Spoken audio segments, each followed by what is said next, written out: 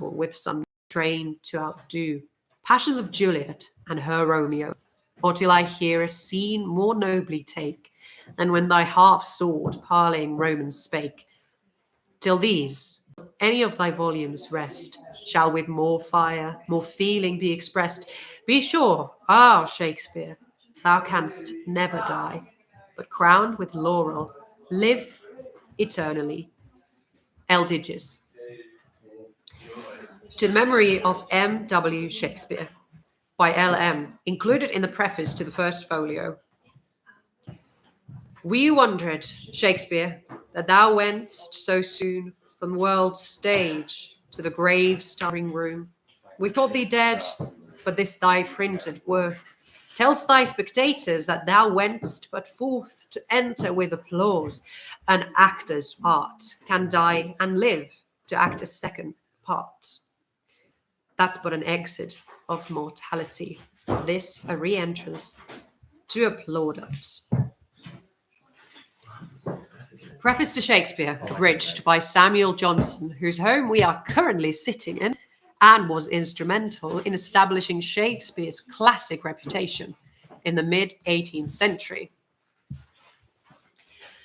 That praises are without reason lavished on the dead, and that the honours due only to excellence are paid to antiquity, is a complaint likely to be always continued by those who, being able to add nothing to truth, hope for eminence from the heresies of paradox, or those who, being forced by disappointment upon consolatory expedients, are willing to hope from posterity what the present age refuses, and flatter themselves that the regard which is yet denied by envy will be at last bestowed by time.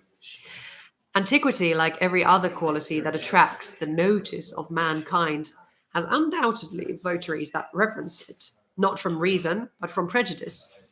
Some seem to admire indiscriminately whatever has been long preserved, without considering that time has sometimes cooperated with chance. Or perhaps some are willing to honor past and present excellence, and the mind contemplates genius through the shades of age, as the eye surveys the sun through artificial opacity. The great contention of criticism is to find the faults of the moderns and the beauties of the ancients. While an author is yet living, we estimate his powers by his worst performance, and when he is dead, we rate them by his best. The poet of whose works I have undertaken the revision may now begin to assume the dignity of an ancient and claim the privilege of established fame and prescriptive veneration. He has long outlived his century, the term commonly fixed as the test of literacy merit. Whatever advantages he might once derive from personal illusions, local customs, or temporary opinions have for many years been lost, and every topic of merriment or motive of sorrow which the modes of artificial life afforded him now only obscure the scenes which they once illuminated. The effects of favour and competition are at an end. The tradition of his friendships and his enmities has perished. His works support no opinion with arguments, nor supply any faction with invectives. They can neither indulge vanity nor gratify malignity, but are read without any other reason than the desire of pleasure, and are therefore praised only as pleasure is obtained. Yet, thus unassisted by interest or passion, they have passed through variations of taste and changes of manners, and as they devolved from one generation to another, have received new honours at every transmission. But because human judgment, though it be gradually gaining upon certainty, never becomes infallible, and approbation, though long continued, may yet be only the approbation of prejudice or fashion, it is proper to inquire by what peculiarities of excellence Shakespeare has gained and kept the favour of his countrymen. Shakespeare is above all writers, at least above all modern writers, the poet of nature, the poet that holds up to his readers a faithful mirror of manners and of life. His characters are not modified by the customs of particular places, unpracticed by the rest of the world, by the peculiarities of studies or professions which can operate but upon small numbers, or by the accidents of transient fashions or temporary opinions. They are the genuine progeny of common humanity, such as the world will always supply, and observation will always find. His persons act and speak by the influence of those general passions and principles by which all minds are agitated, and the whole system of life is continued in motion. In the writings of other poets, a character is too often an individual. In those of Shakespeare, it is commonly a species. It is from this wide extension of design that so much instruction is derived. It is this which fills the plays of Shakespeare with practical axioms and domestic wisdom. It was said of Euripides that every verse was a precept, and it may be said of Shakespeare that from his works may be collected a system of civil and economical prudence. Yet his real power is not shown in the splendor of particular passages, but by the progress of his fable and the tenure of his dialogue. And he that tries to by select quotations will succeed like the pedant of Hierocles, who, when he offered his house to sale, carried a brick in his pocket as a specimen. Thank you. You're welcome. Proud folks, it is 12:50. Sophie's live stream all good. Yep. Fab. All right. Onwards to Macbeth. Quick note to all of us, guys. I want to try something new, which is when you're off stage, take the thing down just to make it a little bit more of a clear. Clear idea. Okay. Some stagecraft. See. Stagecraft, Alex. Right. 3. Yes. Yes, there is. Right. Without further ado, 3, 2, 1. When shall we three meet again? In thunder, lightning, or in rain? When the hurly-burly's done, when the battle's lost and won, then will be here the set of sun. Where the place? Upon the heath? There to meet with Macbeth. I come, Greymarkin. Paddock calls. Anon. Fair is foul, and foul is fair. Hover through the fog and filthy air. What bloody man is that? He can report, as seemeth by his plight, of the revolt, the newest state. This is the sergeant, who like a good and hardy soldier fought against my captivity. Hail, brave friend. Say to the king the knowledge of the broil as thou didst leave it. As two spent swimmers that do cling together, doubtful it stood, and choke their art, the merciless MacDonald, of kerns and gallow glasses of supplies, and fortune on his damned quarrel smiling, shroud like a rebel's whore, but all's too weak, for brave Macbeth, well, he deserves that name, disdaining fortune with his brandished steel, which smoked with bloody execution, like valor's minion carved out of this passage, till he faced the slave, which never shook hands nor bade farewell to him, till he unseamed him from the nave to the chaps, and fixed his head upon our battlements. O valiant cousin, worthy gentleman, whence camest thou, worthy Thane?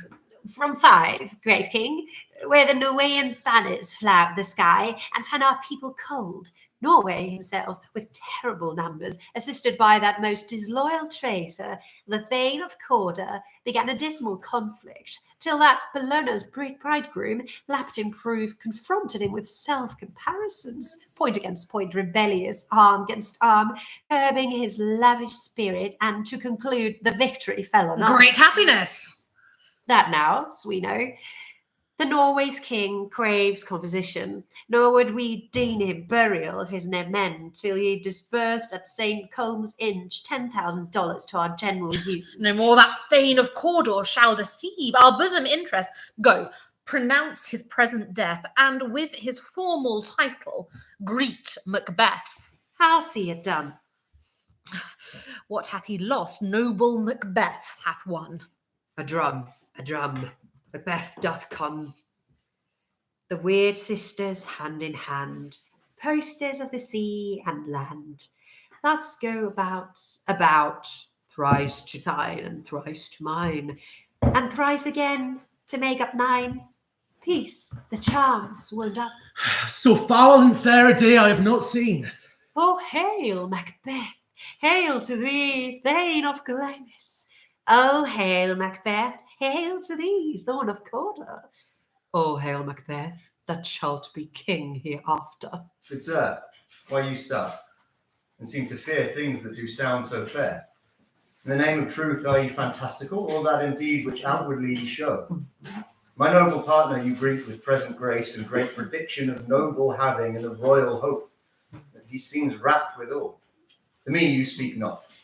If you can look into the seeds of time and say which grain will grow and which will not, speak them to me, who neither beg nor fear your favours nor your hate. Hail, hail, hail. Lesser than Macbeth and greater, not so happy, yet much happier. Thou shalt get kings, though thou be none, so all hail Macbeth and Banquo. Banquo and Macbeth, all hail. Stay, you imperfect speakers, tell me more. By Sinel's death I know I am Thane of Glamis, but how of Cawdor? The Thane of Cawdor lives, a prosperous gentleman, and to be king stands not within the prospect of belief, no more than to be Cawdor. Say from hence you owe this strange intelligence, or why upon this blasted heath you stop our way with such prophetic greeting. Speak, I charge you. The earth hath bubbles as the water has, and these are of them. Whither are they vanished? Into the air, and what seemed corporal melted as breath into the wind. Would they had stayed. Were such things here as we do speak about? Or have we eaten on the insane root that takes the reason prisoner? Your children shall be kings. You shall be king. And Thane of Cawdor too, went it not so? To the selfsame tune and words. Who's here? The king hath happily received, Macbeth, the news of thy success, and when he reads thy personal venture in the rebels' fight, his wonders and his praises do contend which should be thine or his.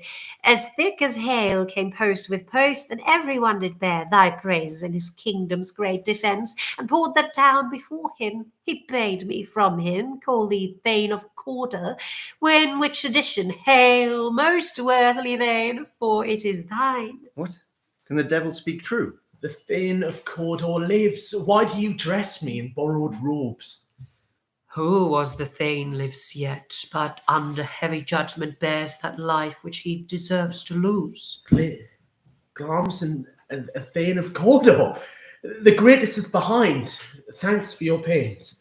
Do ye not hope your children shall be kings, when those that gave the Thane of Cawdor to me promised no less to them? That trusted home might yet enkindle you unto the crown, besides the Thane of Cawdor. But 'tis strange, and oftentimes to win us to our harm, the instruments of darkness tell us truths, win us with honest trifles to betrays in deepest consequence. Cousins, a word, I pray you. 2 truths are told as happy prologues to the swelling act of the imperial theme. I thank you, gentlemen. This supernatural soliciting cannot be ill, cannot be good. If ill, why hath it given me earnest of success, commencing in the truth? I am Thane of Cawdor. If good, why do I yield to that suggestion, whose horrid image doth infix my hair, and make my seated heart knock at my ribs against the use of nature? Present fears are less than horrible imaginings. My thoughts, whose murder yet is but fantastical, shake so my single state of man that function is smothered in sunrise, and nothing is but what is not. Look, how our partner's wrapped. If chance will have me king, why chance may crown me without my stir. New horrors come upon him, like our strange garments, cleave not to their mould, but with the aid of use.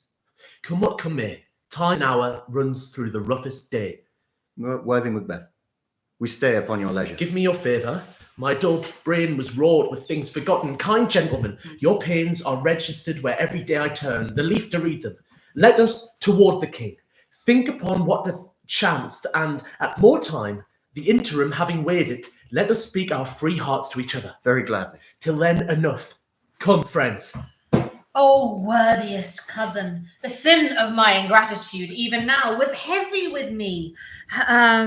Wouldst thou had less deserved that the proportion both of thanks and payment might have been mine, only I have left to say more is thy due than more than all can pay. I have begun to plant thee and will labour to make thee full of growing. Noble Banquo, Thou was no less deserved, nor must be known, nor less to have done so. Let me enfold thee and hold thee to my heart. There if I grow, the harvest is your own. My plenteous joys, wanton in fullness, to seek to hide themselves in drops of sorrow. Sons, kinsmen, thanes, and you whose places are the nearest, know we will establish our estate upon our eldest Malcolm, whom we name hereafter the Prince of Cumberland, which honour must not unaccompanied invest him only, but signs of nobleness like stars shall shine on all deservers from hence to Inverness, and bind us further to you. The rest is labour which is not used for you. I'll be myself the harbinger and make joyful the hearing of my wife with your approach. So humbly take my leave. My worthy Cawdor. The Prince of Cumberland, that is a step on which I must fall down, or else o'erleap, for in my way it lies. Stars, hide your fires. Let not light see my black and deep desires. The eye winketh the hand, yet let that be which the eye fears when it is done to see. True, worthy Banquo, he is full, so valiant, and his commendations I am fed. It is a banquet to me, that's after him, whose care is gone to bid us welcome. It is a peerless kinsman. Whilst I stood wrapped in the wonder of it, came missives from the king, who all hailed me Thane of Cawdor, by which title before these weird sisters saluted me, and referred me to the coming on of time, with Hail, King that shalt be. This have I thought good to deliver thee, my dearest partner of greatness, that thou mightst not lose the dues of rejoicing by being ignorant of what greatness is promised thee. Late to thy heart, and farewell. Glamis thou art, and Cawdor, and shalt be what thou art promised. Yet do I fear thy nature. It is too full of the milk of human kindness to catch the nearest way. Thou wouldst be great, and not without ambition, but without the illness should attend it. What thou wouldst high, thou wouldst holily, wouldst not play false, and yet wouldst wrongly win. Thou'dst have great Glamis, that which cries, thus thou must do if thou have it, and that which rather thou dost fear to do than wishest should be undone. Hie thee hither, that I may pour my spirits in thine ear, and chastise thee with the fallow of my tongue, all that impedes thee from the golden round, which fates and metaphysical aid doth seem to have thee crowned withal. What is your tidings? The king comes here tonight. Give him tending. He brings great news. The raven himself is hoarse that croaks the fatal entrance of Duncan under my battlements. Come, you spirits that tend on mortal thoughts. Unsex me here, and fill me from the crown to the toe top full of direst cruelty. Make thick my blood. Stop up that access and passage to remorse, that no compunctious visitings of nature shake my fell purpose, nor keep peace between the effects in it. Come to my woman's breasts, and take my milk for gall, you murdering ministers, wherever in your sightless substances you wait on nature's mischief. Come, thick night, and pale thee in the dunnest smoke of hell, that my keen knife see not the wound it makes, nor heaven peep through the blanket of the dark, to cry, hold, hold. Great Glamis, worthy Cawdor, greater than both by the all-hail hereafter, thy letters have transported me beyond this ignorant present, and I feel now the future in the instant. My dearest love, Duncan comes here tonight. And when goes hence? Tomorrow, as he purposes. Oh, never shall sun that morrow see. Your face, my Thane, is as a book where men may read strange matters. To beguile the time, look like the time. Bear welcome in your eye, your hand, your tongue. Look like the innocent flower, but be the serpent under it. He's that coming must be provided for, and you shall put this night's great business into my dispatch, which shall to all our nights and days to come give solely sovereign sway and masterdom. We will speak further. Only look up clear. To alter favour ever is to fear. Leave all the rest to me. This castle hath a pleasant seat, The air nimbly and sweetly recommends itself upon our gentle senses. This guest of summer, the temple-haunting martlet does approve by his loved masonry that the heaven's breath smells wooingly here. No jutty, frieze, buttress, nor coign of vantage, but this bird hath made his pendant bed and procreant cradle. Where they most breed and haunt, I have observed the air is delicate.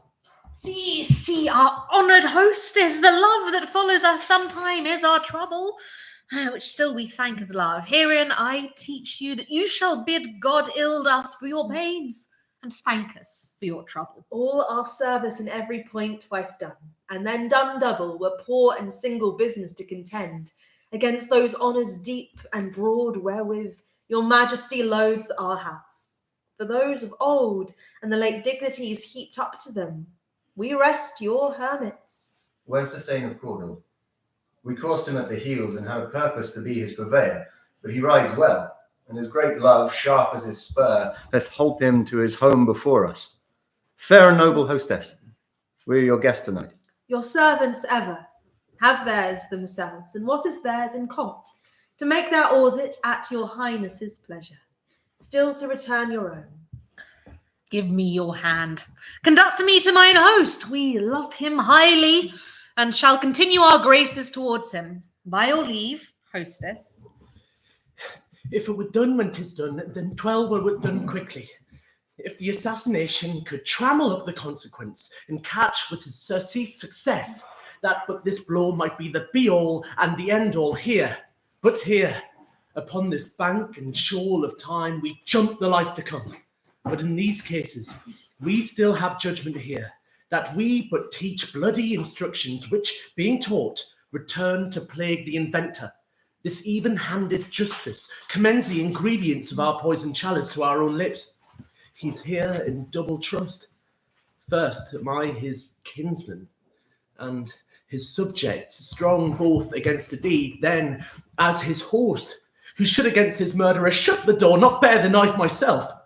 Besides, this Duncan hath borne his faculties so meek, hath been so clear in his great office, that his virtues will plead like angels, trumpet-tongued against the deep damnation of his taking off, in pity, like a naked newborn babe, striding the blast o'er heaven's cherubim, horsed upon the sightless couriers of the air, shall blow the horrid deed in every eye, that tears shall drown the wind. I have no spur to prick the sides of my intent, but only vaulting ambition, which o'erleaps himself and falls on the other. How now? What news? He is almost supped. Why have you left the chamber? Hath he asked for me? Know you not he has? We will proceed no further in this business. He hath honoured me of late, and I have bought golden opinions from all sorts of people, which would be worn now and then, newest gloss, not cast aside so soon. Was the hope drunk wherein you dressed yourself? Have it slept since? And wakes it now to look so green and pale at what it did so freely? From this time shall I account thy love. Art thou afeard to be the same in thine own acts and valour as thou art in desire? Wouldst thou have that which thou esteemest the ornament of life, and live a coward in thine own esteem, letting I dare not to wait upon I would, like the poor cat of the adage? Prithee, peace. I dare do all that may become a man. Who dares do more is none. What beast was then that made you break this enterprise to me? When you durst do it, then you were a man. And to be more than what you were, you would be so much more the man.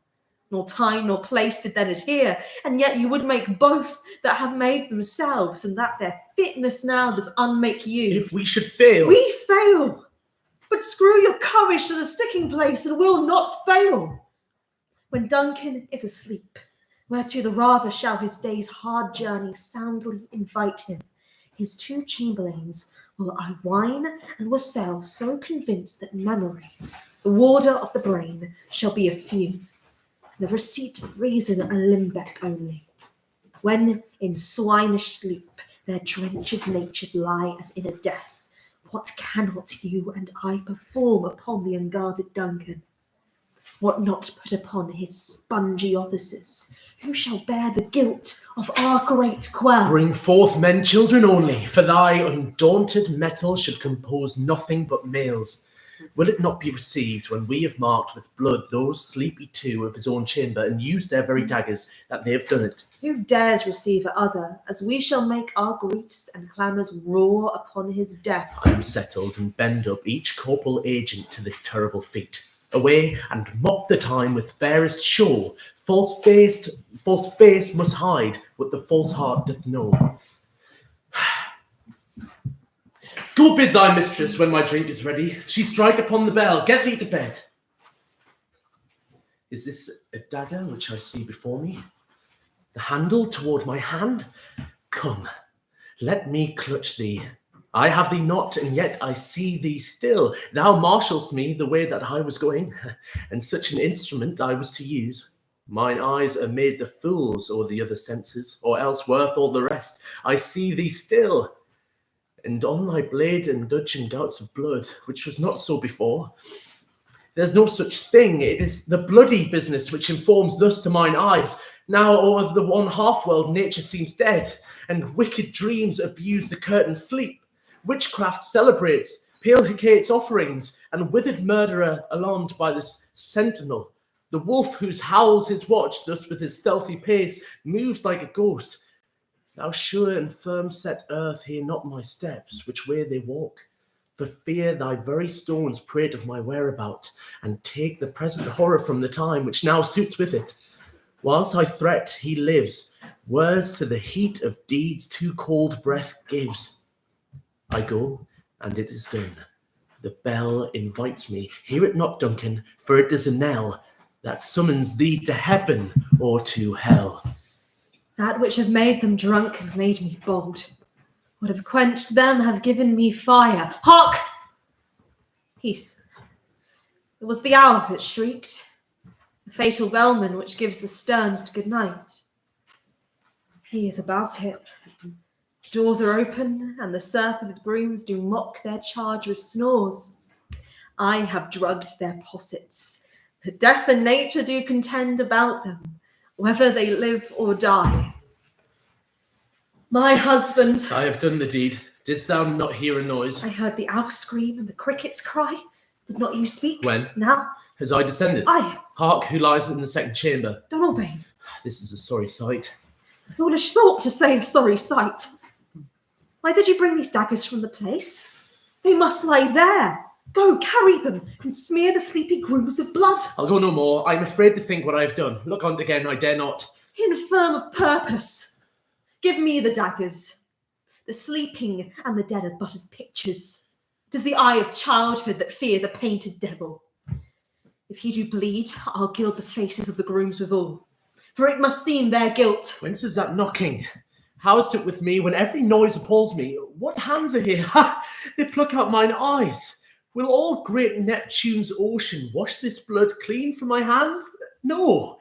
This my hand will rather the multitudinous seas in Arcandine make the green one red. My hands are of your colour, but I shame to wear a heart so white. I hear a knocking at the south entry. Retire we to our chamber. A little water clears us of this deed. How easy is it then? Your constancy have left you unattended. Hark, more knocking. Get on your nightgown, lest occasion call us and show us to be watchers. Be not lost so poorly in your thoughts. To know my deed, 'twere best not know myself. Wake, Duncan, with thy knocking. I would thou couldst. Was it so late, friend, ere you went to bed, that you do lie so late? Faith, sir, we were carousing till the second cock. And drink, sir, is a great provoker of three things. What three things does drink especially provoke? Marry, sir, nose painting, sleep, and urine. Lechery, sir, it provokes and unprovokes. It provokes the desire, but it takes away the performance. Therefore, much drink may be said to be an equivocator with lechery. It makes him and it mars him. It sets him on and it takes him off. It persuades him and disheartens him, makes him stand to and not stand to. In conclusion, equivocates him in a sleep, and giving him the lie, leaves him. I believe drink gave thee the lie last night. That it did, sir. Is thy master stirring? Our knocking has awakened him. Here he comes. Good morrow, noble sir. Good morrow, both. Is the king stirring, worthy Thane? Not yet. He did command me to call timely on him. I have almost slipped the hour. I'll bring you to him. I know this is a joyful trouble to you, but yet 'tis one. The labour we delight in, physics pain, this is the door. I'll make so bold to call, for 'tis my limited service. Awake. Awake! And ring the alarm bell. Murder and treason, Banquo and Donalbain. Malcolm, awake. Shake off this dowry sleep, death's counterfeit, and look on death itself. Up, and see the great doom's image. Malcolm, Banquo, as from your graves rise up and walk like sprites to countenance this horror. Ring the bell. What's the business that such a hideous trumpet calls to parley the sleepers of the house? Speak, speak. Oh, gentle lady, it is not for you to hear what I can speak. The repetition in a woman's ear would murder as it fell. Oh, Banquo, our royal master's murdered. Oh, alas, what? In our house? Too cruel anywhere. Dear dove, I pray thee to contradict thyself and say it is not so. Or by whom? Oh, of these chambers, as it seemed it had done it. Their hands and faces were abadged with blood, so were the daggers which unwiped we found upon their pillows. They stared and were distracted. No man's life was to be trusted with them. Help me hence, ho. Look to the lady. And when we have our naked frailties hid, that suffer in exposure, let us meet and question this most bloody piece of work, to know it further. Fears and scruples shake us. In the great hand of God I stand, and thence against the undivulged pretense I fight of treasonous malice. And so do I, So so all. Let's briefly put on manly readiness and meet in the hall together. Well contented. Here comes the good Macduff. How goes the world, sir, now? Why, see you not? It's known who did this more than bloody deed. Those that Macbeth hath slain. Alas, the day! What good could they pretend? They were suborned. Malcolm and Donalbain, the king's two sons, are stolen away and fled, which puts upon them suspicion of the deed. Gainst nature still, thriftless ambition that will to ravin up thine own life's mean. Then 'tis most like the sovereignty will fall upon Macbeth. He is already named and gone to Scone to be invested. Will you to Scone? No, cousin. I'll to Fife. Well, I will thither. Well, may you see things well done there. Adieu, lest our old robe sit easier than our new. God's benison go with you, and with those that would make good or bad, and friends or foes. Thou hast it now. King, Cawdor, Banis, all, as the weird woman promised. And I fear thou playest most foully for it. Yet it was said, I should not stand in thy posterity, but that myself should be the root and father of many kings.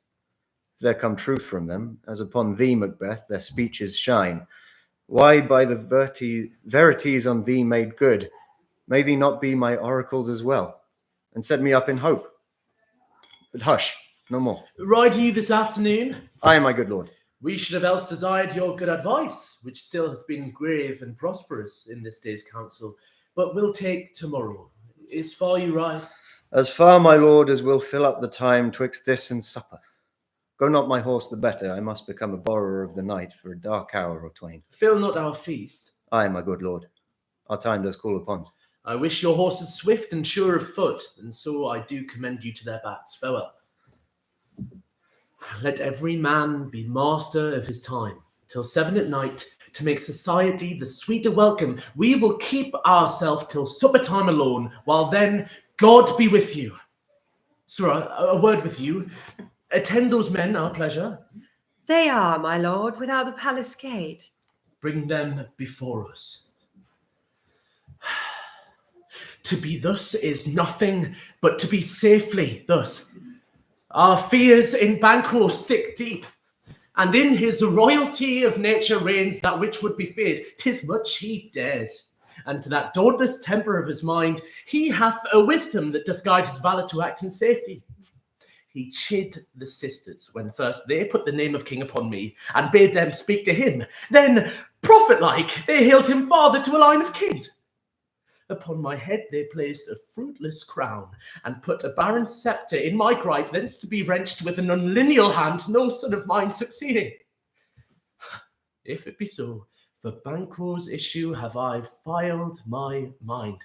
For them, the gracious Duncan have I murdered, put rancours in the vessel of my peace, only for them, and mine eternal jewel given to the common enemy of man, to make them kings. The seeds of Banquo, kings. Rather than so, come fate into the list and champion me to the utterance. Who's there? Was it not yesterday we spoke together? It was, so please, your highness. Well then, now have you considered of my speeches? Know that it was he in the times past which held you so under fortune, which you thought had been our innocent self? You made it known to us. Both of you know Banquo was your enemy. True, my lord.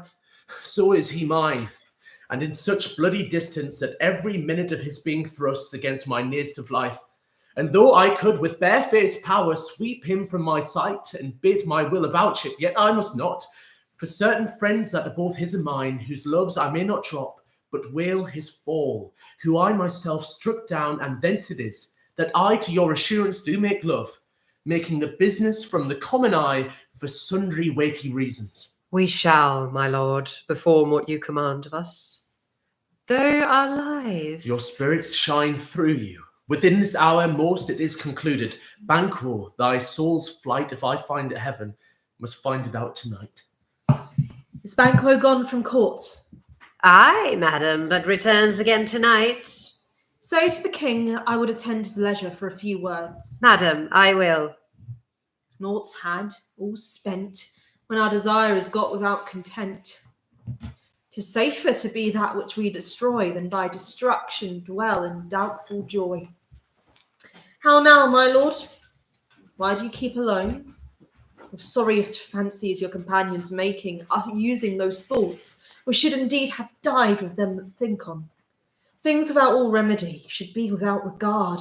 What's done is done. We have scorched the snake, not killed it. She'll close and be herself, whilst our poor malice remains in danger of her former tooth. But let the frame of things disjoined both the worlds suffer, ere we will eat our meal in fear and sleep in the affliction of these terrible dreams that shake us nightly. Come on, gentle, my lord. Sleek all your rugged looks. Be bright and jovial among your guests tonight. So shall I, love, and so I pray you, be you. Let your remembrance apply to Banquo, present him eminence, both with eye and tongue, unsafe the while that we must lave our honours in these flattering streams, and make our faces visits to our hearts, disguising what they are. What's to be done? Be innocent of the knowledge, dearest Chuck, till thou applaud the deed. Come, sealing night, scarf up the tender eye of pitiful day, and with thy bloody and invisible hand cancel and tear to pieces that great bond which keeps me pale. Thou marvelst at my words, but hold thee still. Things bad begun make strong themselves by ill.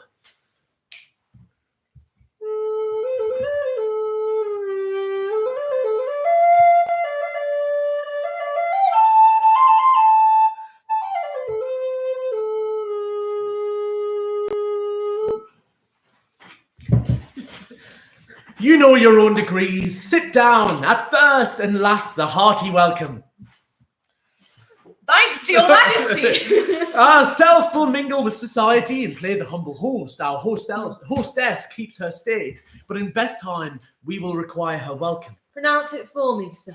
To all our friends, for my heart speaks, they are welcome. See, they encountered thee with their hearts' thanks. Both sides are even. Here I'll sit in the midst, be large in mirth. Anon we'll drink a measure the table round. There's blood on thy face. 'Tis Banquo, then. 'Tis better thee without than he within. Is he dispatched? Aye, my good lord, safe in a ditch he bides, with 20 trenched gashes on his head, the least a death to nature. Thanks for that. There the growth serpent lies, the worms that's fled, hath nature that in time will venom breed. No teeth for the present. Get thee gone, tomorrow we'll hear ourselves again. My royal lord, you do not give the cheer. The feast is sold that is not often vouched, while 'tis a making 'tis given with welcome. To feed were best at home, from thence the source to meat is ceremony. Meeting were bare without it. Sweet remembrancer, now good digestion wait on appetite and health on both. Let please your highness sit. Here had we now our country's honour roofed, were the grace person of our Banquo present, who may I rather challenge for unkindness than pity for mischance. His absence, sir, lays blame upon his promise. Please it your highness to grace us with your royal The company. table's full. Here is a place reserved, sir. Where? Here, my good lord. What's it that moves your highness? Which of you have done this? What, my good lord? Thou canst not say I did it. Never shake thy gory looks at me. Gentlemen, rise. His highness is not well. Sit, worthy friends. My lord is often thus, and have been from his youth. Pray you, keep seat. The fit is momentary. Upon a thought he will again be well. If much you note him, you shall offend him and extend his passion. Feed and regard him not. Oh, you are a man. I am the bold one that dare look on that which might appall the devil. Proper stuff. This is the very painting of your fear. This is the air-drawn dagger which you said led you to Duncan. Oh, these flaws and starts, impostors, the true fear would well become a woman's story to winter's fire, authorised by her grandam. Shame itself, why do you make these faces? When all's done, you look but on a stool. Prithee, see there, behold, look, lo, how say you? Why, what care I? If thou canst nod, speak too. If charnel houses in our graves must send those that we bury back, our monuments shall be the moors of kites. What, quite a man in folly? If I stand here, I saw him. Fie for shame. Blood hath been shed ere now in the golden time. A human statute purged the gentle wheel. Aye, and since too, murders have been performed too terrible for the ear. The times have been that when the brains were out, the man would die, and there an end. But now they rise again with 20 mortal murders on their crowns, and push us from our stools. This is more strange than such a murder is. My worthy lord, your noble friends do lack you. I do forget. Do not muse at me, my most worthy friends. I have a strange infirmity, which is nothing to those that know me. Come, love, and health to all. Then I'll sit down. Give me some wine, fill, full. I drink to the general joy of the whole table, and to our dear friend, Banquo, whom we miss, would he were here. To all, and him we thirst, and to all. Our duties and the pledge. Avaunt and quit my sight. Let the earth hide thee. Thy bones are marrowless, thy blood is cold. Thou hast no speculation in those eyes, which thou dost glare with. Think of this, good peers, but as a thing of custom, just no other. Only it spoils the pleasure of the time. What man dare I dare? Approach thou like the rugged Russian bear, the armed rhinoceros or the hyphen tiger. Take any shape but that, and my firm nerves shall never tremble or be alive again. And dare me to desert with thy sword. If trembling I inhibit it then, protest me. The baby of a girl, hence horrible shadow, unreal mockery hence. Why so being gone, I am a man again. Pray you sit still. You have displaced the mirth, broke the good meeting with most admired disorder. Can such things be, and overcome us like a summer's cloud without our special wonder? You make me strange even to the disposition that I owe. Even now I think you can behold such sights and keep the natural ruby of your cheeks when mine is blanched with fear. What sights, my lord? I pray you speak not. He grows worse and worse. Questions enrages him. At once, good night. Stand not upon the order of your going, but go at once. Good night, and better health attend his majesty. A kind good night to all. It will have blood, they say. Blood will have blood. Stones have been known to move and trees to speak. Augurs and understood relations have, by maggot pies and chuffs, what rooks brought forth the secretest man of blood. What is the night? Almost at odds with morning. Which is which? I will tomorrow, and betimes I will. To the weird sisters, more shall they speak. For now I am bent to know by the worst means the worst. For mine own good, all causes shall give way. I am in blood stepped in so far that shall I wait no more. Returning were as tedious as go o'er. Strange things I have in head that will to hand, which must be acted ere they may be scanned. You lack the season of all natures. Sleep. Come, will to sleep. My strange and self-abuse is the initiate fear that wants hard use. We are yet but young indeed. I hear Macduff lives in disgrace. Now can you tell where he bestows himself? The son of Duncan, from whom this tyrant holds the due of birth, lives in the English court, and is received of the most pious Edward with such grace that the malevolence of fortune nothing takes from his high respect. Thither Macduff is gone to pray the holy king upon his aid, that by help of these with him above to ratify the work, we may again give to our tables meat, sleep to our nights, free from our feasts and banquets bloody knives, do faithful homage, and receive free honours, all which we pine for now. Some holy angel fly to the court of England, and unfold his message ere he come, that a swift blessing may soon return to this our suffering country under a hand accursed. Thrice the bridled cat hath mewed, thrice and once the hedge pig whined. Harpier cries, 'tis time, 'tis time. Round about the cauldron go, in the poison entrails throw, toe to that under cold stone, days and nights, as 31 sweltered venoms sleeping got. Boil thou first I the charmed pot. Double, double, toil and trouble, fire burn and cauldron bubble. Fillet of a fenny snake, in the cauldron boil and bake, eye of newt and toe of frog, of wool of bat and tongue of dog, adder's fork and blind worm's sting, lizard's leg and owlet's wing, for a charm of powerful trouble, like a hell broth boil and bubble. Double, double, toil and trouble, fire burn and cauldron bubble. Scale of dragon, tooth of wolf, witch's mummy, maw and gulf of the ravined salt sea shark, root of hemlock digged in the dark, liver of a blaspheming Jew, gull of goat and slips of yew, silvered in the moon's eclipse, nose of Turk and Tartar's lips, finger of birth strangled babe, ditch delivered by a drab, make the gruel thick and slab, and thereto a tiger's children for the ingredients of our cauldron. Double, double, toil and trouble, fire burn and cauldron bubble. Cool it with a baboon's blood, then the charm is firm and good. By the prickling of my thumbs, something wicked this way comes. Open locks, whoever knocks. How now, you secret black and midnight hags? What is you do? A deed without a name. I conjure you by that which you profess. However you come to know it, answer me. Though you untie the winds and let them fight against the churches, though the yesty waves confound and swallow navigation up, though bladed corn be lodged and trees blown down, though castles topple on their warders' heads, though palaces and pyramids do slope their heads to their foundations, through the treasure of nature's germ and stumble altogether, even still destruction sicken, answer me to what I ask you. Speak, demand, will answer. Say if thou'dst rather hear it from our mouths or from our masters. Colin, let me see them.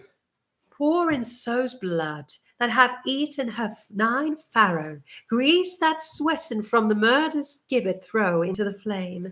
Come high or low, thyself an office deftly show. Tell me, thou unknown power. He knows thy thoughts, hear his speech, but say thou not.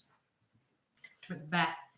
Macbeth, beware Macduff, beware the Thane of Fife, dismiss me, enough. Whate'er thou art, for thy good caution thanks. Thou last harped my fear aright, but one word more. He will not be commanded. Here's another, more potent than the first. Macbeth, Macbeth, Macbeth, Had I thee ears, I'd hear thee. be bloody, bold, and resolute. Laugh to scorn the power of man, for none of woman born shall harm Macbeth. Then live, Macduff, what need I fear of thee? But yet I'll make assurance double sure, and take a bond of fate. Thou shalt not live, that I may tell pale-hearted fear it lies, and sleep in spite of thunder. What is this? That rises like the issue of a king, and wears upon his baby brow the round and top of sovereignty. Listen, but but speak not to it. Ye lion metal, proud and take no care who chafes, who frets, or where conspirers are. Macbeth shall never vanquished be until great Burnham wood to hide Dunnes name hill shall come against him. That will never be. Who can impress the forest, bid the tree unfix his earthbound root? Sweet Borman's good! Rebellion's head, rise never till the wood of Burnham rise. In our high place Macbeth shall live the lease of nature, pay his breath to time and mortal custom. Yet my heart throbs to know one thing. Tell me, if your art can tell so much, shall Banquo's issue ever reign in this kingdom? Seek to know no more. I will be satisfied. Deny me this, and an eternal curse fall on you. Let me know, why sinks that cauldron, and what noise this is? Where are they? Gone. Let this pernicious hour stand I accursed in the calendar. Come in without there. What's your grace's will? Saw you the weird sisters? No, my lord. Came they not by you? No, indeed, my lord. Infected be the air whereon they ride, and damned all those that trust him. I did hear the galloping of horse. Who was came by? 'Tis 2 or 3, my lord, that bring you word Macduff is fled to England. Fled to England. Aye, my good lord. Time thou anticipatest my dread exploits. The flighty purpose never is overtook unless the deed go with it. From this very moment, the very firstlings of my heart shall be the firstlings of my hand. And even now, to crown my thoughts with acts, be it thought and done. The castle of Macduff I will surprise, seize upon Fife, give to the edge of the sword his wife, his babes, and all unfortunate souls that trace him in his line. No boasting like a fool. This deed I'll do before this purpose cool. But no more sighs. Where are these gentlemen? Come, bring me where they are. What I believe I'll wail, what no believe, and what I can redress as I shall find the time to, friend, I will. What you have spoke, it may be so, perchance. This tyrant, whose sole name blisters our tongues, was once thought honest. You have loved him well. He hath not touched you yet. I am young, but something you may deserve of him through me, and wisdom to offer up a weak, poor, innocent lamb to appease an angry God. I am not treacherous. But Macbeth is. Perchance even there where I did find my doubts. Why in that rawness left you wife and child, those precious motives, those strong knots of love without leave taking? I pray you, let not my jealousies be your dishonours, but mine own safeties. You may be rightly just, whatever I shall think. Not in the legions of horrid hell can the devil come more damned in evils to top Macbeth. Oh, Scotland, Scotland. If such a one be fit to govern, speak. I am as I have spoken. Fit to govern? No, not to live. Oh, nation miserable, with an untitled tyrant, bloody sceptred, when shalt thou see thy wholesome days again, since that the truest issue of thy throne by his own interdiction stands accursed, and does blaspheme his breed? Thy royal father was a most sainted king. The queen that bore thee oftener upon her knees than on her feet died every day she lived. Oh, my breast, I hope ends here. Macduff, this noble passion, child of integrity, hath from my soul wiped the black scruples, reconciled my thoughts to thy good truth and honour. Devilish Macbeth by many of these trains hath sought to win me into his power, and modest wisdom plucks me from over-credulous haste. What I am truly is thine and my poor country's to command. Now we'll together, and the chance of goodness be like our warranted quarrel. Why are you silent? 'Tis such welcome and unwelcome things at once. 'Tis hard to reconcile. See, who comes here? My countrymen, but yet I know him not. I have a gentle cousin. Welcome thither. I know him now. Good God! The times removed, the means that make us strangers. Sir, amen. To stand Scotland where it did? Alas, poor country, almost afraid to know itself. Seek their comfort, we are coming thither. Gracious England hath lent us good Seward and 10,000 men. An older and a better soldier none that Christendom gives out. Well, I could answer this comfort with the like, but I have words that would be howled out in the desert air where hearing should not latch them. What concern they? The general cause, or is it a fee grief due to some single breast? No, mine, that's honest, but it in it shares some woe. Through the main part pertains to you alone.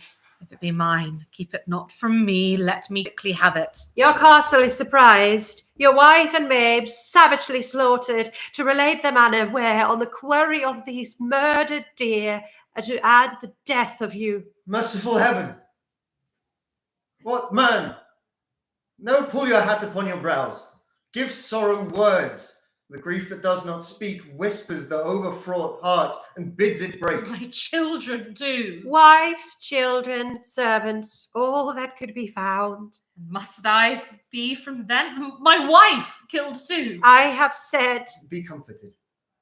Let's make us medicines of our great revenge to cure this deadly grief. He has no children. All my pretty ones. Did you say all? Hellkite, all!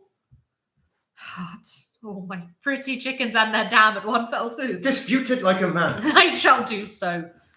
But I must also feel it as a man. I cannot but remember such things were that were most precious to me. Did heaven look on and would not take their part? Sinful Macduff, that were all struck for thee, naught that I am, not for their own demerits, but for mine. They'll slaughter on their sons, heaven rest them now. Be this the whetstone of your sword. Let grief convert to anger. Blunt not the heart, enrage it.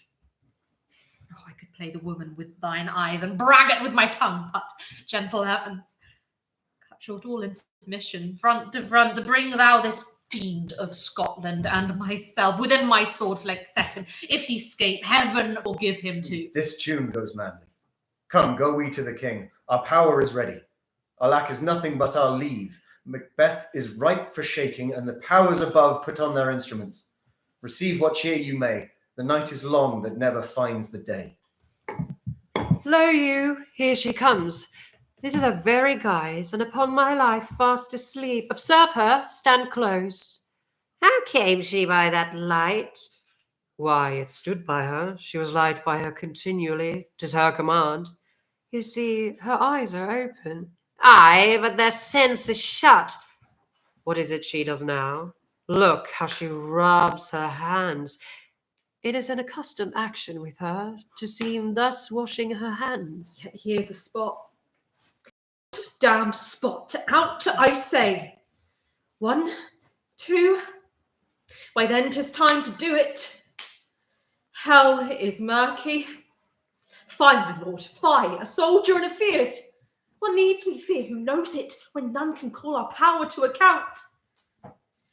Yeah, who would have thought the old man to have had so much blood in him? Do you mark that? The Thane of Fife had a wife. Where is she now? What, will these hands ne'er be clean? No more of that, my lord, no more of that. You are all with this starting. She has spoke what she should not, I'm sure of that. Heaven knows what she has known. Here's the smell of the blood still. All the perfumes of Arabia will not sweeten this little hand. Oh, What a sigh is there. The heart is sorely charged. wash your hands. Put on your nightgown. Look not so pale. I tell you yet again, Banquo's buried. He cannot come out on's grave. Even so? To bed. To bed. There's knocking at the gate. Come, come, come, come, give me your hand. What's done cannot be undone. To bed. To bed. To bed. Will she go now to bed? Directly. Foul whisperings are abroad. Unnatural deeds do breed unnatural troubles. Infected minds through their deaf pillows will discharge their secrets. More needs she the divine than the physician. The English power is near. Led on by Malcolm, his uncle Seward, and the good Macduff, revenge is burn in them, for their dear causes would do to the bleeding and the grim alarm, excite the mortified man. What does the tyrant? Great Dunsinane he strongly fortifies. Some say he's mad. Others that lesser hate him do call it valiant fury. For certain he cannot buckle this distempered cause within the belt of rule. Now does he feel his secret's murders sticking on his hands? Now minutely revolts upbraid his faith breach, to do the sovereign flower and drown the weeds? Make we our march towards Ben. Bring me no more reports, let them fly all. Till Burnham Wood removed to Dunsinane, I cannot taint with fear. What's the boy Malcolm? Was he not born of woman? The spirits that know all mortal consequences have pronounced me thus. Fear not Macbeth. No man that's born of woman shall e'er have power upon thee. Then fly, false thanes, and mingle with the English epicures. The mind I swear by and the heart I bear shall never sag with doubt nor shake with fear. The devil damn thee black, thou cream-faced loon, where's got that goose look? There is 10,000 Geese, villain! soldiers, sir. Go prick thy face and overread thy fear, thou lily-livered boy. What soldiers patch? Death of thy soul, those linen cheeks of thine are counsellors to fear. What soldiers wear face? The English force, so please you. I will not be afraid of death and bane till Burnham Forest come to Dunsinane. What wood is this before us? The wood of Burnham. Let every soldier hew him down and bow and beg before him. Thereby shall we shadow the numbers of our host and make discovery ere and report her. It shall be done. Hang out our banners on the outward walls. The cry is still, they come. Our castle's strength will laugh the siege to scorn. Here, let them lie, till famine and the ague eat them up. Were they not forced with those that should be ours, we might have met them therefore, beard to beard, and beat them backward home. What is that noise? It is the cry of women, my good lord. I have almost forgot the taste of fears. The time has been, my senses would have cooled to hear a night shriek, and my fell of hair would at a dismal treatise rouse and stir as life were in it. I have supped full with horrors, Adonis, familiar to my slaughterous thoughts, could not once start me. Wherefore was that cry? The queen, my lord, is dead. She should have died hereafter. There would have been a time for such a word. Tomorrow and tomorrow and tomorrow creeps in this petty pace from day to day, to the last syllable of recorded time. And all our yesterdays have lighted fills the way to dusty death. Out, out, brief candle. Life's but a walking shadow, a poor player that struts and frets his hour upon the stage, and then is heard no more. It is a tale told by an idiot, full of sound and fury, signifying nothing. Thou comest to use thy tongue, thy story quickly. Gracious, my lord, I should report that which I say I saw, but know not how to do it. Well, say so. As I did stand my watch upon the hill, I looked toward Burnham, and anon methought the wood began to move. If thou speakst false, upon the next tree shalt thou hang alive, till famine cling thee. If thy speech be sooth, I care not if thou dost for me as much. I pull in resolution, and begin to doubt the equivocation of the fiend that lies like truth. Fear not till Burnham wood do come to Dunsinane. And now a wood comes toward Dunsinane. Arm and out. If this which he avouches does appear, there is no flying hence nor tarrying here. I gin to be awary of the sun, and wish the estate of the world were now undone. Ring the alarm bell, blow wind, come rack, at least we'll die with harness on our back. Now near enough. Your leafy screens throw down, and show like those you are. You, worthy uncle, shall with my cousin, your right noble son, lead our first battle. Worthy Macduff and we shall take upon us what else remains to do, according to our order. Fare you well. Do we but find the tyrant's power tonight, let us be beaten if we cannot fight. Make all our trumpets speak, give them breath, those clamorous harbingers of blood and death. They have tied me to a stake, I cannot fly, but bear-like I must fight the course. What's he that was not born of a woman?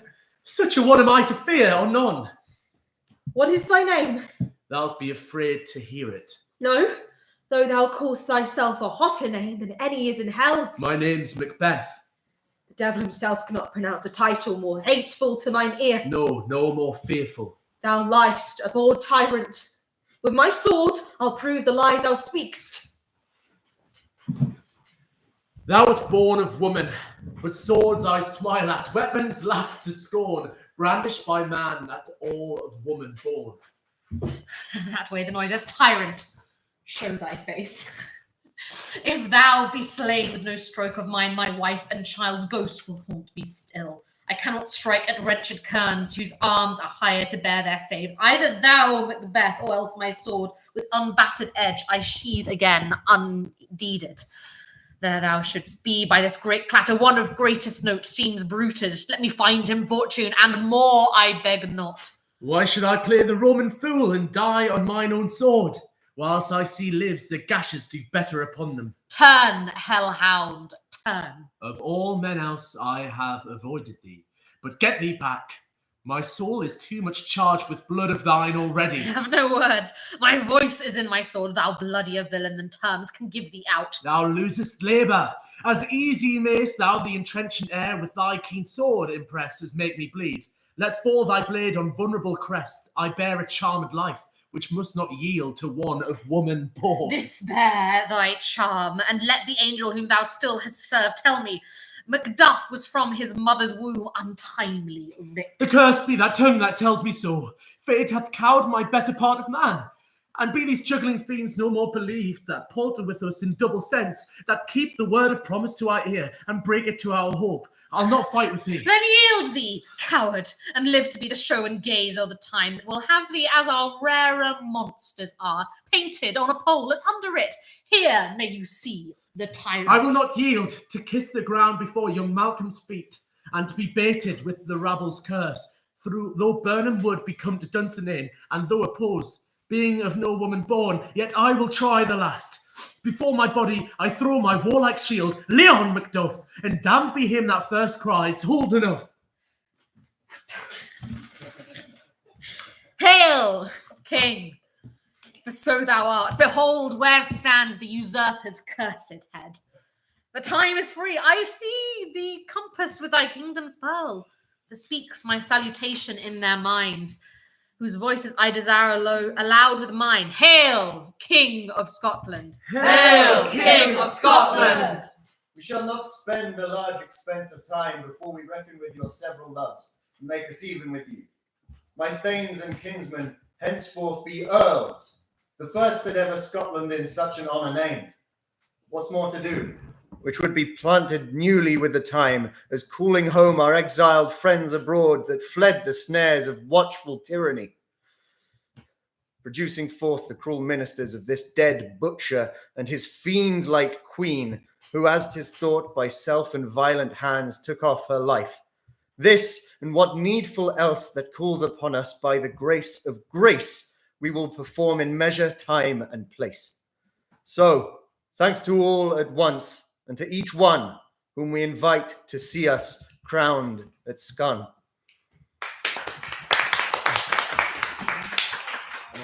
25 minutes. Okay, well done, folks. Yes. All right, well done. That is the end of Macbeth. So we have 25 minutes until the next one. So I'm going to say that we have a, for team who are here, which is basically all of us, we have a free coffee option from a place. So will someone volunteer in the 25 minutes to go and get coffee? Oh, the new coffee. All hail! Coffee. Where do I go? Press Coffee on Chancery Lane. I'll find it. To anyone who is interested, we do have donation options through Sophie with a Square Reader or through a barcode online. This is all in aid of our show. In the meantime, we have, let's skip it, Dr. Johnson. We have a fair number of monologues which we can go between. Write in WhatsApp what you want from the coffee. Oh, I can't. Can you put a mocker for me? Yes. Oh, mocker. Thank you. So, first one is from Clarence's monologue from Act 1, Scene 4 of Richard III, which is cut from our adaptation, which is coming up later, so I thought I'd include it here.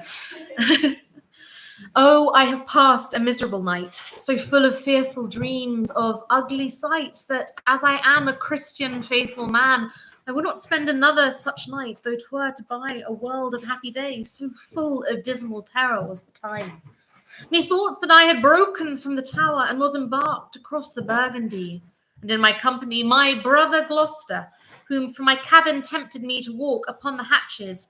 Thence we looked toward England, and sighted up 1,000 heavy times during the wars of York and Lancaster that had befallen us. As we paced along upon the giddy footing of the hatches, methought that Gloucester stumbled, and in falling struck me, that thought to stay him, overboard into the tumbling billows of the main. O Lord, Methought what pain it was to drown, what dreadful noise of waters in mine ears, what sights of ugly death were in mine eyes. Methought I saw 1,000 fearful racks, 1,000 men that fishes gnawed upon, wedges of gold, great anchors, heaps of pearl, inestimable stones, unvalued jewels, all scattered in the bottom of the sea. Some lay in dead man's skulls, and in the holes where eyes did once inhabit, there were crept, as 'twere in scorn of eyes, reflecting gems that wooed the slimy bottom of the deep, and mocked the dead bones that lay scattered above. I passed, methought, the melancholy flood, with that sour ferryman which poets write of, unto the kingdom of perpetual night. First that there did greet my strangest soul was my great father-in-law, renowned Warwick, who spake aloud, what scourge of perjury can this dark monarchy afford false Clarence? And so he vanished. Then came wandering by a shadow like an angel with bright hair, dabbled in blood, and he shrieked aloud, Clarence is come, false, fleeting, perjured Clarence that stabbed me in the field by Tewkesbury. Seize on him, Furies, and take him unto torment. And that, methought, a legion of foul fiends environed me and howled in mine ears such hideous cries that with the very noise I, trembling, waked, and for a season after could not believe but that I was in hell. Such terrible impression made my dream. Can I get a volunteer for Antony by any chance? I can do anything you like, by the way. Do you? Yeah. I won't, No. I'll do it fine. Do you want to be Antony then? Come and be Antony. For a hot second. Thank you. I think we'll just kind of go through it. We've got a few monologues, so everyone will have a little bit of a moment. This one? Yes. Okay. I mean, this is why it's like... Friends, Romans, countrymen, lend me your ears. I come to bury Caesar, not to praise him. The evil that men do lives after them. The good is oft interred with their bones, so let it be with Caesar. The noble Brutus hath told you Caesar was ambitious. If it was so, it was a grievous fault, and grievously hath Caesar answered it. Here, under leave of Brutus and the rest, for Brutus is an honourable man, so are they all honourable men. Come I to speak in Caesar's funeral. He was my friend, faithful and just to me, and just to me. And Brutus says he was ambitious, and Brutus is an honourable man. He hath brought many captives home to Rome, whose ransoms did the general coffers fill. Did this in Caesar seem ambitious? When that the poor have cried, Caesar hath wept. Ambition should be made of sterner stuff. Yet Brutus says he was ambitious, and Brutus is an honourable man. You all did see that on the Lupercal I thrice presented him a kingly crown, which he did thrice refuse. Was this ambitious? Ambition? Yet Brutus says he was ambitious, and sure he is an honourable man. I speak not to disprove what Brutus spoke, but here I am to speak what I do know. You all did love him once, not without cause. What cause withholds you then to mourn for him? Oh, judgment! Thou art fled to brutish beasts, and men have lost their reason. Bear with me. My heart is in the coffin there with Caesar, and I must pause till it come back to me. Okay, somebody else. Right, who wants to be Hamlet? Yeah, I absolutely want to be Hamlet.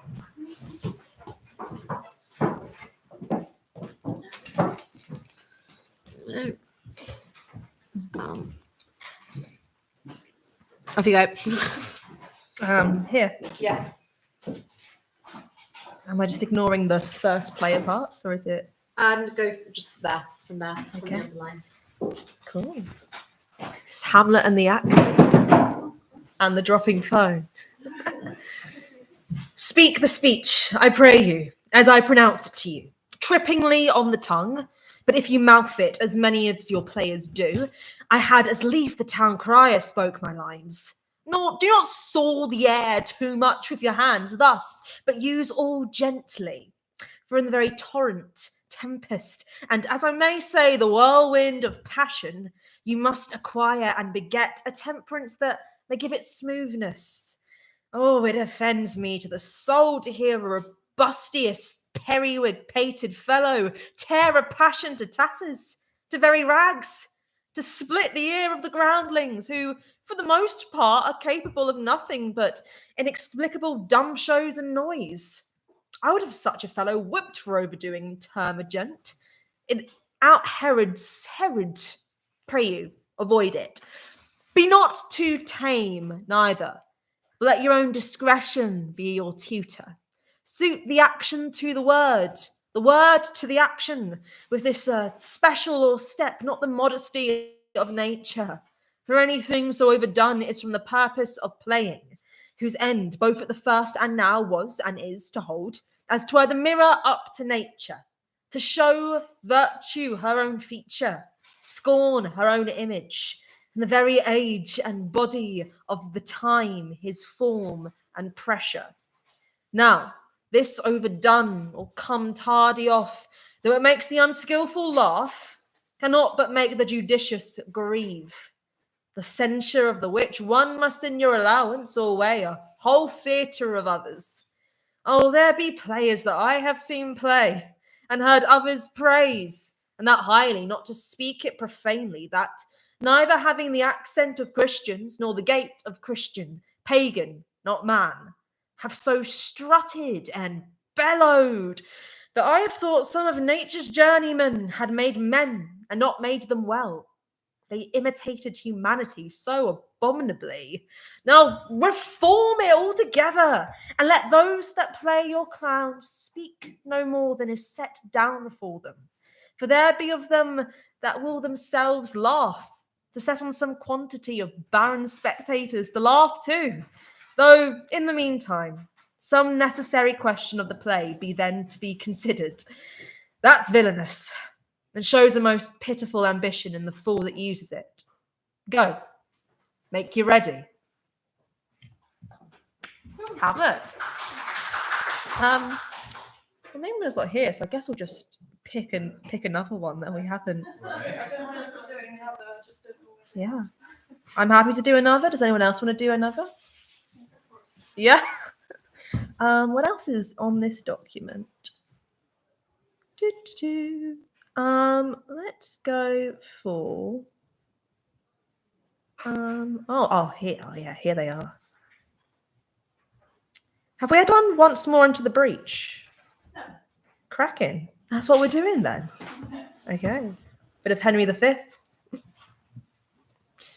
Once more unto the breach, dear friends. Once more.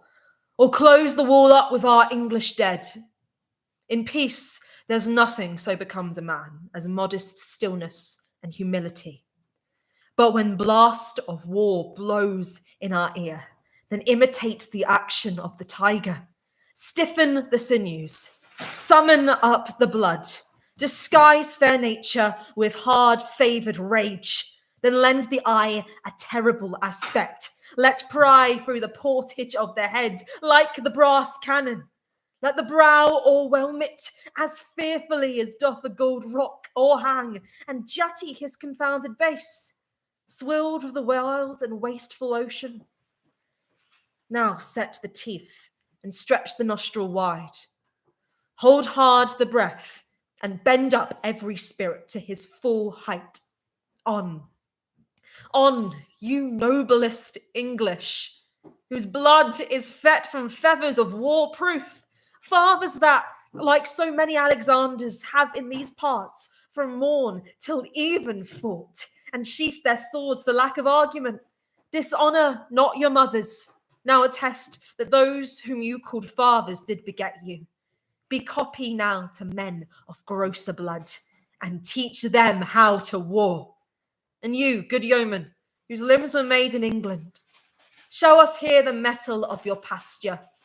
Let us swear that you are worth your breeding, which I doubt not, for there is none of you so mean and base that have not noble lustre in your eyes. I see you stand like greyhounds in the slips, straining upon the start. The game's afoot. Follow your spirit, and upon this charge cry, God for Harry, England, and St. George. To battle! Next volunteer or victim. All right. Cool.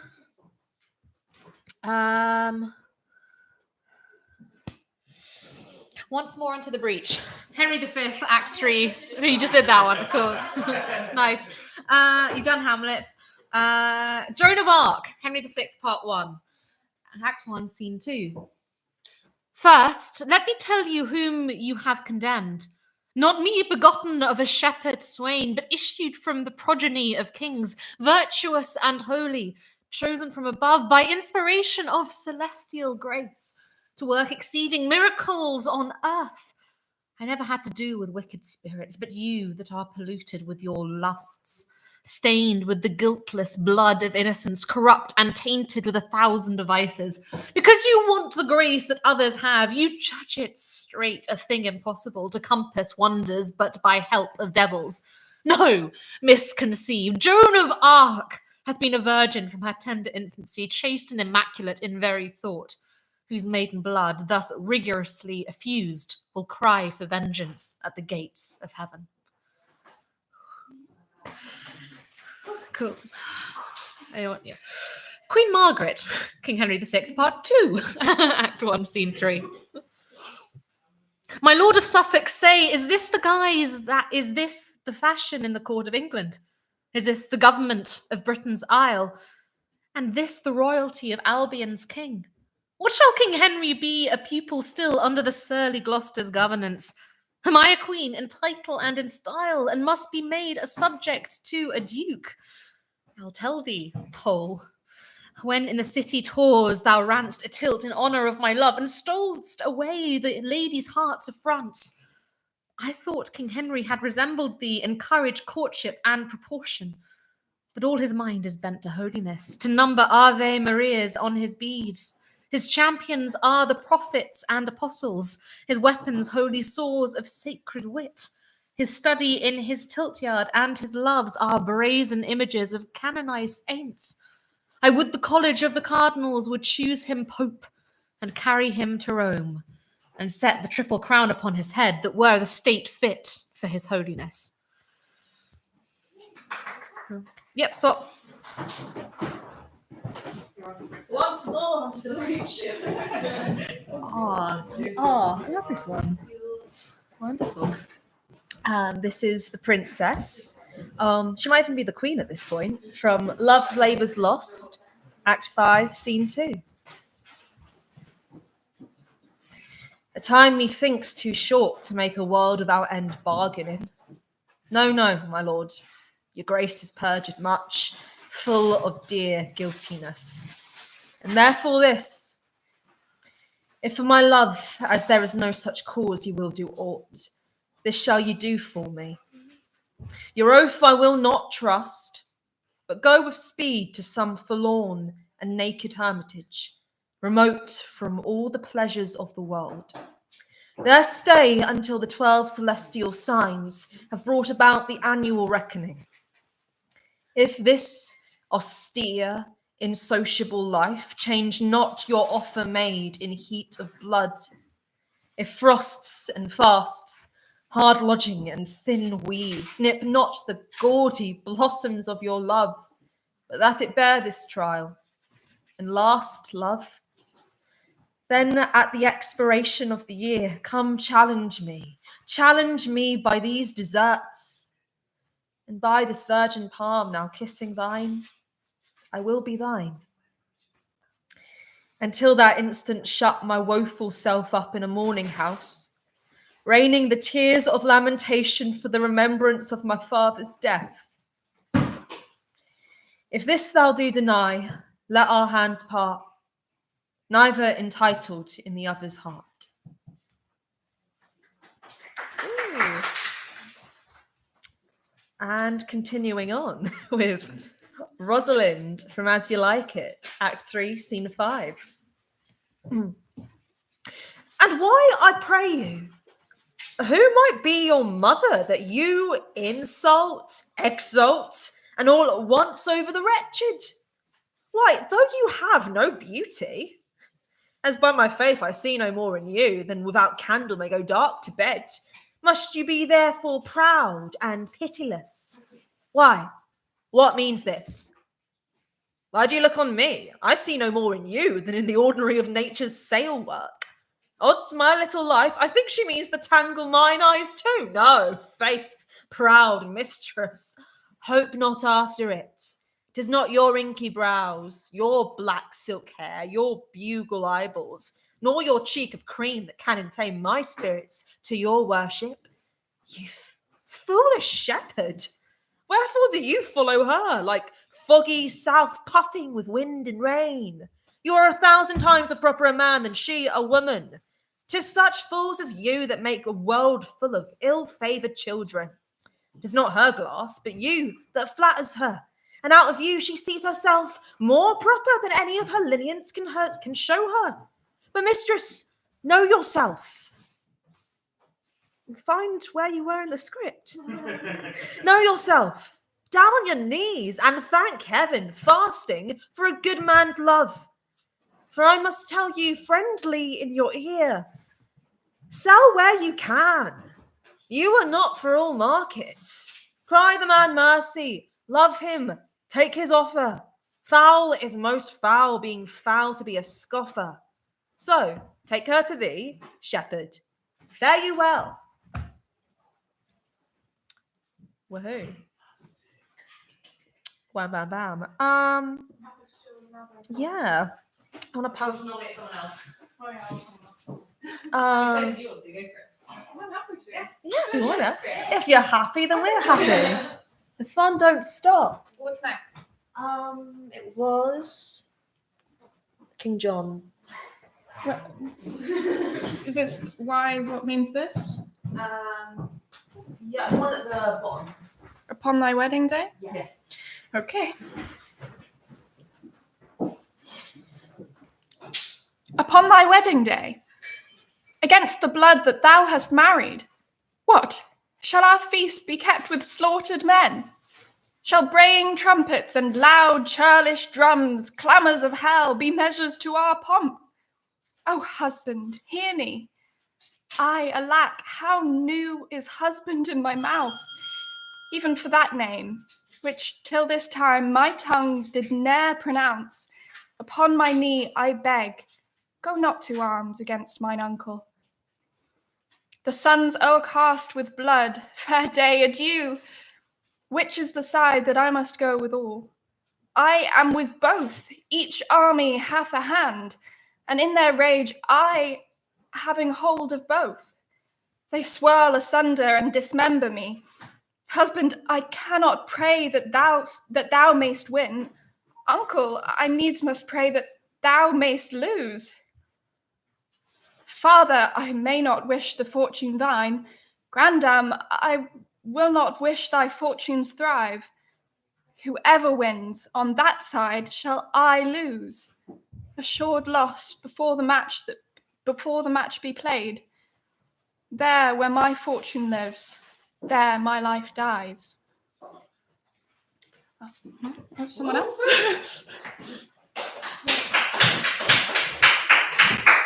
That one's been done already. Yes.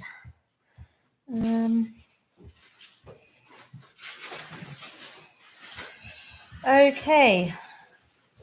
There is a part 2 to Mark Antony, so let's go for that. Yep, sounds good. But yesterday the word of Caesar might have stood against the world. Now lies he there. And none so poor to do him reverence. O masters, if I were disposed to stir your hearts and minds to mutiny and rage, I should do Brutus wrong, and Cassius wrong, whom you all know are honourable men. I will not do them wrong. I rather choose to wrong the dead, to wrong myself and you, than I will wrong such honourable men. But here's a parchment with the seal of Caesar. I found it close. 'Tis his will. But let the commons hear this testament, which, pardon me, I dare not mean to read. but they would go and kiss dead Caesar's wounds and dip their napkins in his sacred blood. Yea, beg a hair of him for memory, and dying mention it within their wills, bequeathing it as a rich legacy unto their issue. If you have tears, prepare to shed them now. You all do know his mantle. I remember the first time ever Caesar put it on. It was on a summer's evening in his tent, the day he overcame the Nervi. Look in his place ran Cassius's dagger through. See what a rent the envious Casca made. Through this the well-beloved Brutus stabbed, and as he plucked his cursed steel away, mark how the blood of Caesar followed it. As rushing out of doors to be resolved if Brutus so unkindly knocked or no, for Brutus, as you know, was Caesar's angel. Judge, O you gods, how dearly Caesar loved him. For when the noble Caesar saw him stab, ingratitude, more strong than traitor's arm, quite vanished him, then burst his mighty heart, and in his muffled mantling in his face, even at the base of Pompey's statua, which all the while ran blood, great Caesar fell. What a fall was there, my countrymen, then I and you and all of us fell down, whilst bloody treason flourished over us. And now weep. And I perceive you feel the dint of pity. These are gracious drops, kind souls. What weep you when you but behold out Caesar's venture wounded? Look you here. Here is himself, marred as you see, with traitors.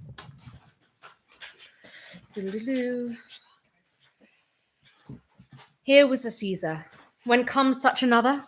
Now let it work. Mischief thou art afoot. Thou takes what course thou wilt. It is 14:14, so we have 1 minute until Much Ado About Nothing. Team, get ready. That for the next interview. Don't lose your space. Much ado. Much ado about nothing. Much Ado. Coffee cups on floor, folks, just because of Oh yeah. varnish. Coffee cup floor, please. Varnish, if we. Why? That was my head. All right, 14:14. Good news. Indeed it was. Right. Okay, and so you begin. Sigh no more, ladies, sigh no more. Men were deceivers ever. 1 foot in the sea and 1 on shore. To one thing constant never. Then sigh not so, but let them go, and be you blithe and bonny, converting all your sounds of woe into hey nonny nonny. Sing no more ditties, sing no more of dumps so dull and heavy. The fraud of men was ever so, since summer first was leafy. Then sigh not so, but let them go, and be you blithe and bonny, converting all your sounds of woe into hey nonny nonny. I find here that Don Pedro hath bestowed much honour on a young Florentine called Claudio. Much deserved on his part and equally remembered by Don Pedro. I pray you, is Signor Montanto returned from the wars, or no? Faith, cuz, you tax Signor Benedict too much, but he'll meet with you, I doubt it not. There is a kind of merry war betwixt Senor Benedict and her. They never meet, but there is a skirmish of wit between them. Alas, he gets nothing by that. In our last conflict, 4 of his 5 wits went halting off, and now is the whole man governed with 1. Who is his companion now? He hath every month a new sworn brother. Is there no young squarer now that will make voyage with him to the devil? He is most in the company of the right noble Claudio. God help the noble Claudio! If he hath caught the Benedict, it will cost him £1,000 ere he be cured. You will never run mad, niece. No, not till a hot January. Don Pedro is approached. Good Signor Leonardo, you are come to meet your trouble. The fashion of the world is to avoid cost, and you encounter it. Never came trouble to my house in the likeness of your grace. For trouble being gone, comfort should remain. But when you depart from me, sorrow abides and happiness takes its leave. You embrace your charge too willingly. I think this is your daughter. Her mother hath many times told me so. Were you in doubt, sir, that you asked her? Signor Benedict, no, for then you were a child. If Signor Leonato be her father, she would have not have his head on her shoulders for all Messina, as like him as she is. I wonder you are still talking, Signor Benedict. Nobody marks you. What, my lady Disdain? Are you yet living? Is it possible Disdain should die when she has such meat food to feed it as Signor Benedict? Courtesy itself must convert to disdain if you come in her presence. Then is courtesy a turncoat. But it is certain I am loved of all ladies, only you excepted. And I would I could find in my heart that I had not had a hard heart, for truly I love none. A dear happiness to women. Else they would be troubled by a pernicious suitor. I thank God and my cold blood I am of your humour for that. I'd rather hear a dog bark at a crow than a man swear he loves me. God keep your ladyship still in that mind, so some gentleman or other shall scape a predestinate scratched face. Scratching could not make it worse, and 'twas such a face as yours were. Well, you are a rare parrot A teacher. bird of my tongue is better than a beast of I yours. would my horse have the speed of your tongue, and so good a continuer. But keep your way, in God's name I have done. You always end in the jade's trick. I know you of old. Signor Claudio and Signor Benedict, my dear friend Leonato have invited you all. I tell him we shall stay here at the least a month, and he heartily prays some occasion may detain us longer. I dare swear he is no hypocrite, but prays from his heart. If you swear, my lord, you shall not be forsworn. Let me bid you welcome, my lord, being reconciled to the prince your brother. I owe you all duty. I thank you. I am not of many words, but I thank you. Please, it your grace lead on. Your hand, Leonato. We will go together. Benedict, didst thou note the daughter of Signor Leonato?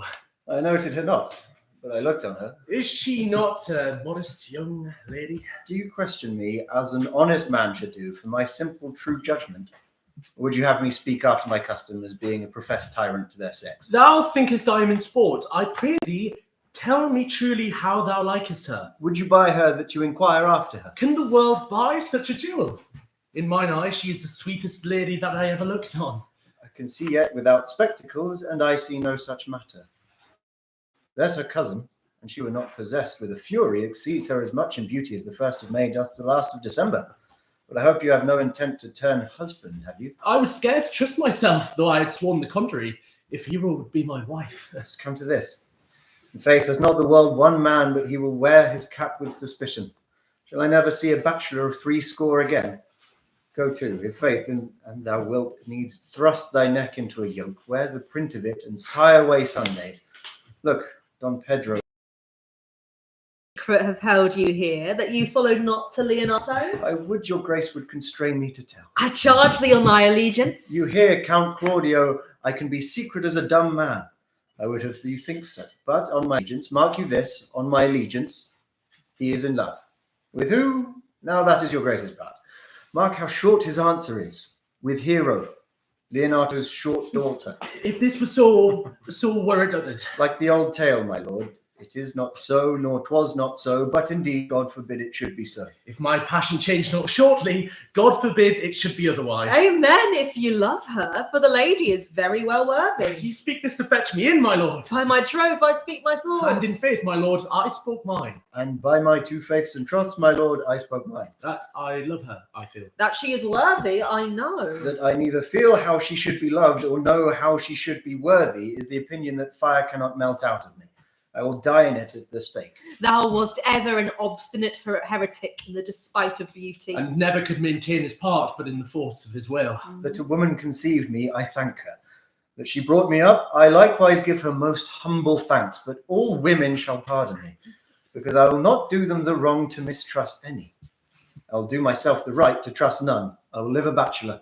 I shall see thee ere I die look pale with love. With anger, with sickness, or with hunger, my lord, not with love. Well, if ever thou dost fall from this faith, thou wilt prove a notable argument. And in time the savage bull doth bear the yoke. The savage bull may, but if ever the sensible Benedict hear it, pluck off the bull's horns and set them in my forehead, and let me be vilely painted. Here you may see Benedict, the married man. If this should ever happen, thou wouldst be horn mad. In the meantime, good Signor Benedict, repair to Leonato's. Commend me to him, and at supper, for indeed he hath made great preparation. I have almost matter enough in me for such an embassage.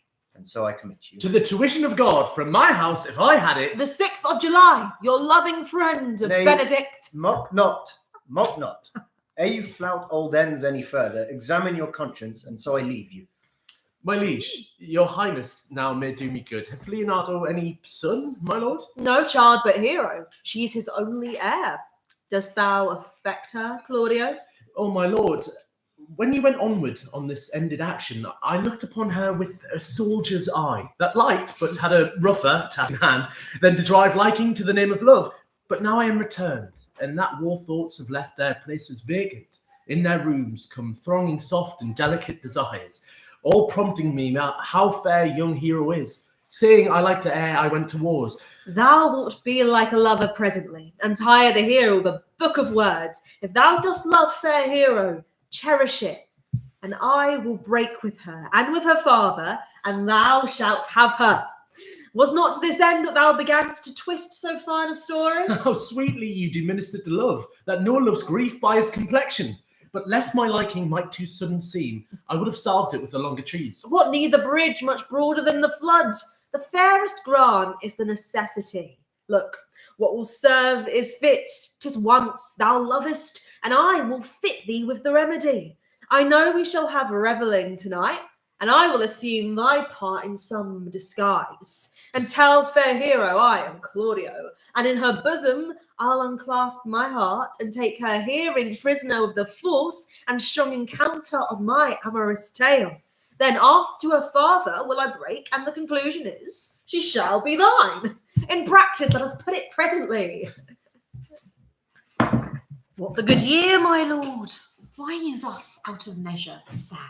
There is no measure in the occasion that breeds, therefore the sadness is without limit. You should hear reason. And when I have heard it, what blessings bring it? If not a present remedy, at least a patient sufferance. I wonder that thou, being as thou sayest thou art, born under satin, goest about to apply a moral medicine to a mortifying mischief. I cannot hide what I am. I must be sad when I have cause, and smile at no man's jest. Eat when I have stomach, and wait for no man's leisure. Sleep when I am drowsy, and tend on no man's business. Laugh when I am merry, and claw no man in his humour. Yea, but you must not make full show of this, till you may do it without controlment. You have of late stood out against your brother, and he hath ta'en you newly into his grace, where it is impossible you should take true root, but by the fair weather that you make yourself. It is needful that you frame the season for your own harvest. I had rather be a canker in a hedge than a rose in his grace, and it better fits my blood to be disdained of all than fashion a carriage to rob love from any. In this, though I cannot be said to be a flattering, honest man, it must not be denied that I am a plain-dealing villain. I am trusted with a muzzle and enfranchised with a clog. Therefore I have decreed not to sing in my cage. If I had my mouth, I would bite. If I had my liberty, I would do my liking. In the meantime, let me be that I am, and seek not to alter me. Can you make no use of your discontent? I make all use of it, for I use it only. I came yonder from a great supper. The prince your brother is royally entertained by Leonardo, and I can give you intelligence of an intended marriage. Will it serve for any model to build mischief on? What is he for a fool that betroths himself to unquietness? Marry, it is your brother's right hand. Who? The most exquisite Claudio. Even he. A proper squire, and who? And who? Which way looks he? Marry on Hero, the daughter and heir of Leonardo. Very forward march, chick. Come, come, let us thither. This may prove food to my displeasure. The young startup hath all the glory of my overthrow. If I can cross him any way, I bless myself every way. Was not the Count John here at supper? I saw him not. Tartly that gentleman looks. I can never see him, but I am heartburned an hour after. He's of very melancholy disposition. He were an excellent man that were made just in the midway between him and Benedict. One is too like an image and says nothing, and the other too like my lady's eldest son, ever more tattling. Then half Senor Benedict's tongue in Count John's mouth, and half Count John's melancholy in Senor Benedict's face. With a good leg and a good foot uncle and money enough in his purse, such a man would win any woman in the world, and if he could get her will. By my troth, niece, thou wilt never forget thee a husband if thou be so shrewd of thy tongue. For the which blessing I am at him on my knees every morning and evening. Lord, let me not endure a husband with a beard on his face. I'd rather lie in the woolen. You may light on a husband that hath no beard. And what should I do with him? Dress him in my apparel and make him my gentlewoman? He that hath a beard is more than a youth, and he that hath no beard is less than a man. And he that is more than a youth, he is not for me, and he that is less than a man, I am not for him. Well, niece, I trust you will be ruled by your father. Yes, faith. It is my cousin's duty to curtsy and say, Father, as it please you. And yet, for all that, cousin, let him be a handsome fellow, or else make another curtsy and say, Father, as it please me. Well, niece, I hope to see you one day fitted with a husband. Not till God make men of some other metal than earth. Daughter, remember what I told you. If the prince do solicit you in that kind, you know your answer. The fault will be in the music, cousin, if you be not wooed in good time. If the prince be too important, tell him there is measure in everything, and so dance out the answer. For, hear me, hero, wooing, wedding, and repenting are as a Scotch jig, a measure and a syncopace. The first suit is hot and hasty, like a Scotch jig, and full as fantastical. The wedding, mannerly, modest, as a measure full of state and ancientry. And then comes repentance, and with his bad legs falls into the syncopace faster and faster till he sink into his grave. Cousin, you apprehend passing shrewdly. I have a good eye, uncle. I can see a church by daylight.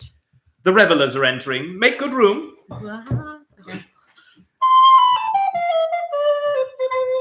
Oh, the month of May, the merry month of May.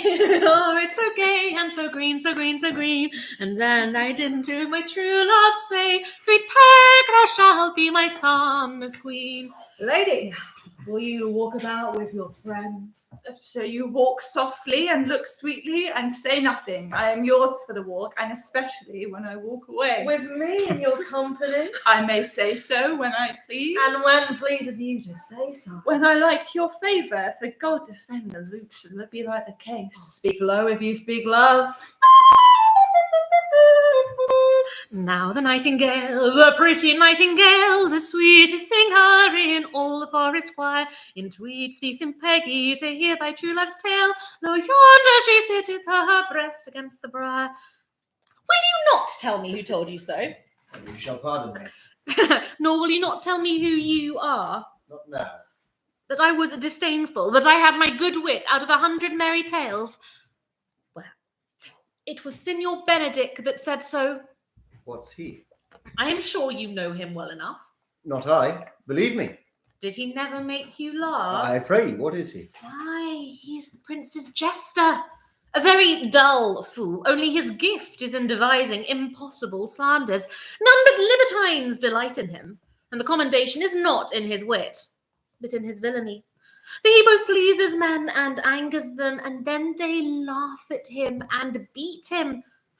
I am sure he is in the fleet. I would he had boarded me. When I know the gentleman, I'll tell him what you say. Do. He'll but break a comparison or two on me, which, peradventure, not marked nor laughed at, strikes him into a melancholy. And then there's a partridge wing saved, for the fool will eat no supper that night. We must follow the leaders. In every good thing. Nay, if they lead to any ill, I will leave them at the next turning.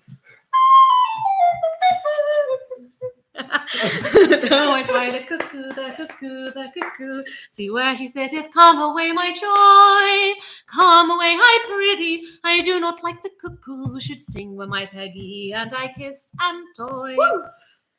Sure, my brother is amorous on hero, and both would drawn her father to break with him about it. The ladies follow her, but one viser remains, and that is Folio.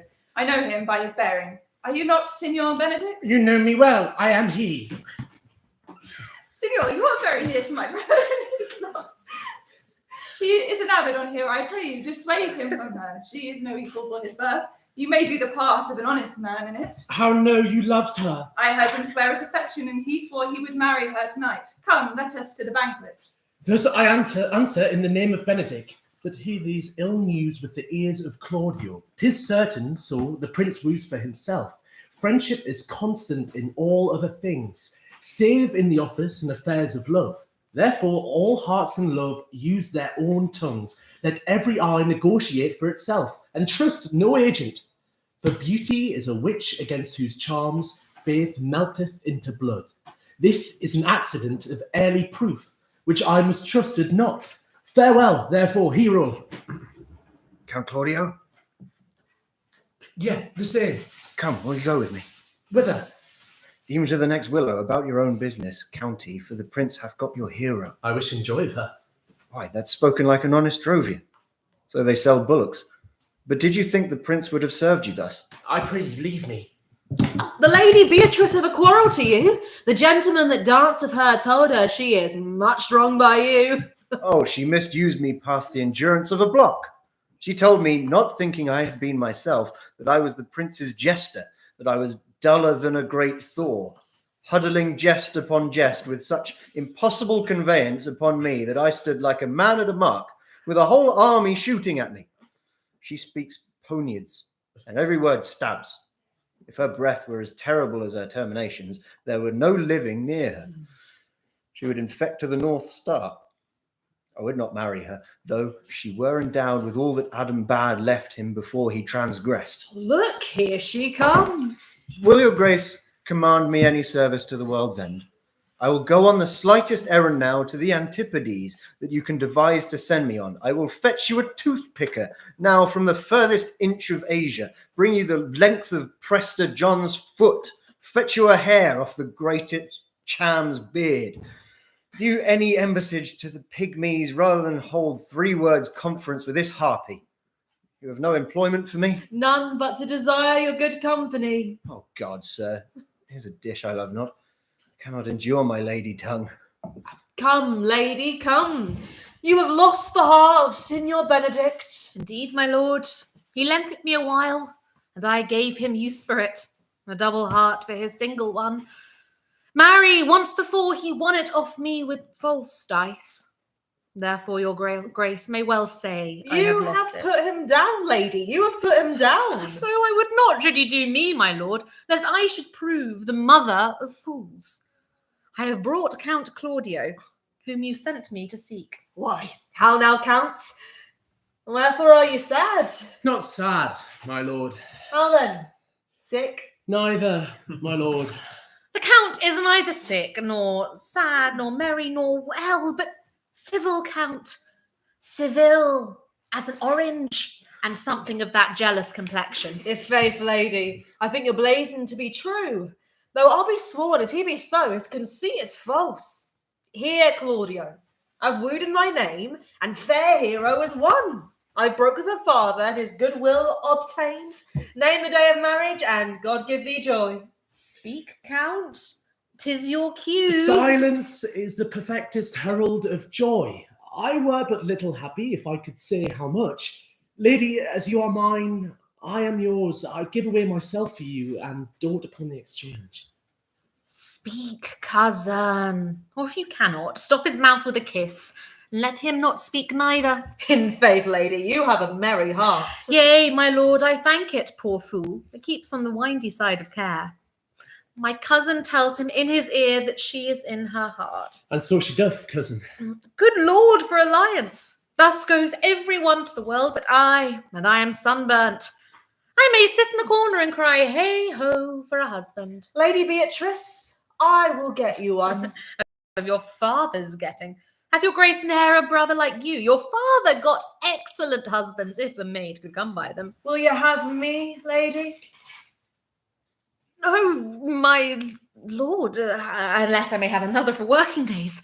Your grace is too costly to wear every day. But I beseech your grace, pardon me. I was born to speak all mirth and no matter.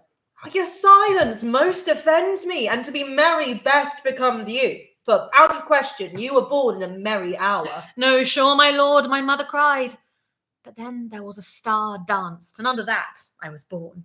Cousins, God give you joy. Niece, will you look to those things I told you of? I cry, you mercy, uncle. By your grace's pardon. By my troth, a pleasant-spirited lady. There's little of the melancholy element in her, my lord. She is never sad but when she sleeps, and not even sad then, for I have heard my daughter say she hath often dreamed of unhappiness and waked herself with laughing. She cannot endure to hear tell of her husband. Oh, by no means. She mocks all wooers out of her suit. She were an excellent wife for Benedict. Oh, Lord. My lord, if they were but a week married, they would talk themselves mad. County Claudio, what mean you to go to church? Tomorrow, my lord. Time goes on crutches till I love have all its rights. Not till Monday, my dear son, which is hence a just 7 night, and a time too brief, too, to have all things answer my mind. Come, you shake the head at so long a breathing. But I warrant thee, Claudio, the time shall not go dully by us. I will, in the interim, undertake one of Hercules' labours, which is to bring Signor Benedict and the Lady Beatrice into a mountain of affection, the one with the other. My lord, I am for you, though it cost me 10 nights' watching. And I, my lord. And you too, gentle hero? I will do any modest office, my lord, to help my cousin to a good husband. And Benedict is not the unhopefulest husband that I know. I will teach you how to humour your cousin, that she shall fall in love with Benedict, and I, with your 2 helps, will so practice on Benedict that, in despite of his quick wit and his queasy stomach, he shall fall in love with Beatrice. If we can do this, Cupid is no longer an archer. His glory shall be ours, for we are the only love gods. Go in with me, and I will tell you my drift. It is so, the Count Claudio shall marry the daughter of Leonato. Yea, my lord. But I can cross it. Any bar, any cross, any impediment will be medicinal to me. I am sick in displeasure to him, and whatsoever comes athwart his affection ranges evenly with mine. How canst thou cross this marriage? I think I told your lordship a year since how much I am in favour of Margaret, the waiting gentlewoman of Hero. I remember. How then? Find me a meet hour to draw Don Pedro and the Count of Claudio alone. Tell them that you know that Hero loves me. Intend a kind of zeal, both to the prince and Claudio. They will scarcely believe this without trial. Offer them instances, which shall bear no less likelihood than to see me at her chamber window. Hear me call Margaret Hero, and bring them to see this the very night before the intended wedding. And there shall appear such seeming truth of Hero's disloyalty that jealousy shall be called assurance, and all the preparations overthrown. Grow this to what adverse issue it can. I will put it in practice. Be cunning in working this, and thy fee is 1,000 ducats. Be you constant in the accusation, and my cunning shall not shame me. I will presently go learn their day of marriage. I do much wonder that one man, seeing how much another man is a fool when he dedicates his behaviours to love, will, after he hath laughed at such shallow follies in others, become the argument of his own scorn by falling in love. And such a man is Claudio. I have known when there was no music with him but the drum and the fife, and now would he rather hear the tabor and the pipe. I've known when he would have walked 10 mile afoot to see a good armour, and now will he lie 10 nights awake, carving the fashion of a new doublet. May there be some so converted and see with these eyes? I cannot tell. I think not. One woman is fair, yet I am well. Another is wise, yet I am well. Another virtuous, yet I am well. But till all graces be in one woman shall not come in my grace. Rich she shall be, that's certain. Wise, or I'll none. Virtuous, or I'll never cheapen her. Fair, or I'll never look on her. Mild, or come not near me. Noble, or I not for an angel. Of good discourse, an excellent musician, and her hair shall be of whatever colour it please God. The prince and monsieur love. I'll hide me in the arbour. Come, shall we hear this music? Yea, my good lord. How still the evening is, as hushed on purpose to grace harmony. See you where Benedict hath hid himself. Oh, very well, my lord. The music ended. We'll fit the kid folks with a pennyworth. Come hither, Leonato. What was it you told me of today? That your niece Beatrice was in love with Signor Benedict? Oh, I stalk on, the foul sits. I did never think that lady would have loved any man. Nor I neither, but most wonderful that she should so dote on Senor Benedict, whom she hath in all outward behaviours seemed ever to abhor. It's possible. Sits the wind in that corner. By my troth, my lord, I cannot tell what to think of it, but that she loves him with an enraged affection. It is past the infinite of thought. Maybe she doth but counterfeit. Faith like enough. Oh God, counterfeit! There never counterfeit of passion came so near the life of passion as she discovers it. I should think this is a gull, but that the white-bearded fellow speaks it. Knavery cannot sure hide himself in such reverence. He hath ta'en the infection. Hold it up. Have she made her affection known to Benedict? To what end? He would make but a sport of it, and torment the poor lady worse. And he should. It were in arms to hang him. She's an excellent, sweet lady, and out of all suspicion, she is virtuous. And she is exceeding wise. In everything but in loving Benedict. Hero thinks surely she will die, for she says she will die if he love her not, and she will die ere she make her love known. And she will die if he woo her, rather than she will bate one breath of her accustomed crossness. She doth well. If she should make tender of her love, 'tis very possible he'll scorn it. For the man, as you know all, hath a contemptible spirit. He is a very proper man. He have indeed a good outward happiness. Before God, and in my mind very wise. He doth indeed show some sparks that are like wit. Well, I am sorry for your niece. Shall we go see Benedict and tell him of her love? Never tell him, my lord. Let her wear it out with good counsel. Nay, that's impossible. She may wear out her heart first. Well, we will hear further it by your daughter. Let it cool the while. I love Benedict well, and I could wish he would modestly examine himself to see how much he is unworthy to so good a lady. My lord, will you walk? Dinner is ready. If he do not dote on her upon this, I will never trust my expectation. Let us send her to call him in to dinner. This can be no trick. The conference was sadly bored. They have the truth of this from Hero. They seem to pity the lady. It seems her affections have their full bent.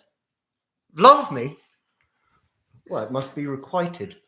They say the lady is fair, 'tis a truth, I can bear them witness, and virtuous, 'tis so, I cannot reprove it, and wise, but for loving me. But by my troth, it is no addition to her wit, nor no great argument of her folly, for I will be horribly in love with her. I may chance have some odd quirks and remnants of wit broken on me, because I have railed so long against marriage, but doth not the appetite alter? So the world must be peopled. When I said I would die a bachelor, I did not think I should live till I were married. Here comes Beatrice. By this day, she is a fair lady. I do spy some marks of love in her. Against my will, I'm sent to bid you come in to dinner. Fair Beatrice, I thank you for your pains. I took no more pains in those thanks than you take pains to thank me. If it had been painful, I would not have come. You take pleasure then in the message? Yea, just so much as you may take upon a knight's point and choke a door withal. You have no stomach, senor? Fare you well. Ha! Against my will, I am sent to bid you come in to dinner. There's a double meaning in that. But are you sure that Benedict loves Beatrice so entirely? So says the prince, O my new trothed lord.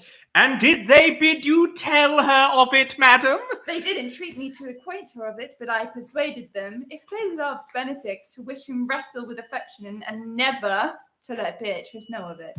Why did you so? Doth not the gentleman deserve as full of fortunate a bed as ever Beatrice shall couch upon?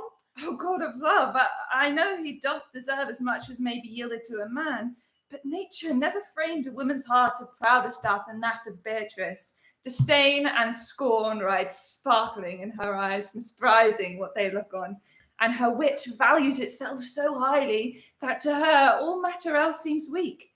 She cannot love, nor take no shape nor project of affection. She is so self-endeared. Sure, I think so. And therefore, certainly, it were not good she knew his love, lest she make sport of it. Why, you speak truth. I never yet saw a man how wise, how noble, young, how rarely featured, but she would spell him backward. Therefore, let Benedict, like cover fire, consume away in sighs, waste inwardly. It were a better death than die with mocks, which is as bad as die with tickling. Oh, do not do your cousin such a wrong. She cannot be so much without true judgment, having so swift and excellent a wit as she is prized to have, as to refuse so rare a gentleman as Senor Benedict. His excellence did earn it ere he had it. When are you married, madam? Why, every day, tomorrow. Come, go in. I'll show thee some attires and have thy counsel, which is best to furnish me tomorrow. She's limed, I'll warrant you. We have caught her. If it proves so, then loving goes by haps. Some Cupid kills with arrows, some with traps. What fire is in mine ears? Can this be true? Stand I condemned with pride and scorn so much? Contempt, farewell, and maiden pride, adieu. No glory lives behind the back of such, and Benedict, love on, I will requite thee, taming my wild heart to thy loving hand. If thou dost love, my kindness shall incite thee to bind our loves up in a holy band. For others say thou dost deserve, and I believe it better than reportingly. I do but stay till your marriage be consummate, and then I go towards Aragon. I'll bring you thither, my lord, if you'll vouchsafe me. Gallants, I am not as I have been. So say I, methinks you are sadder. I hope he be in love. Hang him, truant. There's no true drop of blood in him to be truly touched with love. If he be sad, he wants money. I have the toothache. Draw it. Hang it. You must hang it first and draw it afterwards. What, sigh for the toothache? But where is but a humour or a worm? Well, everyone can master a grief, but he that has it. Yet say I, he is in love. Nay. And robs himself of a civet. Can you smell him out by that? That's as much as to say, the sweet youth's in love. The greatest note of it is his melancholy. And when was he wont to wash his face? Yea, all to paint himself, for the which I hear what they him. Nay, but his jesting spirit, which is now crept into a lute string and now governed by stops. Indeed, that tells a heavy tale for him. Conclude, he is in love. Nay, but I know who loves him. That would I know too, I'll warrant. One that knows him not. Yes, and his ill conditions, and in despite of all, dies for him. Oh, she shall be buried with her face upwards. Yet is this no charm for the toothache? Old Signor, walk aside with me. I've studied 8 or 9 wise words to speak to you, which these hobby horses must not hear. Oh, for my life, to break with him about Beatrice. 'Tis even so. Hero and Margaret have by this played their parts with Beatrice, and then the two bears will not bite one another when they meet. My lord and brother, God save you. Gideon, brother. If your leisure served, I would speak with you. In private. If it please you, yet Count Claudio may hear, for what I would speak of concerns him. What's the matter? Means your lordship to be married tomorrow. Oh, you know he does. I know not that when he knows what I know. If there be any impudent, I pray you discover it. I came hither to tell you, and circumstances shortened, for she has been too long talking of the lady is disloyal. Who? A hero? Even she. Leonato's hero. Your hero. Every man's hero. Disloyal. The word is too good to paint out her wickedness. I could say she were worse. Think you of a worse title, and I will fit her to it. Wonder not till further warrant, but go with me tonight. You shall see her chamber window entered, even the night before her wedding day. If you love her, then tomorrow wed her, but it would better fit you honor to change your mind. If I see anything tonight, why should I not marry her tomorrow in the congregation, where I should wed? There will I shame her. And as I wooed for thee to obtain her, I will join thee to disgrace her. I will disparage her no further till you are my witness. Bear it coldly but till midnight, and let the issue show itself. Oh, day untowardly turned. Or mischief strangely thwarting. O plague right well prevented. So will you say when you have seen the sequel?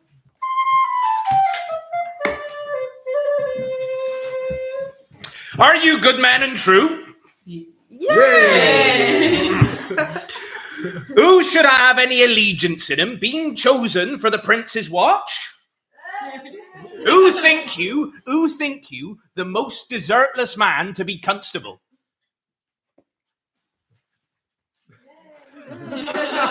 Come hither, neighbour, come hither. What be thy name, neighbour?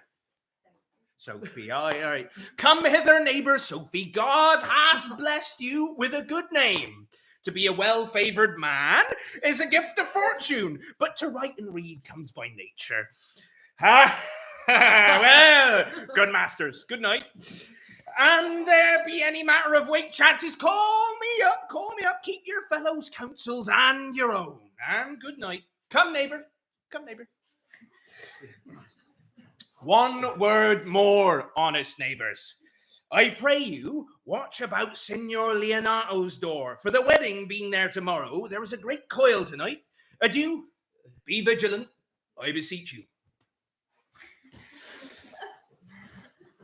But art thou not thyself giddy with the fashion too, that thou hast shifted out of tale into telling me of the fashion, and thought they Margaret was hero? Two of them did. And away went Claudio, enraged, swore he would meet her, as he was appointed next morning at the temple, and there, before the whole congregation, shame her for what he saw o'ernight, and send her home again without a husband. We charge you in the prince's name, stand! Tomorrow comes. Good morrow, sweet hero. Why, how now? Do you speak in the sick tune? I am out of all other tune, methinks. Get you some of this distilled Cardus Benedictus and lay it to your heart. It is the only thing for a calm. Benedictus? Why Benedictus? Moral in this Benedictus. Moral? No, by my troth, I have no moral meaning. I meant plain holy thistle. You may think, perchance, that I think you are in love. Nay, but lady, I am not such a fool to think, nor I list not to think what I can, nor indeed I cannot think. I would think my heart out of thinking that you are in love, or that you can be in love, or that you would be in love. Yet Benedict was such another, and now he has become a man. He swore he would never marry, and yet now, in despite of his heart, eats his meat without grudging. And how you may be converted, I know not, but methinks you look with your eyes as other women do. What pace is that thy tongue keeps? Not a false gallop. The prince, the count, Signor Benedict, Don John, and all the gallants of the town are come to fetch you to church. Help me to dress, good cousin. What would you with me, honest neighbour? Marry, sir, I would have some confidence with you that discerns you nearly. Brief, I pray you, for you see it is a busy time with me. It pleases your worship to say so, but we are the poor duke's officers. But truly, for mine own part, if I were as tedious as a king, I would find it in my heart to bestow all of it on your worship. Marry, sir, our watch tonight, except in your worship's presence, taking a couple of arrant knaves as any in Messina. I must leave you. One word, sir. Our watch, sir, hath indeed comprehended 2 auspicious persons, and we would have them this morning examined before your worship. Well, take their examination yourself and bring it me. I am now in great haste, as it may appear unto you. It shall be suffocance. We spare for no wit, I'll warrant you.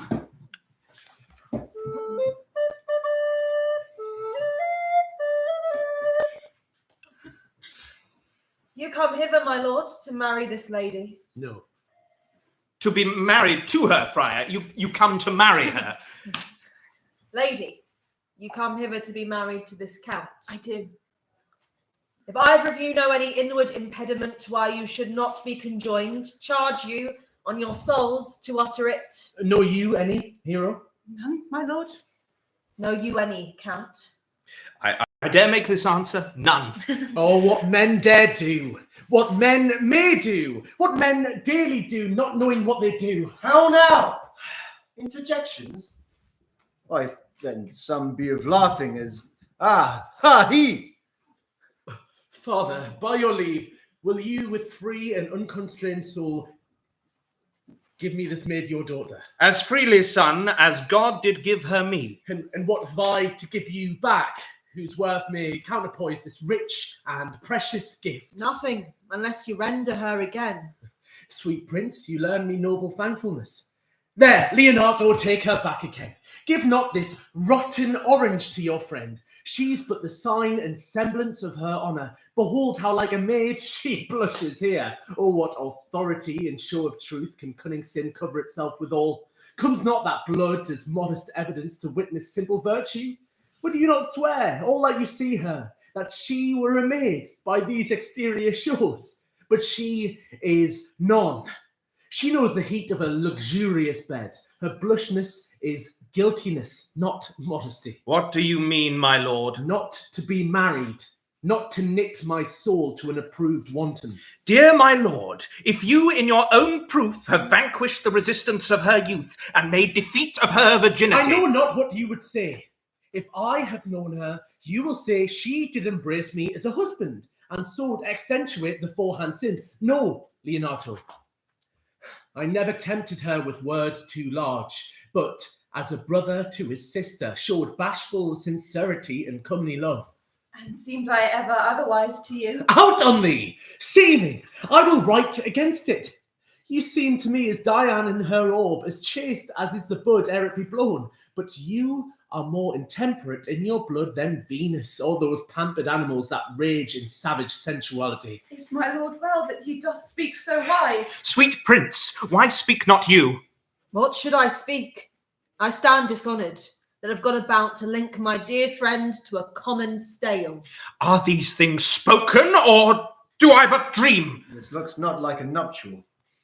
Oh God, defend me, how I am beset. What kind of cake-chizing call you this? To make you answer truly to your name. Is it not hero? Who could blot that name with any just reproach? Marry that can hero. Hero itself can blot out hero's virtue. What man was he talked with you yesternight? Out of your window betwixt 12 and 1. Now if you're a maid, answer to this. I talked with no man at that hour, my lord. Why then you are no maiden. Leonardo, I am sorry you must hear this. Upon mine honour, myself, my brother, and this grieved count did see her, hear her, at that hour last night, talk with a ruffian at her chamber window, who hath indeed, most like a liberal villain, confessed the vile encounters they have had 1,000 times in secret. Oh, hero, what a hero hadst thou been if half thy outward graces had been placed about thy thoughts and counsels of thy heart. But fare thee well, most foul, most fair, farewell, thou pure in piety and in purest purity. For thee I'll look up all the gates of love, and on my eyelids shall conjecture hang, to turn all beauty into thoughts of harm, and never shall it be more gracious. Hath no man's dagger here a point for me? Why, how now, cousin, wherefore sink you down? Come, let us go. These things come thus to light, smother her spirits up. How doth the lady? Dead, I think. Help, uncle. Hero, why, hero, uncle, Signor Benedict, friar. Oh, fate, take not away thy heavy hand. Death is the fairest cover for her shame that may be wished for. How now, cousin, hero. Dost thou look up? Yea, wherefore should she not? Wherefore? Why doth not every earthly thing cry shame upon her? Could she here deny the story that is printed in her blood? Do not live, hero. Do not ope thine eyes. For did I think thou wouldst not quickly die, though I thy spirits were stronger than thy shames, myself would, on the rearward of reproaches, strike at thy life. Grieved I had but one. Chid I for that at frugal nature's frame. Oh, one too much by thee. Oh, she is fallen into a pit of ink that the wide sea hath dropped too few to wash her clean again, and salt too little, which may season give her foul-tainted flesh. Sir, be patient. For my part, I am so attired in wonder, I know not what to say. Oh, on my soul, my cousin is belied. Lady, were you her bedfellow last night? No, truly not, although until last night I have this 12-month been her bedfellow. Confirmed. Confirmed. Oh, that is stronger maid which was before barred up with ribs of iron. Would the two princes lie, and Claudio lie, who loved her so, that speaking of her foulness washed it with tears? Hence from her, let her die. Lady, what man is he you are accused of? They know that they do accuse me. I know none. If I know more than any man alive, that which made in modesty to Florence, that all my sins lack mercy. O my father, prove you that any man with me converse at hours unmeet, or that I, yesternight, maintain the change of words with any creature, refuse me, hate me, torture me to death. There is some strange misprision in the princes. Two of them have the very bent of honour, and if their wisdoms be misled in this, the practice of it lives in John the Bastard, whose spirits toil in frame of villainies. Pause a while. Your daughter here, the prince is left for dead. Let her a while be secretly kept in, and publish it that she is dead indeed. Hang mournful epitaphs, and do all rites that appertain unto a burial. What shall become of this? What will this do? She, dying, as it must be so maintained, upon the instant that she was accused, shall be lamented, pitied, and excused of every hearer. So will it fare with Claudio, when he shall hear she died upon his words. But if all aim but this be levelled false, the supposition of the lady's death will quench the wonder of her infamy. And though you know my inwardness and love is very much unto the prince and Claudio, yet by mine honour I will deal in this as secretly and justly as your soul should with your body. 'Tis well consented. Presently away, but to strange sores strangely they strain the cure.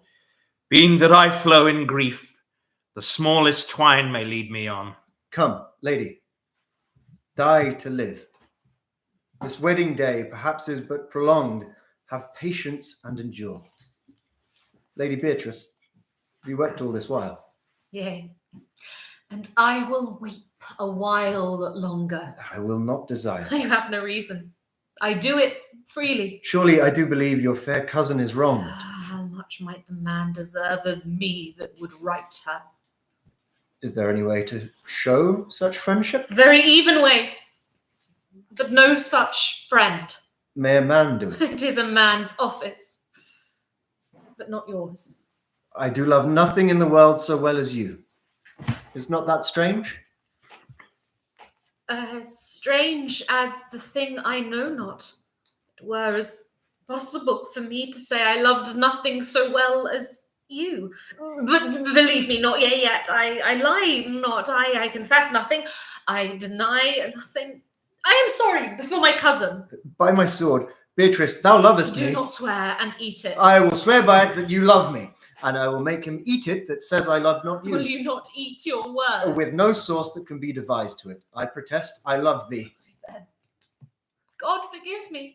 What offence, sweet Beatrice? You have stayed me in a happy hour. I was about to protest that I loved you. And do it with all thy heart. I love you with so much of my heart that none is left to protest. Come, bid me do anything for you. Kill Claudio. Ha! Not for the wide world. You kill me to deny it. Tarry, sweet Beatrice. I am gone, though I am here. There is no love in you. Nay, I pray you let me go. Beatrice. In faith, I will go. We'll be friends first. You dare easier be friends with me than fight with mine enemy. Is Claudio thine enemy? Is he not proved in the height a villain, that hath slandered, scorned, dishonoured my kinswoman? Oh, that I were a man! What? There her hand till they come to take hands, and then, with public accusation, uncovered slander, unmitigated rancour, oh, God, were I a man! I would eat his heart in the marketplace. Nay, but Beatrice. Sweet hero, she is wronged, she is slandered, she is undone. Beatrice! Princes and countess, surely a princely testimony, a goodly count confect, a sweet gallant, surely. Oh, that I were a man for his sake. or that I had any friend who would be a man for my sake. But manhood is melted into courtesies, valor into compliment. I cannot be a man with wishing. Therefore, I will die a woman with grieving. Tarry, good Beatrice. By this hand I love thee.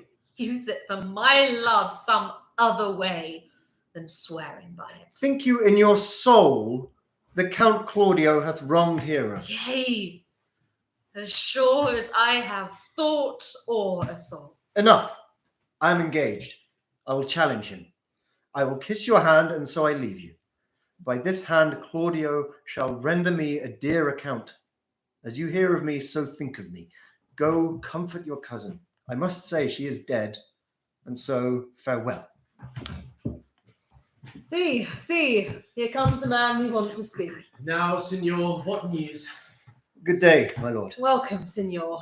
You're almost come to part almost a fray. We had like to have had our two noses snapped off with two old men without teeth. In a fool's quarrel there is no true valour. I came to seek you both. We have been up and down to seek thee, for we are high-proof melancholy and would fain have it beaten away. Wilt thou use thy wit? It is in my scabbard. Shall I draw it? Dost thou wear thy wit by thy side? Never any did so, though very many have been beside their wit. As I am an honest man. He looks pale. Art thou sick or angry? What courage, man? What thou care kill the cat? Thou hast metal enough in thee to kill a care. Shall I speak a word in your ear? God bless me from a challenge. You are a villain. I jest not. I'll make it good how you dare, with what you dare, and when you dare. Do me right, or I will protest your cowardice. You have killed a sweet lady, and her death shall fall heavy on you. Let me hear from you. Well, I will meet you, so I may have to cheer. I'll tell thee how Beatrice praised thy wit the other day. I said, thou hadst a fine wit. True, said she, a fine little one. No, said I, a great wit. Right, says she, a great gross one. Thus did she an hour together transshape thy particular virtues. Yet at last she concluded with a sigh, thou wast the properest man in Italy. For the which she wept heartily and said she cared not. Yea, that she did. But yet, for all that, and if she did not hate him deadly, she would love him dearly. The old man's daughter told us all. All, and moreover, God saw him when he was hid in the garden. But when shall we set the savage bull's horns on the sensible Benedict's head? Yea, and text underneath, here dwells Benedict, the married man. Fare you well, boy. You know my mind. I will leave you now to your gossip-like humour. You break jests as braggarts do their blades, which, God be thanked, hurt not. My lord, for your many courtesies I thank you. I must discontinue your company. Your brother the bastard is fled from Messina. You have among you killed a sweet and innocent lady. For my luck, Lord Lackbeard there, he and I shall meet. Until then, peace be with him.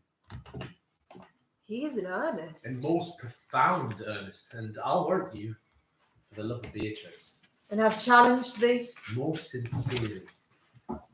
What a pretty thing man is when he goes in his doublet and hose and leaves off his wit. He is then a giant to an ape, but then is an ape a doctor to such a man. But soft you, let me be. Pluck up my heart and be sad. Did not you say my brother was fled?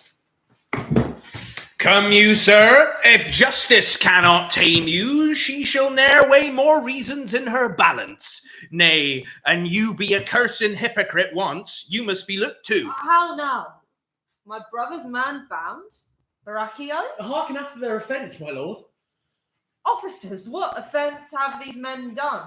Marry, sir, they have committed false report. Moreover, they have spoken untruths. Secondarily, they are slanders. Sixth and lastly, they have belied a lady. Thirdly, they have verified unjust things. And to conclude, they are lying knaves. First, I ask thee what they have done. Thirdly, I ask thee what's their offence. Sixth and lastly, why are they committed? And to conclude, what you lay to their charge. Rightly reasoned, and in his own division, and by my troth, there's one meaning well suited. Who have you offended, masters, that you have thus bound to your answer? This learned constable is too cunning to be understood. What's your offence? Sweet prince, I have deceived even your very eyes. What your wisdoms could not discover, these shallow fools have brought to light, who in the night overheard me confessing how Don John, your brother, incensed me to slander the Lady Hero.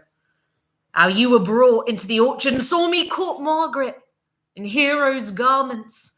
How you disgraced her when you should have married her. The lady is dead upon mine and my master's false accusation. Runs not this speech like iron through your blood? I have drunk poison whilst he uttered it. But did my brother set thee onto this? Aye, and paid me richly for the practice of it.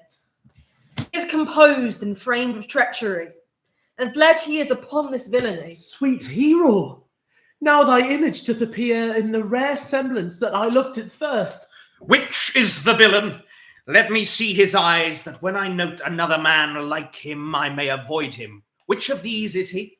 He would know your wronger. Look on me. Art thou the slave that with thy breath hast killed mine innocent child? Yea, even I alone. No, not so, villain. Thou beliest thyself. Here stand a pair of honourable men. A third is fled that had a hand in it. I thank you, princes, for my daughter's death. Record it with your high and worthy deeds. 'Twas bravely done, if you bethink you of it. I know not how to pray your patience. Yes, yet I must speak. Choose your revenge yourself.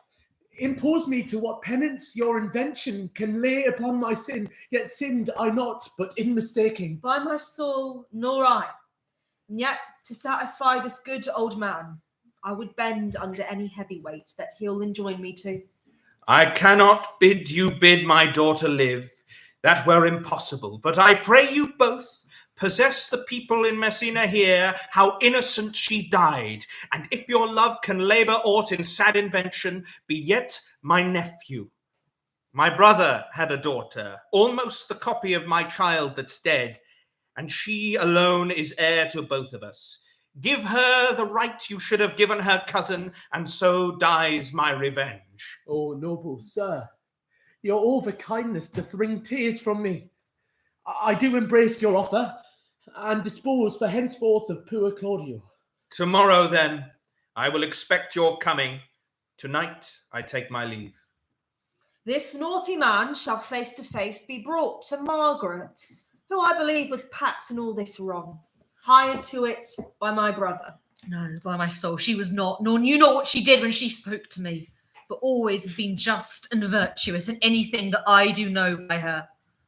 I thank thee for thy care and honest pains. Your worship speaks like a most thankful and reverend youth, and I praise God for it. There's for thy pains. God save the foundation. Go, I discharge thee of thy prisoner, and I thank thee. I leave an arrant knave with your worship, which I beseech your worship to correct yourself for the example of others. God keep your worship. I wish your worship well. God restore you to health. I humbly give you leave to depart, and if a merry meeting may be wished, God prohibit it. Come, neighbour. Tonight, mourn with hero. For the witch with sounds of woe round about her tomb they go. Midnight assist a moan, help us to sigh and groan. Heavily, heavily, graves yawn and yield your dead, till death be uttered heavily, heavily. Done to death by slanderous tongues was the hero that here lies. Death in guerdon of her wrongs gives her fame which never dies. So the life that died with shame lives in death with glorious fame. Pardon, goddess of the night, those that slew thy virgin knight. For the witch with songs of woe round about her tomb they go. Midnight assist our moan, help us to sigh and groan. Heavily, heavily. Now unto thy bones good night. Yearly will I do this right. Come, let us hence, and put on other weeds, and then to Leonato's we will go. Pray thee, sweet hero, deserved well at my hands by helping me to the speech of Beatrice. Will you then write me a sonnet in praise of my beauty? In so high a style that no man living shall come over it. For in most comely truth thou deservest it. To have no man come over me, why, shall I always be kept below the stairs? Thy wit is as quick as the greyhound's mouth it catches. And yours is as blunt as a fencer's foil, which hit but not hurt. Well, I will call Beatrice to you, who I think hath legs. And therefore will come. I mean in singing, but in loving. I cannot show it in rhyme, I have tried. I can find out no rhyme to lady, but baby, an innocent rhyme. For scorn, horn, a hard rhyme. For school, fool, a babbling rhyme. Very ominous endings. No, I was not born under a rhyming planet, or I cannot woo in festival terms. Sweet Beatrice, wouldst thou come when I called thee? Yea, Signor. Not when you bid me. Oh, stay but till then. Then is spoken.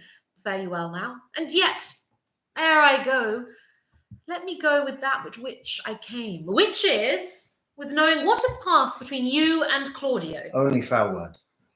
And thereupon I will kiss thee. Foul words is but foul wind, and foul wind is but foul breath, and foul breath is noisome. Therefore I will depart unkissed. Thou hast frighted the word out of his right sense, so forcible is thy wit. But I must tell thee plainly, Claudio undergoes my challenge, and either I must shortly hear from him, or I will subscribe him a coward. And I pray thee now, tell me for which of my bad parts didst thou first fall in love with me? For all of them together, which maintain so politic a state of evil that they will not admit any good part to intermingle with them. But for which of my good parts did you first suffer love for me? Suffer love? A good epithet. I do suffer love indeed, for I love thee against my will. In spite of your heart, I think. Alas, poor heart. If you spite it for my sake, I will spite it for yours. For I will never love that which my friend hates. Thou and I are too wise to woo peaceably. Tell me, how doth your cousin? Very ill. And how do you? Very ill too. Serve God, love me and mend. There will I leave you too. For here comes one in haste. Madam, you must come. It is proved my lady hero hath been falsely accused, the prince and Claudio mightily abused, and Don John is the author of it all, who is fled and gone. Will you come presently? Will you go hear this news, Signor? I will live in thy heart, die in thy lap, and be buried in thy eyes. And moreover, I will go with thee to thy uncle's. Did I not tell you she was innocent?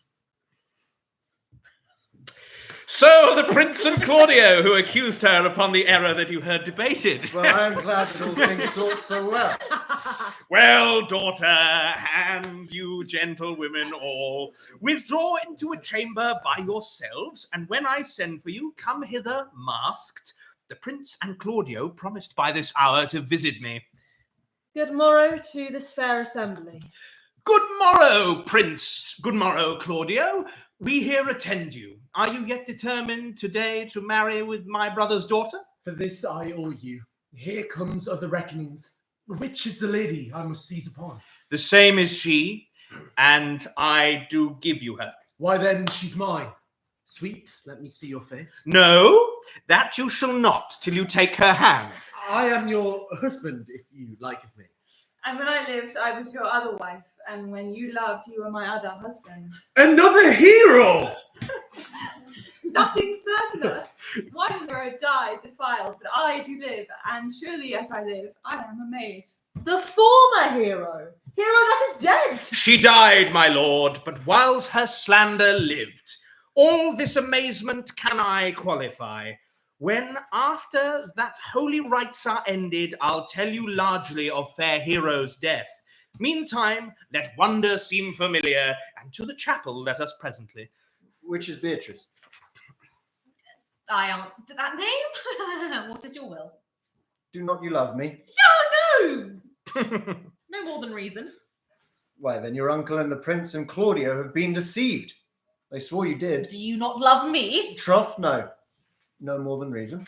Why, then my cousin and Leonato are much deceived, for they did swear you did.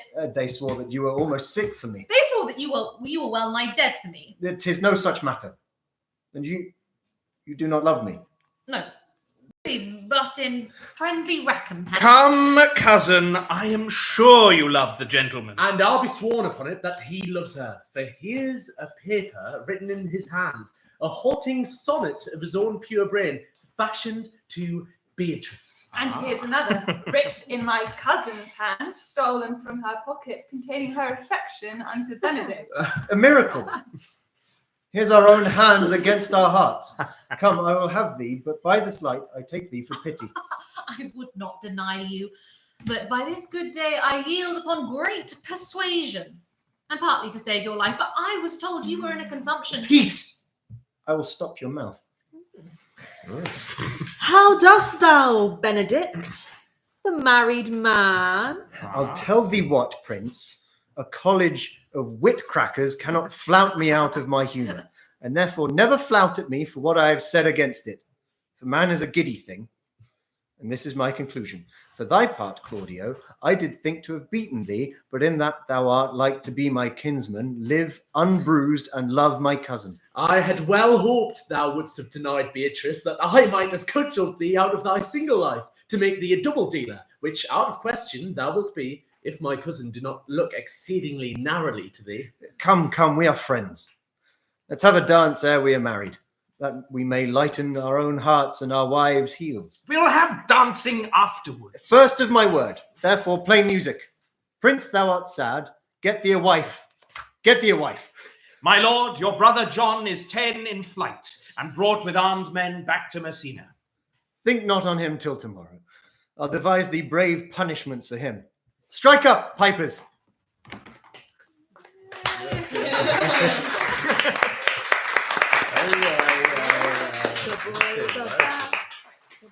Thank you all, folks. We are Troubadour Stageworks. We're doing this 12-hour marathon to raise money for our mission Access to the Arts Everywhere. Donations are welcome to that. We have a crowdfunder. We also have Sophie with a square reader. You can also take cash and all that fun stuff over here. We have 15 minutes until our fifth show, Rich the Third, and we're going to stopgap that with a few other supplementary texts. And we are now on to segment 17, which is a long one. It is Venus and Adonis, the Shakespeare poem, which was first published in 1593. So, without further ado, I'll start, and I might well kind of get some other people in if they need a quick break. So, see you on the side. Venus and Adonis, first published in 1593. Even as the sun with purple-red face had ta'en his last leave of the weeping morn, rose-cheeked Adonis tried him to the chase. Hunting he loved, but love he laughed to scorn. Sick-thoughted Venus makes amain unto him, and like a bold-faced suitor gins to woo him. Thrice fairer than myself, thus she began, the field's chief flower, sweet above compare, stained all nymphs, more lovely than a man, more white and red than doves or roses are. Nature that made thee, with herself at strife, saith that the word hath ending with thy life. Vouchsafe, thou wonder, to alight thy steed, and rein his proud head to the saddle bow, if thou wilt deign his favour. For thy need 1,000 honey secrets shalt thou know. Here, come and sit, where never serpent hisses, and being set, I'll smother thee with kisses. And yet, not cloy thy lips with loathed satiety, but rather famish them amid their plenty, making them red and pale with fresh variety, 10 kisses short as one long as 20. A summer's day will seem an hour but short, being wasted in such time beguiling sport. With this she seetheth on his sweating palm, the precedent of pith and livelihood, and trembling in her passion calls it balm, earth's sovereign salve to do a goddess good. Being so enraged, desire doth lend her force courageously to pluck him from his horse.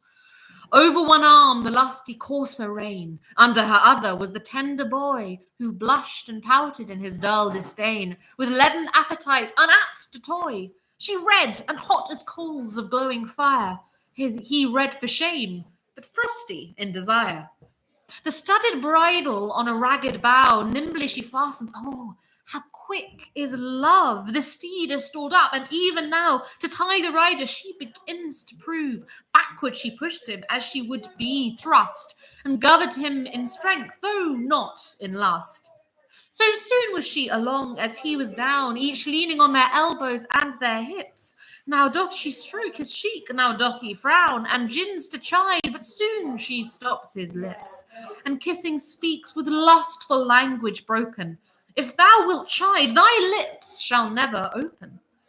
He burns with bashful shame, and she her tears doth quench the maiden burning of his cheeks.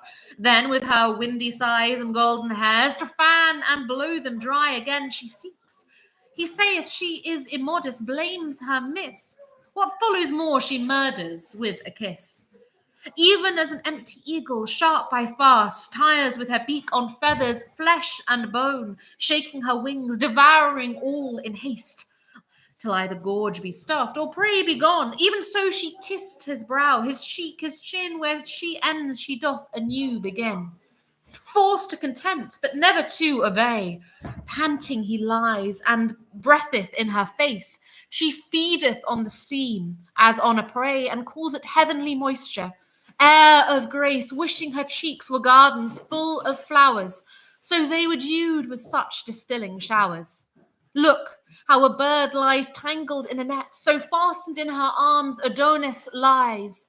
Pure shame and awed resistant made him fret, which bred more beauty in his angry eyes. Rain added to a river that is ripe, with force it overflow the bank.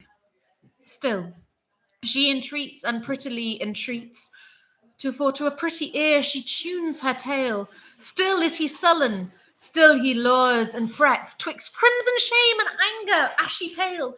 Being red she loves him best, and being white, her best is bettered with a more delight. Look how he can, she cannot choose but love, and by her fair immortal hand she swears from this soft bosom never to remove, till he truth with her contending tears, which long have reigned, making her cheeks all wet. With one sweet kiss shall pay this countless debt. Upon this promise did he raise his chin, like a dive dapper peering through a wave, who looked on ducks as quickly in, so suffers he to give what she did crave. But then her lips are ready for his pay, he winks and turns his lips another way. Never did passenger in summer's heat more thirst for drink than she for this good turn. Her help she sees, but help she cannot get. She bathes in water, yet her fire must burn. Oh, pity, gan she cry, flinted-hearted boy. 'Tis but a kiss I beg, why art thou coy? I have been wooed, as I entreat thee now, even by a stern and direful god of war, whose sinewy neck in battle ne'er did bow, whose conquers where he comes in every jar. Yet hath he been my captive and my slave, and begged for that which thou unasked shalt have. Over my altars hath he hung his lance, his battered shield, his uncontrolled crest, and for my sake hath learned to sport and dance, to toy and wanton, daily smile and jest, scorning his churlish drum, and ensign red, making his fields his tent my bed. Thus he that overruled I overswayed, leading him prisoner to red Rose's chain. Strong-tempered steel his tougher strength obeyed. Yet was he servile to my coy disdain. Oh, be not proud, nor brag of that might, for mastering her that foiled the god of flight. Touched by my lips, for those that fair lips of thine, though mine be not so fair, yet are they red.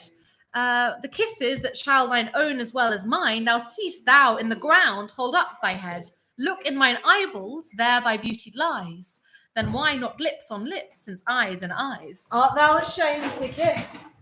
Then wink again, and I will wink, so shall the day seem night.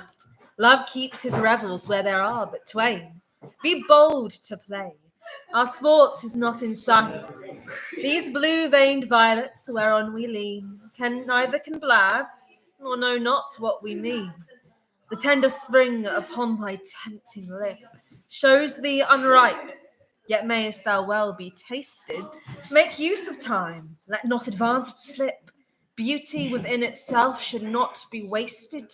Fair flowers that are not gathered in their prime rot and consume themselves in little time. Were I hard-favoured, foul, or wrinkled old, ill-nurtured, crooked, churlish, harsh in voice, or worn, despised, rheumatic and cold, thick-sighted, barren, lean, and lacking juice, then mightest thou pause, for then I were not for thee. But having no defects, why dost abhor me? Thou canst not see one wrinkle in my brow. Mine eyes are grey and bright and quick in turning. My beauty as the spring doth yearly grow. My flesh is soft and plump, my marrow burning. My smooth, moist hand, were it with thy hand felt, would in my palm dissolve or seem to melt. Bid me discourse, I will enchant thine ear. Or like a fairy trip upon the green, or like a nymph with long dishevelled hair dance on the sands, and yet no footing seen. Love is a spirit all compact of fire, not gross to sink, but light and will aspire. Witness this primrose bank whereon I lie. These forceless flowers like sturdy trees support me. Two strengthless doves will draw me through the sky from morn till night, even where I list to sport me. Is love so light, sweet boy? May it be that thou shouldst think it heavy unto thee? Is thine own heart to shine own face affected? Can thy right hand seize love upon thy left? Then woo thyself, be of thyself rejected, still thine own freedom, and complain on theft. Narcissus so himself forsook, and died to kiss his shadow in the brook. Torches are made to light, jewels to wear, dainties to taste, fresh beauty for the use, herbs for their smell, and sappy plants to bear. Things growing to themselves are growth's abuse. Seeds spring from seeds, and beauty breedeth beauty. Thou wast forgot. To get it is thy duty. Upon the earth's increase, why shouldst thou feed, unless the earth with thy increase be fed? By law of nature thou art bound to breed, that thine may live where thyself art dead. And so, in spite of death thou dost survive, in that thy likeness still is left alive. But this lovesick queen began to sweat, for when they lay, the shadow had forsook them, and Titan, tired in the midday heat, with burning eye did hotly overlook them, wishing Adonis had his team to guide, so he will like him, and by his Venus side. And now Adonis, with a lazy sprite, and with a heavy, dark, disliking eye, his lowering brows o'erwhelming his fair sight, like misty vapours when they blot the sky. Souring his cheeks cries, fine, no more of love. The sun doth burn my face, I must remove. Ay me, quoth Venus, young and so unkind, what bare excuses makest thou to be gone? I'll sign celestial breath, whose gentle wind shall cool the heat of this descending sun. I'll make a shadow for thee of my hairs. If they burn too, I'll quench them with my tears. The sun that shines from heaven shines but warm, and lo, I lie between that sun and thee. The heat I have from thence doth little harm. Thine eyes darts forth the fire that burneth me. Were I not immortal, life were done between this heavenly and earthly sun. Art thou obdurate, flinty, hard as steel? Nay, more than flint, for stone at rain relenteth. Art thou a woman's son, and canst not feel what 'tis to love? How want of love tormenteth. Oh, had thy mother borne so hard a mind, she had not brought forth thee, but died unkind. For I am that thou shouldst contempt me this. or what great danger dwells upon my suit? What were thy lips the worse for one poor kiss? Speak fair, but speak fair words, or else be mute. Give me one kiss. I'll give it thee again, and for interest, if thou wilt have twain. Fie, lifeless picture, cold and senseless stone, well-painted idol, image dull and dead, statue contenting but the eye alone, thing like a man but of no woman bred. Thou art no man, though of a man's complexion, for men will kiss even by their own direction. This said, impatience chokes her pleading tongue, and swelling passion doth provoke a pause. Red cheeks and fiery eyes blaze forth her wrong. Being judge in love, she cannot right her cause. And now she weeps, now she fain would speak, and now her sobs do intendments break. Sometimes she shakes her head and then his hand. Now gazeth she on him, now on the ground. Sometimes her arms enfold him like a band. She would, he will not in her arms be bound. And when from thence he struggles to be gone, she locks her lily fingers one in one. Fondling, she saith, since I have hemmed thee here, within the circuit of this ivory pale, I'll be a park, and thou shalt be my dear. Feed where thou wilt, on mountain or in dale, graze on my lips, and if those hills be dry, stray lower, where the pleasant fountains lie. Breaking.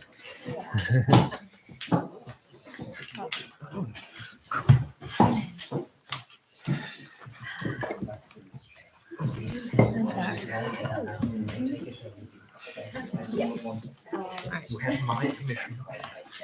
Ratified by the museum. Magic of moving the camera will help my soul to glory.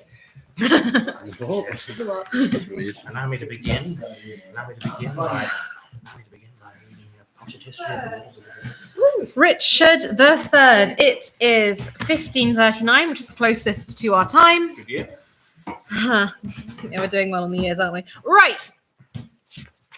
We're going to go through centuries. That's a brain is already going. Right. Act 1, Scene 1, Richard the Third. Let's go. Now is the winter of our discontent, made glorious summer by this sun of York, and all the clouds that lowered upon our house, in the deep bosom of the ocean buried. Now are our brows hung with victorious wreaths, our bruised arms hung up for monuments, our stern alarums changed to merry meetings. Grim-visaged war hath smoothed his wrinkled front, and now, instead of more mounting barbed steeds to fright the souls of fearful adversaries, he capers nimbly in a lady's chamber to the lascivious pleasing of a lute. But I, that am not made for sportive tricks, nor made to court an amorous looking-glass, I, that am rudely stamped and want love's majesty to strut before a wanton ambling nymph, I, that am curtailed of this fair proportion, cheated of feature by dissembling nature, deformed, unfinished, sent before my time into this breathing world, scarce half made up, and that so lamely and unfashionable that dogs bark at me as I halt by them. Why, I, in this weak piping time of peace, have no delight to pass away the time. And therefore, since I cannot prove a lover to entertain these farewell spoken days, I am determined to prove a villain and hate the idle pleasures of these days. Plots have I laid, inductions dangerous by drunken prophecies, libels and dreams, to set my brother Clarence and the king in deadly hate, the one against the other. And if King Edward be as true and just as I am subtle, false, and treacherous, this day should Clarence closely be mewed up about a prophecy, which says that G of Edward's heirs the murderer shall be. But who comes here? The new delivered Hastings? Good time of day unto my gracious lord. As much unto my Lord Chamberlain. Well are you welcome into the open air. How hath your lordship brooked imprisonment? With patience, noble lord, as prisoners must. But I shall live, my lord, to give them thanks that were the cause of my imprisonment. No doubt, and so shall Clarence too. For they that were your enemies are his, and have prevailed as much on him as you. More pity that the eagle should be mewed, while kites and buzzards pray at liberty. What news abroad? No news so bad abroad as this at home. The king is sickly, weak and melancholy, and his physicians fear him mightily. By St. Paul, this news is bad indeed. Oh, we have kept an evil diet long, and much consumed his royal person. 'Tis very grievous to be thought upon. What, is he in his bed? He is. Go you before, I will follow you. He cannot live, I hope, and must not die till George be packed with post-horse up to heaven. Which done, God take King Edward to his mercy and leave the world for me to bustle in. For then I'll marry Warwick's youngest daughter. What, though I killed her husband and her father? The readiest way to make the wench amends is to become her husband and her father. The which will I, not all so much for love, as for another secret close intent, by marrying her, which I must reach unto. But yet I run before my horse to market. Clarence still breathes, Edward still lives and reigns. When they are gone, then must I count my gains. Set down, your honourable lord, if honour may be shrouded in the heart, whilst I well obsequiously lament the untimely fall of virtuous Lancaster, poor key-cold figure of a holy king. Be it lawful that I invocate thy ghost to hear the lamentations of poor Anne, wife to thy Edward, to thy slaughtered son, stabbed by the selfsame hand that made these wounds. Lo, in these windows that let forth thy life, I pour the helpless balm of my poor eye. Stay, you that bear the course, and set it down. What black magician conjures up this fiend to stop devoted charitable deeds? Sweet saints, for charity be not so cursed. Foul devil, for God's sake, hence, and trouble us not. For thou hast made the happy earth thy hell, filled it with cursing cries and deep exclaims. If thou delight to view thy highness deeds, behold this pattern of thy butcheries. Lady, you know no rules of charity, which renders good from bad, blessings from curses. Villain, thou knowest no law of God nor man. No beast so fierce but knows some touch of pity. But I know none, and therefore am no beast. Oh, wonderful when devils tell the truth. Oh, wonderful when angels are so angry. Vouchsafe divine perfection of a woman. Of these supposed evils, to give me leave by circumstance to acquit myself. Vouchsafe diffused infection of a man. For these known evils, but to give me leave by circumstance to curse thy cursed self. Fairer than tongue can name thee, let me have some patient leisure to excuse myself. Fouler than heart can think thee, thou canst make no excuse current, but to hang thyself. By such despair I should accuse and myself. by despairing shouldst thou stand excused. Didst thou not kill this king? And thou unfit for any place but hell. Yea, one place, if you will hear me name it. Some dungeon. Your bedchamber. I'll rest beside the chamber where thou liest. So will it, madam, till I lie with you. I hope so. Thou art the cause and most accursed effect. Your beauty was the cause of that effect.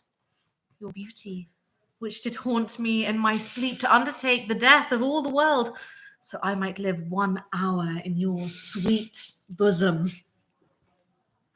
He that bereft thee, lady, of thy husband, did it to help thee to a better husband. His better doth not breathe upon the earth. He lives that loves thee better than he could. Name him. Plantagenet. Why, that was he. The selfsame name, but one of better nature. Where is he? Here. Why dost thou spit at me? Would it were mortal poison for thy sake. Never came poison from so sweet a place. Never hung poison on a fouler toad. Out of my sight! Thou dost infect my eyes! Thine eyes, sweet lady, have infected mine. Would they were basilisks to strike thee dead. I would they were, that I might die at once. For now they kill me with a living death. Those eyes of thine from mine have drawn salt tears, shamed their aspect with store of childish drops. teach not thy lips such scorn. For they were made for kissing, lady, not for such contempt. If thy revengeful heart cannot forgive, lo, here I lend thee this sharp-pointed sword. And if thou please to hide in this true bosom, and let the soul forth that adoreth thee, I lay it naked to the deadly stroke, and humbly beg the death upon the knee. Nay, do not pause, for I did kill King Henry, but 'twas thy beauty that provoked me. Nay, now dispatched was I that stabbed young Edward, but 'twas thy heavenly face that set me on. Take up the sword again, or take up me. Arise, dissembler. Though I wish thy death, I will not be the executioner. Then bid me kill myself, and I will do it. I have already. Tush, that was in thy rage. Speak it again. And even with thy word, that hand which for thy love did kill thy love, shall for thy love kill a far truer love. To both their death thou shalt be accessory. I would I knew thy heart. Disfigured in my tongue. I fear me both are false. Then never man was true. Well, put up your sword. Say then my peace is made. That shall you know hereafter. But shall I live in hope? All men, I hope, live so. Vouchsafe to wear this ring. To take is not to give. Look, how this ring encompasseth thy finger, even so thy breast encloseth my poor heart. Wear both of them, for both of them are mine. Bid me farewell. 'Tis more than you deserve. But since you teach me how to flatter you, imagine I have said farewell already. Was ever woman in this humour wooed? Was ever woman in this humour won? I'll have her. But I'll not keep her long. Hath she forgot already that brave prince, Edward, her lord, whom I, some 3 months since, stabbed in my angry mood at Tewkesbury? Will she yet debase her eyes on me, that cropped the golden prime of this sweet prince, and made her widow to a woeful bed? On me, who's all not equal to Edward's moiety, on me, that halt and am unshapen thus. Upon my life she finds, although I cannot myself to be a marvellous proper man. Shine out, fair sun, till I have brought a glass, that I may see my shadow as I pass. Have patience, madam. There's no doubt His Majesty will soon recover for his accustomed health. Now you brook it in, it makes him worse. Therefore, for God's sake, entertain good comfort and cheer his grace with quick and merry words. If he were dead, what would betide of me? No other harm but loss of such a lord. The loss of such a lord includes all harm. The heavens have blessed you with a goodly son to be your comforter when he is gone. Oh, he is young, and his minority is put under the trust of Richard Gloucester, a man that loves not me nor none of you. Is it concluded that he shall be protector? It is determined, not concluded yet, but so it must be if the king miscarry. They do me wrong, and I will not endure it. Who are they that complain unto the king that I, forsooth, am stern and love them not? My holy Paul, they love his grace, but lightly that will fill his ears with such dissentious rumours. Because I cannot flatter and speak fair, smile in men's faces, smooth, deceive, and cog, duck with French nods and apish courtesy, I must be held a rancorous enemy. Cannot a plain man live and think no harm? But thus his simple truth must be abused by silken, sly, insinuating Jacques. To whom in all this present speaks your grace? To thee, that hast nor honesty, nor grace. When I have injured thee, when have I done thee wrong? Or any of your faction? A plague upon you all, his royal person, whom God preserve better than you would wish, cannot be quiet scarce, a breathing while, but you must trouble him with lewd complaints. A brother of Gloucester, you mistake the matter. The king of his own royal disposition, and not provoked by any suitor else, aiming belike at your interior hatred, which in your outward actions shows itself against my kindred brothers and myself, makes him to send that thereby he may gather the ground of your ill will, and so remove it. I cannot tell. The world is grown so bad that wrens make prey where eagles dare not perch. Since every Jack became a gentleman, There's many a gentle person made a Jack. Oh, come, we know your meaning, brother Gloucester. You envy my advancement and my friends. God grant we never may have need of you. Meantime, God grants that we have need of you. Your brother is imprisoned, by your means, myself disgraced, and the nobility held in contempt, while many fair promotions are daily given to ennoble those that scarce some 2 days since were worth a noble. By him that raised me to this careful height from that contented hap which I enjoyed, I never did incense his majesty against the Duke of Clarence, but have been an earnest advocate to plead for him.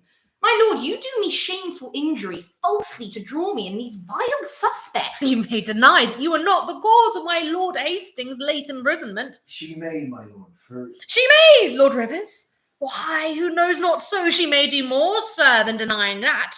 She may help you to many fair preferments, and then deny her aiding hand therein, and lay those honours on your high deserts.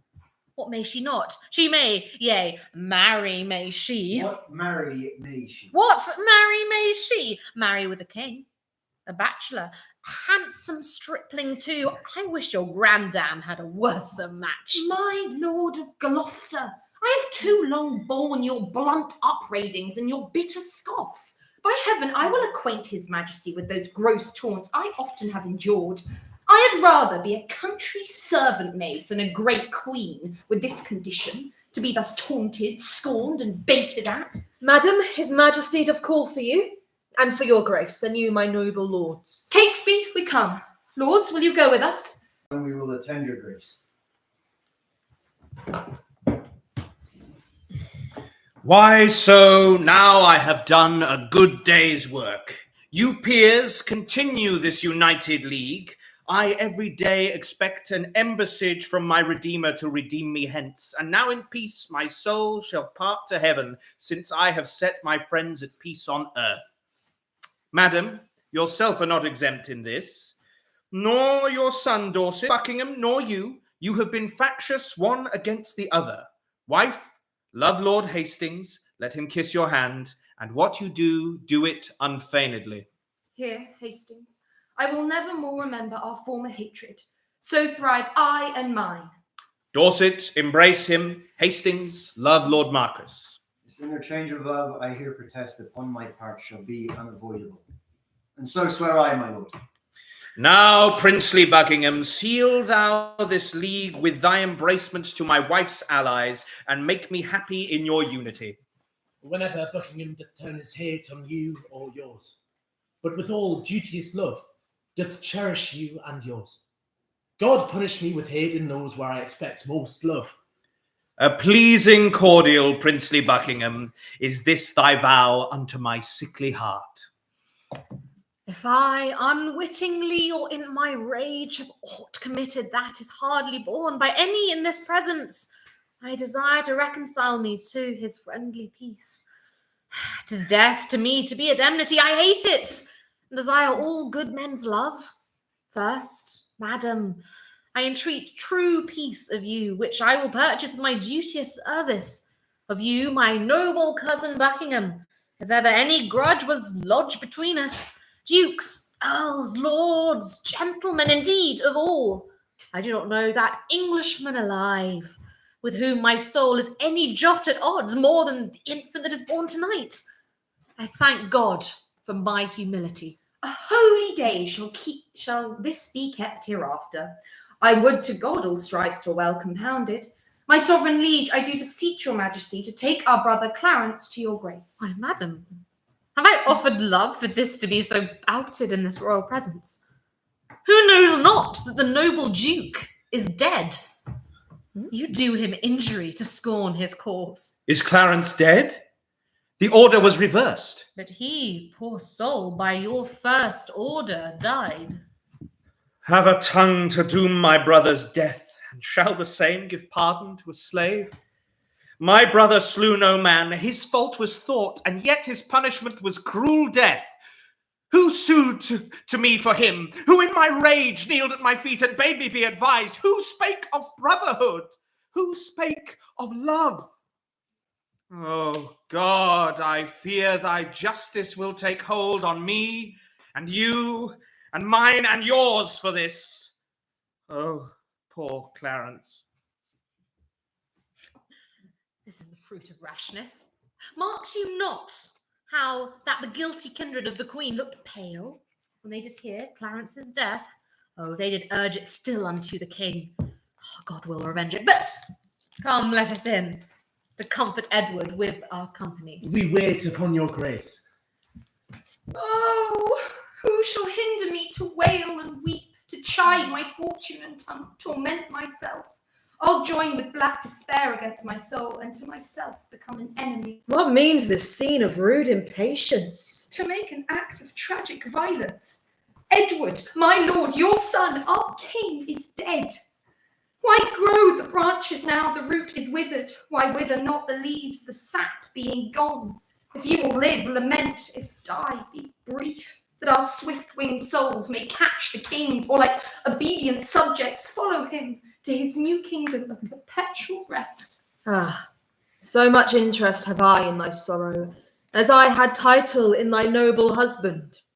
I have bewept a worthy husband's death, and lived by looking on his images.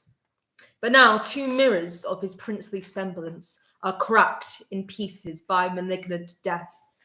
And I for comfort have but one false glass, which grieves me when I see my shame in him. Thou art a widow, yet thou art a mother, and how's the comfort of thy children left thee? Give me no help in lamentation. I'm not barren to bring forth complaints. All springs reduce their currents to mine eyes, that I, the watery moon, may send forth plenteous tears to drown the world. Oh, for my husband, for my dear Lord Edward. Madam, have comfort. All of us have cause to wail the dimming of our shining star, but none can cure their harms by wailing them. Madam, my mother, I do cry your mercy. I do not see your grace. Humbly on my knee, I crave your blessing. God bless thee, and put meekness in thy mind, love, charity, obedience, and true duty. Amen. Make me die a good old man. That is the butt end of my mother's blessing. I'll marvel why her grace did leave it out. Though we have spent our harvest of this king, we are to reap the harvest of his son. The broken rancour of your high swell. My mother and my brother York would long ere have met us on this way. Fie, what a slug is Hastings, that he comes not to tell us whether they will come or no. And in good time, here comes the sweating lord. Welcome, my lord. What will our mother come? On what occasion? God he knows, not I. The queen your mother and your brother York have taken sanctuary. The tender prince would fain have come with me to meet your grace, but by his mother was perforce withheld. Fie, what an indirect and peevish course is this of hers! Lord Hastings, will you, my lord, persuade the queen to send the Duke of York unto his princely brother presently? I go, my lord. Good lords, make all the speedy haste you may. Say, Uncle Gloucester, if our brother come, where shall we sojourn till our coronation? Where it seems best unto your royal self. Why, if I may counsel you, some day or two your highness shall repose you at the tower. There where you please, and there be thought most fit for your best health and recreation. I do not like the tower of any place. Why? What should you fear? Marry, my uncle Clarence' angry ghost. My grandam told me he was murdered there. I fear no uncle's dead. Nor none that live, I hope. And if they live, I hope I need not fear. But come, my lord, and with heavy heart, thinking on them, go I unto the tower.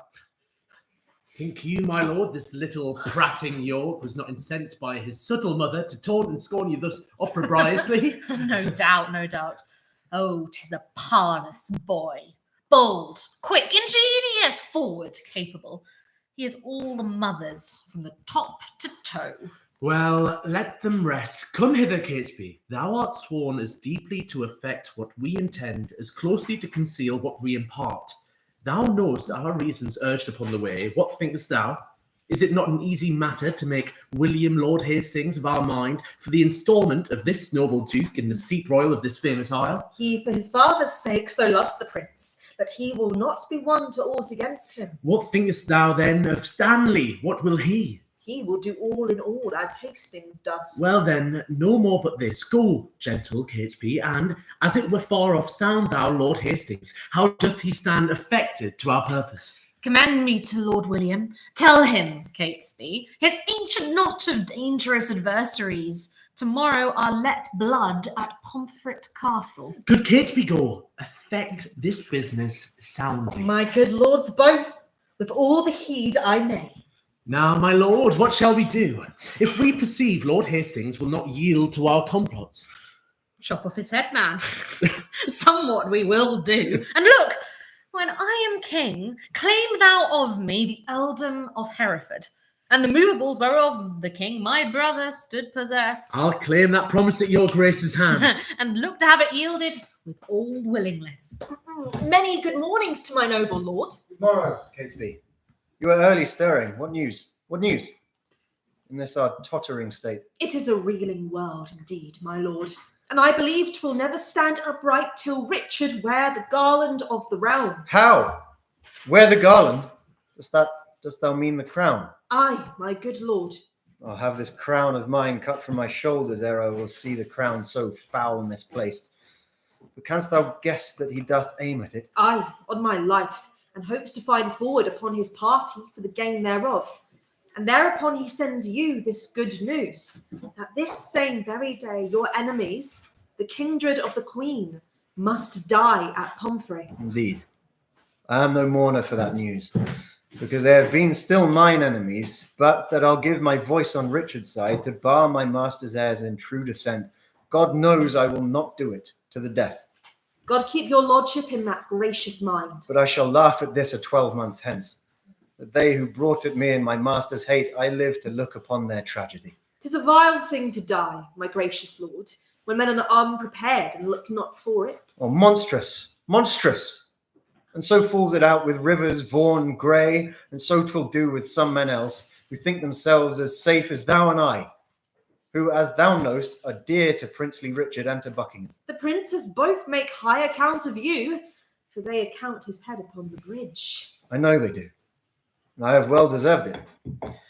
Good lord, good morrow, Catesby.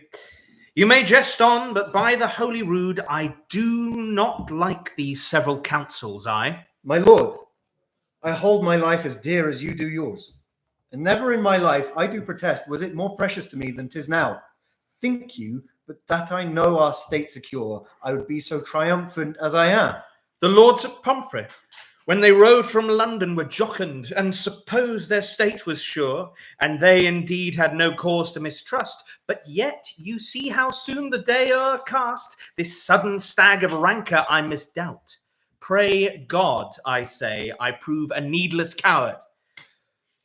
What? Shall we toward the tower? The day is spent. Come, have with you. What do you want, my lord? Today the lords you talk of are beheaded. They are, for their truth. Might better wear their heads than some that have accused them wear their hats. But come, my lord, let us away. My lords, at once the cause why we are met is to determine of the coronation. In God's name, speak. When is the royal day? It is and wants but nomination. Tomorrow, then. I judge a happy day. Who knows the Lord Protector's mind herein? Who is most inward with the royal duke? Lord Hastings, you and he are near in love. I thank his grace. I know he loves me well. But for his purpose in the coronation, I have not sounded him, nor he delivered his gracious pleasure any way therein. But you, my noble lords, may name the time, and in the duke's behalf I'll give my voice, which I presume he'll take in gentle part. Now, in good time, here comes the duke himself. My noble lords and cousins all, good morrow. I have been a long sleeper, but I hope my absence does neglect no great designs, by which my presence might have been concluded. Had you not come upon your cue, my lord, William, Lord Hastings, had pronounced your part. I mean, your voice, the crowning of the king. That my Lord Hastings, no man might be bolder. His lordship knows me well, and loves me well. I thank your grace.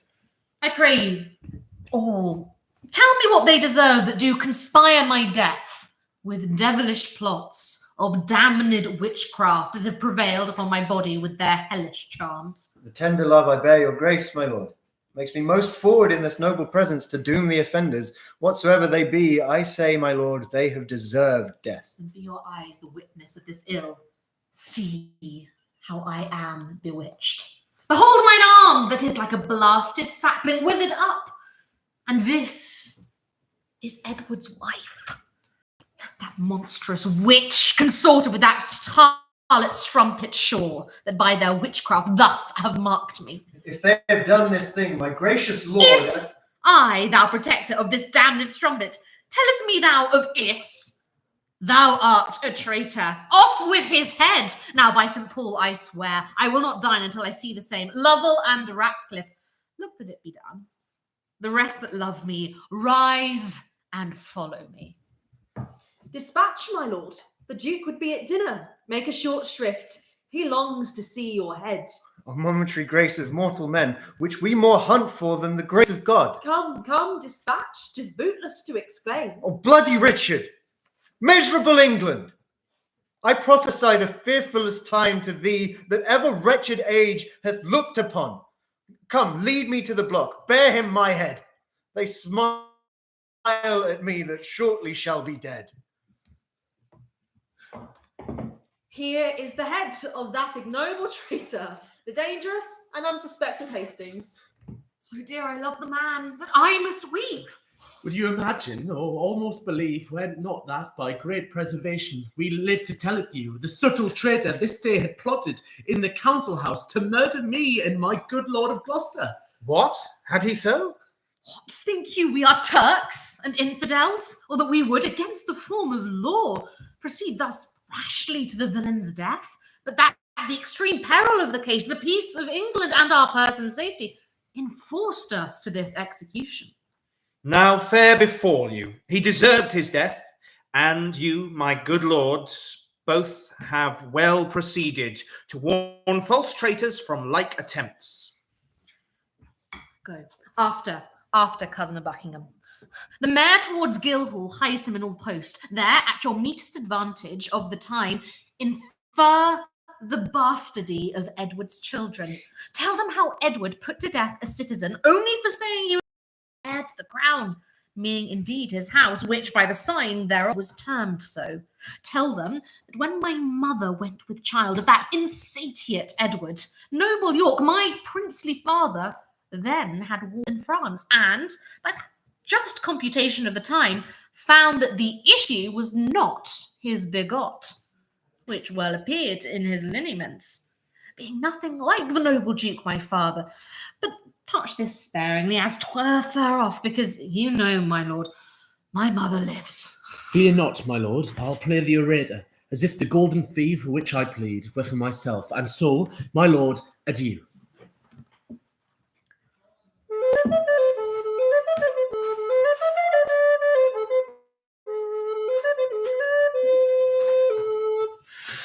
How now, my lord, what say the citizens? Now, by the holy mother of our Lord, the citizens are mum and speak not a word. Touched you the bastardy of Edward's children? I did, with his contract with Lady Lucy, and his contract by deputy in France, his tyranny for trifles, his own bastardy as being got your father then in France, his resemblance being not like the Duke. Withal, I did infer your lineaments being the right idea of your father, both in your form and nobleness of mind, laid upon all your victories in Scotland, your discipline in war, wisdom in peace, your bounty, virtue, fair humility, indeed left nothing fitting for the purpose, untouched or slightly handled in discourse. And when mine oratory grew to an end, I bid them that did love their country's good, cry, God save Richard, England's royal king. Ha! And did they so? No, so God help me, they spoke not a word, but like dumb statues or breathing stones gazed each on each other and looked deadly pale. Tongueless blocks were they? Would they not speak? No, by my troth, my lord. Will not the mayor then and his brethren come? The mayor is here at hand, intense and fear. Be not you spoke with, but by mighty suit. And look, you get a prayer book in your hand, and stand betwixt two churchmen, good my lord, for on that ground I'll build a holy descant, and not be easily won to our request. Play the maid's part, still answer nay, and take it. I'll go. And if you plead as well for them as I can say nay to thee for myself, no doubt we'll bring it to a happy issue. Go up the leads. The Lord Mayor knocks. Welcome, my lord. I dance attendance here. I think the Duke will not be spoke withal. How now, Catesby? What says your lord? My lord, he wonders to what end you have assembled such troopers of citizens to speak with him. His grace not being warned thereof before, my lord, he fears you mean no good to him. Sorry I am, my noble cousin should suspect me, that I mean no good to him. By heaven, I come in perfect love to him, and so once more return and tell his grace.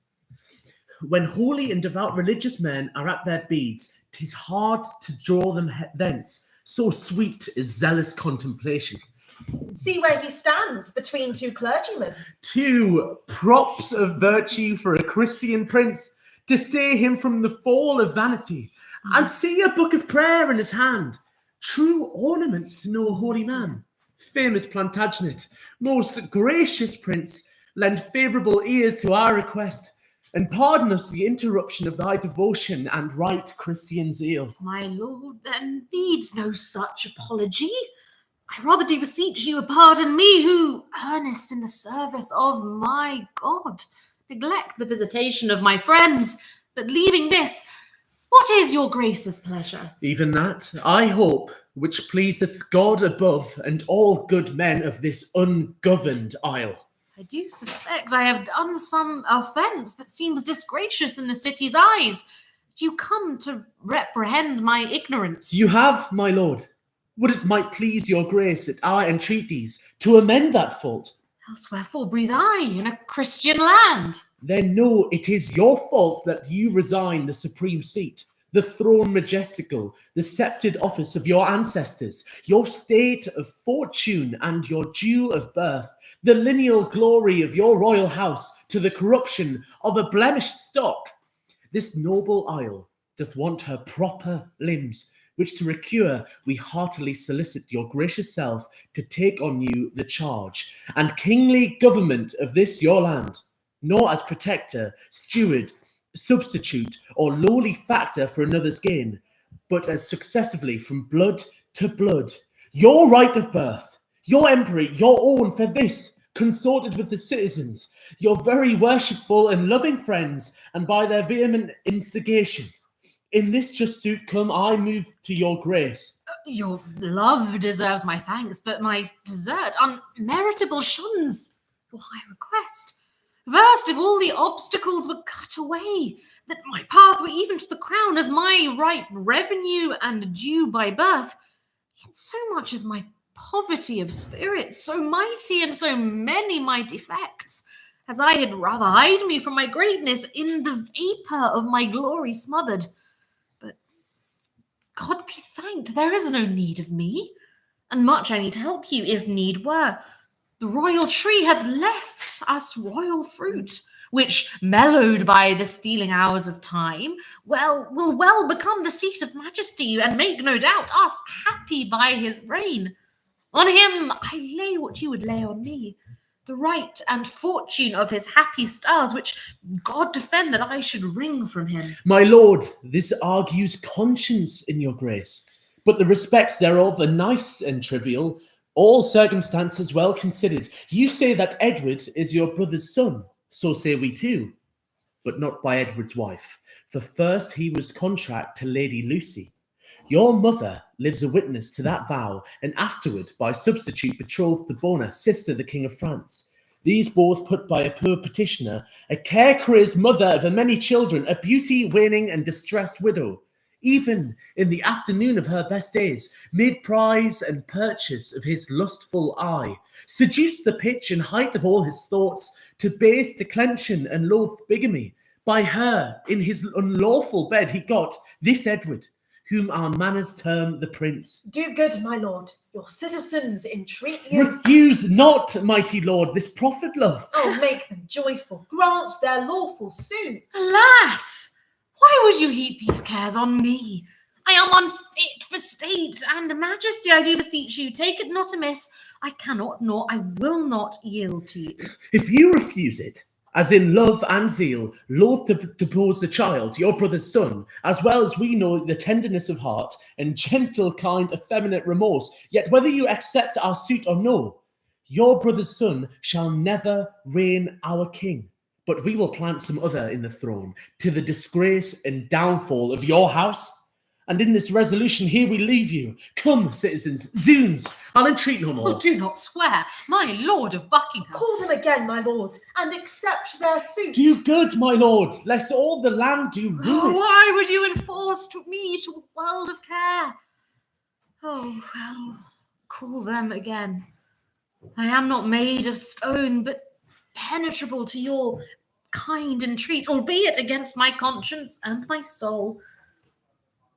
Cousin of Buckingham, and you, sage, grave men, since you will buckle fortune on my back, I bear her burden. Whether I will or no, I must have patience to endure the load. Then I salute you with this kingly title. Long live Richard, England's royal king. Amen. Tomorrow will it please you to be crowned? Even when you please, since you will have it so. Tomorrow then, we will attend your grace, and so most joyfully we take our leave. Come, let us to our holy task again.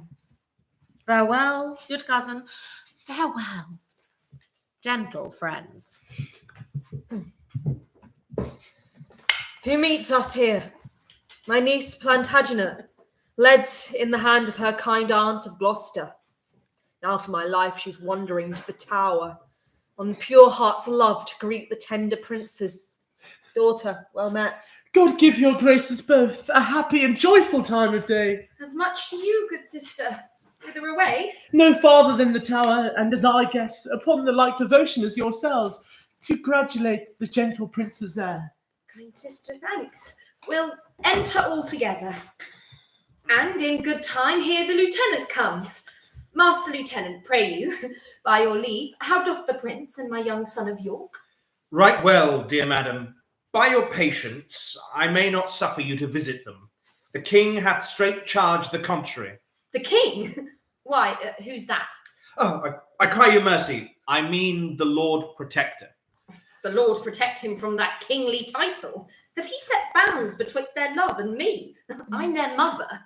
Who should keep me from them? I am their father's mother. I will see them. Their aunt I am in law, in love their mother. Then bring me to their sights. I'll bear thy blame and bring and take thy office from thee on my peril. No, madam, no. I may not leave it so. I am bound by oath, and therefore pardon me. Come, madam, you must straight to Westminster, there to be crowned Richard's royal queen. Oh, cut my lace in sunder, that my pent heart may have some scope to beat, or else I swoon with this dead killing news. Despiteful tidings, oh, unpleasing news! Be of good cheer. Mother, how fares your grace? Oh, Dorset, speak not to me. Get thee hence. Death and destruction dog thee at the heels. Thy mother's name is ominous to children. If thou wilt outstrip death, go cross the seas and live with Richmond from the reach of hell. Go, hie thee from this slaughterhouse, lest thou increase the number of the dead. Full of wise care is this counsel, madam. Take all the swift advantage of the hours. You shall have letters from me to my son to meet you on the way and welcome you. Be not ta'en tardy by unwise delay. Oh, ill dispersing wind of misery. Oh, my accursed womb, the bed of death. A cockatrice hast thou hatched to the world, whose unavoided eye is murderous. Come, madam, come. I in all haste was sent. And I in all unwillingness will go. I would to God that the inclusive verge of golden metal that must round my brow were red hot steel to sear me to the brain. Anointed let me be with deadly venom, and die ere men can say, God save the Queen. Go, poor soul, I envy not thy glory to feed my humour. Wish thyself no harm. No, why? When he that is my husband now came to me as I followed Henry's course.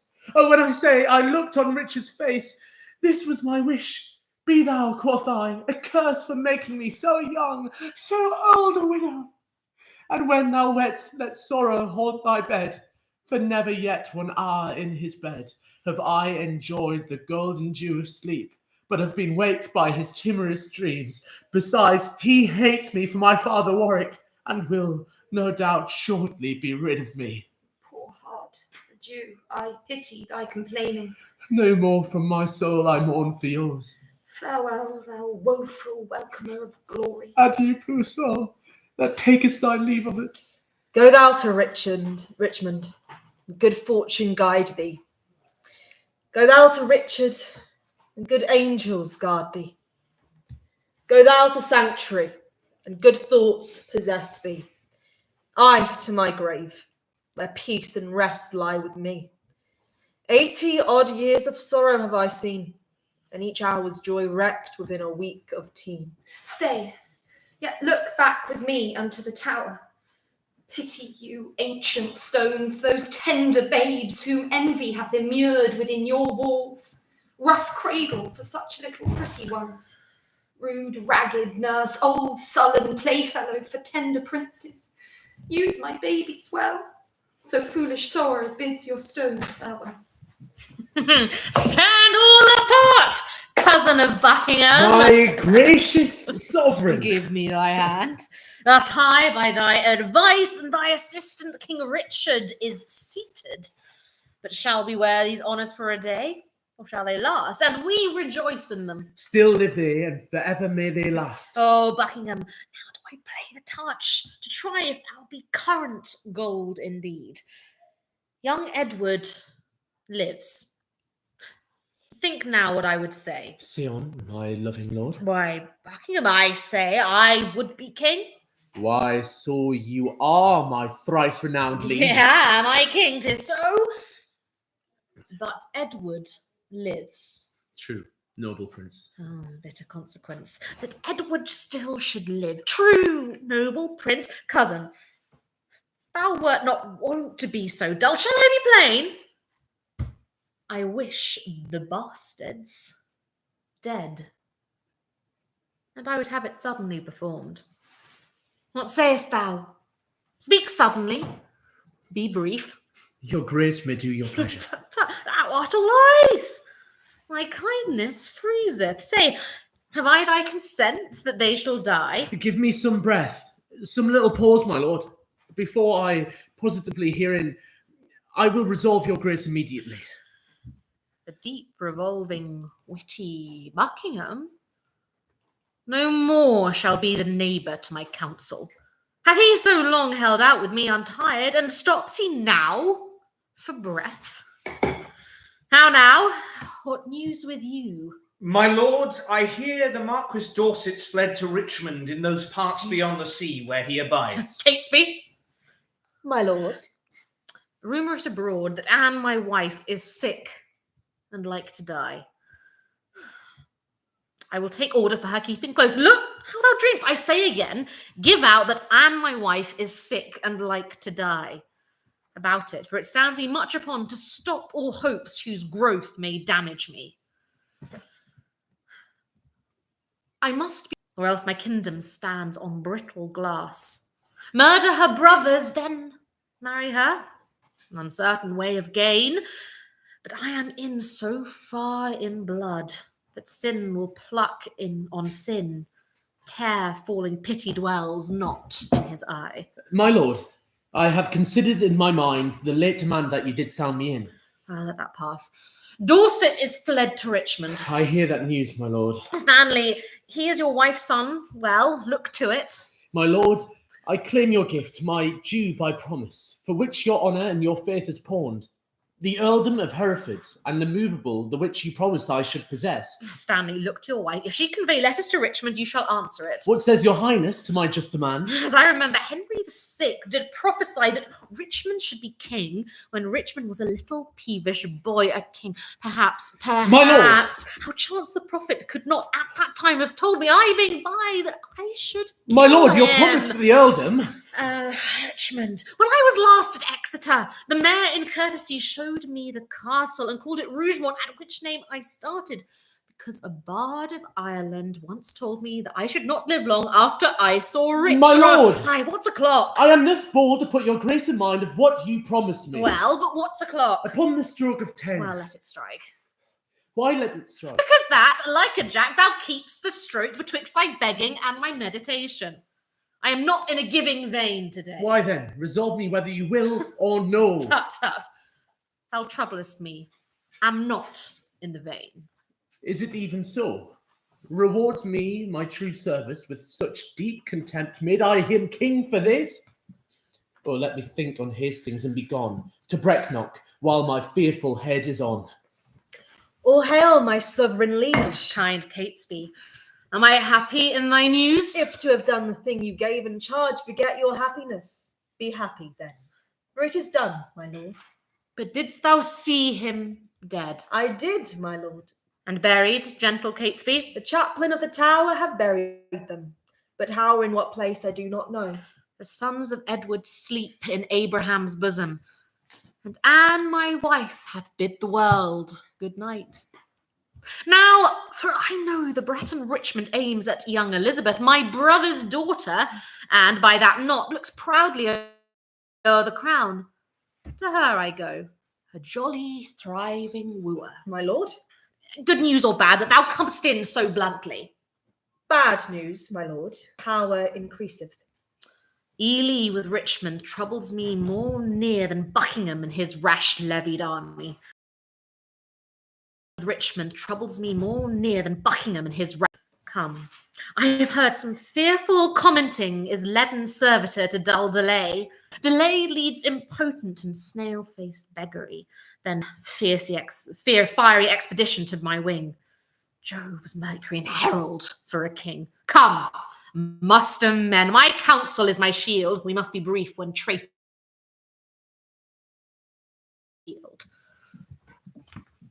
Oh, my young prince, oh, my tender babes, my unblown flowers, new appearing sweets, if yet your gentle souls fly in the air, and be not fixed in doom, flowers, new appearing sweets, if yet your gentle souls fly in the air, and be not fixed in doom perpetual, hover about me with your airy wings, and hear your mother's lamentations. So many miseries have crazed my voice, that my woe-weary tongue is mute and dumb. Edward Plantagenet, why art thou dead? Oh, that thou wouldst as well afford a grave as thou canst yield a melancholy seat. Then would I hide my bones, not rest them here. Oh, who had any cause to mourn but I? Who intercepts my expedition? Oh, she that might have intercepted thee, by strangling thee in her accursed womb from all the slaughters, wretch, that thou hast done. Hides thou that forehead with a golden crown? Where should be graven, if that right were right, the slaughter of the prince that owed that crown, and the dire death of my 2 sons and brothers? Tell me, thou villain slave, where are my children? Thou toad, where is thy brother Clarence, and little Ned Plantagenet, his son? There is kind Hastings, Rivers, Vaughan, and Grey. Either be patient and entreat me fair, or with the clamorous report of war, I will drown your exclamations. Art thou my son? I thank God, my father, and yourself. Then patiently hear my impatience. Madam, I have a touch of your condition which cannot brook the accent of reproof. Oh, let me speak. Oh, do then, but I'll not hear. I will be mild and gentle in my speech. And brief, good mother, for I am in haste. Art thou so hasty? I have stayed for thee, God knows, in anguish, pain, and agony. And came I not at last to comfort you? No, by the holy rood, thou knowest it well. Thou camest on earth to make the earth my hell. A grievous burden was thy birth to me. Tetchy and wayward was thy infancy. Thy school days frightful, desperate, wild, and furious. Thy prime of manhood daring, bold, and venturous. Thy age confirmed, proud, subdued, bloody, treacherous. More mild, but yet more harmful, kind in hatred. What comfortable hour canst thou name that ever graced me in thy company? If I be so disgracious in your sight, let me march on, and offend not your grace. I prithee, hear me speak. You speak too bitterly. Hear me a word. for I shall never speak to thee again. So, Either thou wilt die by God's just ordinance, ere from this war thou turn a conqueror, or I, with grief and extreme age, shall perish, and never look upon thy face again. Therefore take with thee my most heavy curse, which in the day of battle tire thee more than all the complete armour that thou wearest. My prayers on the adverse party fight, and there the little souls of Edward's children whisper the spirits of thine enemies, and promise them success and victory. Bloody thou art, bloody will be thy end. Shame serves thy life, and doth thy death attend. Oh, far more cause, yet much less spirit to curse abides in me. I say amen to all. Stay. Madam, I must speak a word with you. I have no more sons of the royal blood for thee to murder. For my daughters, Richard, they shall be praying nuns, not weeping queens, and therefore level not to hit their lives. You have a daughter called Elizabeth, virtuous and fair, royal and gracious. And must she die for this? Oh, let her live, and I'll corrupt her manners, stain her beauty, slander myself as false to Edward's bed, throw over her the veil of infamy, so she may live unscarred of bleeding slaughter. I will confess she was not Edward's daughter. Wrong not her birth. She is of royal blood. To save her life, I'll say she is not so. Her life is only safest in her birth. And only in that safety died her brothers. You speak as if that I had slain my cousins. Cousins indeed, and by their uncle cozened, of comfort, kingdom, kindred, freedom, life, whose hands soever lanced their tender hearts, thy head all directly gave direction. No doubt the murderous knife was dull and blunt till it was whetted on thy stone-hard heart, to revel in the entrails of my lands. Madam, so thrive I in my enterprise and dangerous success of bloody wars, as I intend more good to you and yours than ever you or yours were by me wronged. So, in the lethe of thy angry soul, thou drown the sad remembrance of those wrongs which thou supposest I have done to thee. Be brief, lest that be process of thy kindness last longer telling than thy kindness's date. Then know that from my soul I love thy daughter. My daughter's mother thinks it with her soul. What do you think? That thou dost love my daughter from thy soul. So from thy soul's soul's love didst love her brothers, and for my heart's love I do thank thee for. Be not so hasty to confound my meaning. I mean that with my soul I love thy daughter, and mean to make her Queen of England. Say then, who dost thou mean shall be her king? Even he that makes her queen. Who should be else? What, thou?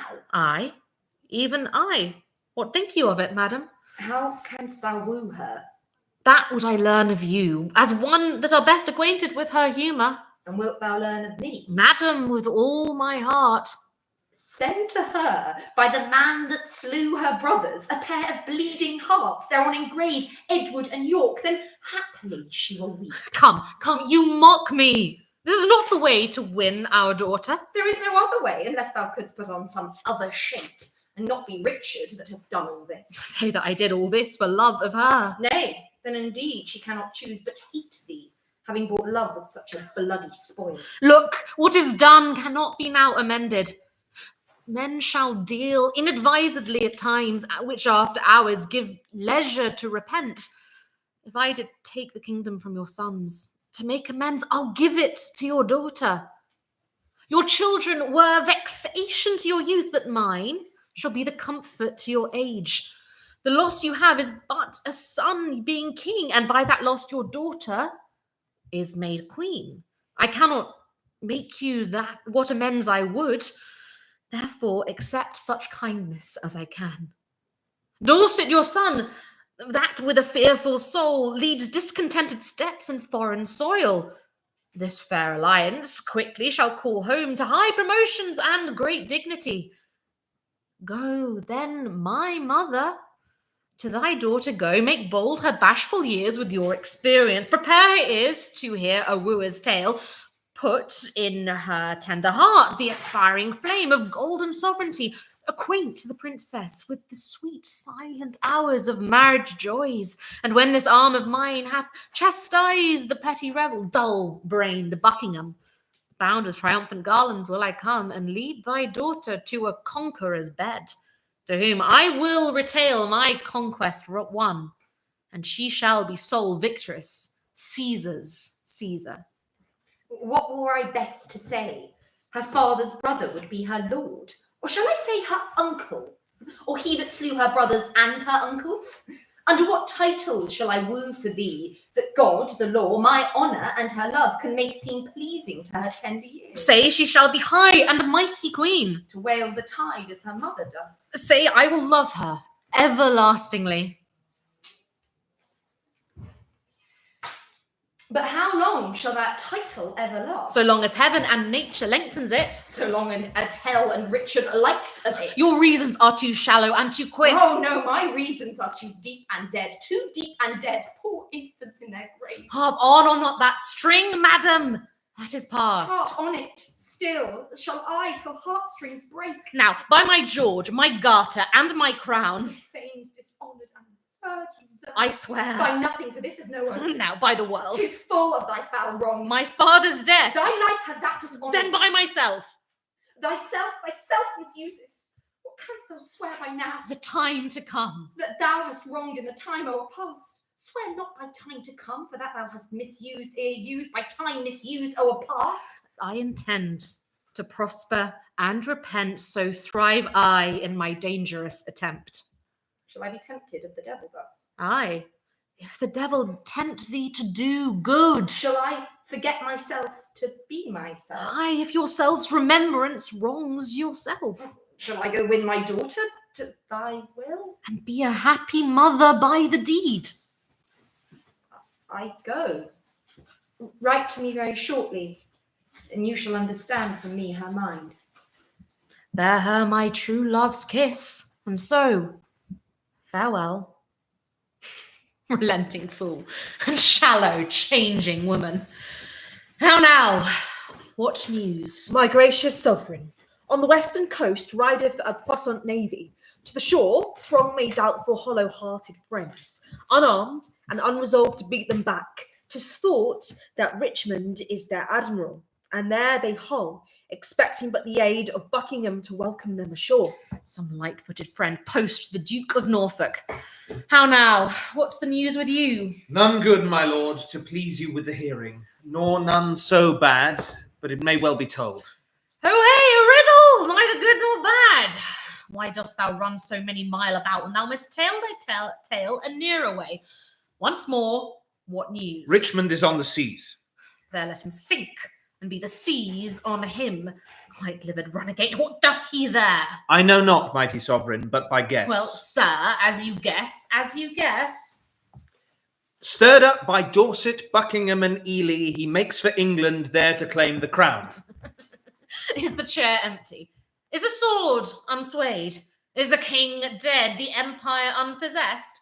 What heir of York is there alive but we? And who is England's king but great York's heir? Then tell me, what doth he upon the sea? Unless for that, my liege, I cannot guess. Unless for that he comes to be your liege. You cannot guess wherefore the Welshman comes. Thou wilt revolt and fly to him, I fear. No, mighty liege, therefore mistrust me not. Where is thy power, then, to beat him back? Where are thy tenants and thy followers? Are they not now upon the western shore, safe conducting the rebels from their ships? No, my good lord, my friends are in the north. Cold friends to Richard. What do they in the north when they should serve their sovereign in the west? They have not been commanded, mighty sovereign. What do they in the north when they should serve their sovereign in the west? They have not been commanded, mighty sovereign. Please it your majesty to give me leave. I'll muster up my friends and meet your grace where and what time your majesty shall please. Aye. Thou wouldst be gone to join with Richmond. I will not trust you, sir. Most mighty sovereign, you have no cause to hold my friendship in doubt. I never was, nor never will be false. Well, go Busterman. But hear you, leave behind your son George Stanley. Let your faith be firm, else his head's assurance is but frail. So deal with him as I prove true to you. My lord, the army of the Duke of Out Buckingham... on you, owls! Nothing but songs of death. Take that, till thou brings me better news. The news I have to tell your majesty is that by sudden floods and fall of waters, Buckingham's army is dispersed and scattered, and he himself wandered away alone. No man knows whither. I cry thee mercy. Here is my purse to cure that blow of thine.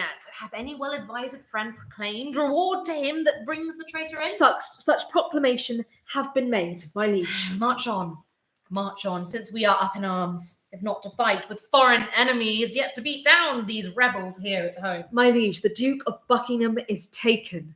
That is the best news. That the Earl of Richmond is with a mighty power landed at Milford is colder tidings, yet they must be told. Away, towards Salisbury. While we reason here, a royal battle might be won and lost. Someone take order, Buckingham be brought to Salisbury, the rest march on with me. Sir Christopher, tell Richmond this from me, that in the sty of this most bloody boar, my son George Stanley is franked up in hold. If I revolt, off goes young George's head, the fear of that which holds my present aid. But tell me, where is princely Richmond now? At Pembroke, or Hereford West, in Wales. Return unto thy lord, commend me to him, tell him the queen hath heartily consented. He shall espouse Elizabeth her daughter. These letters will resolve him of my mind. Farewell.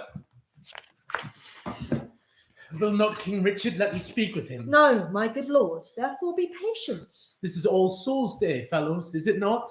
It is, my lord. Why then, All Souls' Day is my body's doomsday.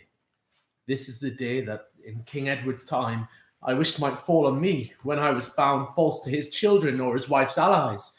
This is the day wherein I wish to fall, by the false faith of him I trusted most. This All Souls' Day to my fearful soul is the determined respite of my wrongs. Come, sirs, convey me to the block of shame. Wrong hath but wrong, and blame the due of blame. Fellows in arms, and my most loving friends, bruised underneath the yoke of tyranny, thus far into the bowels of the land have we marched on without impediment, and here receive we from our father Stanley lines of fair comfort and encouragement. The wretched, bloody, and usurping boar that spoiled your summer fields and fruitful vines swills your warm blood like wash, and makes his trough in your emboweled bosoms. This foul swine lies now even in the centre of this isle, near to the town of Leicester, as we learn from Tanworth thither is but one day's march. In God's name, cheerly on, courageous friends, to reap the harvest of perpetual peace by this one bloody trial of sharp war. Here, pitch our tents, even here at Bosworth Field. Who hath described the number of the foe? 6,000 or 7,000 is their utmost power. Why, our battalion trebles that account. Besides, the king's name is a tower of strength, which they upon the adverse party want. I'll put my tent there, valiant gentlemen. Let us survey the vantage of the field. Call for some men of sound direction. Let's want no discipline, make no delay. For lords, tomorrow is a busy day.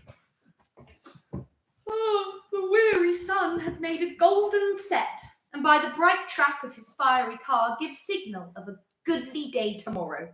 Yet one more thing, good Blunt, before thou goest, where is Lord Stanley quartered? Dost thou know? Unless I have mistaken his colours much, which well I am assured I have not done, his regiment lies half a mile at least south from the mighty power of the king. If without peril it be possible, good Captain Blunt, bear my good night to him, and give him from me this most needful scroll. Upon my life, my lord, I'll undertake it. So God give you quiet rest tonight. Good night, good Captain Blunt. Come, Gentlemen, let us consult upon tomorrow's business. Into our tent. The air is raw and cold. Catesby, My lord. send out a pursuivant at arms before Stanley's regiment. Bid him bring his power before sun rising, lest his son George fall into the blind cave of eternal might. Fortune and victory sit on thy helm. All comfort that the dark night can afford be to thy person, noble father-in-law. In brief, for so the season bids us be, prepare thy battle early in the morning, and put thy fortune to the arbitrament of bloody strokes and mortal staring war. I, as I may, that which I would I cannot. With best advantage will deceive the time, and aid thee with this doubtful shock of arms. But on thy side I may not be too forward, lest, being seen, thy brother, tender George, be executed in his father's sight. Farewell. The leisure and the fearful time cuts off the ceremonious vows of love and ample interchange of sweet discourse, which so long sundered friends should dwell upon. God give us leisure for these rites of love. Once more, adieu. Be valiant and speed well. Good lords, conduct him to his regiment. I'll strive with troubled thoughts to take a nap, lest leaden slumber pies me down tomorrow, when I should mount with wings of victory. Once more, good night, my lords and gentlemen. Bloody and guilty. Guiltily awake, and in a bloody battle end thy days. Think on Lord Hastings, despair and die. Quiet, untroubled soul. Awake, awake. Arm, fight, and conquer for fair England's sake. Dream on thy cousin smothered in the tower. Let us be led within thy bosom rich, and weigh thee down to ruin, shame, and death. Thy nephew's souls bid thee despair and die. Sleep, Richmond, sleep in peace, and wake. Guard thee from the boar's annoy, live thee from the boar's annoy, live and beget a happy race of kings. Edward's unhappy sons do bid thee flourish. Richard, thy wife, that wretched Anne, thy wife, that never slept a quiet hour with thee, now fills thy sleep with perturbations. Tomorrow in the battle think of me, and fall thy edgeless sword, despair and die. Thou a quiet soul, sleep thou a quiet sleep, dream of success, dream on of bloody deeds and death. Fainting, despair, despairing, yield thy breath. I died for hope ere I could lend thee aid, but cheer thy heart, and be thou not dismayed. God and good angel fight on Richmond's side, and Richard falls in height of all his pride. My soft, I did but dream. Coward conscience, how dost thou afflict me? Oh, it is now dead midnight. Cold, fearful drops stand on my trembling flesh. What do I fear? Myself. There's none else by. Richard loves Richard, that is. I am I. Is there a murderer here? No. Yes, I am. Then fly, what? From myself? Great reason why, lest I revenge, what? Myself upon myself. Alack, I love myself, wherefore for any good that I myself have done upon myself? No, alas, I rather hate the hateful deeds committed by myself. I am a villain, yet I lie. I am not. Fool, of thyself speakest well. Fool, do not flatter. My conscience hath several tongues, and every tongue brings in a several tale, and every tale condemns me for a villain. Perjury in the highest degree. Murder, stern murder in the direst degree. All several sins, all used in each degree, throng to the bar, crying, all guilty, guilty. I shall despair. There is no creature loves me.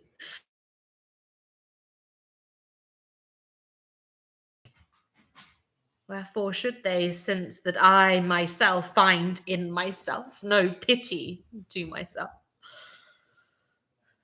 Methought the souls of all that I had murdered came to my tent, and every one did threat tomorrow vengeance on the head of Richard. My lord. Zoons!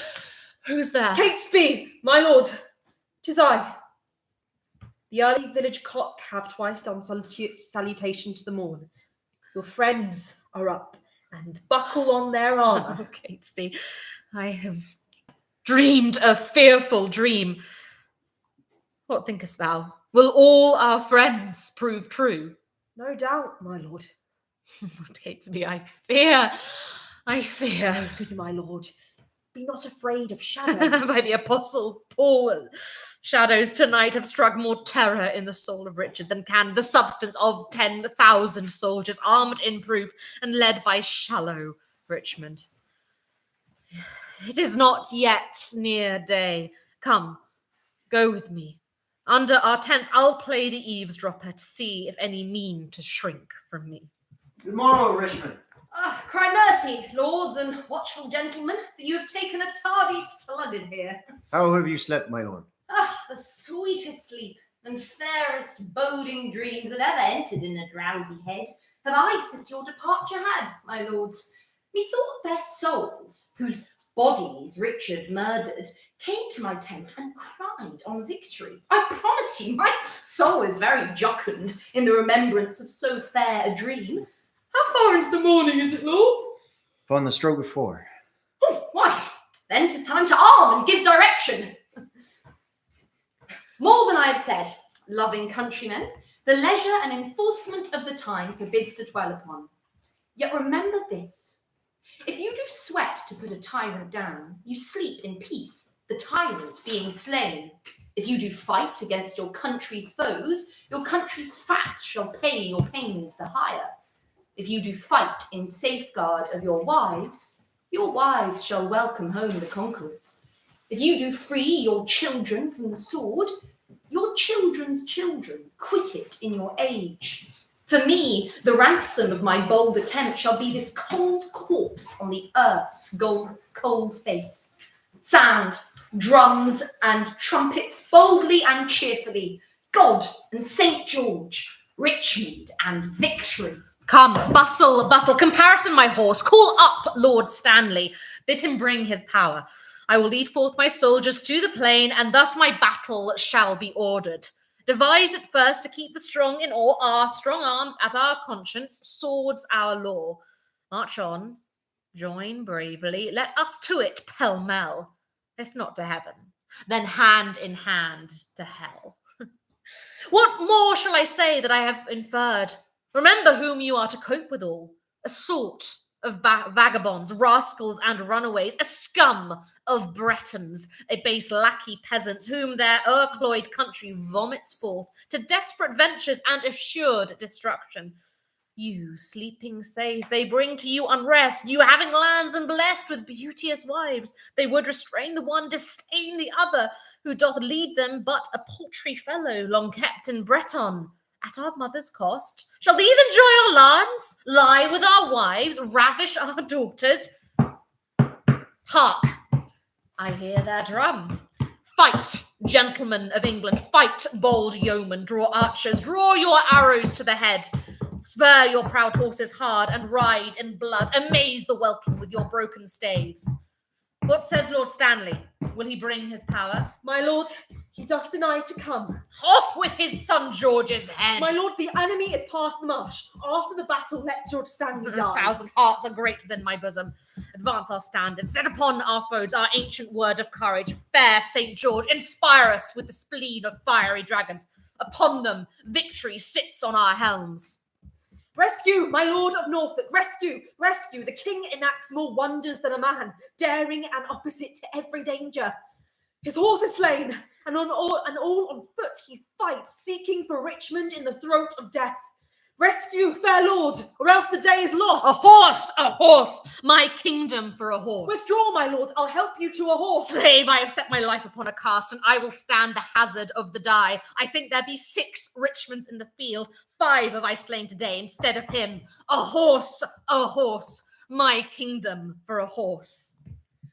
God and your arms be praised. Victorious friends, the day is ours, the bloody dog is dead. Courageous Richmond, well hast thou acquit thee. Lo, here from this long usurped royalty, from the dead temples of this bloody wretch, have I plucked off to grace thy brows withal. Wear it, enjoy it, and make much of it. Great God of heaven, say amen to all. But tell me, is young George Stanley living? He is, my lord, and safe in Leicester town, whither, if it please you, we may now withdraw us. We will unite the white rose and the red. Smile heaven upon this fair conjunction, that long have frowned upon their enmity. What traitor hears me and says not amen? England hath long been mad and scarred herself. The brother blindly shed the brother's blood. The father rashly slaughtered his own son. The son compelled been butcher to the sire. All this divided York and Lancaster, divided in their dire division. Now, let Richmond and Elizabeth, the true succeeders of each royal house, by God's fair ordinance conjoin together. And let their hearts, God, if thy will be so. Now, civil wounds are stopped, peace lives again, that she may long live here. God say amen. Let's go bury him in a car park. Right, thank you all. We have 3 minutes until 12th night. Oh, really? So, thank you all. For anyone watching, we are doing this for charity. With this marathon fundraiser is to raise money for our mission, Access to the Arts Everywhere. Sophie has a card reader and can take cash for anyone. Otherwise, we have a crowdfunder and all of that fun stuff. And in about 2 minutes, we're about to start. Where is 12th night? Okay, in the meantime, just to fill in the gap because I'm feeling whatever. This is a monologue from As You Like It, from Jacques. A fool, I met a fool in the forest, a motley fool. And as I do live by food, I met a fool who laid him down and basked him in the sun and railed on Lady Fortune in good terms, in good set terms, and yet a motley fool. Good morrow, fool, quoth I. No, sir, quoth he, call me not fool till heaven hath sent me fortune. And then he drew a dial from his poke and, looking on it with lackluster eye, said very nicely, it is 10 o'clock. Thus we may see, quoth he, how the world wags. For an hour ago it was 9, and 1 hour more 'twill be 11. And so from hour to hour we ripe and ripe, and then from hour to hour we rot and rot. And thereby hangs a tale. When I did hear this fool thus moral on the time, my lungs did crow like Chanticleer, that fools should be so deep contemplative. I did laugh, sans intermission, an hour by his dial. O motley fool, O worthy fool, motley is the only wear. It is 5:04. Let us begin 12th night. Whenever you are ready. Oh, no, wait. Okay, we need to see what it is. Okay, anyone else know? Help? Right, any others which I just know off by heart? I'm running out of my own. Oh, okay, and in time. 3, 2, 1, let's go. Lord Stanley. You've got your thing. Yeah, it's in here. What a plague means my niece to take the death of her brother thus? I am sure cares an enemy to for life. By my truth, Sir Toby, you must come in earlier nights. Your cousin, my lady, takes great exception to your ill hours. Why, let her accept before accepted. Aye, but you must confine yourself within the modest limits of order. Confine! I'll confine myself no finer than I am. These clothes are good enough to drink in, and so be these boots too.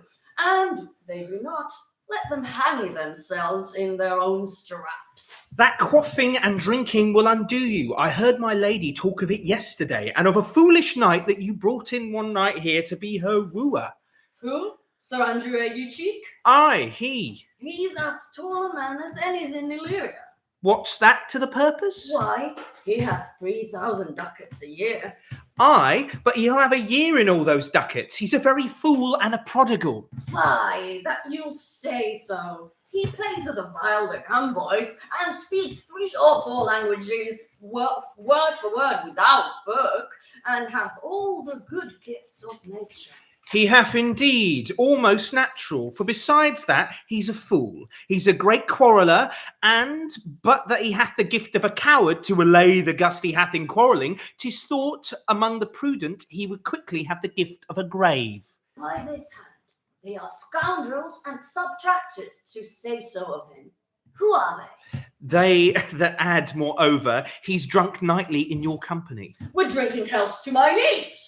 I'll drink to her as long as there is passage in my throat, and drink in Illyria. He's a coward and a quaestril that will not drink to my niece till his brains turn o'er the toe like a parish top. What, wench? Castiliano vulgar!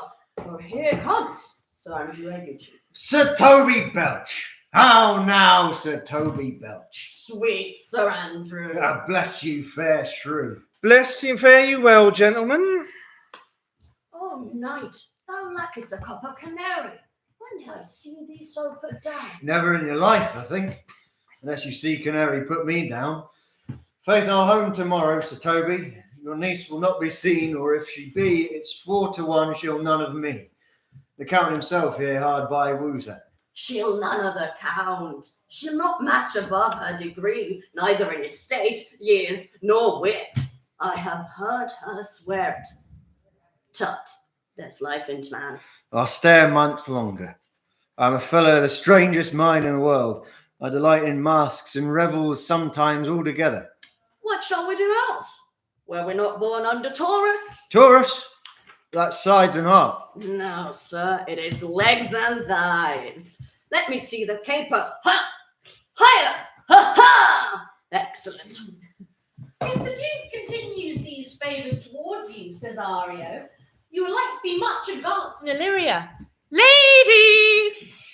And what should I do in Illyria? My brother, he is in Elysium, but perchance he is not drowned. It is perchance that you yourself were saved. My poor brother, and so perchance may he be. True, madam. And to comfort you with chance, assure yourself, after the ship did split, when you and that poor number saved with you hung on our driving boat, I saw your brother, most provident in peril, bind himself like to a strong mast that lived upon the sea. I saw him hold acquaintance with the waves, as long as I could see. For saying so, there's gold. Mine own escape unfolded to my hope, whereto thy speech serves for authority. There is a fair behaviour in thee, fool. Keep still, my maiden weeds. By your gentle help, I was preserved to serve this noble count. What else may hap to time I will commit. Only shape thou thy silence to my wit. Be you his eunuch? Your mute I'll be. Let my tongue blaps. Let mine eyes not see.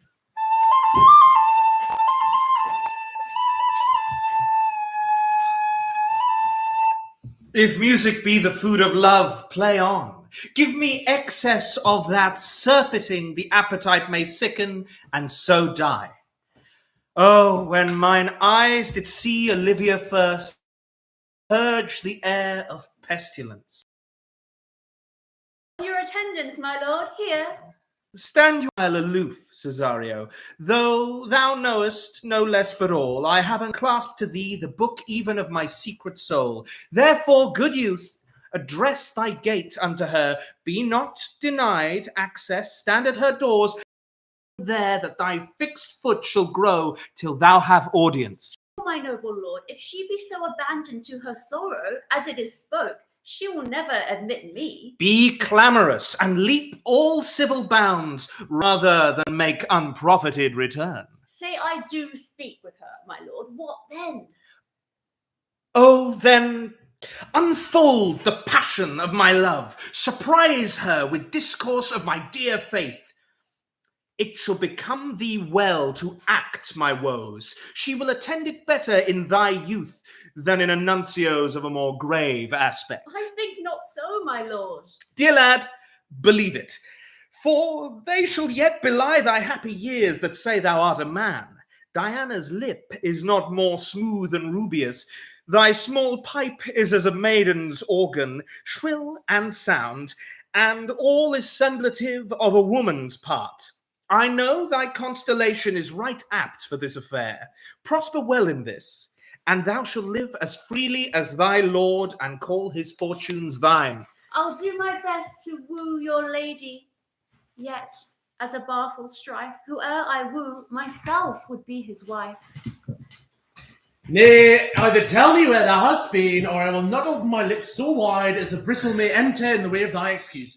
My lady will hang thee for thy absence. Let her hang me. He that is well hanged in this world needs to fear no colours. You will be hanged for being so long absent, or to be turned away is not that as good as a hanging to you. Many a good hanging prevents a bad marriage. And for turning away, let summer bear it out.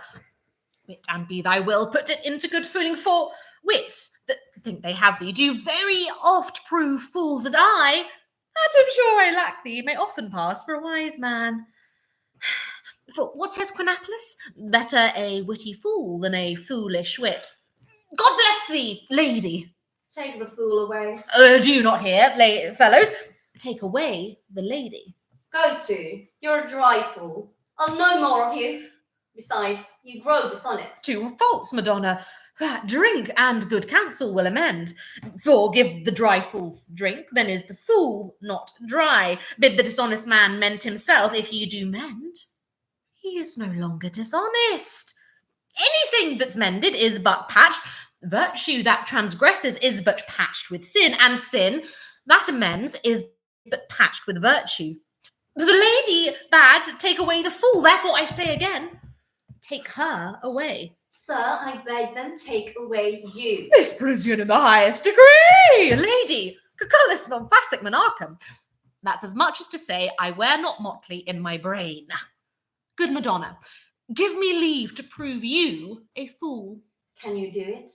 Dexterously, good Madonna. Make your proof.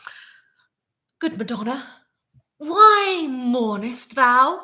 Good fool, for my brother's death. I think his soul is in hell, Madonna. I know his soul is in heaven, fool. The more fool, Madonna. To mourn for your brother's soul being in heaven. Take away the fool, gentlemen. What think you of this fool, Folio? Doth he not then? Yes, and shall do till the pangs of death shake him. Infirmity that decays wise doth ever make the better fool. God send you, sir, a speedy infirmity, for the better increasing your folly. Sir Toby will be sworn that I am no fox, but you'll not pass his word for twopence that you are no fool. What say you to that, Malvolio? I marvel your ladyship takes delight in such a barren rascal. I saw him put down the other day with an ordinary fool that has no more brain than a stone. Oh, you are sick of self-love, Malvolio, and taste with a distempered appetite. To be generous, guiltless, and of free disposition is to take those things for bird balls that you deem cannon bullets. There is no slander in an allowed fool. Now Mercury endure thee for leasing, for thou speakest well of fools.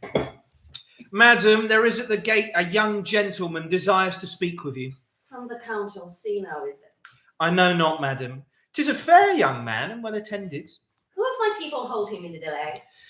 Sir Andrew, madam, your guest. Fetch him off, I pray you. Well, go thy way. If Sir Toby would leave drinking, he were as witty a piece of Eve's flesh as any in Illyria. Oh, he speaks nothing but madman. Eye on him. Go you, Malvolio. If it be a suit from the Count, I am sick or not at home, what you will to dismiss it. By mine honour, half drunk. What is he at the gate, Andrew? A gentleman. A gentleman? What gentleman? 'Tis a gentle man here. A plague of these pickle herring. How now, sot? Good, Sir Toby. Andrew, how have you come so early by this lethargy? Lechery. I defy lechery. There's one at the gate. I marry, what is he? Let him be the devil, and he will, I care not. Give me faith, I say. Well, it's all one. What's a drunken man like, fool? Like a drowned man, a fool, and a madman. One draught above heat makes him a fool, the second mads him, and the third drowns him. Go thou and seek the crowner, and let him sit on my cause, for he's in the drink, he's drowned. He is Go, look after him. but mad yet, Madonna. But the fool shall look to the madman. Madam, yond young fellow swears he will speak with you. I told him you were sick. He takes on him to understand so much, and therefore comes to speak with you. I told him you were asleep. He seems to have a foreknowledge of that too, and therefore comes to speak with you. What is to be said to him, lady? He's fortified against any denial. Tell him he shall not speak with me. Has been told so, and he says he'll stand at your door like a sheriff's post and be the supporter to a bench, but he'll speak with you. Let him approach. Call him my gentlewoman. The honourable lady of the house, which is she? Speak to me. I shall answer for her. Your will? Most radiant, exquisite and unmatchable beauty. I pray you, tell me if this be the lady of the house, for I never saw her. I would be loath to cast away my speech, for besides that it is excellently well penned, I have taken great pains to con it. Good beauties, let me sustain no scorn. I am very comfortable, even to the least sinister usage. I heard you were saucy at my gates, and allowed your approach rather to wonder at you than to hear you. If you be not mad, be gone. If you have reason, be brief. This not that time of mood with me to make one in so skipping a dialogue. Sweet lady, Tell me your mind. I am a messenger. I bring no overture of war, no taxation of homage. I hold the olive in my hand. My words are as fun of peace as matter. Yet you began rudely. What are you? What would you? Well, the rudeness that hath appeared in me have I learned from my entertainment. What I am and what I would are as secret as maidenhead. To your ears, divinity. To any others, profanation. Give us the place alone. We will hear this divinity. Now, sir, what is your text? Most sweet lady. A comfortable doctrine, and much may be said of it. Where lies your text? In Orsino's bosom. In his bosom? In what chapter of his bosom? To answer by the method, in the first of his heart. Oh, I have read it. It is heresy. Have you no more to say? I see what you are. You are too proud. But if you were the devil, you are fair. My lord and master loves you. How does he love me? With adorations, fertile tears, with groans that thunder love, with sighs of fire. Your lord does know my mind. I cannot love him. Yet I suppose him virtuous, know him noble, of great estate, of fresh and stainless youth, in voices well divulged, free, learned, and valiant, and in dimension and the shape of nature a gracious person, but yet I cannot love him. He might have took his answer long ago. If I did love you in my master's flame, with such a suffering, such a deadly life, in your denial I would find no sense. I would not understand it. Why, what would you? Make me a willow cabin at your gate, and call upon my soul within the house. Write loyal cantons of contemned love, and sing them loud, even at the dead of night. Halloo your name to the reverberate hills, and make the babbling gossip of the air cry out, Olivia. Oh, you should not rest between the elements of air and earth, but you should pity me. You might do much. What is your parentage? Above my fortunes, yet my state is well. I am a gentleman. Get you to your lord. I cannot love him. Let him send no more. Unless, perchance, you come to me again, to tell me how he takes it. Fare you well. I thank you for your pains. Spend this for me. I am no feed post, lady. Keep your purse. My master, not myself, lacks recompense. Love make his heart of flint that you shall love, and let your fervour, like my master's be, placed in contempt. Farewell, fair cruelty. What is your parentage? Above my fortunes, yet my state is well. I am a gentleman. I'll be sworn thou art.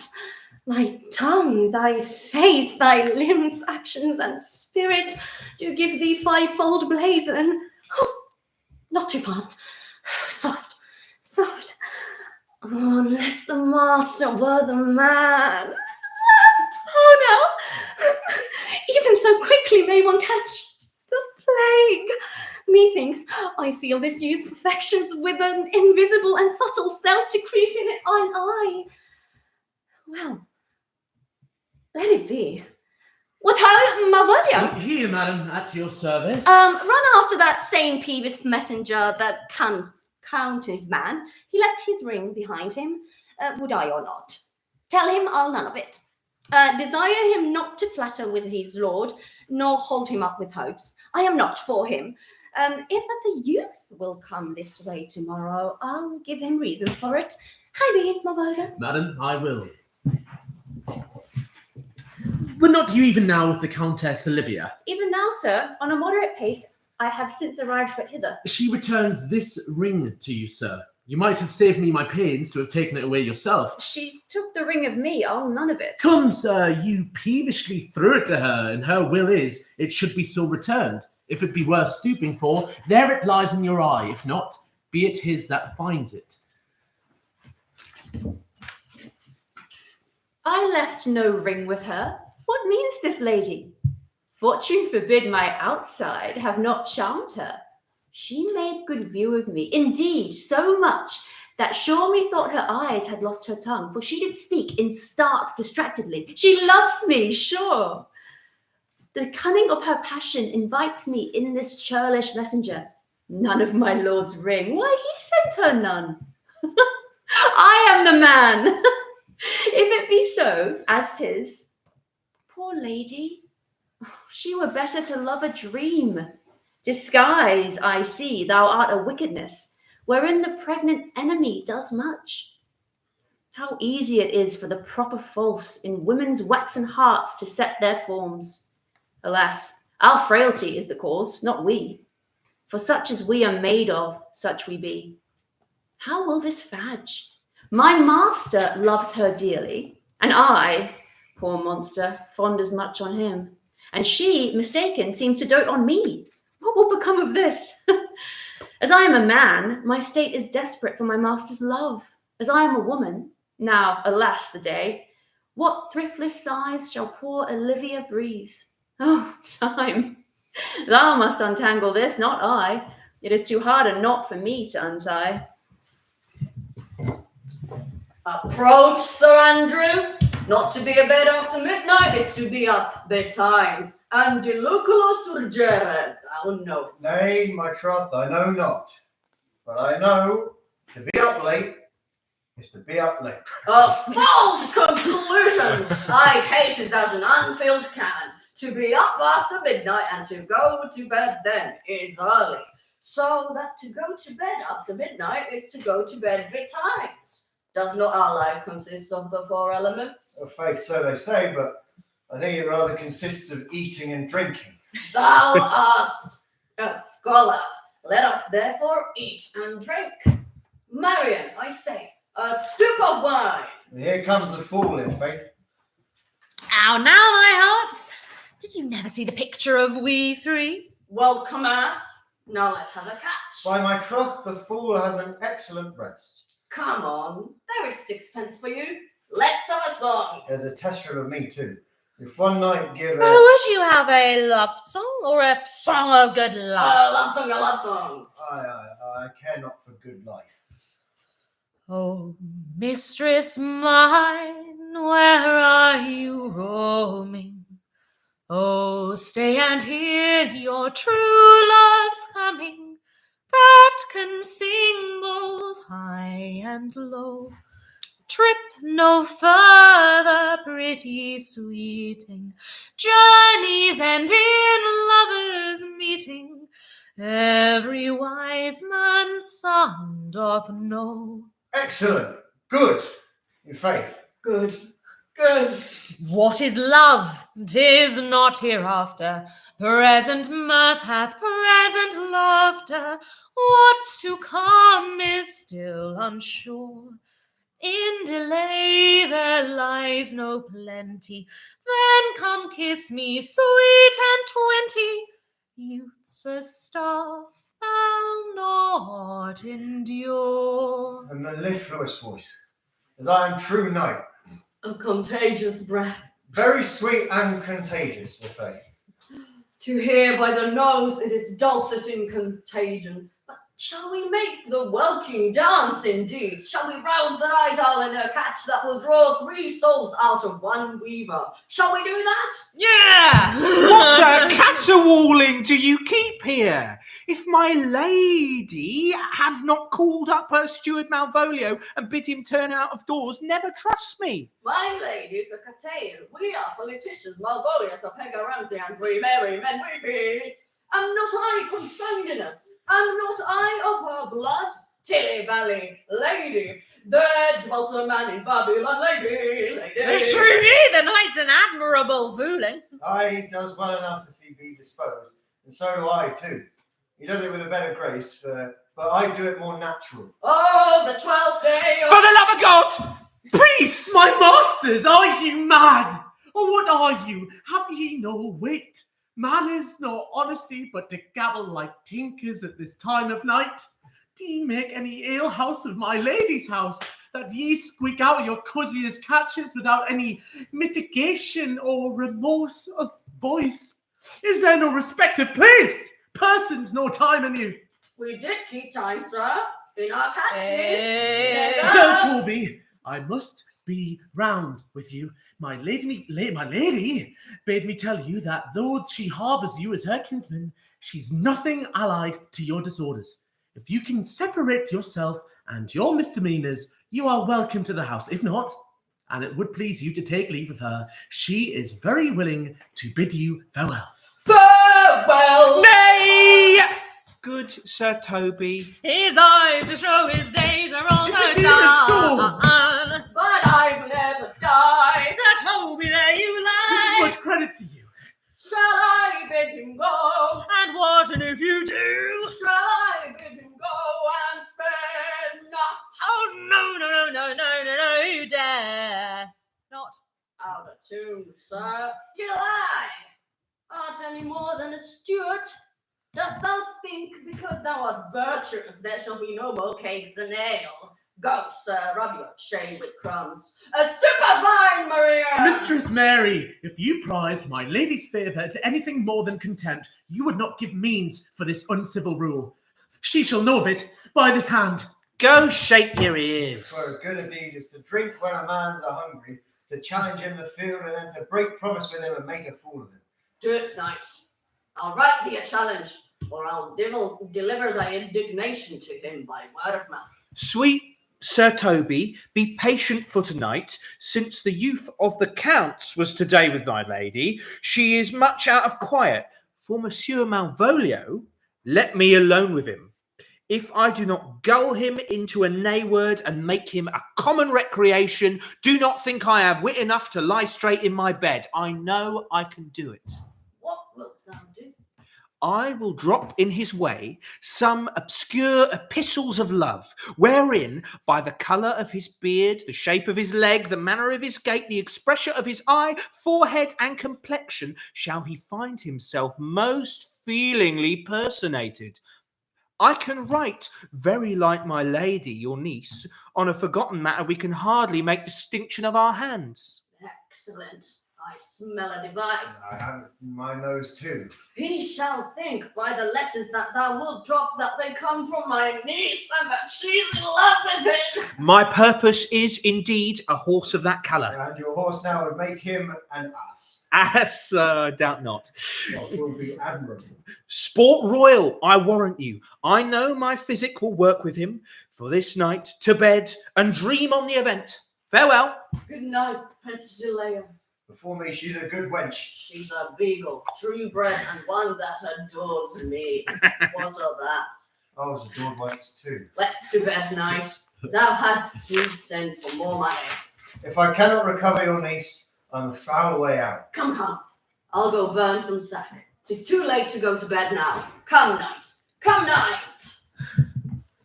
Come away, death, and in sad cypress let me be laid. Fly away, breath, I am slain by a fair cruel maid. My shroud of white stuck all with you, oh, prepare it, my part of death no one so true did share it. Not a flower sweet, on my black coffin let there be strewn. Not a friend greet my poor corpse where my bones shall be thrown. 1,000 sighs to save, lay me oh, where sad true love never find my grave to weep there.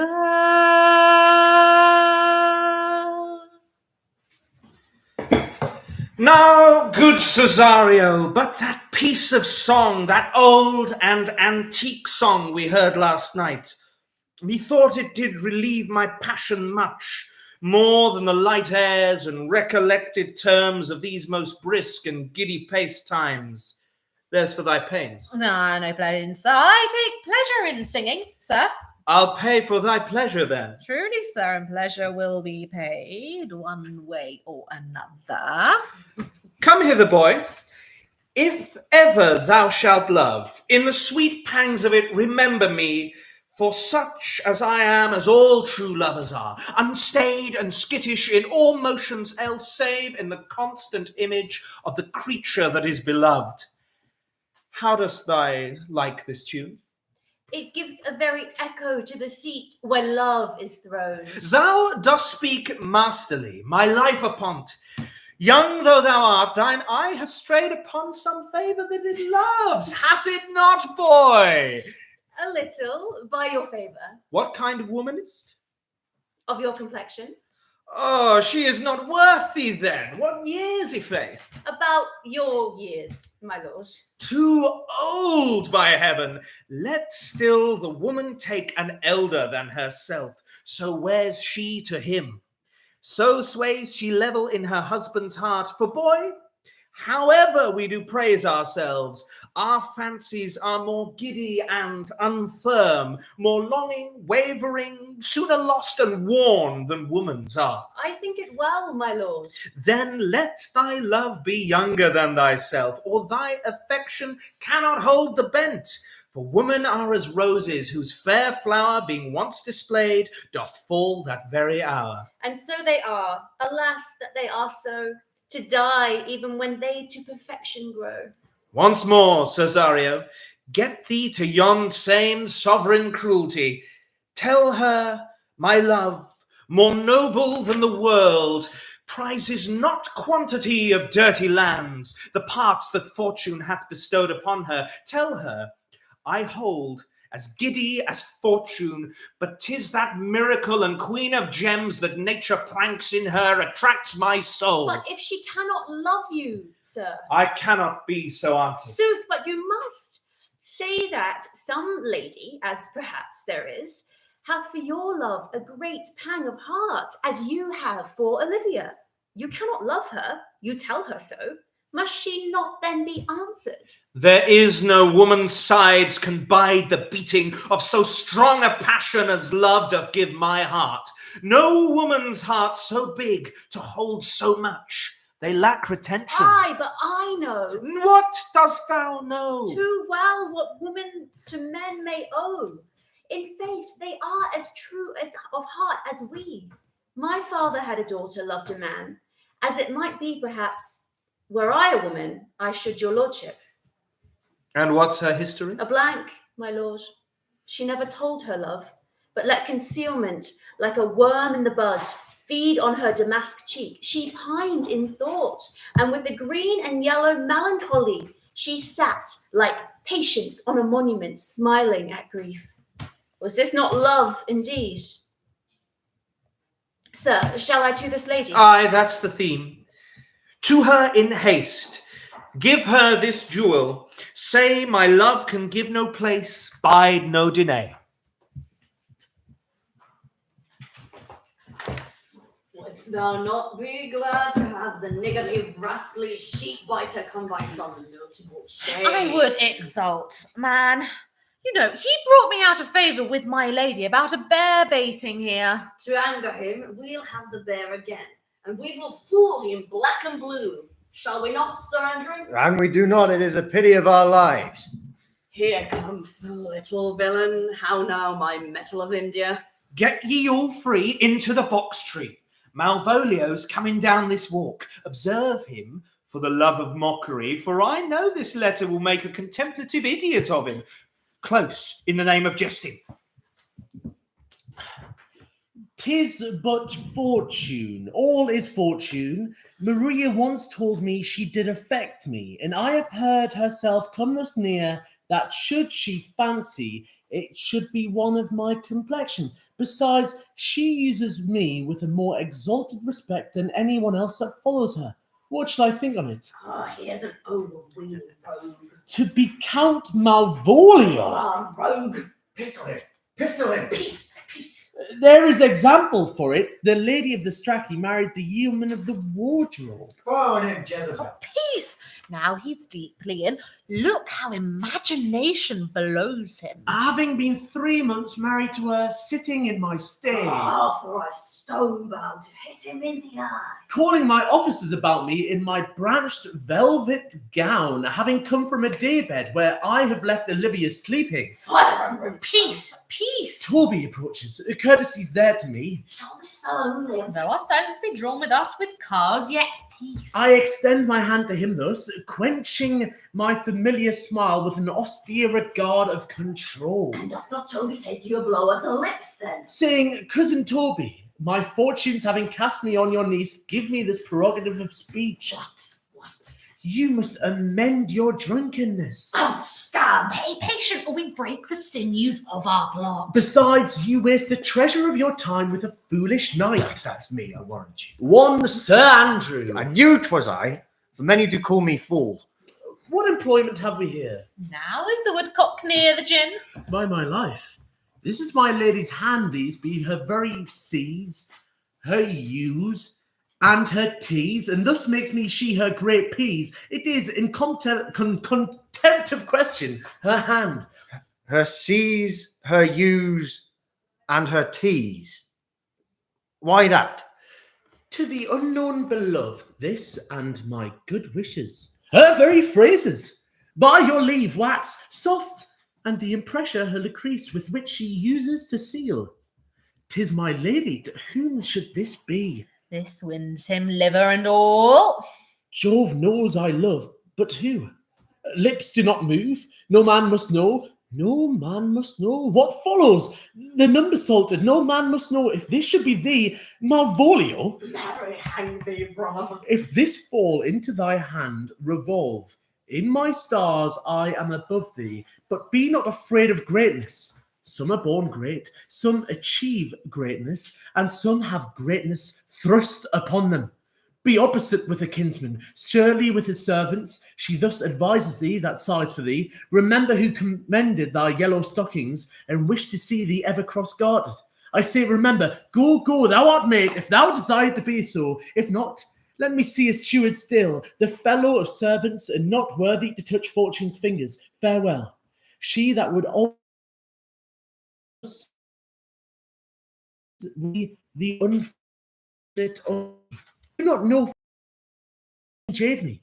For every reason excites to this, that my lady loves me. She did commend my yellow stockings of late. She did praise my leg being cross-guarded. And in this, she manifests herself to my love.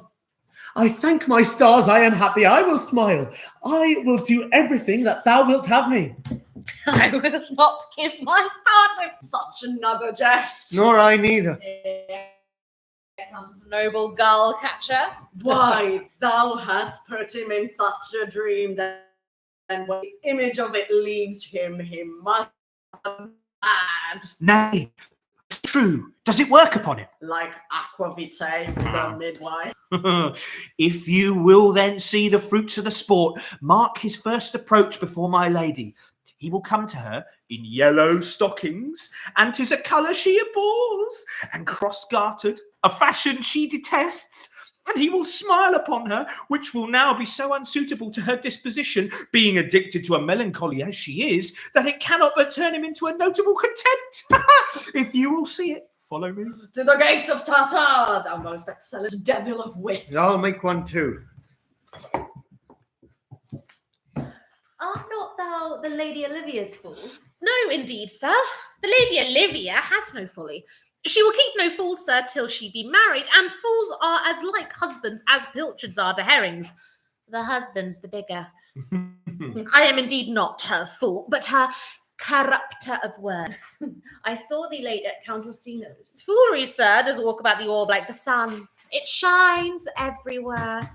I would be sorry, sir, but the fool should be as oft with your master as with my mistress. Is thy lady within? My lady is within, sir.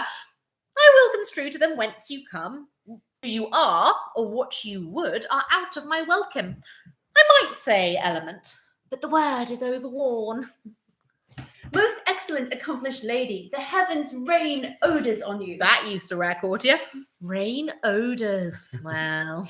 My matter hath no voice to your own most pregnant and vouchsafed ear. Odours, pregnant, and vouchsafed. I'll get them all three ready. Let the garden door be shut and leave me to my hearing. Give me your hand, sir. My duty, madam, and most humble service. What is your name? Cesario is your servant's name, fair princess. My servant, sir. 'Twas never merry word, since lowly feigning was called compliment. Your servant to the Count Orsino, youth. Madam, I come to whet your gentle thoughts on his behalf. Oh, by your leave, I pray you, I bade you never speak again of him.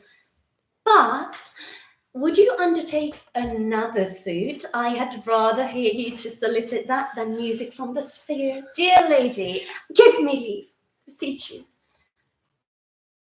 I did send, after the last enchantment, you did hear a ring in chase of you. So did I abuse myself, my servant, and I fear me, you.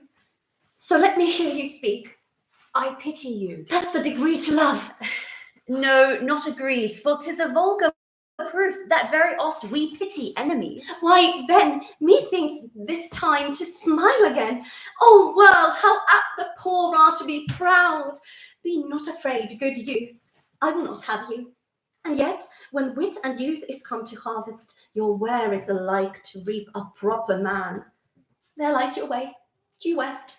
Then westward ho, grace and good disposition attend your ladyship. You're nothing, madam, to my lord, by me? Stay, I prithee, tell me what thou thinkest of me.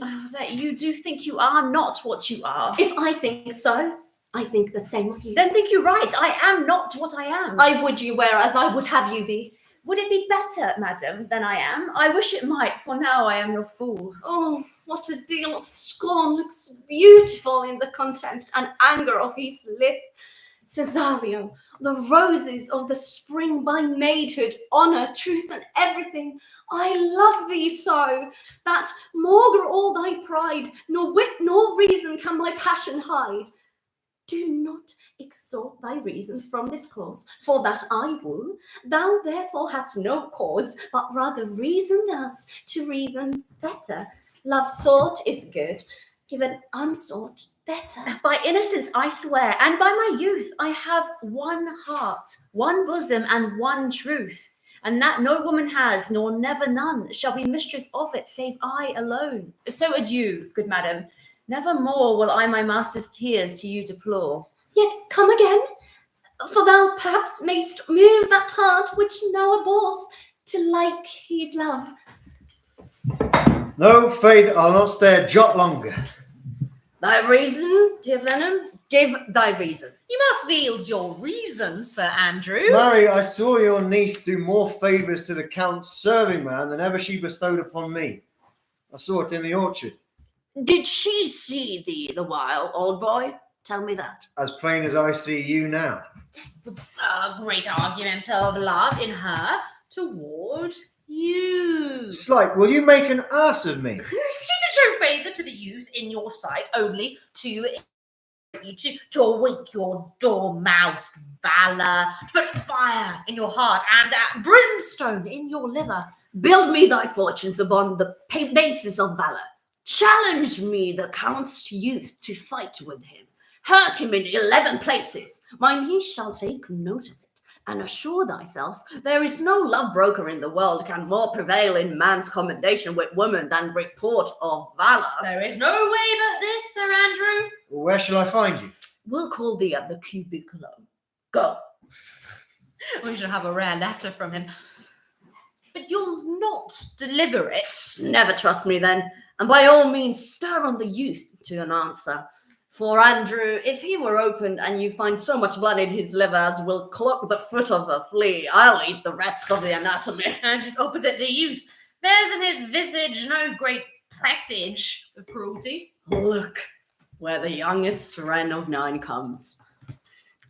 If you desire the spleen and will laugh yourself into stitches, follow me. Yond gull, Malvolio, is turned heathen, a very renegado, for he's in yellow stockings.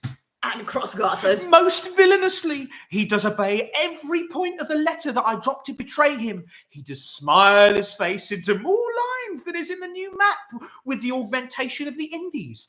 You have not seen such a thing as 'tis. I know my lady will strike him. If she do, he'll smile and take it for a great honour. Bring us where he is. I have sent after him. He says he'll come. How shall I feast him? What bestow with him? For youth is bought more oft than begged or borrowed. I speak too loud. Where is Malvolio? He is sad and civil and suits well for a servant with my fortunes. Where is Malvolio? He's coming, madam, but in very strange manner. He is sure possessed, madam. Why, what's the matter? Does he rave? No, madam, he does nothing but smile. Your ladyship were best to have some guard about you if he come, for sure the man is tainted in wits. Go call me hither. I am as mad as he, if sad and merry madness equal be. How now, Malvolio? Sweet lady! Ho, ho! Smilest thou? I sent for thee upon a sad occasion. Sad lady, I could be sad. This does make some obstruction in the blood, this cross-gartering. But what of that? If it please the eye of one, it is with me, as the very true sonnet is, please one, and please all. Why, how dost thou, man? What is the matter with thee? Not black in my mind, though yellow in my legs. Wilt thou go to bed, Malvolio? To bed, aye, sweetheart, and I'll come to thee. God comfort thee! Why dost thou smile so and kiss thy hand so oft? How do you, Malvolio? Why appear you with this ridiculous boldness before my lady? Be not afraid of greatness, 'twas well rate. What meanest thou by that, Malvolio? Some are born great. Some achieve greatness. What sayest thou? And some have greatness thrust upon them. Heaven restore thee. Remember who commended thy yellow stockings. My yellow stockings. And wished to see thee cross-gartered. Cross-gartered? Go to thou art made, if thou desirest to be so. Am I made? If not, let me see thee a servant still. Oh, this is a very midsummer madness. Madam, the young gentleman of Count Orsino's is returned. I could hardly entreat him back. He attends your ladyship's pleasure. I'll come to him. Good Maria, let this fellow be looked to. Where's my cousin Toby? Let some of my people have a special care of him. I wouldn't have him miscarry for the half of my dowry. Oh, do you come near me now? No worse man than Sir Toby to look to me. This concurs directly with the letter. She sends him on purpose, that I may appear stubborn to him. Let this fellow be looked to, fellow. Not Malvolio, not after my degree, but fellow. Why, everything adheres together that no dram of a scruple, no scruple of a scruple, no obstacle, no incredulous or unsafe circumstance, what can be said? Nothing that can come between me and the full prospect of my hopes. Which way is he, in the name of sanctity? Here he is. How is it with you, sir? How is it with you, Go man? off, I discard you. Let me enjoy my private. Go off. Lo, how hollow the fiend speaks within him. Did I tell you, Sir Toby, my lady prays you to have a care of him? Go, hang yourselves all. You are idle, shallow things. I am not of your element. You shall know more hereafter. It's possible. If this were played upon a stage now, I could condemn it as an improbable fiction. His very genius hath taken the infection of the devised man. Nay, pursue him now, lest the device take air and taint. We shall make him mad indeed. The house will be the quieter. Come, my niece is already in the belief that he's mad. We may carry it thus for our pleasure and his penance, till our very pastime, tired of our breath, prompt us to have mercy on him, at which time we will bring the device to the bar and crown thee for a finder of madmen. But see. Ooh, more matter for a May morning. Here's a challenge. Read it. Warrant there's vinegar and pepper in. Is it so saucy? Ah, yes. I warrant him, do but read. Give me. Youth, whatsoever thou art but a scurvy fellow. Good Oh. and valiant. Wonder not, nor admire not in thy mind why I do call thee so, for I will show thee no reason for it. A good note, and keeps you off from the blow of the law. Thou comest to the Lady Olivia, and in my sight she uses thee kindly, but thou lies in thy throat. That is not the matter I challenge thee for. Very brief and to exceeding good sense. I will waylay thee going home, where if it be thy chance to kill me, Good. thou killst me like a rogue and a villain. Still keep you on the windy side of the law. Good. Fare thee well, and God have mercy upon one of our souls. He may have mercy upon mine, but my hope is better, and so look to thyself, thy friend, as thou usest him, and thy sworn enemy, Andrew Aguecheek. If this letter move him not, his legs cannot. I'll give it him. You may have very fit occasion for it. He is now in some commerce with my lady, and will by and by depart. Go, Sir Andrew, so soon as ever thou seest him, draw, and as thou drawest, swear horrible, for it comes to pass oft that a terrible oath gives manhood more approbation than ever proof itself would have earned him. Away! Nay, let me alone for swearing. Now will not I deliver his letter, for the behaviour of the young gentleman gives him out to be of good capacity and breeding. Therefore this letter, being so excellently ignorant, will breed no terror in the youth. He will find it comes from a clodpole. But, sir, I will deliver his challenge by word of mouth, and set upon Aguecheek a notable report of valour, and drive the gentleman, as I know his youth will aptly receive it, into a most hideous opinion of his rage, skill, fury, and impetuosity. This will so fright them both that they will kill one another by the look, like cockatrices. Here he comes with your niece. Give them way till he take leave, and presently Here, after him. wear this jewel for me. 'Tis my picture. Refuse it not. It hath no tongue to vex you. And I beseech you, come again tomorrow. What shall you ask of me that I'll deny, that honour saved may upon asking give? Nothing but this, your true love for my master. How with mine honour may I give him that which I have given to you? I will acquit you. Well, come again tomorrow. Fare thee well. A fiend like thee might bear my soul to hell. Gentlemen! God save you. And you, sir? That defence thou hast, break thee to it. Of what nature the wrongs are thou hast done him, I know not, but thy interceptor, full of despite, bloody as the hunter attends thee at the orchard end, dismount thy tuck. Yah, in thy preparation for thy assailant is quick, skilful, and deadly.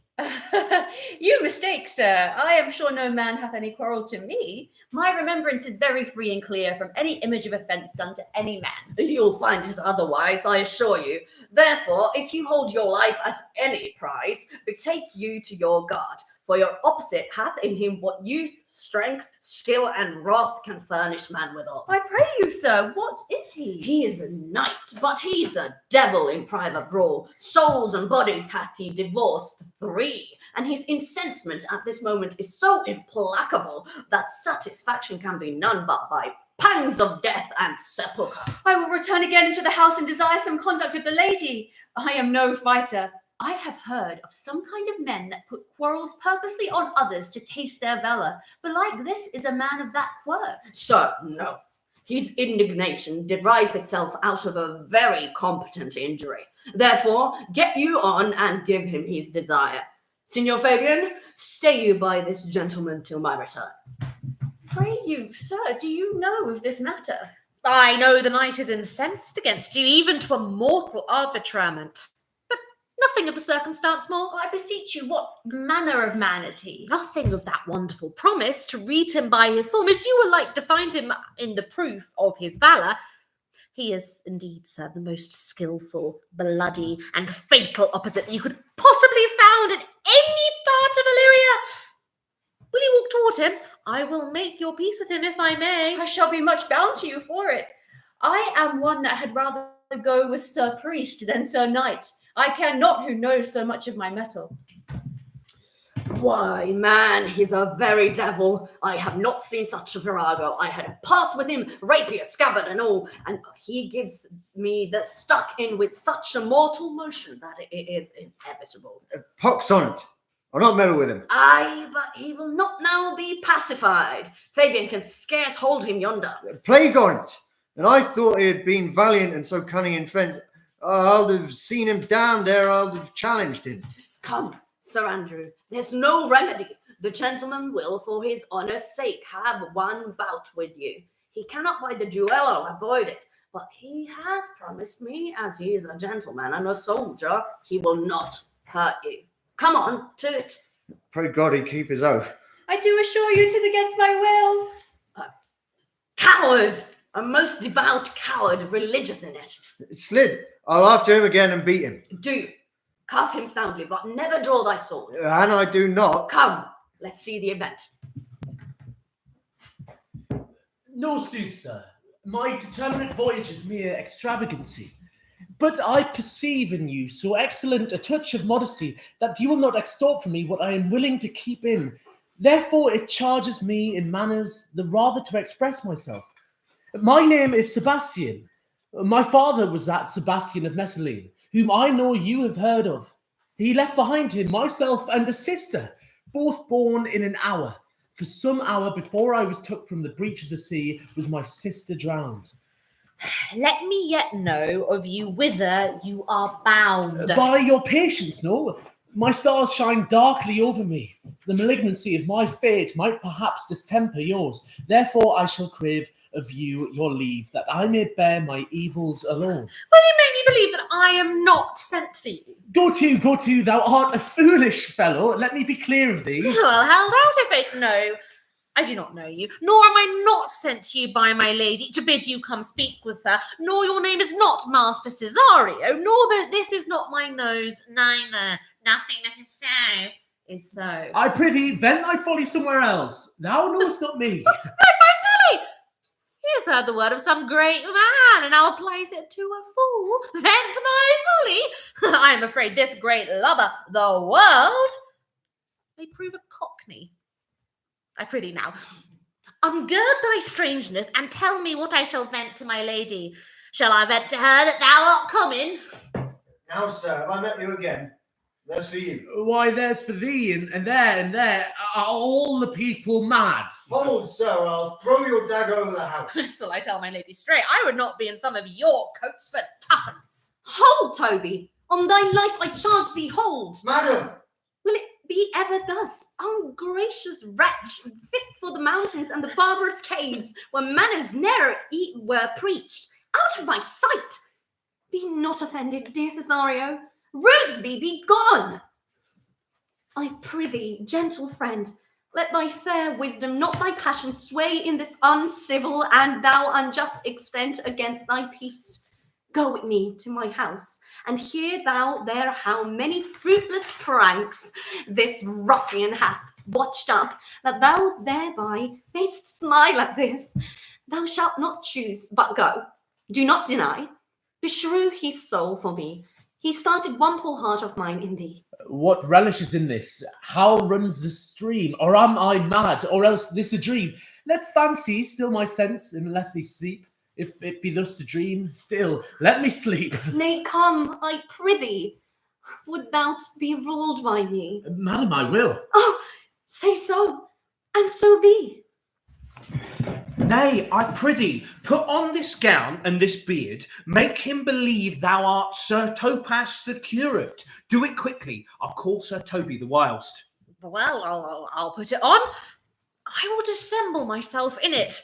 Would I were the first that e'er dissembled in such a gown. I am not tall enough to become the custom well, nor lean enough to be thought a good student. But to be an honest man and a good housekeeper is, to go as fairly as to say, a careful man and a great scholar. The competitors enter. Jove bless thee, Master Parson. What ho, I say, peace in this prison. The knave counterfeits well. A good knave. Who calls that? Sir Topaz, the curate, come to visit Master Malvolio, the lunatic. Sir Topaz never was man thus wronged. Good Sir Topaz, do not think I am mad. They have laid me here in hideous darkness. By thou dishonest Satan, I call thee by the most modest terms, for I am one of those gentle ones that will use the devil himself with courtesy. Sayest thou this house is dark? As hell, Sir Topaz. Why, it hath bay windows as transparent as barracudas, and the clear stones to the south north are as lustrous as ebony. And yet thou complainest of obstruction. I am not mad, Sir Topaz. I say to you, this house is dark, and I say there was never man thus abused. I am no more mad than you are. Make the trial of it in any constant question. Thou mightst have done this without thy beard and gown. He sees thee not. To him in thine own voice, and bring me word how thou findst him. I would we were well rid of this knavery. Come by, and by to my chamber. Hey, Robin, jolly Robin, tell me how my lady does. My lady is unkind, pretty. Alas, why is she so? I say. She loves another. Who calls her? Good fool, as ever thou wilt deserve well at my hand, help me to a candle and pen, ink and paper, as I am a gentleman. I will live to be thankful to thee for it. Master Malvolio? Aye, good fool. Alas, sir, how fell you beside your 5 wits? Fool, there was never a man so notoriously abused. I am as well in my wits, fool, as thou art. But as well, then you are mad indeed, if you be no better in your wits than a fool. They have here propertied me, kept me in darkness, send ministers to me, asses, and do all they can to face me out of my wits. I do what you say. The minister is here.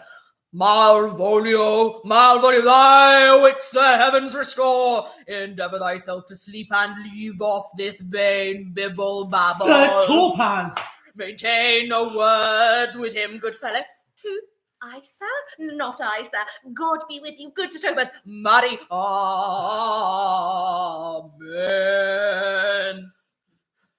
Fool, fool, fool, I say. Alas, sir, be patient. What say you, sir? I am ashamed for speaking with you. Good fool! Help me to some light and some paper. I tell thee, I am as well in my wits as any man in Illyria. Well, a day that you were, sir. By this hand I am. Good fool, some ink, paper and light, and convey what I will set down to my lady. It shall advantage thee more than ever the bearing of letter did. I will help you to it. But tell me true, are you not mad indeed, or do you but counterfeit? Believe me, I am not. I tell thee true. Nay, I'll never believe a madman till I see his brains. I will fetch you some light and paper and ink. Fool, I'll requite it in the highest degree. I prithee, begone. I am gone, sir, and anon, sir. I'll be with you again in a trice, like to an old vice you'll need to sustain. Who with a dagger of lace, with his rage and his wrath, cries a heart to the devil, like a mad lad pair thine elder, add you good man devil. This is the air, that is the glorious sun. This pearl she gave me, I do feel and see it, and though 'tis wonder that enwraps me thus, for though my soul disputes well with my sense, that this may be some error, but no madness, yet doth this accident and flood of fortune so far exceed all instance, all discourse, that I am ready to distrust mine eyes, and wrangle with my reason that persuades me to any other trust but that I am mad, or else the lady's mad. Yet if it were so, she could not sway her house, command her followers, take and give back affairs in their dispatch with such a smooth, discreet, and stable bearing. As I perceive she does, there's something in it that is deceivable. But here, the lady comes. Blame not this haste of mine. If you mean well, now go with me and with the holy man into the chantry by. There before him and underneath the consecrated roof, plight me the full assurance of your faith, and that my most jealous and too doubtful soul may live at peace. He shall conceal it, whilst you are willing it shall come to note. What time will our celebration keep according to my birth? What do you say? I'll follow this good man and go with you, and having sworn truth, ever will be true. That it lead the way, good father, and heaven so shine that they may fairly note this act of mine. Belong you to the Lady Olivia, friend? Aye, so we are some of her trappings. I know thee well. How dost thou, my good fellow? Truly, sir, the better for my foes and the worse for my friends. Just the contrary, the better for thy friends. No, sir, the worse. How can that be? Marry, sir, they praise me that do make an ass of me. Now my foes tell me plainly that I am an ass, so that by my fool, sir, I profit in the knowledge of myself, and by my friends I am abused. So that conclusions to be as kisses, if your 4 negatives were to make 2 affirmatives, that, why then, the worse for my friends and the better for my foes. Here comes the Countess. Now heaven walks on earth. What would you, my lord, but that he may not have wherein Olivia may seem serviceable? Cesario, you do not keep promise with me, madam? Gracious Olivia. What do you say, Cesario? Good, my lord. My lord would speak, my duty hushes me. If it be aught to the old tune, my lord, if it is as fat and fulsome to mine ear as howling after music. Still so cruel. Still so constant, lord. What, to perverseness, you uncivil lady, to whose ingrate and inauspicious altars my soul the faithfulest offerings has breathed out that e'er devotion tended? What shall I do? Even what it please my lord, that shall become him. Why should I not, had I the heart to do it, like to the Egyptian thief at point of death, kill what I love? A savage jealousy that sometimes savours nobly, but hear me this. Since you to non-regardance cast my faith, and that I partly know the instrument that screws me from my true place in your favour, live you the marble-breasted tyrant still. But this your minion, whom I know you love, and whom, by heaven I swear, I tender dearly, him will I tear out of that cruel eye, where he sits crowned in his master's spite. Come, boy, with me. My thoughts are ripe in mischief. I'll sacrifice the lamb that I do love to spite a raven's heart within a dove. And I, most jocund, apt, and willingly to do you rest, 1,000 deaths would die. Where goes Cesario? After him I love, more than I love these eyes, more than my life, more by all mores than e'er I shall love a wife. If I do feign, your witnesses above punish my life for tainting of my love. I, me, detested! How am I beguiled? Who does beguile you? Who does do you wrong? Hast thou forgot thyself? Is it so long? Call forth the Holy Father. Come away. Whither, my lord? Cesario, husband, stay! Husband? I, husband. Can he that deny? Her husband, Sirrah? No, my lord, not I. O thou dissembling cub! What wilt thou be when thy time sowed a grizzle on thy case? Or will not else thy craft so quickly grow that thine own trip shall be thine overthrow? Farewell, and take her, but direct thy feet where thou and I henceforth may never meet. My lord, I do protest. Oh! Do not swear. Hold little faith, though thou hast too much fear. For the love of God, a surgeon! Send one presently to Sir Toby. What's the matter? He has broke my head across and has given Sir Toby a bloody coxcomb too. For the love of God, your help! I'd rather than £40 are at home. Who has done this, Sir Andrew? You broke my head for nothing. And that I did, I was set on to do it by Sir Toby. Why do you speak to me? I never hurt you. You drew your sword upon me without cause. But I bespoke you fair and hurt you not. If a bloody coxcomb be a hurt, you have hurt me. I think you set nothing by a bloody coxcomb. I am sorry, madam, I have hurt your kinsman. But had it been the brother of my blood, I must have done no less with wit and safety. You throw a strange regard upon me, and by that I do perceive it hath offended you. Pardon me, sweet one, even for the vows we made each other but so late ago. One face, one voice, one habit, and two persons. A natural perspective that is and is not. Most wonderful. Do I stand there? I never had a brother, nor can there be that deity in my nature of here and everywhere. I had a sister, whom the blind waves and surges have devoured. Of charity, what kin are you to me? What countrymen? What name? What parentage? Of Messalene, Sebastian was my father. Such a Sebastian was my brother too.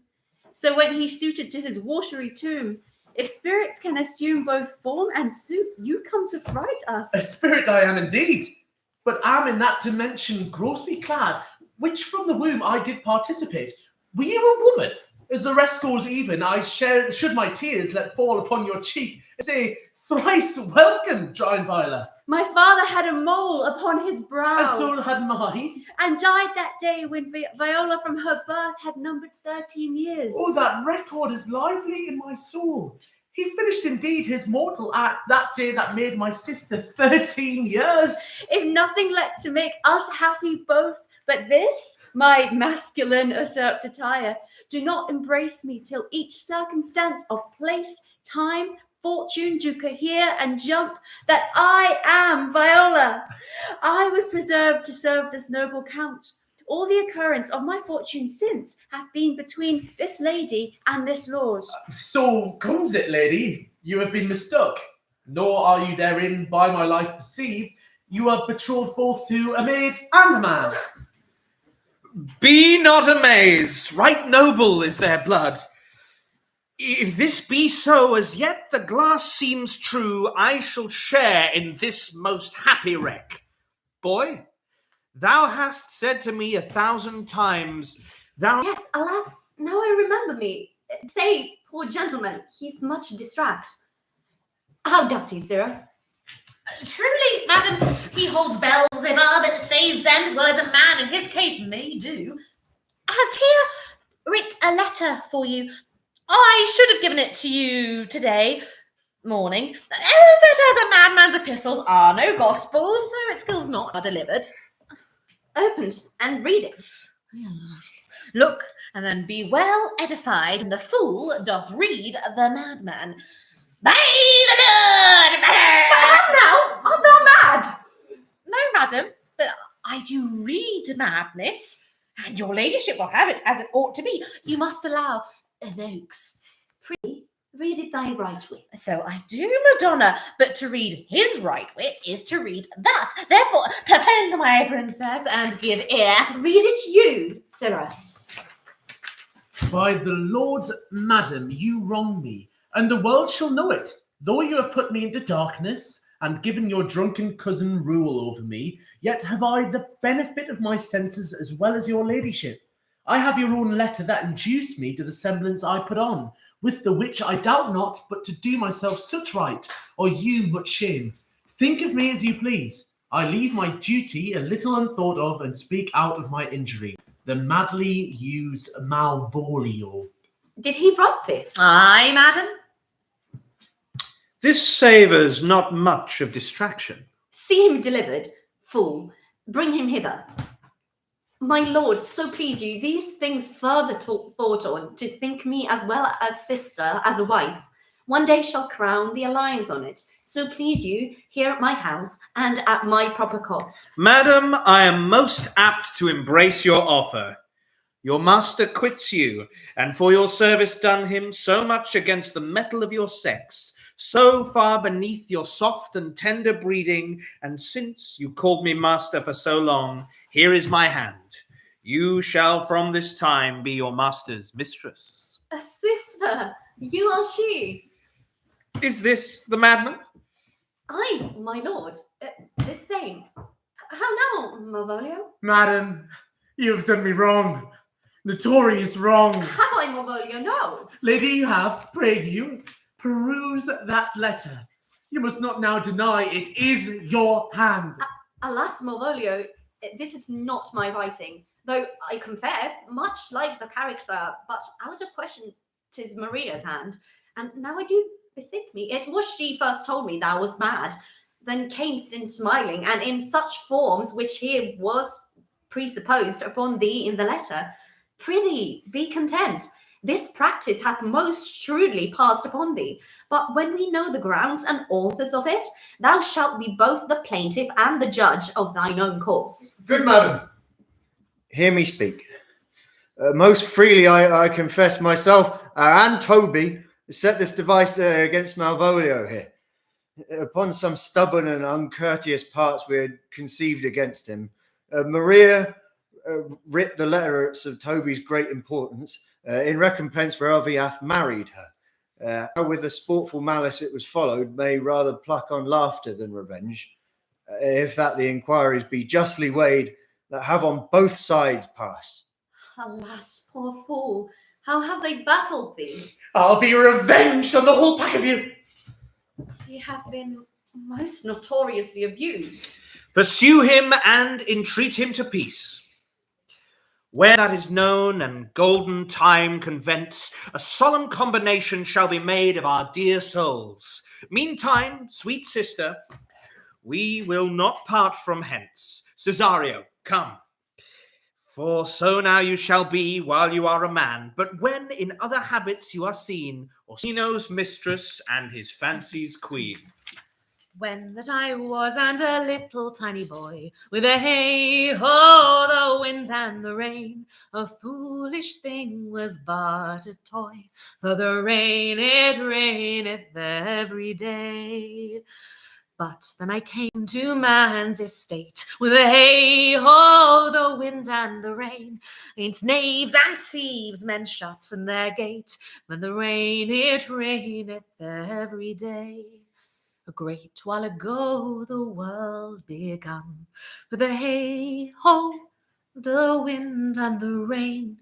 But that's all one, our play is done, and we'll strive to please you every day.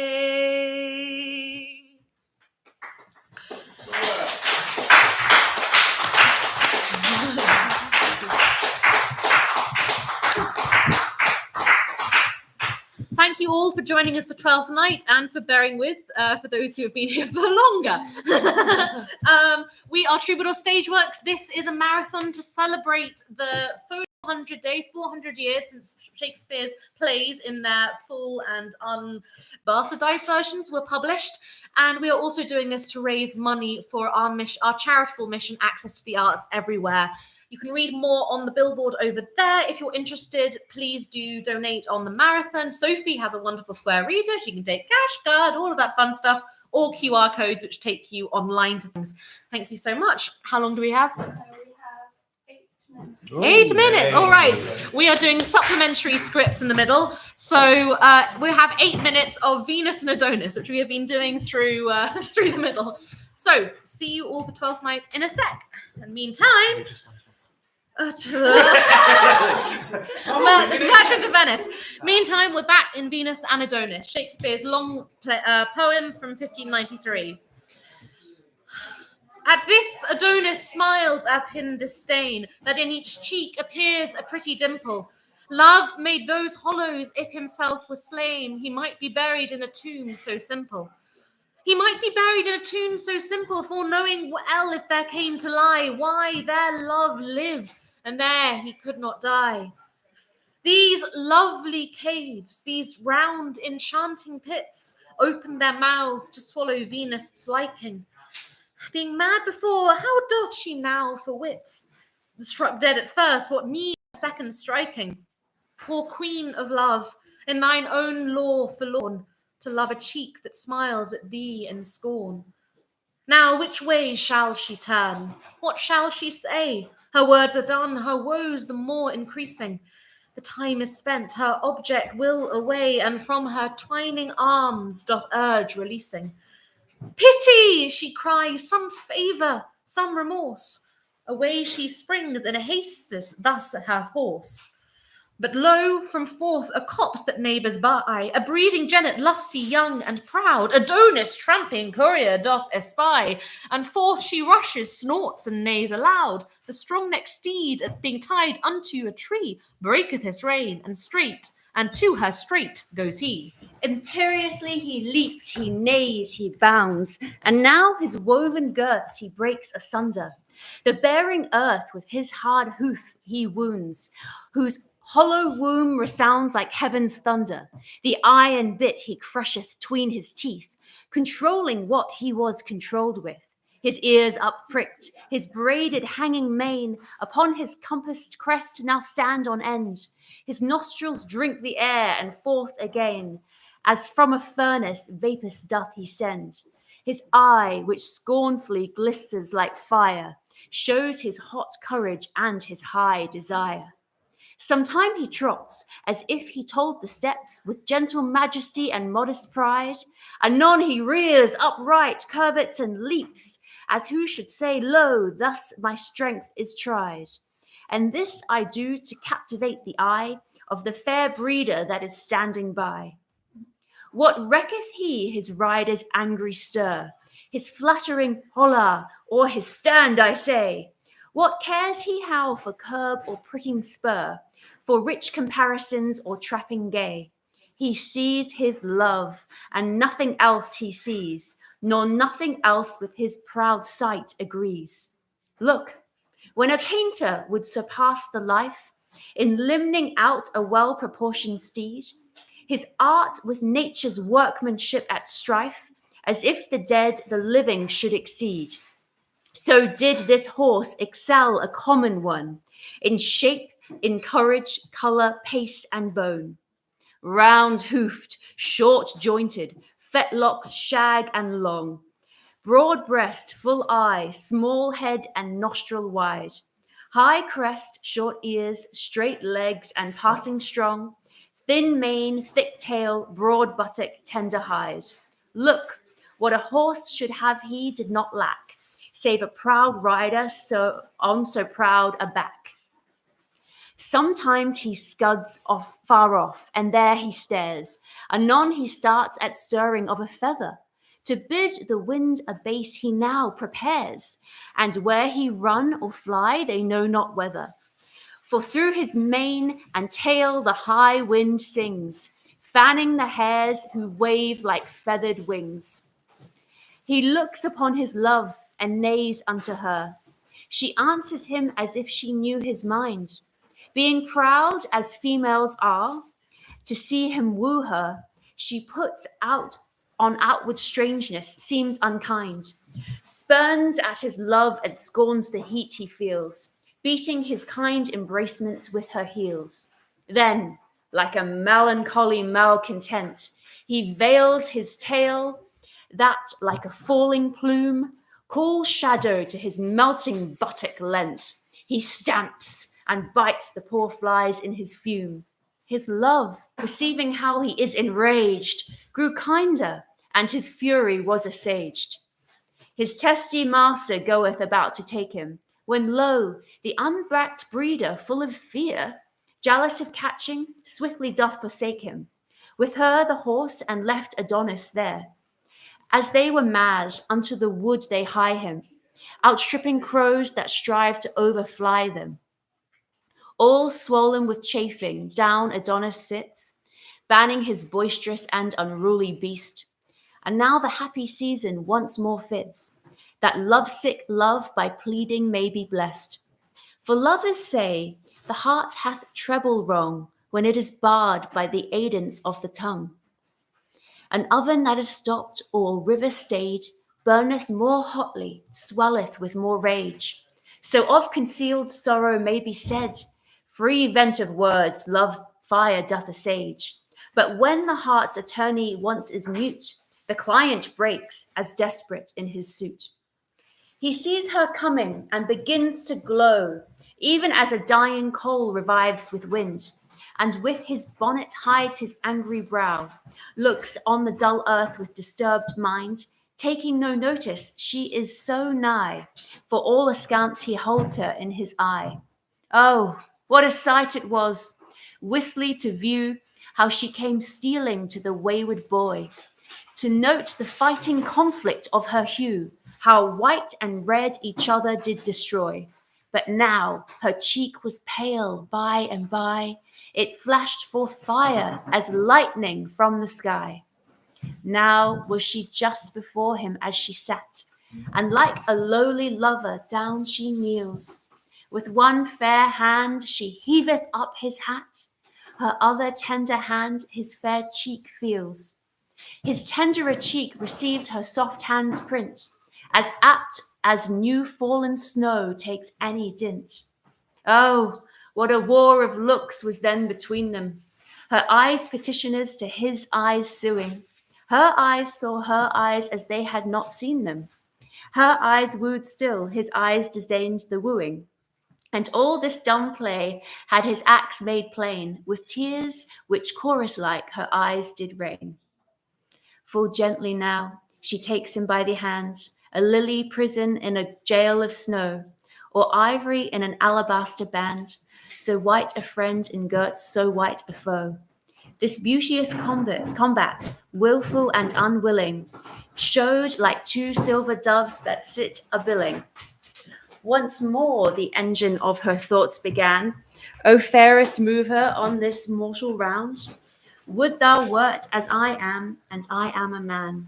My heart all whole as thine, my heart as thy heart my wound. For one sweet look thy help I would assure thee, though nothing but my body's bane would cure thee. Cool. Chargy. We need a charger. Right, we are at 6:29, and we are onwards. You can upgrade, or if you want to do. Oh, wow. Shockingly, cure thee. What happens in this play again? Merchant of Venice. Jazz is going to be joining us in 15 minutes, so let's see if we can kind of keep it slow. La la la la la. All right. I need to find it. Okay. Right. And then a 5, 4, 3. If I can get this in. Grab this. It won't be that one. It will be this one. Sorry. Boom. Or Do we just swizzle these round every time we change? yeah, and then we like Great. And then take them off. when you exit, you take it off. Oh, stop! That's so Yeah, cool. yeah. It's pretty serious. Yeah. Can't take My this a while makeshift to arms. sort it out. Okay. 3, 2, 1. In sooth, I know not why I am so sad. It wearies me. You say it wearies you. But how I caught it, found it, or came by it, what stuff 'tis made of, or whereof it is born, I am to learn. And such to want wint sadness makes of me as that I have much ado to know myself. Your mind is tossing on the ocean. there where your argosies with portly sail, like signors and rich burghers on the flood, or as it were the pageants of the sea, do overpeer the petty traffickers, that curtsy to them reverence, as they fly by them with their woven wings. You look not well, Signor Antonia. You have too much respect upon the world. They lose it that you buy it with much care. Believe me, you are marvellous changed. I hold the world, but as a word, Gratian, where every man must play a part, and mine a sad one. Let me play the fool with mirth and laughter. Let old wrinkles come. Let my liver rather heat with wine than my heart cool with mortifying groans. Why should a man whose blood is warm within sit like his grandsire cut in alabaster, sleep when he wakes and creep into the jaundice, being peevish? I tell thee what, Antonio, I love thee, and it is my love that speaks that there are some sort of men whose visage wakes and creep into the jaundice, being peevish. I tell thee what, Antonio, I love thee, and it is my love that speaks that there are some sort of men whose visages do cream and mantle like a standing pond, and do a wilful stillness entertain, with purpose to be dressed in an opinion of wisdom, gravity, profound conceit, as who, as I would say, I am Sir Oracle, and when I ope my lips, let no dog bark. No, my Antonio, I do know of these that therefore only are reputed wise for saying nothing, when I am very sure that they should speak, if would almost damn those ears which, hearing them, would call their brothers fools. I'll tell thee more of this another time, but fish not with this melancholy bait, for this fool gudgeon, this opinion come. Good Lorenzo, fare ye well a while. I'll end my exhortation after dinner. Well, we will leave you then till dinner time. I must be one of these same dumb wise men, for Gratiano never lets me speak. I'll keep thy company 2 years, Mo, and then thou shalt know the sound of thy own tongue. Farewell. I'll grow a talker of this gear. Thanks, if thanks, for silence is only commendable in a neat's tongue dried and a maid's not vendible. Is that anything now? Gratiano speaks an infinite deal of nothing, more than any man in all Venice. His reasons are as 2 grains of wheat hid in 2 bushels of chaff. You shall seek all day ere you will find them, and when you have them, they are not worth the search. Well, tell me now what lady is the same to whom you swore a secret pilgrimage that you today promised to tell me of. 'Tis not unknown to you, Antonio, how much I have disabled mine estate by something showing a more swelling port than my faint means would grant continuance. Nor do I now make moan to be abridged from such a noble rate. But my chief care is to come fairly off from the great debts wherein my time something too prodigal hath left me gauged. To you, Antonio, I owe the most, in money and in love, and from your love I have a warranty to unburden all my plots and purposes, how to get clear of all the debts I owe. I pray you, good Bassanio, let me know it, and if it stand as you yourself still do, within the eye of honour, be assured, my purse, my person, my extremest means lie all unlocked to your occasions. In my school days, when I had lost one shaft, I had shot his fellow of the self-same flight, the self-same way with more advised watch to find the other 4th, and by adventuring both I oft found both. I urge this childhood proof, because what follows is pure innocence. I owe you much, and, like a wilful youth, that which I owe is lost. But if you please to shoot another arrow that self way which you did shoot the first, I do not doubt, as I will watch the aim, or to find both, or bring your latter hazard back again, and thankfully rest debtor for the first. You know me well, and herein spend but time to wind about my love with circumstance, and make out of doubt you do know me now more wrong in many question of my uttermost than if you had made me waste of all I have. Then do but say to me what I should do, and in your knowledge may by me be done, and I am pressed unto it. Therefore, speak. In Belmont is a lady richly left, and she is fair, and fairer than that word, of wondrous virtues. Sometimes from her eyes I did receive fair speechless messages. Her name is Portia, nothing undervalued to Cato's daughter, Brutus's Portia. nor is the wide world ignorant of her worth, for the four winds blow in from every coast renowned suitors, and her sunny locks hang on her temples like a golden fleece, which makes her seat of Belmont Colchis' stand, and many Jasons come in quest of her. O my Antonio, had I but the means to hold a rival place with one of them, I have a mind presages me such thrift, that I should questionless be fortunate. Thou knowest that all my fortunes are at sea. Neither have I money nor commodity to raise a present sum. Therefore, go forth and try what my credit can in Venice do. That shall be racked even to the uttermost to furnish thee to Belmont. To fair Portia, go presently inquire, and so will I, where money is, and I no question make. To have it, of my trust, or for my sake. By my troth, Nerissa, my little body is aweary of this great world. You would be, sweet madam, if your miseries were in the same abundance as your good fortunes are, and yet, for aught I see, they are as sick as surfeit, with too much as they that starve with nothing. 'Tis no mean happiness, therefore, to be seated in the mean. Superfluity comes sooner by white hairs, but competency lives longer. Good sentences and well pronounced. They were the better, if well followed. If to do were as easy as to know what were good to do, chapels had been churches and poor men's cottages princes' palaces. It is a good divine that follows his own instructions. I can easier teach 20 what were good to be done than be one of the 20 to follow mine own teaching. The brain may devise laws for the blood, but a hot temper leaps o'er a cold decree. Such a hare is madness the youth to skip o'er the measures of good counsel the cripple. But this reasoning is not in the fashion to choose me a husband. Oh me, the word choose. I may neither choose whom I would nor refuse whom I dislike. So is the winning of a living daughter curbed by the will of a dead father. Is it not hard, Nerissa, that I cannot choose one nor refuse none? Your father was ever virtuous, and holy men at their death have good inspirations. Therefore the lottery that he hath devised never be chosen by any rightly, but one who shall you rightly love. What warmth is there in your affection towards any of those princely suitors that are already come? I pray thee. Owen named them, and thou namest them. I will describe them, and according to my description, level my affection. First, there is the Neapolitan Prince. Aye, that's a cult indeed, for he doth nothing but talk of his horse, and he makes a great appropriation to his own good parts that he can shew himself with. I am much afeard my lady his mother played false with a smith. Then there is the County Palatine.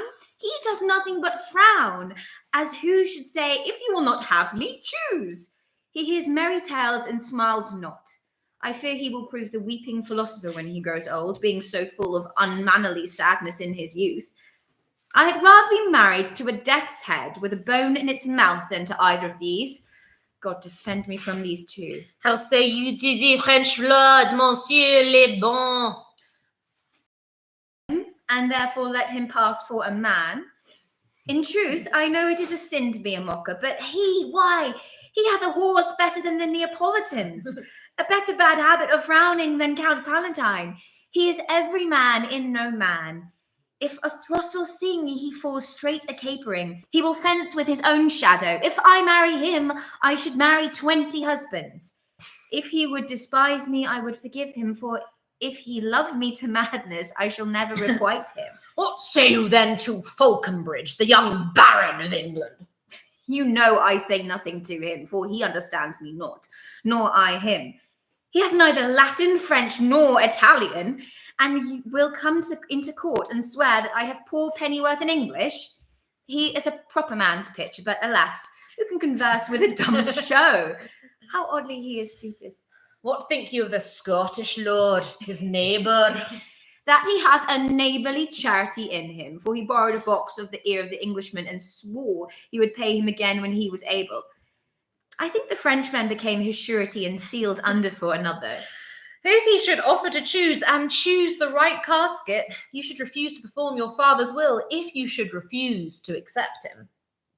Therefore, for I fear the worst, I pray thee, set a deep glass of Rhenish wine on the contrary casket. For if the devil be within, and that temptation without, I know he will choose it. I will do anything, Nerissa, ere I be married to a sponge. You need not fear, lady. The having of any of these lords, they have acquainted me with their determinations, which is, indeed, to return to their home and to trouble you with no more suit, unless you may be won by some other sort than your father's imposition, depending on the caskets. If I live to be as old as Sibylla, I will die as chaste as Diana, unless I be obtained by the manner of my father's will. I am glad this parcel of wooers are so reasonable, for there is not one among them but I dote on for his very absence, and I pray God grant them a fair departure. Do you not remember, lady, in your father's time, a Venetian, a scholar, and a soldier that came hither in company of the Marquis de Montferrat? Yes, it was Bassanio, as I think he was so called. True, madam. He, of all the men that ever my foolish eyes looked upon, was the best deserving a fair lady. I remember him well, and I remember him worthy of thy praise. 3,000 ducats. 3 months. For 3 months. Well, For the which, as I told you, Antonio shall be bound. Antonio shall become bound. Well, May you stead me? Will you pleasure me? Shall I know your answer? 3,000 ducats for 3 months and Antonio bound. Your answer to that. Antonio is a good man. Have you heard any imputation to the contrary? Oh, no. My meaning in saying he is a good man is to have you understand me that he is sufficient. Yet his means are in supposition. He hath an Augustine, another to the Indies. I understand, moreover, upon the Rialto, he hath a third at Mexico, a fourth for England, and other ventures he hath squandered abroad. But ships are but boards, sailors but men. There be land rats and water thieves and land thieves. I mean pirates, and then there is the peril of waters, winds, and rocks. The man is, notwithstanding, sufficient.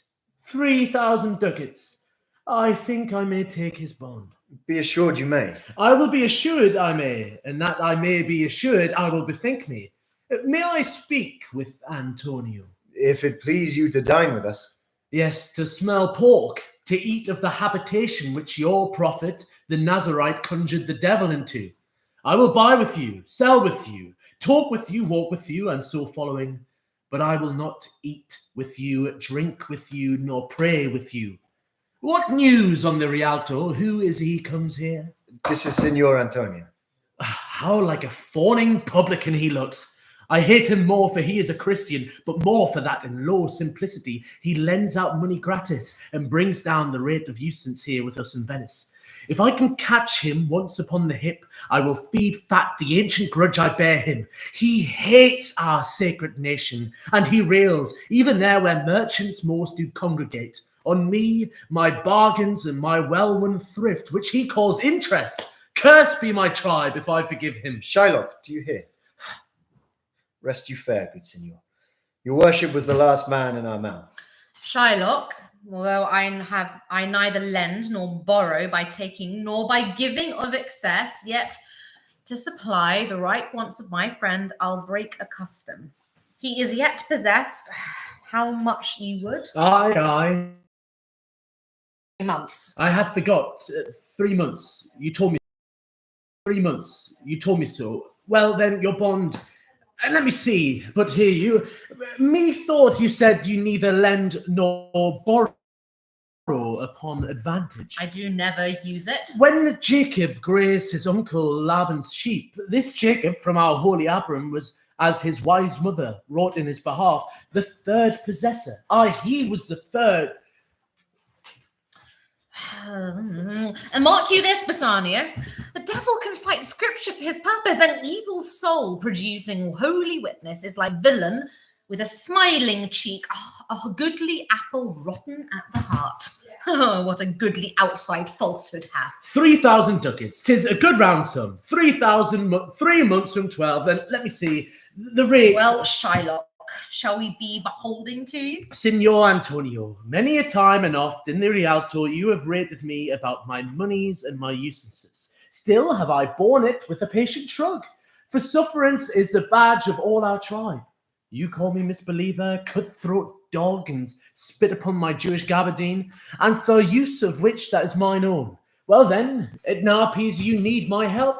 Go to then, you come to me and you say, Shylock, we would have monies, you say so. You that did void your riem upon my beard, and foot me as you spurn a stranger, cur over your threshold. Monies is your suit. What shall I say to you? Shall I not say, hath a dog money? Is it possible a cur can lend 3,000 ducats? Or shall I bend low and in a bondman's key, with bated breath and whispering humbleness, say this, fair sir, you Wednesday last, you spurned me such a day. Another time you'd call me dog, and for these courtesies, I'll lend you this much monies. I am as like to call thee so again, so spit on thee again, to spurn thee to. If thou wilt lend this money, lend it not to as thy friends, for when did friendship take a breed of barren metal of his friend, but lend it rather to thine enemy, who, if he break, thou mayst with better face exact the penalty. Why, look you, how you storm. I would be friends with you and have your love, forget the shames that you have stained me with, supply your present wants and take no do it of usance for my monies, and you wants and take no do it of usance for my monies, and you'll not hear me. This is kind I offer. This were kindness. This kindness will I show. Go with me to a notary. Seal me there your single bond, and in a merry sport, if you repay me not on such a day, in such a place, such sum, or sums as are expressed in the condition, let the forfeit be nominated for an equal pound of your fair flesh, to be cut off and taken in what part of your body pleaseth me. Content, if faith, I'll seal to such a bond, and say there is much kindness in the Jew. You shall not seal to such a bond for me. I'll rather dwell in my necessity. Fear not, man. I will not forfeit it. Within these 2 months, there is a month before this bond expires, I do expect return of 3 times the value of this bond. If he should break his day, what should I gain by the exaction of the forfeiture?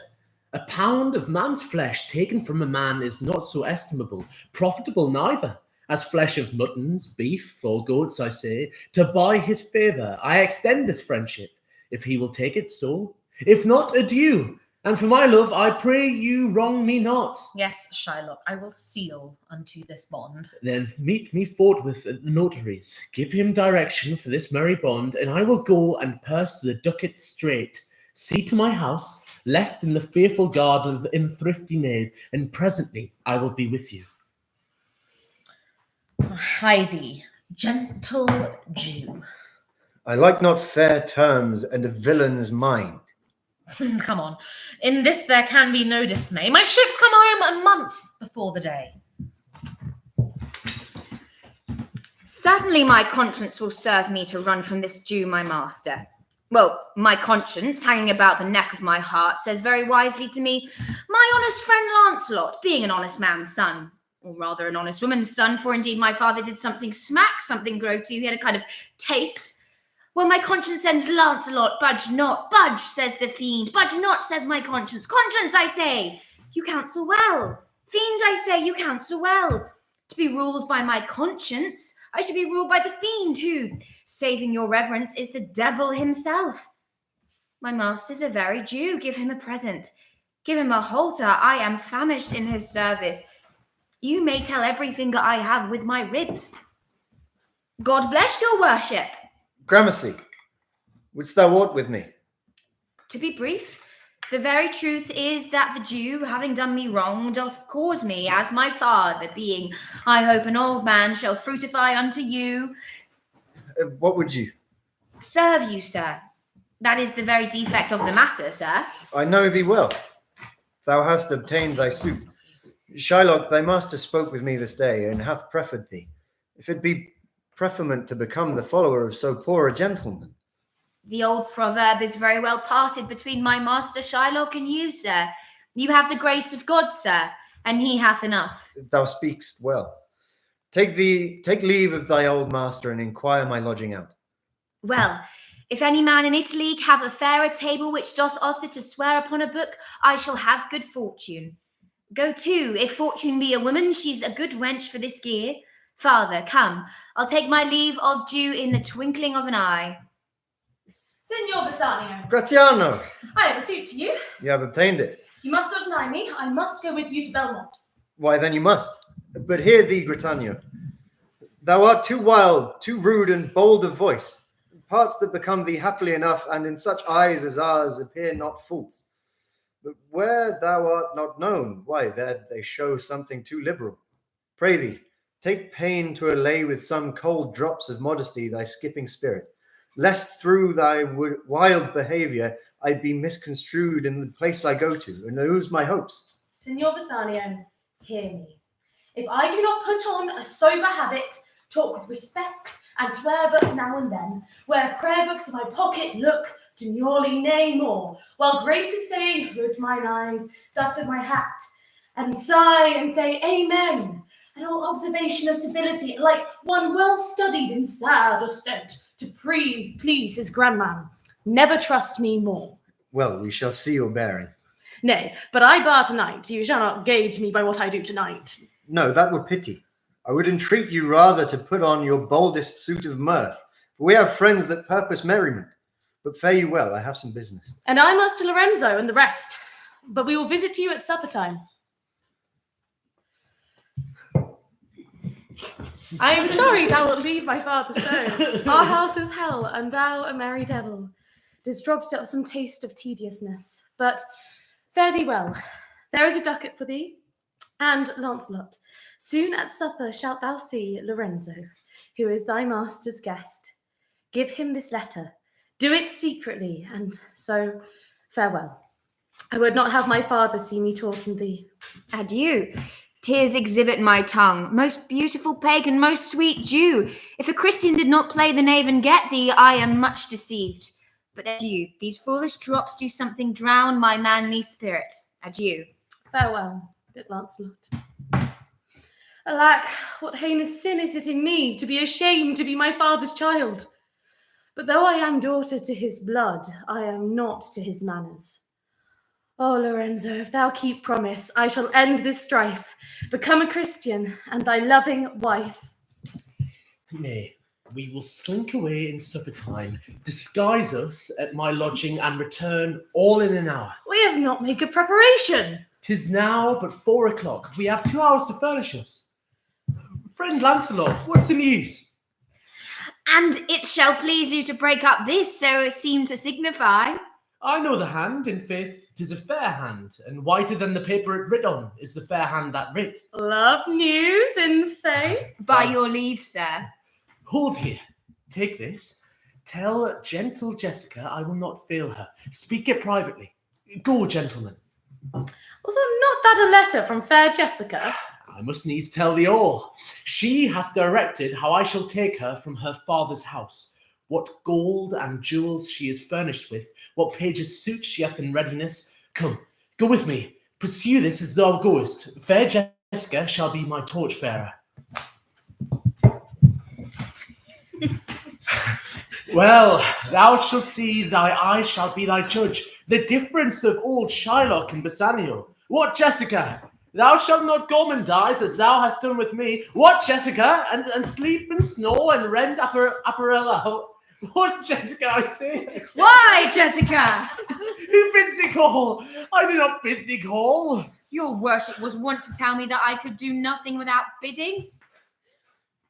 Oh, God. Call you? What is your will? I am bid forth to supper, Jessica. There are my keys, but wherefore should I go? I am not bid for love, they flatter me, but yet I will in hate. Jessica, my girl, look to my house.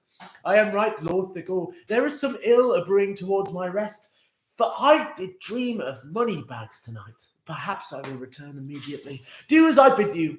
Shut doors after you. Fast bind, fast bind. A proverb never stale and thrifty mind.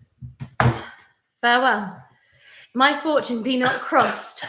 I have a father, you a daughter lost. Oh, no. Who are you? Tell me for more certainty, albeit I'll swear I do know your tongue. Lorenzo, and thy love. Lorenzo, certain, and my love indeed. For who love I so much?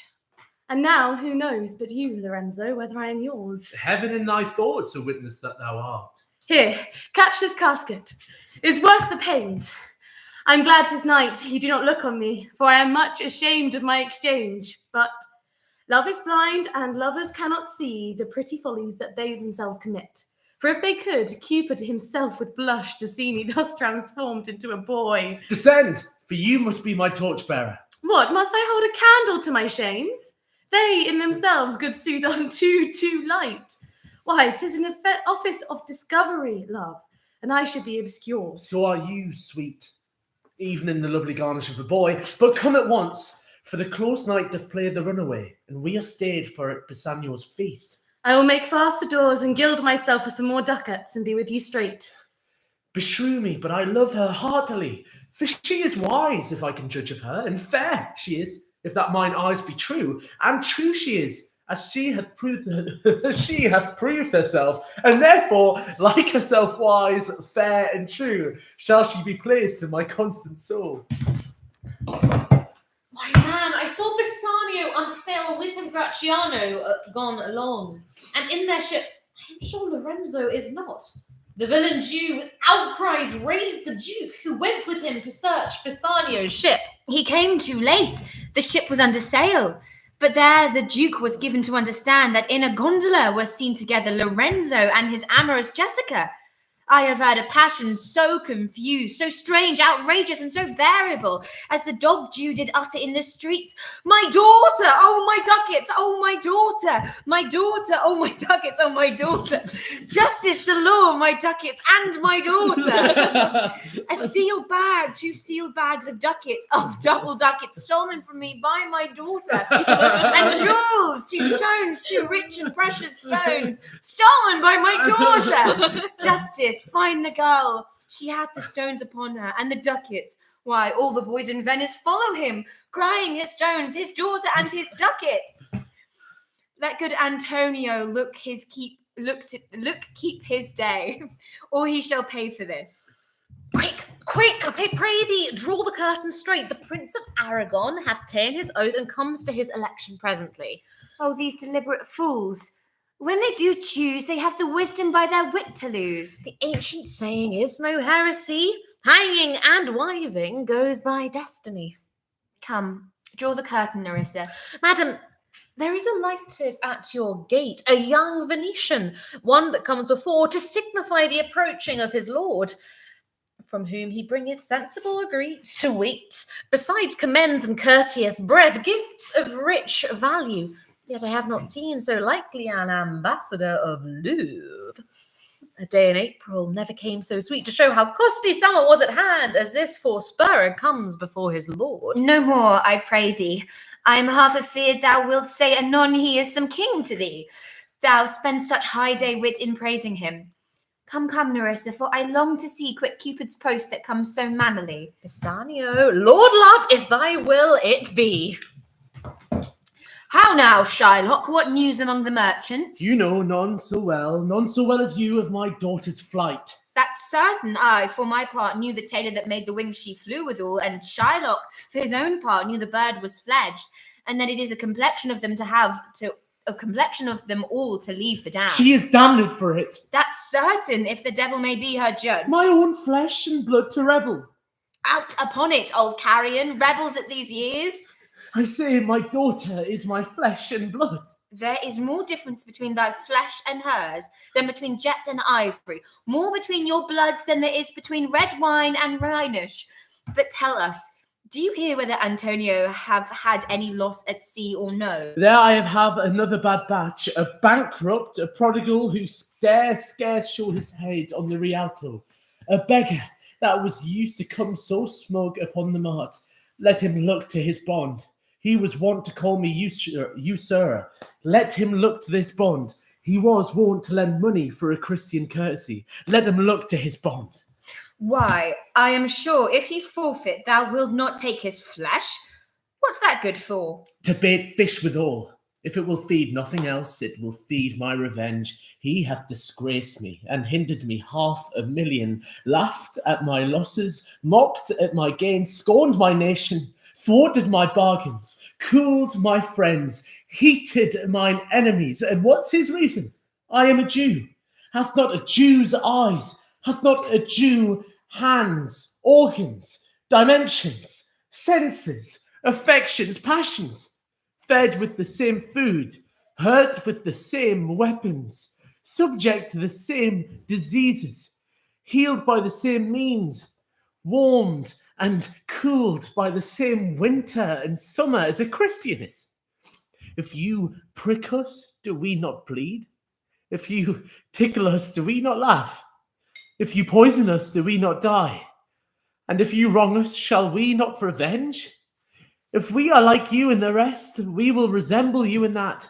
If a Jew wrong a Christian, what is his humility? Revenge. If a Christian wrong a Jew, what should his sufferance be by Christian example? Why, revenge. The villainy you teach me I will execute, and it shall go hard, but I will better the instruction. Why, there, a diamond gone, cost me 2,000 ducats in Frankfurt. I never felt it till now. 2,000 ducats in that, and other precious jewels. I would my daughter were dead at my foot, and the jewels in her ear. Would she were hearse at my foot, and the ducats in her coffin. No news of them. Why so? And I know not what's spent in the search. Why, thou loss upon loss, the thief gone with so much, and so much to find the thief, and no satisfaction, no revenge, nor no look in stirring, but what lights on my shoulders, no sighs, but of my breathing, no tears, but of my shedding. Your daughter spent in Genoa, as I heard, in one night 80 ducats. Thou stickest a dagger in me. I shall never see my gold again. 80 ducats at a sitting. 80 ducats. There came divers of Antonio's creditors in my company to Venice, that swear he cannot choose but break. I am very glad of it. I'll plague him. I'll torture him. I am glad of it. I pray you, tarry. Pause a day or two before you hazard, for in choosing wrong, I lose your company. Therefore forbear a while. There's something tells me, but it is not love. I would not lose you. And you know yourself, hate counsels not in such a quality. But lest you should not understand me well, and yet a maiden hath no tongue but thought, I would detain you here for some month or two before you venture for me. I could teach you how to choose right, but then I am forsworn, so I will never be. So may you miss me, but if you do, you'll make me wish a sin that I had been forsworn. Beshrew your eyes, they have overlooked me and divided me. One half of me is yours, the other half yours. Mine own, I would say, but if mine, then yours, and so all yours. Oh, these naughty times put bars between the owners and their rights. And so, though yours, not yours. Prove it so. Let fortune go to hell for it, not I. I speak too long, but 'tis to please the time, to leak it out and draw it out in length, to stay you from election. Let me choose. For as I am, I live upon the rack. Upon the rack, Bassanio, then confess what treason there is mingled with your love. None but that ugly treason of mistrust, which makes me fear the enjoying of my love. Go draw aside the curtains and discover the several caskets to this noble lord. Now make your choice. The first, of gold, who this inscription bears, who chooseth me shall gain what many men desire. The second, silver, which this promise carries, who chooseth me shall get as much as he deserves. This third, dull lead, with warning all as blunt, who chooseth me must give and hazard all he hath. How shall I know if I do choose the right? The one of them contains my picture, prince. If you do choose that, then I am yours withal. So may the outward shows be least of themselves. The world is still deceived with ornament. In law, pleas so tainted and corrupt, but being seasoned with a gracious voice, obscures the show of evil. In religion, what damned error, but some sober brow will bless it and improve it with a text, hiding the grossness with fair ornament. Therefore, thou gaudy gold, hard food for Midas, I will none of thee, nor none of thee, thou pale and common drudge tween man and man, but thou meagre lead, which Rather threatenest than dost promise aught, thy paleness moves me more than eloquence. And here choose I, joy be the consequence. How all other passions fleet to air, as doubtful thoughts and rash embrace despair, and shuddering fear and green-eyed jealousy. O love, be moderate, allay thy ecstasy. In measure reign thy joy, scant this excess. I feel too much thy blessing, make it less, for fear I surfeit. What find I here? Fair Portia's counterfeit. Here in her hairs the painter plays the spider, and hath woven a golden mesh to entrap the hearts of men. Faster than gnats in cobwebs, but her eyes, how could he see to do them? Having made one, methinks it should have power to steal both his and leave itself unfurnished. Yet look, how far the substance of my praise doth wrong this shadow in underprizing it. So far this shadow doth limp behind the substance. Here's the scroll, the continent and summary of my fortune. You that choose not by the view, chance as fair and choose as true. Since this fortune falls to you, be content and seek no new. If you be well pleased with this, and hold your fortune for your bliss, turn you where your lady is, and claim her with a loving kiss. A gentle scroll. Fair lady, by your leave, I come by note to give and to receive. Like one or of two contending in a prize, that thinks he hath done well in people's eyes, hearing applause and universal shout, giddy in spirit, still gazing in a doubt whether these pearls of praise be his or no. So thrice, fair lady, stand I, even so, as doubtful whether what I see be true, until confirmed, signed, ratified by you. You see me, Lord Bassanio, where I stand, such as I am. Though for myself alone I would not be ambitious in my wish, to wish myself much better, yet for you I would be trebled 20 times myself, 1,000 times more fair, 10,000 times more rich, that only to stand high in your account. I might in virtue, beauty's, living's, friends exceed account, but in the full sum of me is sum of something which, to term in gross, is an unlessoned girl, unschooled, unpracticed. Happy in this she is not yet so old, but she may learn. Happier than this she is not bred so dull, but she can learn. Happiest of all is that her gentle spirit commits itself to yours to be directed, as from her lord, her governor, her king. Myself and what is mine to you and yours is now converted. But now I was the lord of this fair mansion, master of my servants, queen o'er myself. And even now, but now, this house, these servants, and this same myself are yours, my lord.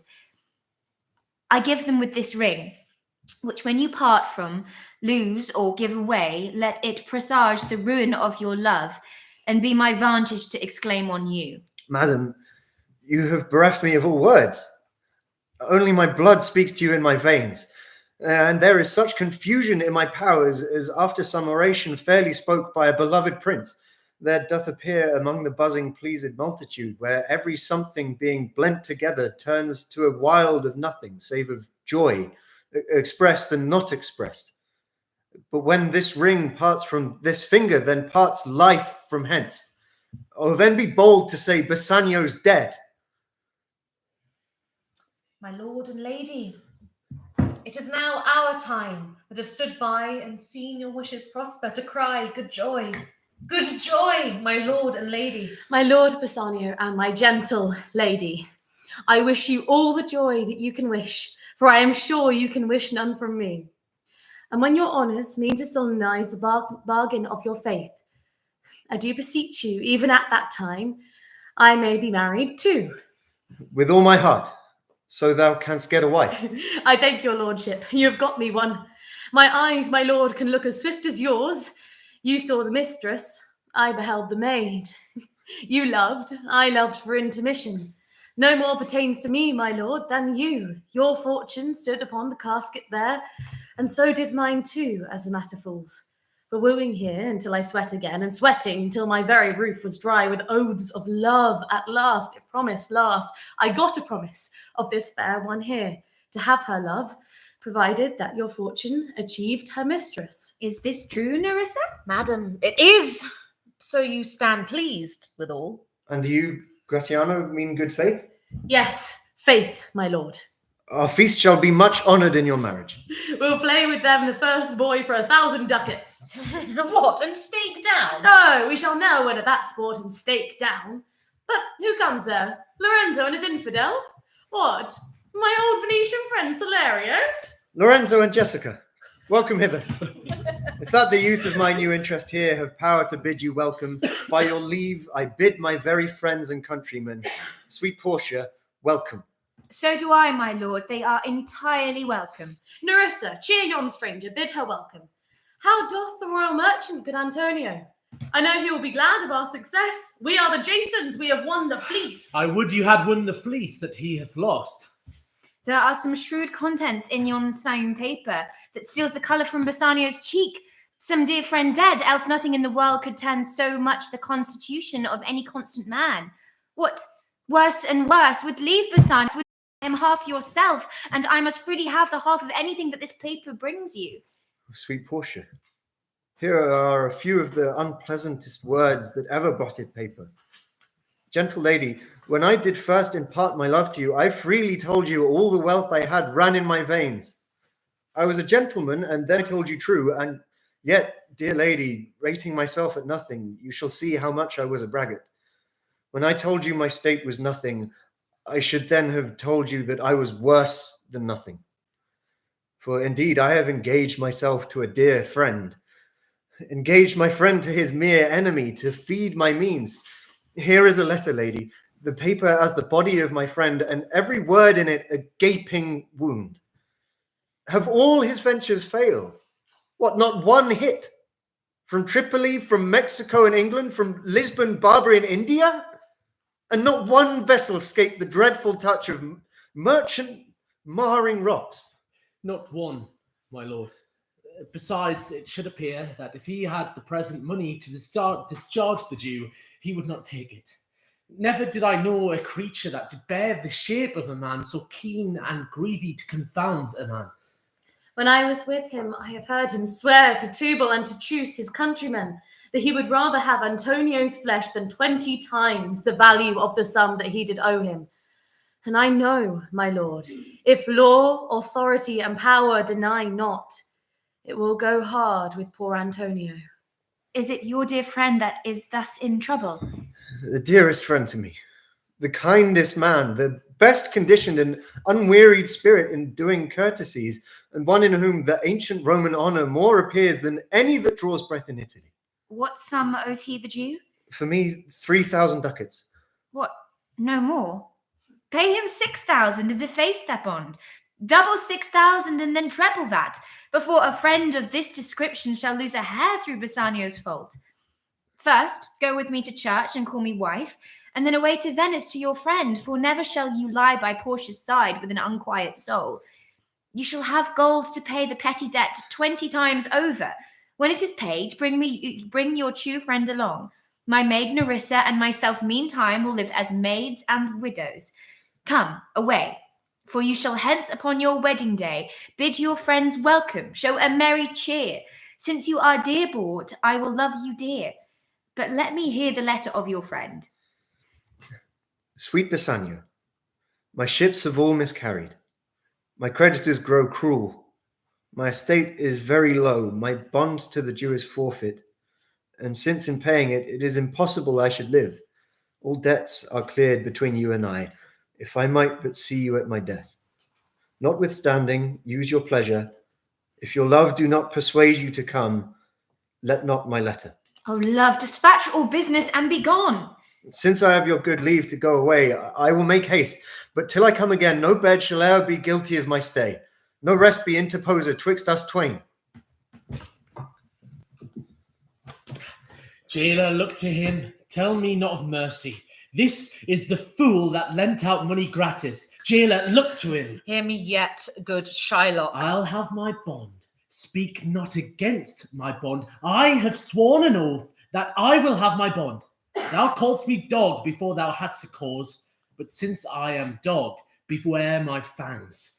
The Duke shall grant me justice. I do wonder, thou naughty jailer, that thou art so fond to come abroad with him at his request. I pray thee, hear me speak. I'll have my bond. I will not hear thee speak. I'll have my bond, and therefore speak no more. I'll not be made a soft and dull-eyed fool to shake the head, relent and sigh and yield to Christian intercessors. Follow not.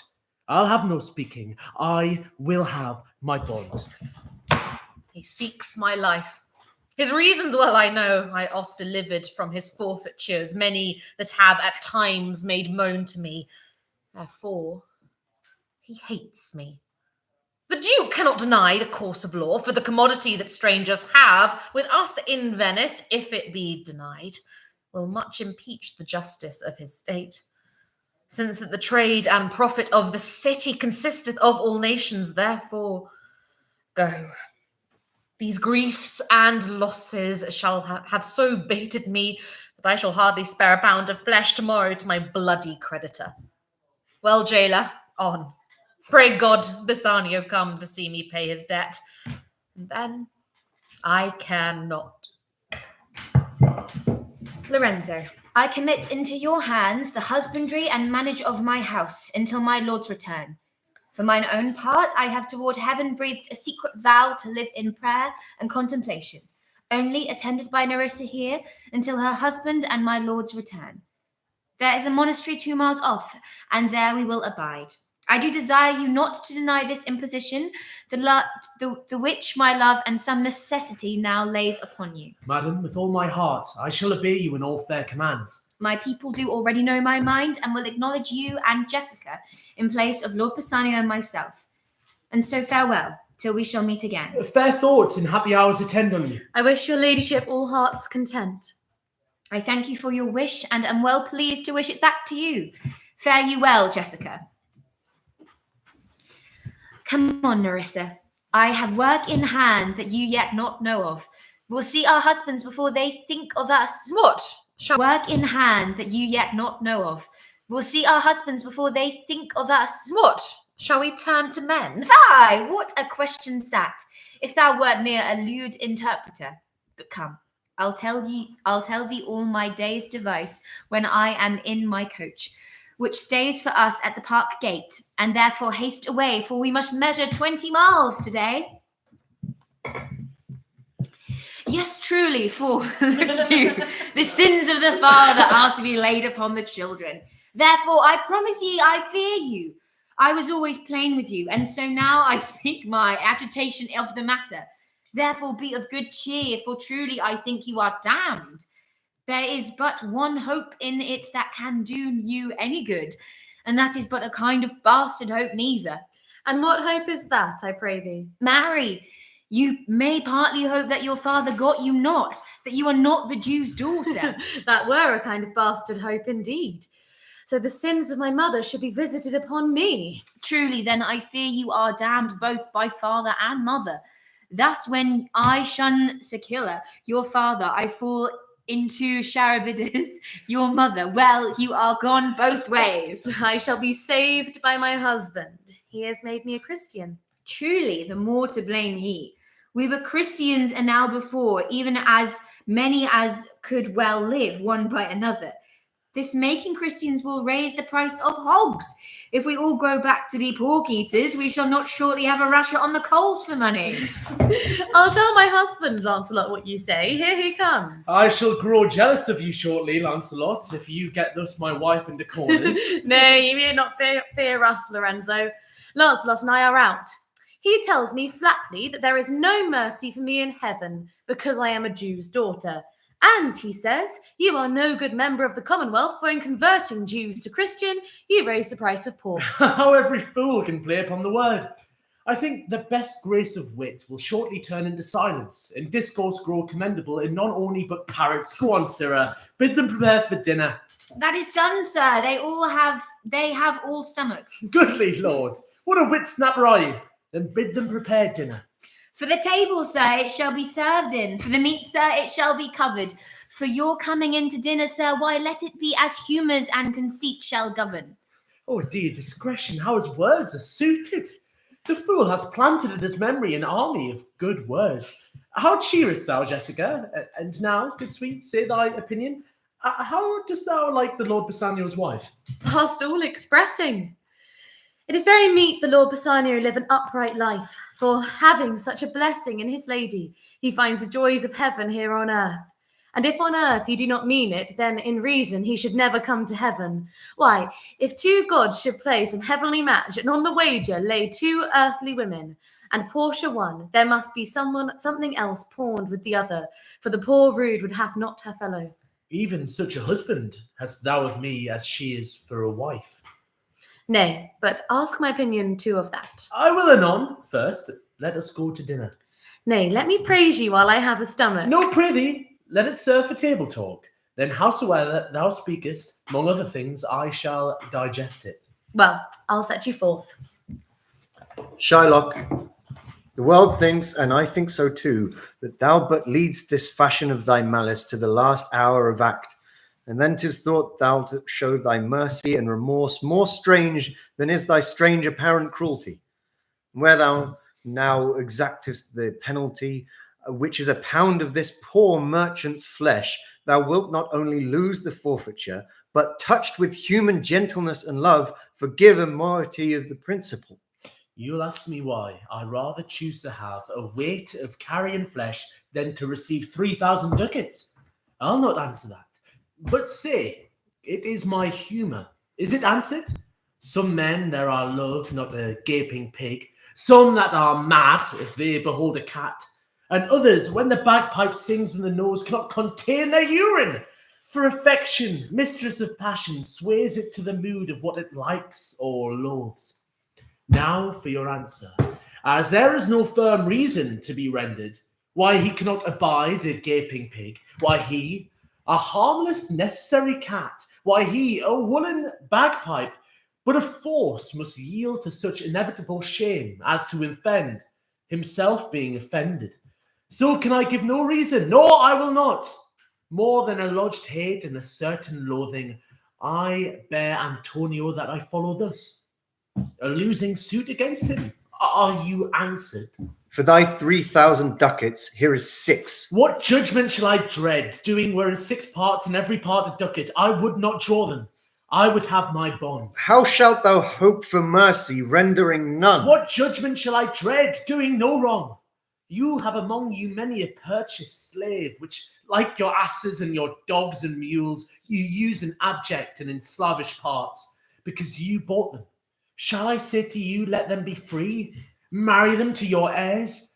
The pound of flesh which I demand of him is clearly bought. 'Tis mine, and I will have it.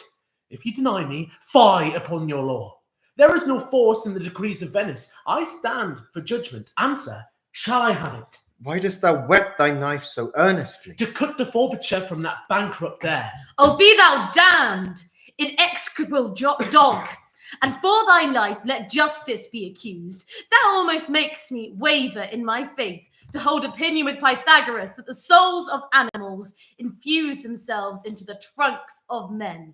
Thy currish spirit governed a wolf, who hanged for his human slaughter, even from the gallows did his fell soul fleet. And whilst thou lay'st in thy unhallowed dam, infused in thee, for thy desires are wolvish, bloody, starved, and ravenous. Till thou canst rail the seal from off my bond, thou but offence thy lungs to speak so loud. Repair thy wit, good youth, or it will fall to cureless ruin. I stand here for law. Which is the merchant here, and which is the Jew? Antonio and old Shylock both stand forth. Is your name Shylock? Shylock is my name. Of a strange nature is the suit you follow, yet in such rule that the Venetian law cannot impugn you as you do proceed. You stand within his danger, do you not? Aye, so he says. Do you confess the bond? I do. Then must the Jew be merciful? On what compulsion must I? Tell me that. The quality of mercy is not strained. It droppeth as the gentle rain from heaven upon the place beneath. It is twice blessed. It blessed him that gives and him that takes. 'Tis mightiest in the mightiest. It becomes the throned monarch better than his crown. His sceptre shows the force of temporal power, the attribute to awe and majesty. Wherein doth sit the dread and fear of kings, but mercy is above this sceptre's sway. It is enthroned in the hearts of kings. It is an attribute to God himself. And the earthly power doth then show, like God when mercy seasons justice. Therefore, Jew, thou in justice be thy plea. Consider this, that in the course of justice, none of us should see salvation. We do pray for mercy, and that same prayer doth teach us all to render that the deeds of mercy. I have spoke thus much to mitigate the justice of thy plea, which if thou follow, the strict court of Venice must needs give sentence against the merchant there. My deeds upon my head. I crave the law, the penalty and forfeit of my bond. Is he not able to discharge the money? Yes, here I tender it for him in the court. Yea, twice the sum. If that will not suffice, I will be bound to pay it 10 times over, on forfeit of my hands, my head, my heart. If this will not suffice, it must appear that malice bears down truth. And I beseech you, rest once the law to your authority, to do a great right, do a little wrong, and curb this cruel devil of his will. Shylock, there's thrice thy money offered thee. An oath. An oath. I have an oath in heaven. Shall I lay perjury upon my soul? No, not for Venice. Why, this bond is forfeit, and lawfully by this the Jew may claim a pound of flesh, to be by him cut off nearest the merchant's heart. Be merciful. Take thrice thy money. Bid me tear the bond. When it is paid according to the tenor, it doth appear you are a worthy judge. You know the law. Your exposition hath been most sound. I charge you, by the law, whereof you are a well-deserving pillar, proceed to judgment. By my soul I swear, there is no power in the tongue of man to alter me. I stay here on my bond. Most heartily I do beseech the court to give the judgment. Why then? Thus it is. Therefore lay bare your bosom. Aye, his breast. So says the bond. Doth it not, noble judge? Nearest his heart. Those are the very words. It is so. Are there balance here to weigh the flesh? I have them ready. Have some surgeon, Shylock, on your charge to stop his wounds, lest he do bleed to death. Is it so nominated in the bond? It is not so expressed, but what of that? 'Twere good you do so much for charity. I cannot find it. 'Tis not in the bond. You merchant, have you anything to say? But little. I am armed and well prepared. Give me your hand, Bassanio. Fare you well. Grieve not that I am fallen to this for you. Commend me to your honourable wife, and tell her the process of Antonio's end. Say how I loved you. Speak me fair in death, and when the tale is told, bid her be judge whether Bassanio had not once a love. Repent, that you that shall lose your friend, and he repents not that he pays your debt. For if the Jew do cut but deep enough, I'll pay it presently with all my heart. Antonio, I am married to a wife which is as dear to me as life itself.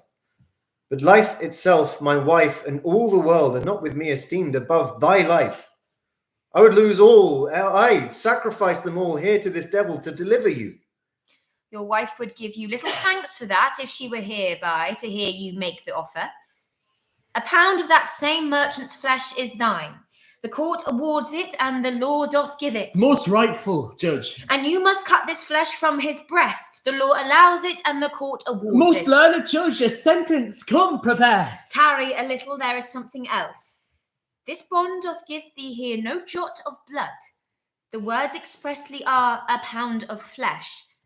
Take then thy bond, take thou thy pound of flesh, but in the cutting it, if thou dost shed one drop of Christian blood, thy lands and goods are, by the laws of Venice, confiscate until the state of Venice. Oh, upright judge, marked you, oh learned judge! Is that the law? Thyself shalt see the act.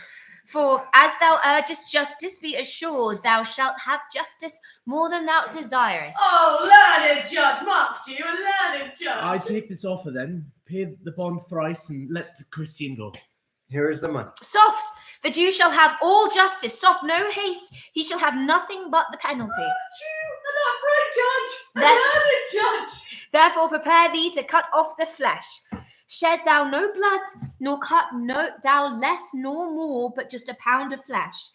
If thou cuts more or less than just a pound of flesh, be it but so much as makes it light or heavy in the substance, or the division of the 20th part of one poor scruple, nay, if the scale do turn but in the estimation of a hair, thou diest, and all thy goods are confiscate. Why doth the Jew pause? Take thy forfeiture. Give me my principal and let me go. I have it ready for thee. Here it is. He hath refused it in the open court. He shall merely justice and his bond. Daniel, still I say, a second Jack Daniel. I thank thee, Jew, for teaching me that word. Shall I not have barely my principal? Thou shalt have nothing but the forfeiture, to be so taken at thy peril, Jew. Why, then the devil give him good of it. I'll stay no longer question. Tarry, Jew. The law hath yet another hold on you. It is enacted in the laws of Venice, if it be proved against an alien, that by direct or indirect attempts he seek the life of any citizen, the party against the which he doth contrive shall seize one half of his goods. The other half comes to the privy coffer of the state, and the offender's life lies in the mercy of the duke only, against all other voice. In which predicament, I say, thou standst, for it appears by manifest proceeding, that indirectly and directly too, thou hast contrived against the very life of the defendant, and thou hast incurred the danger formerly by me rehearsed. Down, therefore, and beg mercy of the Duke. What mercy can you render him, Antonio? A halter gratis, nothing else, for God's sake. So please, my lord, the Duke and all the court to quit the fine of one half of his goods. I am content. So he will let me have the other half in use to render it upon his death unto the gentleman that lately stole his daughter. 2 things, provided more, that for this favour he presently become a Christian.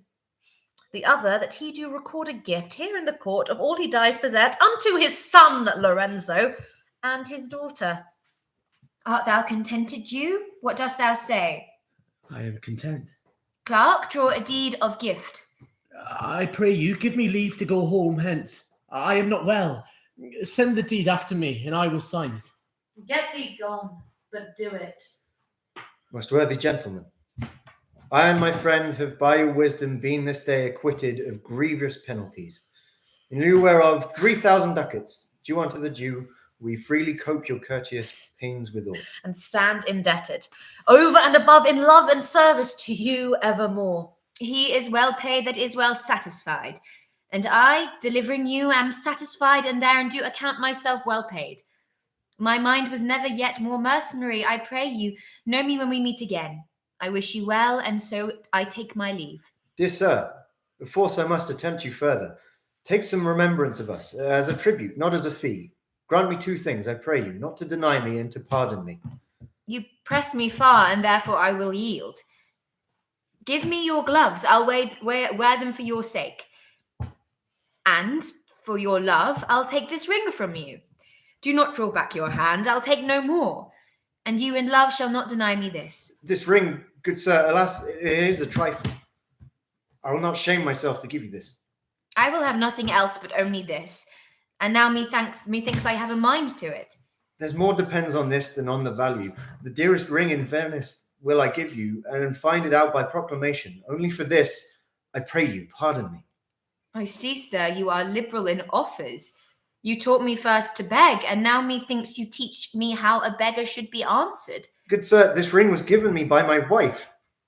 And when she put it on, she made me vow that I should neither sell, nor give, nor lose it. That excuse serves many men to save their gifts. And if your wife be not a mad woman, and know how well I have deserved the ring, she would not hold out enemy forever for giving it to me. Well, peace be with you. My lord Bassanio, let him have the ring. Let his deservings with my love withal be valued against your wife's commandment. Go, Gratiano, run and overtake him. Give him the ring, and bring him, if thou canst, unto Antonio's house. Away! Make haste! Come, you and I will thither presently. And in the morning early will we both fly toward Belmont. Come, Antonio. Inquire the Jew's house out. Give him this deed and let him sign it. We'll away tonight and be day before our husband's home. This deed will be well welcome to Lorenzo. Fair, you are well overtaken. My lord Bassanio, upon more advice, has sent you here this ring and doth entreat your company at dinner. That cannot be. His ring I do accept most thankfully, and so I pray you tell him furthermore. I pray you show my youth old Shylock's house. That will I do. Sir, I would speak with you. I'll see if I can get my husband's ring, which I did make him swear to keep forever. Thou mayest, I warrant. We shall have old swearing that they did give the rings away to men, but we'll outface them and outswear them too. Away, make haste. Thou knowest where I will tarry. Come, good sir, will you show me to this house? The moon shines bright in such a night as this, when the sweet wind did gently kiss the trees, and they did make no noise in such a night. Troilus, methinks, mounted the Trojan walls, and sighed his soul towards the Grecian tents, where Cressid lay that night. In such a night did Thisbe fearfully o'ertrip the dew, and saw the lion's shadow ere himself, and ran dismayed away. In such a night did Jessica steal from the wealthy Jew, and with an unthrift love did run from Venice as far as Belmont. In such a night did young Lorenzo swear he loved her well, stealing her soul with many vows of faith, and ne'er a true one. In such a night did pretty Jessica, like a little shrew, slander her love, and he forgave it her. I would outnight you, did nobody come. How sweet the moonlight sleeps upon this bank. Here we will sit and let the sounds of music creep in our ears. Soft stillness and the night become the touches of sweet harmony. Sit, Jessica. Look how the floor of heaven is thick inlaid with patines of bright gold. There's not the smallest orb which thou beholdst, but in this motion like an angel sings. Still choiring to the young-eyed cherubim, such harmony is in immortal souls. But whilst this muddy vesture of decay doth grossly close it in, we cannot hear it. Come ho, and wake Diana with a hymn. With sweetest touches pierce your mistress' ear, and draw her home with music.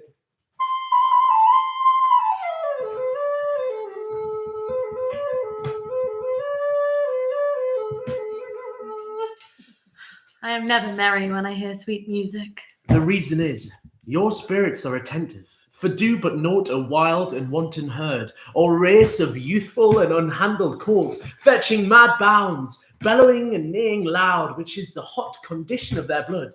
If they but hear perchance a trumpet sound, or any air of music touch their ears, you shall perceive them, a mutual stand.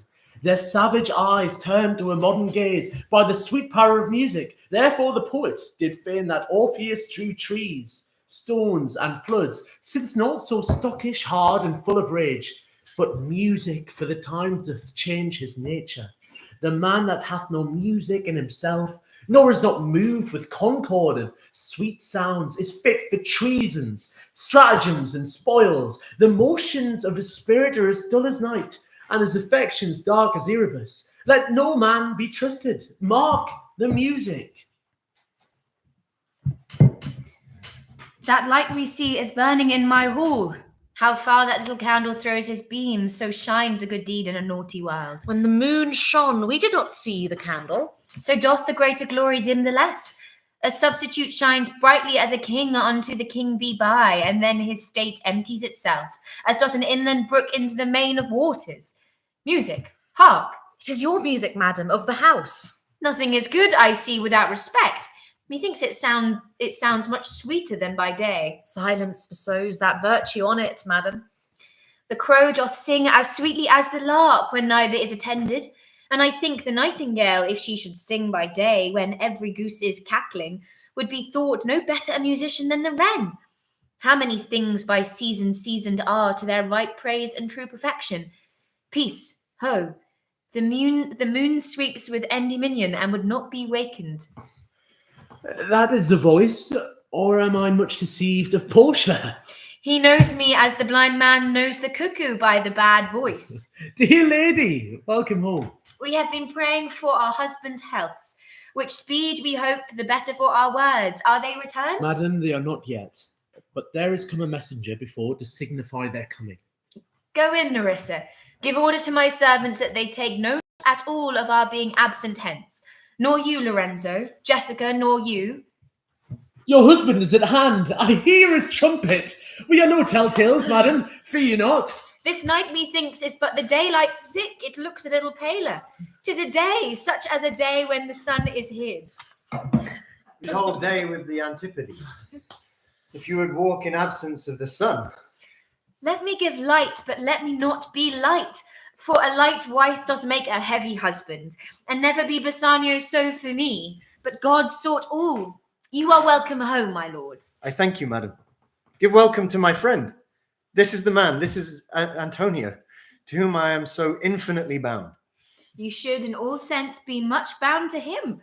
For, as I hear, he was much bound for you. No more than I am well acquitted of.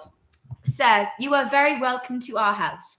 It must appear in other ways than words. Therefore I scant this breathing courtesy. Tell me where this fancy bred, or in the heart, or in the head, how begot, how nourished, reply. It is engendered in the eyes, with gazing fed and fancied eyes. In the cradle where it lies, let us all ring fancy's knell. I'll begin it, ding dong bell, ding dong bell. By yonder moon, I swear you do me wrong. In faith, I gave it to the judge's clerk. Won't he were gelt that I had it for my part, since you do take it, love, so much at heart? A quarrel, ho, already? What's the matter? About a hoop of gold, a paltry ring that she did give me, whose posy was for all the world like a couple of poetry upon a knife. Love me and leave me not. What talk you of the posy or the value? You swore to me when I did give it to you that you would wear it till your hour of death, that it should lie with you in your grave. And though not for me, yet for your vehement oaths, you should have been respected and have kept it. Gave it a judge's clerk? No, God's my judge. The clerk will ne'er wear hair on face that had it. He will. And if he lived to be a man. Aye, if a woman lived to be a man. Now by this hand I gave it to a youth, a kind of boy, a little scrubbed boy, no higher than thyself, the judge's clerk, a prating boy that begged it as a fee. I could not, for all my heart, deny it him. You were to blame, I must be plain with you. To part so slightly with your wife's first gift, a thing stuck on with oaths upon your finger, and so riveted with faith unto your flesh. I gave my love a ring, and made him swear never to part with it. And here he stands. I dare be sworn for him he would not leave it, nor pluck it from his finger, for the wealth that the world masters. Now, in faith, Gracchio, you give your wife too unkind a cause of grief, and swear to me I should be mad at it. Why, I would best to cut my left hand off and swear I lost the ring defending it. My Lord Bassanio gave his ring away unto the judge that begged it, and indeed deserved it too. And then the boy, his clerk, that took some pains in writing, he begged mine, and neither man nor master would take aught but the 2 rings. What ring gave you, my lord? Not that, I hope, which you received of me. If I could add a lie unto a fault, I would deny it. But you see my finger hath not the ring upon it. It is gone. Even so void is your false heart of truth. By heaven, I will never come into your bed until I see the ring. Nor I in yours till I see mine again. Sweet Portia, if you did know to whom I gave the ring, if you did know for whom I gave the ring, and would conceive for what I gave the ring, and how unwillingly I left the ring, when naught would be accepted but the ring, you would abate the strength of your displeasure. If you had known the virtue of the ring, or half her worthiness that gave the ring, or your own honour to contain the ring, you would not have parted with the ring. What man is there so much unreasonable? If you had pleased to have defended it with any terms of zeal, wanted the modesty to urge the thing held as a ceremony, Nerissa teaches me what to believe. I'll die for it, but some woman had the ring. No, by my honour, madam, by my soul, no woman had it, but a civil doctor, which did refuse 3,000 ducats of me, and begged the ring, the which I did deny him, and suffered him to go displeased away, even he that did uphold the very life of my dear friend. What should I say, sweet lady? I was enforced to send it after him. I was beset with shame and courtesy. My honour would not let ingratitude so much besmear it. Pardon me, good lady, for by these blessed candles of the night, had you been there, I think you would have begged the ring of me to give the worthy doctor. Let not that doctor e'er come near my house. Since he hath got the jewel that I loved, and that which you did swear to keep for me, I will become as liberal as you. I'll not deny him anything I have. No, not my body, nor my husband's bed. Know him I shall, I am well sure of it. Lie not a night from home, watch me like Argus. If you do not, if I be left alone now, by mine honour, which is yet mine own, I'll have that doctor for my bedfellow. And I, his clerk. Therefore, be well advised how you leave me to mine own protection. Well, do you so? Let not me take him then. If I do, I'll mar the young clerk's head. I am the unhappy subject of these quarrels. Sir, grieve you not, you are welcome notwithstanding. Portia, forgive me this enforced wrong, and in the hearing of these many friends, I swear to thee, even by thine own fair eyes, wherein I see myself. Mark you but that, in both my eyes he doubly sees himself. In each eye one, swear by your double self, and there's an oath of credit. Nay, but hear me. Pardon this fault, and by my soul I swear I never more will break an oath with thee. I once did lend my body for his wealth, which, but for him, had your husband's ring, and quite miscarried. I dare be bound again, my soul upon the forfeit, that your lord will never more break faith inadvisedly. Then you shall be his surety. Give him this, and bind him keep it better than the other. Here, Lord Bassanio, swear to keep this ring. By heaven. It's the same I gave the doctor. I had it of him, pardon me, Bassanio, for by this ring the doctor lay with me. And pardon me, my gentle Gratiano, for the same scrubbed boy, the doctor's clerk, in lieu of this last night, did lie with me. Aye, this is like the mending of highways in summer, where the ways are fair enough. What are we, cuckolds, ere we have deserved it? Speak not so grossly. You are all amazed. Here is a letter. Read it at your leisure. It comes from Padua, from Bellario. There you shall find that Portia was the doctor, Nerissa there her clerk. Lorenzo here shall witness I set forth as soon as you, and even but now returned. I have not yet entered my house. Antonio, you are welcome, and I have better news in store for you than you expect. Unseal this letter soon, and there you shall find 3 of your argosies are richly come to harbour suddenly. You shall not know by what strange accident I chanced on this letter. I am done. Were you the doctor, and I knew you not? Were you the clerk that is to make me cuckold? Aye, but the clerk that never means to do it, unless he live until he be a man. Sweet doctor, you shall be my bedfellow. When I am absent, then lie with my wife. How now, Lorenzo? My clerk hath some good comforts too for you. Aye, and I'll give them to you without a fee. There do I give to you and Jessica from the rich Jew a special deed of gift, after his death of all he dies possessed of. Fair ladies, you drop manna in the way of starved people. It is almost morning, and yet I am sure you are not satisfied of these events in full. Let us go in and charge us there upon interrogatories, and we shall answer all things faithfully. Let it be so. The first interrogatory that my Nerissa shall be sworn on is, whether till the next night she had rather stay or go to bed now, being 2 hours today. But were the day to come, I should wish it dark, that I were couching with the doctor's clerk. Well, while I live, I'll fear no other thing so sore as keeping safe Nerissa's ring. Woo! We have a minute, so going straight on. I'm Puck and Theseus in this Yes, one, right? right. Good. Ah, look at that. I can't read. I can't read and I can't speak. And I don't know how to act, but I've always known that. But I'm like...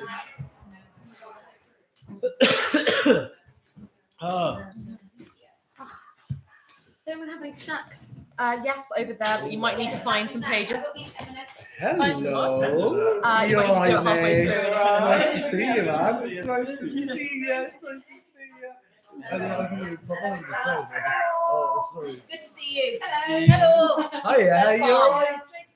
Shakespeare. Right, onwards. Okay, Jazz, shove up.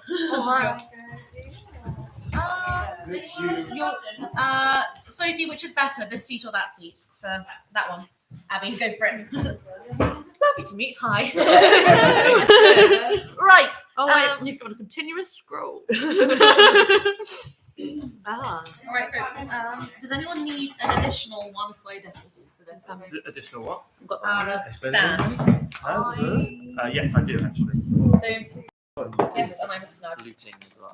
There we go. Sarah, Hermia, and Quince. Oh yes, we need another. Have we found it? Javier and I've got a banquet. Has a Hamia and Quince appeared somewhere? There's definitely one that exists. Somewhere around here.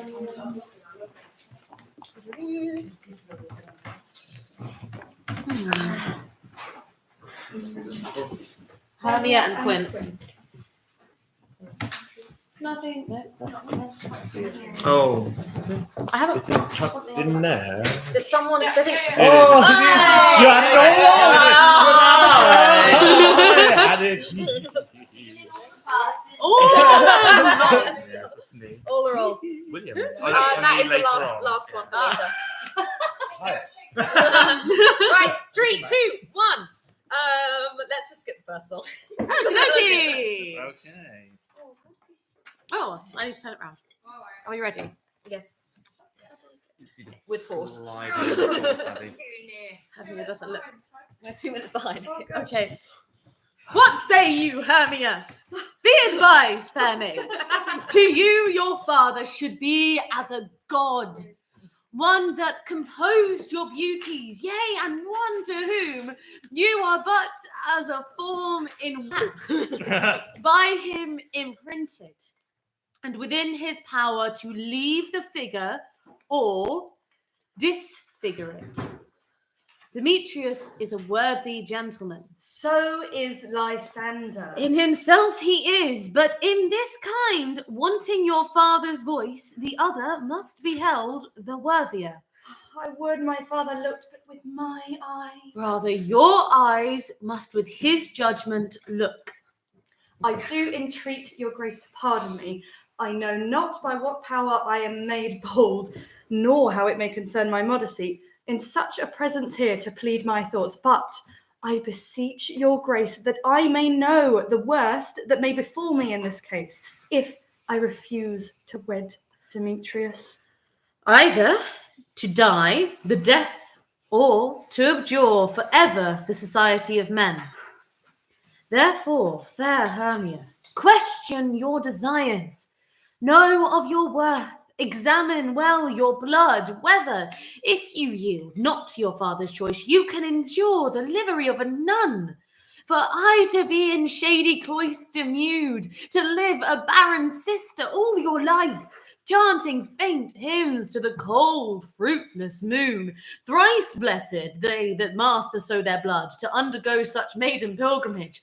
But earthlier happy is the rose distilled, than that which withering on the virgin thorn grows, lives, and dies in single blessedness. So will I grow, so live, so die, my lord, ere I will my virgin patent up unto his lordship, whose unwished yoke my soul consents not to give sovereignty. Take time to pause, and by the next new moon, upon that day, either prepare to die for disobedience to your father's will, or else to wed Demetrius as he would, or on Diana's altar to protest for high austerity and single life. Relent, sweet Hermia, and Lysander, yield thy Chris title to my certain right. You have a father's love, Demetrius. Let me have Hermia's. Do you marry him? I am, my lord, as well derived as he, as well possessed. My love is more than his, my fortunes every way as fairly ranked, if not with vantage as Demetrius's, and which is more all these boasts can be. I am beloved of beauteous Hermia. Why should not I then prosecute my right? Demetrius, I'll avouch it to his head, made love to Nidar's daughter Helena, and won her soul, and she, sweet lady, devoutly dotes in idolatry upon this spotted and inconstant man. I must confess that I have heard so much, and with Demetrius thought to have spoke thereof. For you, fair Hermia, look you arm yourself to fit your fancies to your father's will, or else the law of Athens yields you up, which by no means we may extenuate, to death, or to a vow of single life. How now, my love? Why is your cheek so pale? How chance the roses there do fade so fast? Belike for want of rain, which I could well beteem them for the tempest of my eyes. Ay me, for aught that I could ever read, could ever hear by tale or history, the course of true love never did run smooth. But either it was different in blood, or if there were a sympathy in choice, war, death, or sickness did lay siege to it, making it momentary as a sound, and ere a man hath power to say, behold, the jaws of darkness do devour it up, so quick bright things come to confusion. If then true lovers have been ever crossed, it stands as an edict in destiny. Then let us teach our trial patience, because it is a customary cross, as due to love as thoughts and dreams and sighs, wishes and tears, poor fancy's followers. A good persuasion. Therefore hear me, Hermia. I have a widow aunt, a dowager of great revenue, and she hath no child. From Athens is her house remote some 7 leagues, and she respects me as her only son. There, gentle Hermia, may I marry thee. And to that place the sharp Athenian law cannot pursue us. If thou lovest me then, steal forth thy father's house tomorrow night, and in the wood, a league without the town, where I did meet thee once with Helena, to do observance to a morn of May, there will I stay for thee. My good Lysander, I swear to thee, by Cupid's strongest bow, by his best arrow with the golden head, by the simplicity of Venus's doves, by that which knitteth souls and prospers loves, and by that fire which burned the Carthage queen when the false Troyan under sail was seen, by all the vows that ever men have broke, in number more than ever women spoke, in that same place thou hast appointed me, tomorrow truly will I meet with thee. Keep promise, love. Look, here comes Helena. Godspeed, fair Helena, whither away? Call you me fair? That fair again unsay.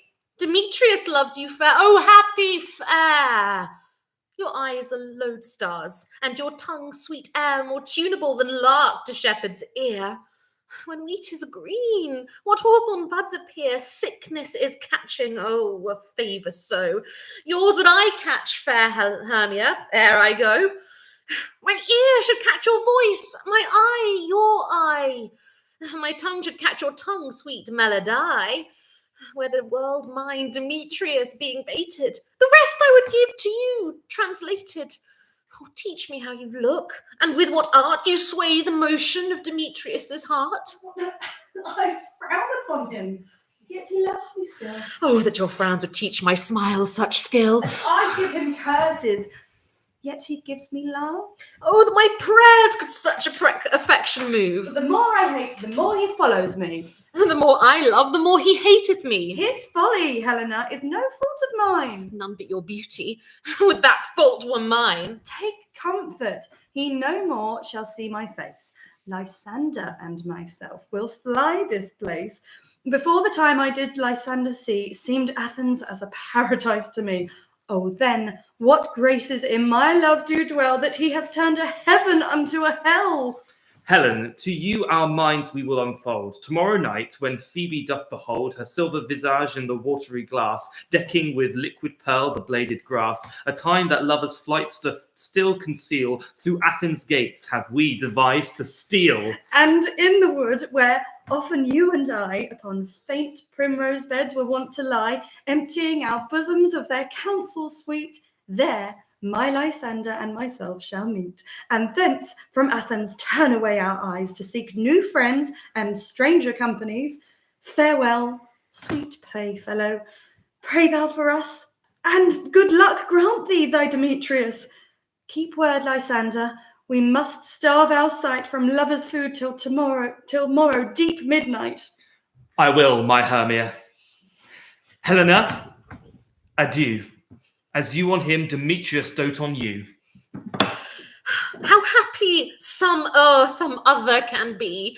Through Athens I am thought as fair as she. But what of that? Demetrius thinks not so. He will not know what all but he do know. And as he errs, doting on Hermia's eyes, so I, admiring of his qualities, things base and vile, folding no quantity, love can transpose to form and dignity. Love looks not with the eyes, but with the mind, and therefore is winged Cupid painted blind. For ere Demetrius look on Hermia's eyne, he hailed down oaths that he was only mine. And when this hail some heat from Hermia felt, so he dissolved, and showers the oaths did melt. I will go tell him of fair Hermia's flight, and then to the wood will he tomorrow night pursue her, and for this intelligence, if I have thanks, it is a dear expense. But herein mean I to enrich my pain, to have his sight thither and back again.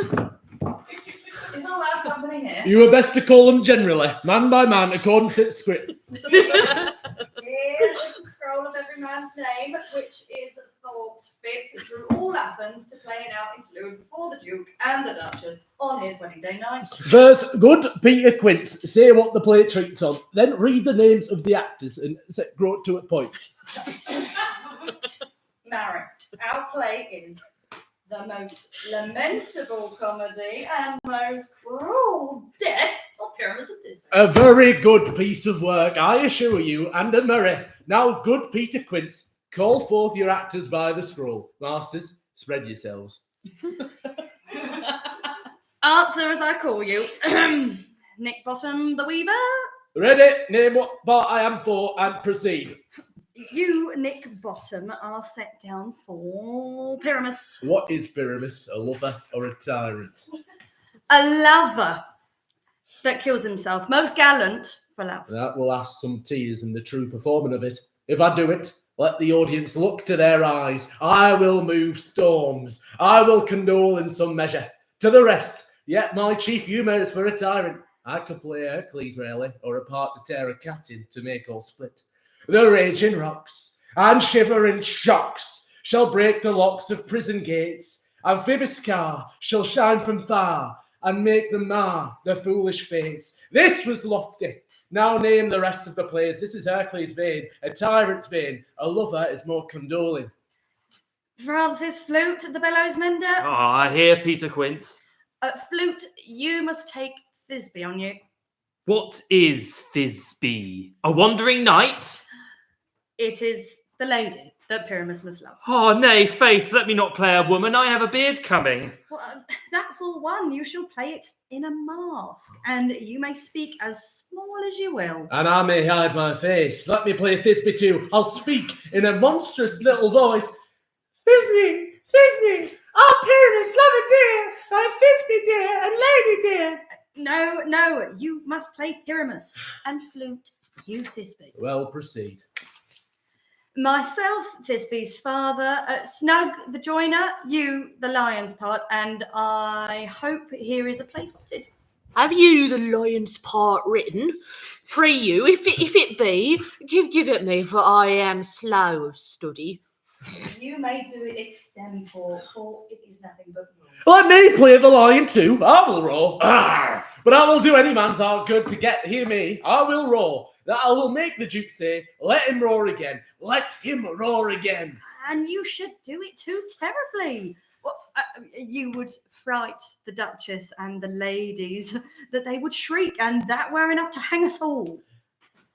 That would hang us all. Everyone's son. I grant you, friends, if that you should fright the ladies out of their wits, they would have no more discretion but to hang us. But I will aggravate my voice so that I will roar you as gently as any sucking dove. I will roar you and 'twere any nightingale. You can play no part but Pyramus, for Pyramus is a sweet-faced man, a proper man, as one shall see in a summer's day, a most lovely gentleman-like man. Therefore, you must needs play Pyrrhus. Well, I will undertake it. What beard were I? But masters, here are your parts, and I am to entreat you, request you, and desire you to con them by tomorrow night, and meet me in the palace wood, a mile without the town, by moonlight. There will we rehearse, for if we meet in the city, we shall be dogged with company, and our devices known. I pray you, fail me not. We will meet, and there we may rehearse most obscenely and courageously. Take pains, be perfect. Adieu. At the Duke's Oak we meet. Enough! Hold out or cut bowstrings. The king doth keep his revels here tonight. Take heed the queen come not within his sight. And now they never meet in grove or green, by fountain clear or spangled starlight sheen, but they do square, that all their elves for fear creep into acorn cups and hide them there. Either I mistake your shape and making quite, else you are that shrewd and knavish sprite called Robin Goodfellow. Are you not he that frights the maidens in the villagery, skim milk and sometimes labour in the quern, and bootless make the breathless housewife churn, and sometime make the drink to bear no bar, mislead night wanderers, laughing at their harm, those that hobgoblin call you, and sweet Puck? You do their work, and they shall have good luck. Are you not he? Thou speak'st right. I am that merry wanderer of the night. I jest to Oberon and make him smile, when I a fat and bean-fed horse beguile, neighing in the likeness of a filly fowl. And sometime lurk I in a gossip's bowl, in the very likeness of a roasted crab, and when she drinks, against her lips I bob, and on her with a dewlap pour the ale, the wisest aunt telling the saddest tale. Sometime for 3 foot stool mistaketh me, then I slip from her bum, down tumble she, and Taylor cries and falls into a cough, and then the whole choir hold their hips and laugh, and wax it in their mirth and knees, and swear, and merrier hour was never wasted there. But room, fairy, here comes Oberon. Ill met by moonlight, proud Titania. What? Jealous Oberon? Fairies, skip hence. I have forsworn his bed and company. Tarry, rash wanton, am not I thy lord? Then I must be thy lady. But I know these are the forgeries of jealousy. And never, since the middle summer's spring, have we met on hill, in dale, forest, or mead, by paved fountain, or by rushy brook, or in the beached margent of the sea, or to dance our ringlets in the whistling wind. But with thy brawls thou hast disturbed our sport, and thorough this distemperature we see the seasons alter, hoary-headed frost, and odorous chaplet of sweet summer buds, as in mockery set, the spring, the summer, the childing autumn, angry winter, change their wonted liveries, and the mazed world by their increase knows not which is which. And this same progeny of evils comes from our debate, from this dissension. We are their parents and original. Do you amend it then? It lies in you. Why should Titania cross her Oberon? If you will patiently dance in our round and see our moonlit revels, go with us, if not shun me, and I will spare your haunts. Well, go thy way. Thou shalt not from this grove till I torment thee for this injury.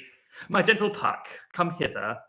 Fetch me that flower, the herb I showed thee once. The juice of it on sleeping eyelids laid will make or man or woman madly dote upon the next live creature that it sees. Fetch me this herb, and be thou here again ere the Leviathan can swim a league. I'll put a girdle about the earth in 40 minutes.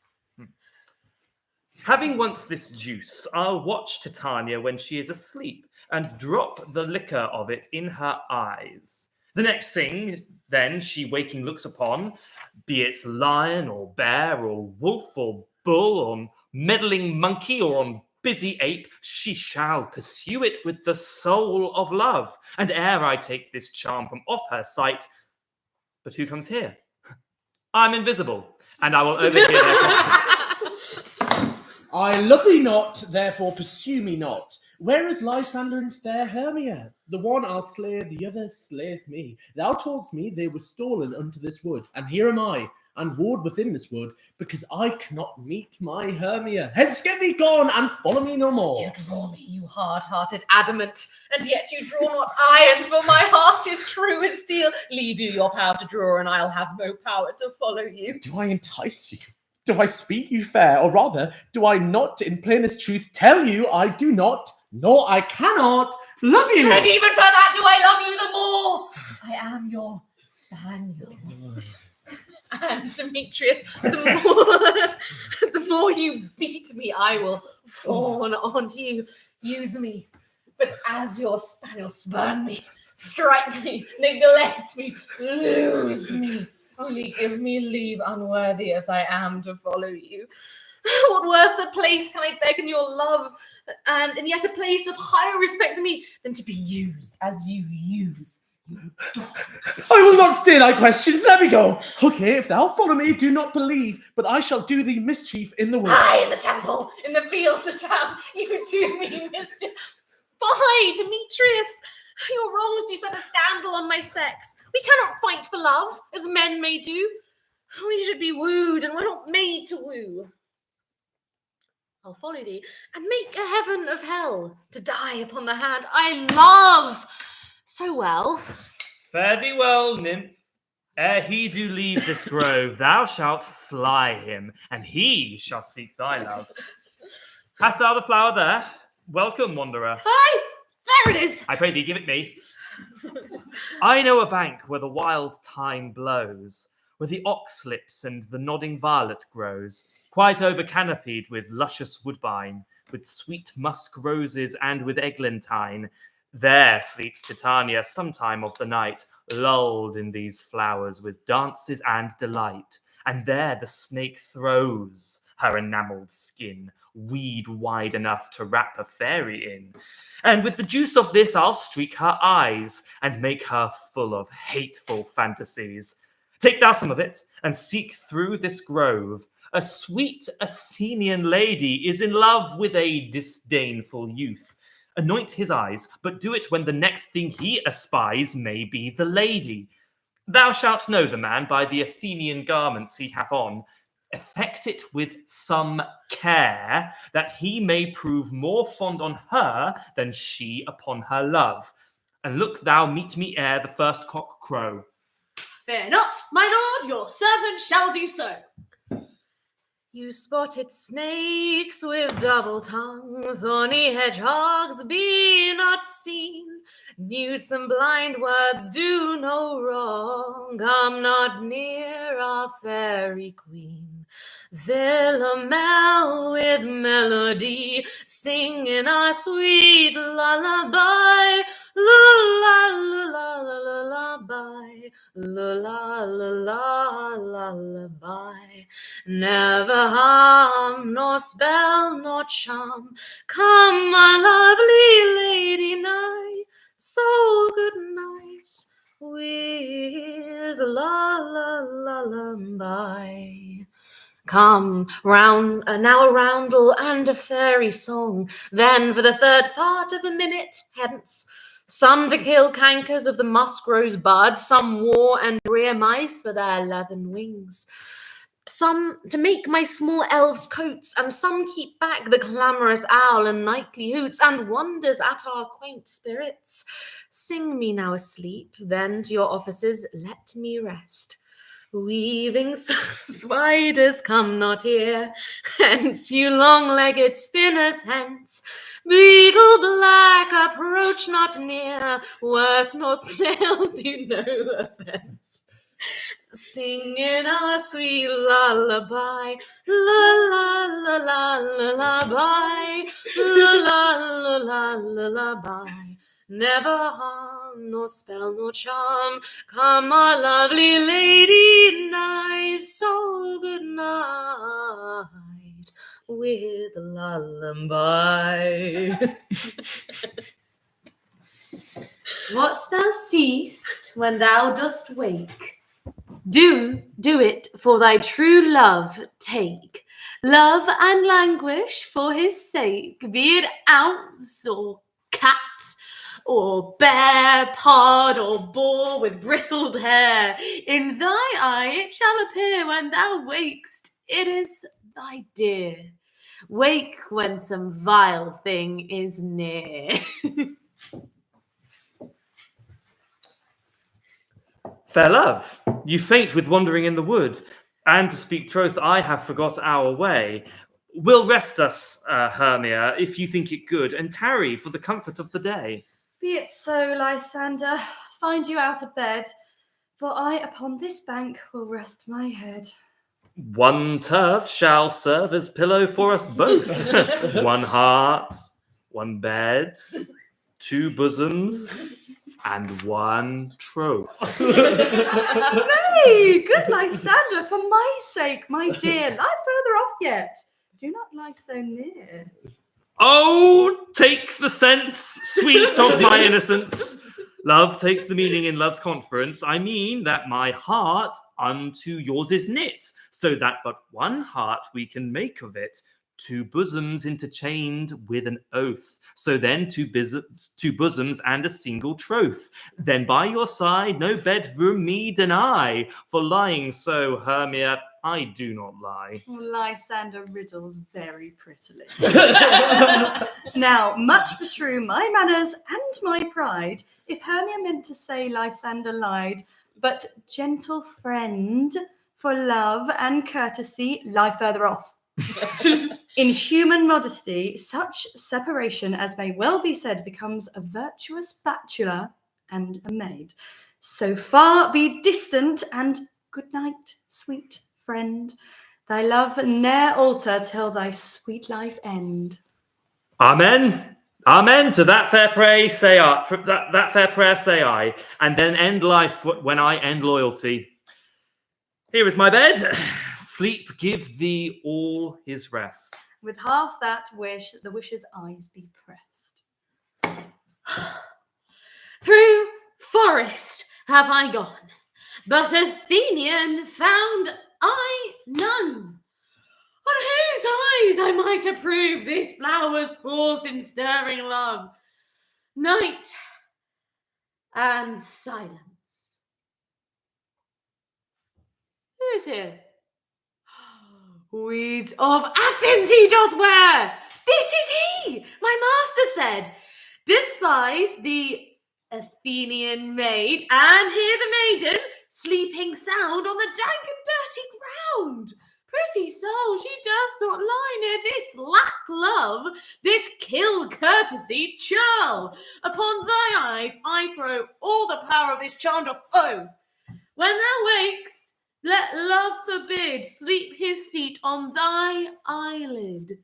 So awake when I am gone, for I must now to Oberon. Stay, though thou kill me, sweet Demetrius. I charge thee hence, and do not haunt me thus. Oh, wilt thou darkly leave me? Do not so. Stay on thy peril, I alone will go. I am out of breath of this fond chase. The more my prayer, the lesser is my grace. Happy is Hermia, wheresoe'er she lies, for she hath blessed and attractive eyes. How came her eyes so bright? Not with salt tears, if so. My eyes are oftener washed than hers, no. No, I am as ugly as a bear. The beasts that meet me do run away for fear.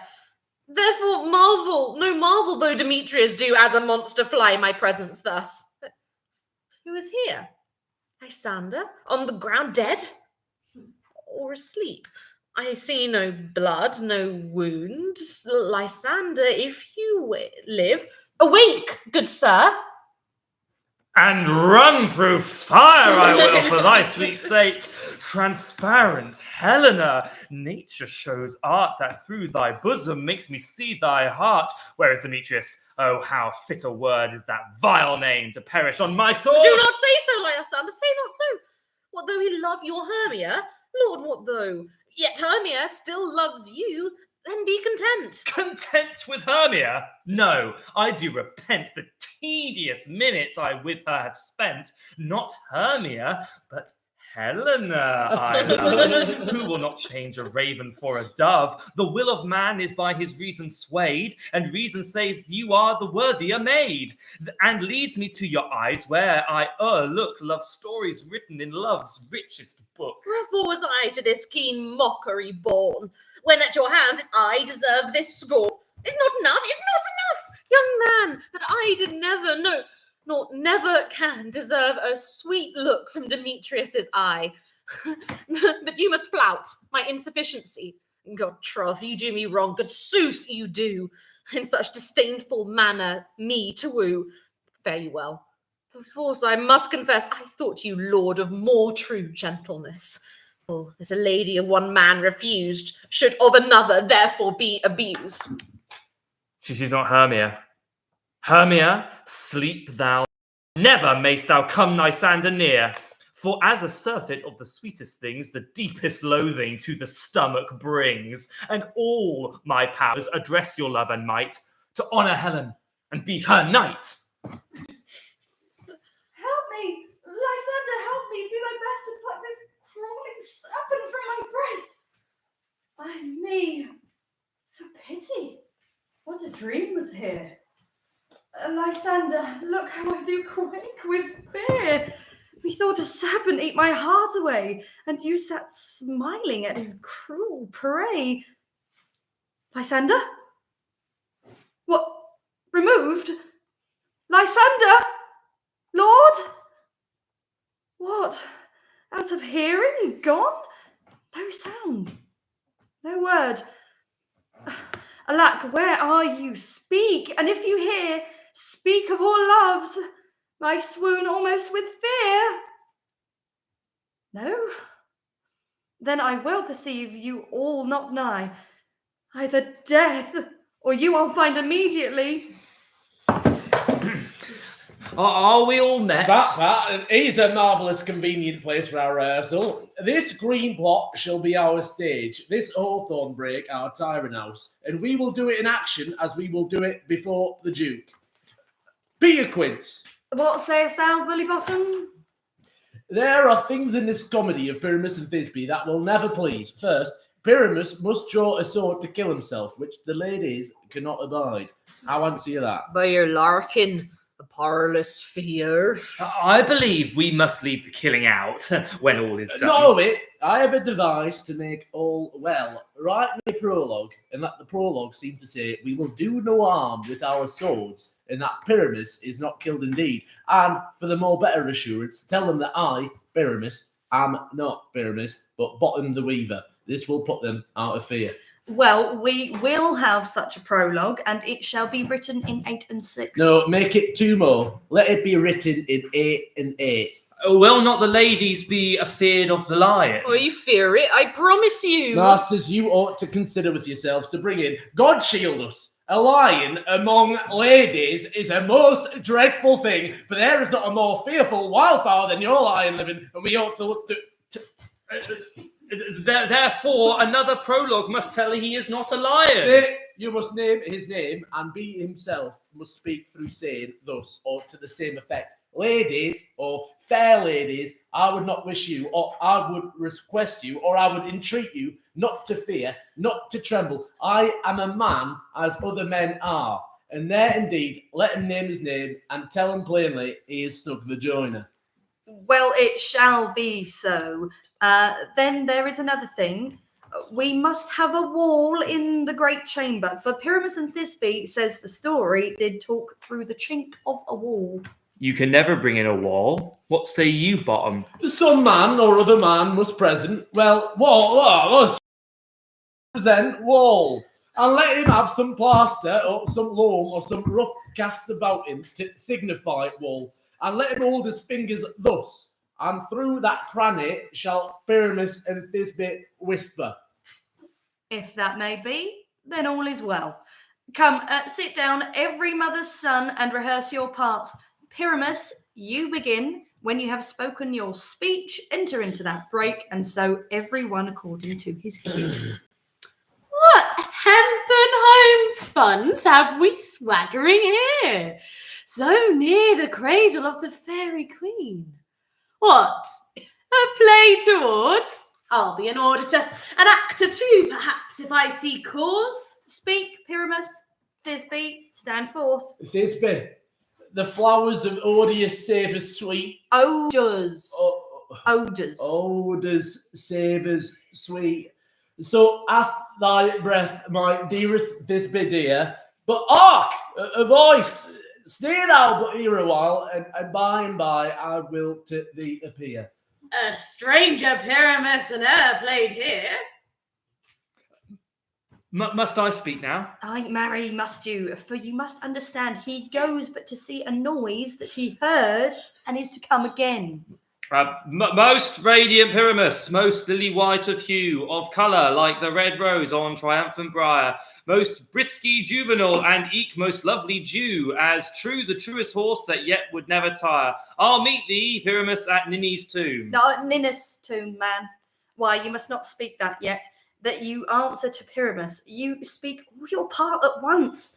Cues and all Pyramus enter. Your cue is past. It is never tire. Oh, as true as truest horse that yet would never tire. If I were fair, Thisbe, our only line. Oh, monstrous, oh, strange, we are haunted. Pray, masters, fly, masters, help. I'll follow you and I'll lead you about around, through bog, through bush, through brake, through briar.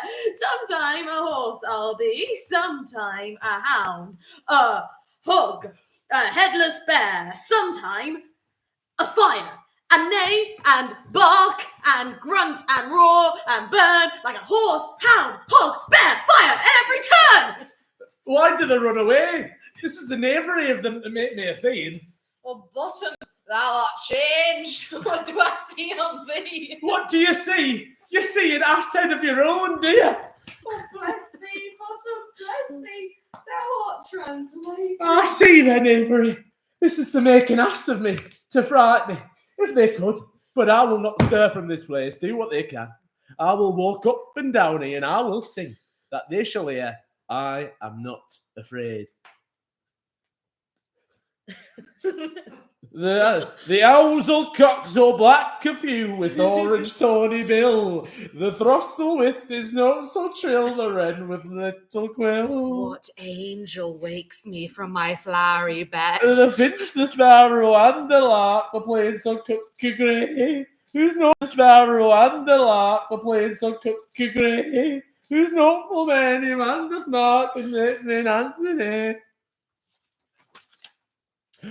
For indeed, who would set his wit so foolish a bird? Who would never give a bird a lie, though he cry, cuckoo never so? I pray thee, gentle mortal, sing again. Mine ear is much enamoured of thy note, so mine ear is enthralled to thy shape.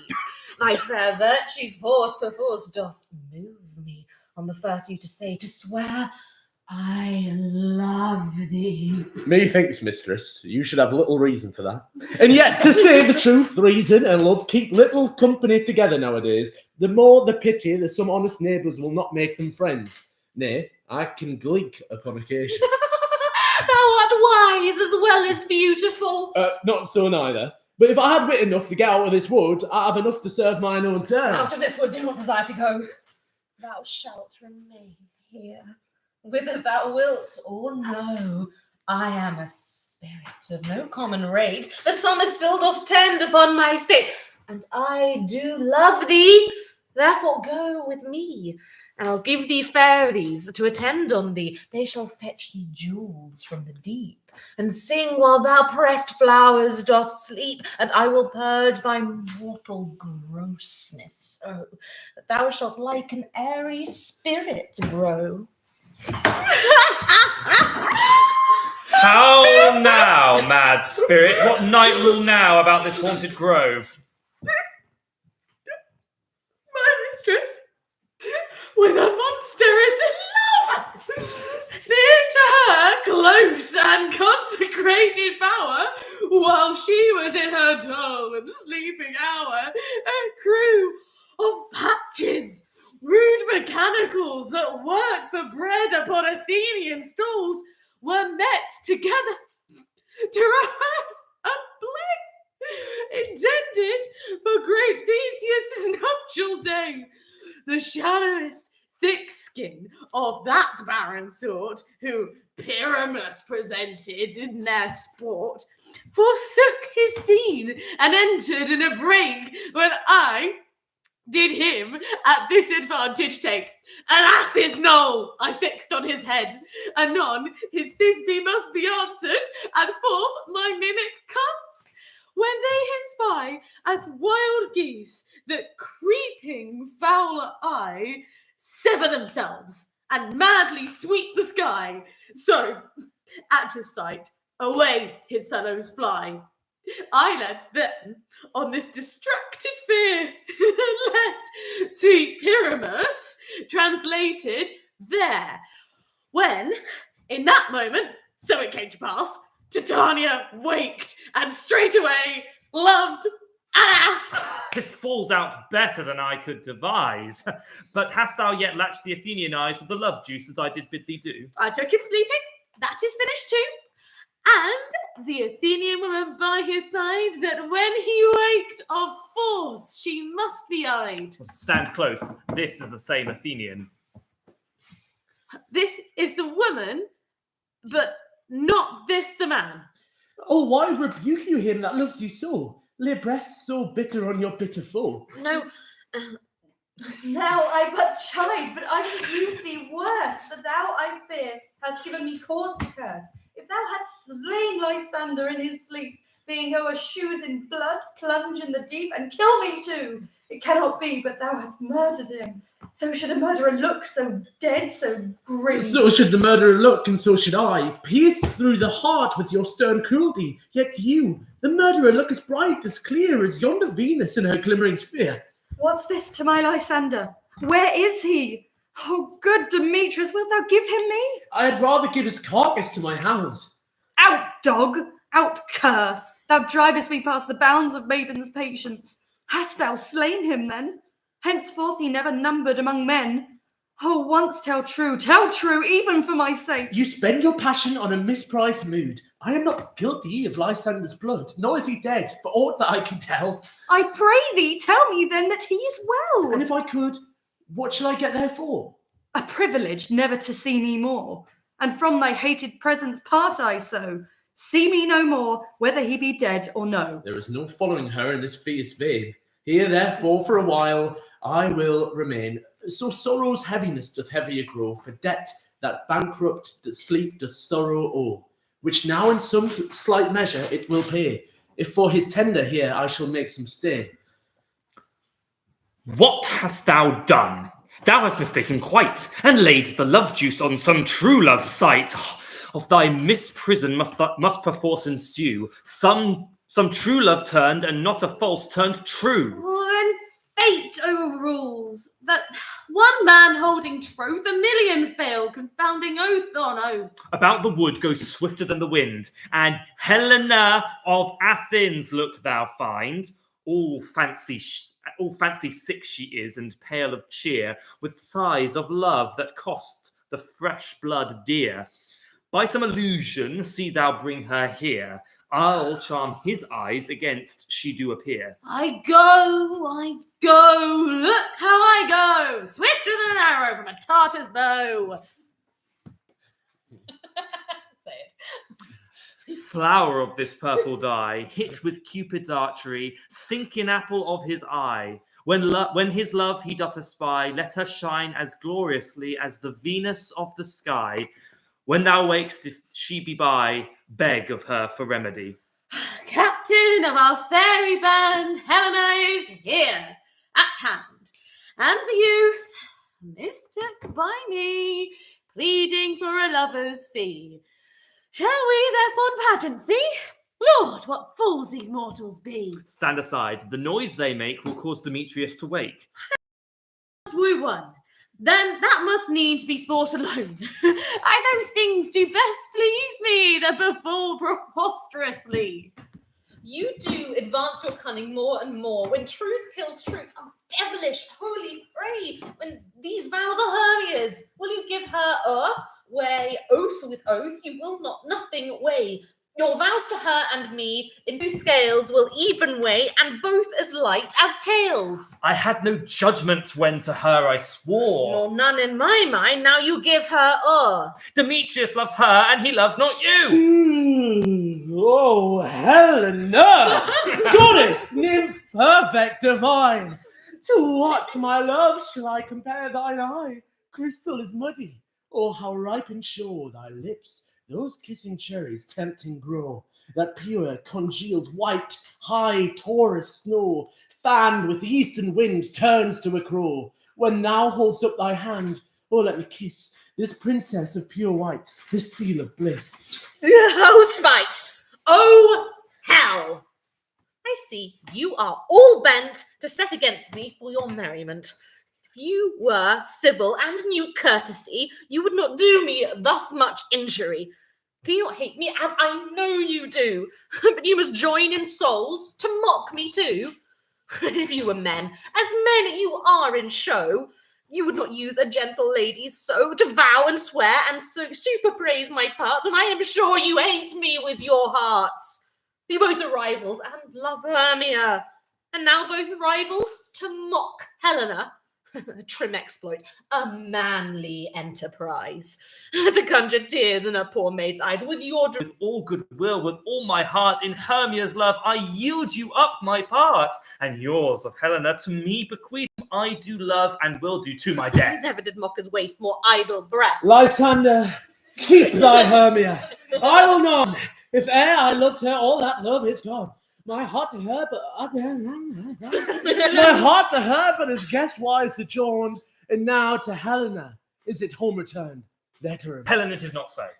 Disparage not the faith thou dost not know, lest to thy peril thou be it dear. Look where thy love comes, yonder it dear. Thou art not by mine eye, Lysander, found. Mine ear, I thank it, brought me to thy sound. But why unkindly didst thou leave me so? Why should he stay, whom love doth press to go? What love could press Lysander from my side? Lysander's love, that would not let him bide. Fair Helena, who more englids the night than all you fiery O's and eyes of light. Why seek'st thou me? Could not this make thee know the hate I bear thee made me leave thee so? You speak not as you think. It cannot be. No! She is one of this confederacy. Now, I perceive they have conjoined all three to fashion this false sport in spite of me. Injurious Hermia, most ungrateful maid. Have you conspired? Have you with these contrived to bait me with this foul derision? Is all the counsel we two have shared, the sisters' vows, the hours we have spent, that we have chid the hasty-footed time for parting us. Oh, is it all forgot? All school days' friendship, childhood innocence, and will you rent our ancient love asunder to join with men in scorning your poor friend? It is not friendly, it is not maidenly. Our sex, as well as I, may chide you for it, though I alone do feel the injury. I am amazed at your passionate words. I scorn you not. It seems that you scorn me. Have you not set Lysander as in scorn to follow me and praise my eyes and face, and made your other love Demetrius, who even but now did spurn me with his foot and call me goddess, nymph, divine and rare, precious, celestial? Wherefore speaks he this to her he hates? And wherefore doth Lysander deny your love so rich within his soul, and tender me, forsooth, affection, but by your setting on, by your consent? I understand not what you mean by this. Stay, gentle Helena, hear my excuse. My love, my life, my soul for fair Helena. Oh, excellent! Sweet sweet, do not scorn her so. If she cannot entreat, I can compel. Thou canst compel no more than she entreat. Thy threats have no more strength than her weak prayers. Helen, I love thee, by my life I do. I swear by that which I will lose for thee, to prove him false that says I love thee not. I say I love thee more than he can do. If thou say so, withdraw and prove it so. Quick, John! Lysander, where'd you tends all this? Hang off, thou cat, thou vile thing, let loose, or I will shake thee from me like a serpent. Why are you grown so rude? What change is this? Sweet love. Thy love out, tawny Tartar, out, loathed medicine, out, hated potion, hence. Do you not jest? Yes, sooth, and so do you. Demetrius, I will keep my word with thee. I would I had your bond, for I perceive a weak bond holds you. I'll not trust your word. What, should I hurt her, strike her, kill her dead? Although I hate her, I would not harm her so. What, can you do me greater harm than hate? Hate me? Wherefore? Oh me, what news, my love? Am not I Hermia? Are you not Lysander?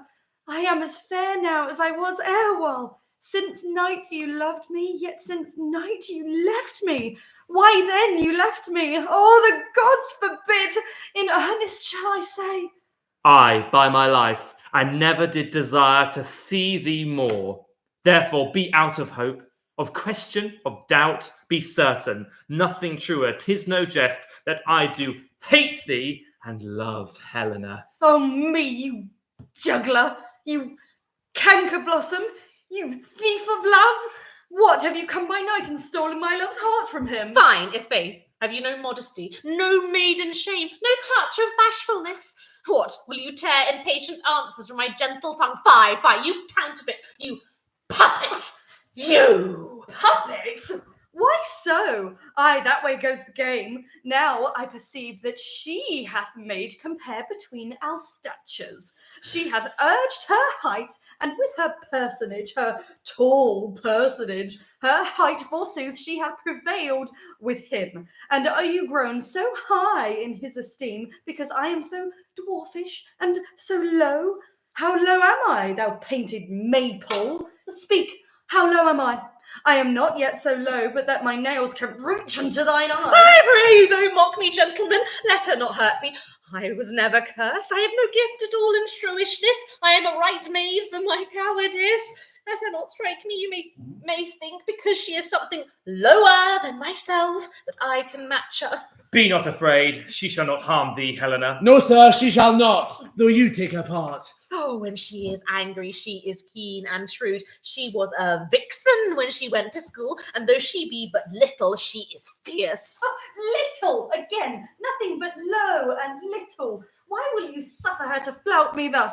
Let me come to her. Get you gone, you dwarf, you minimus, you minimus of hindering not grass maid, you bead, you acorn. You are too officious in her behalf that scorns your services. Let her alone. Speak not of Helena. Take not her part, for if thou dost intend, never so little show of love to her, thou shalt abide it. Now she holds me not. Now follow, if thou darest, to try whose right of thine or mine is most in Helena. Follow! Nay, I'll go with thee, cheek by jowl. You mistress, all this coil is long of you. Nay, go not back. I'll not trust you, I, nor longer than I stay in your cursed company. Your hands are mine, are quicker for the fray. My legs are longer through to run away. I am amazed and know not what to say. This is thy negligence. Still thou mistakest, or else committ'st thy knaveries wilfully. Believe me, King of Shadows, I mistook. Did not you tell me I should know the man by the Athenian garments he had on?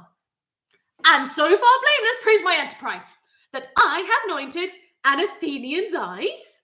And so far am I glad it so did sort, as this their jangling I esteem a sport. Thou seest these lovers seek a place to fight. Hie therefore, Robin, overcast the night, and lead these testy rivals so astray as one come not within another's way. Like to Lysander, sometime frame thy tongue, then stir Demetrius up with bitter wrong. And sometime rail thou like Demetrius, and from each other look thou lead them thus, till o'er their brows death counterfeiting sleep, with leaden legs and batty wings doth creep. Then crush this herb into Lysander's eye, whose liquor hath this virtuous property, to take from thence all error with his might, and make his eyeballs roll with wonted sight. When they next awake, all this derision shall seem a dream and fruitless vision. And to my queen her charmed eye release from monsters' view, and all shall be peace.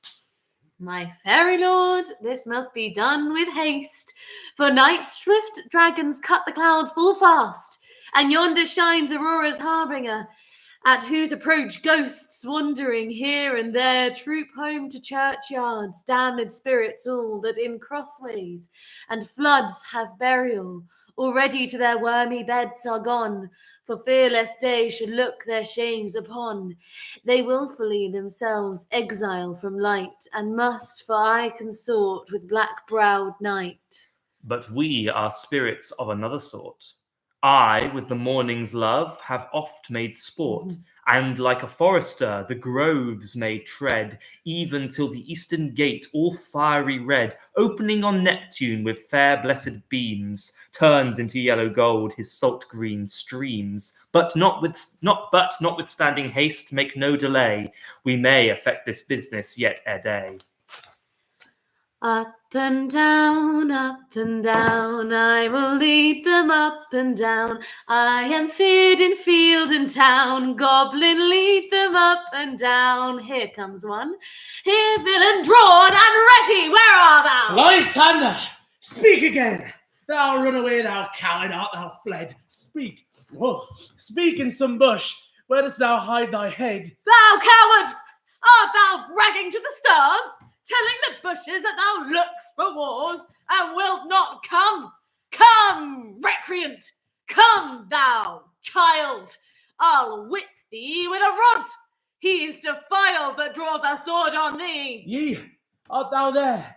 Follow my voice! We'll try no manhood here! He goes before me and still dares me on.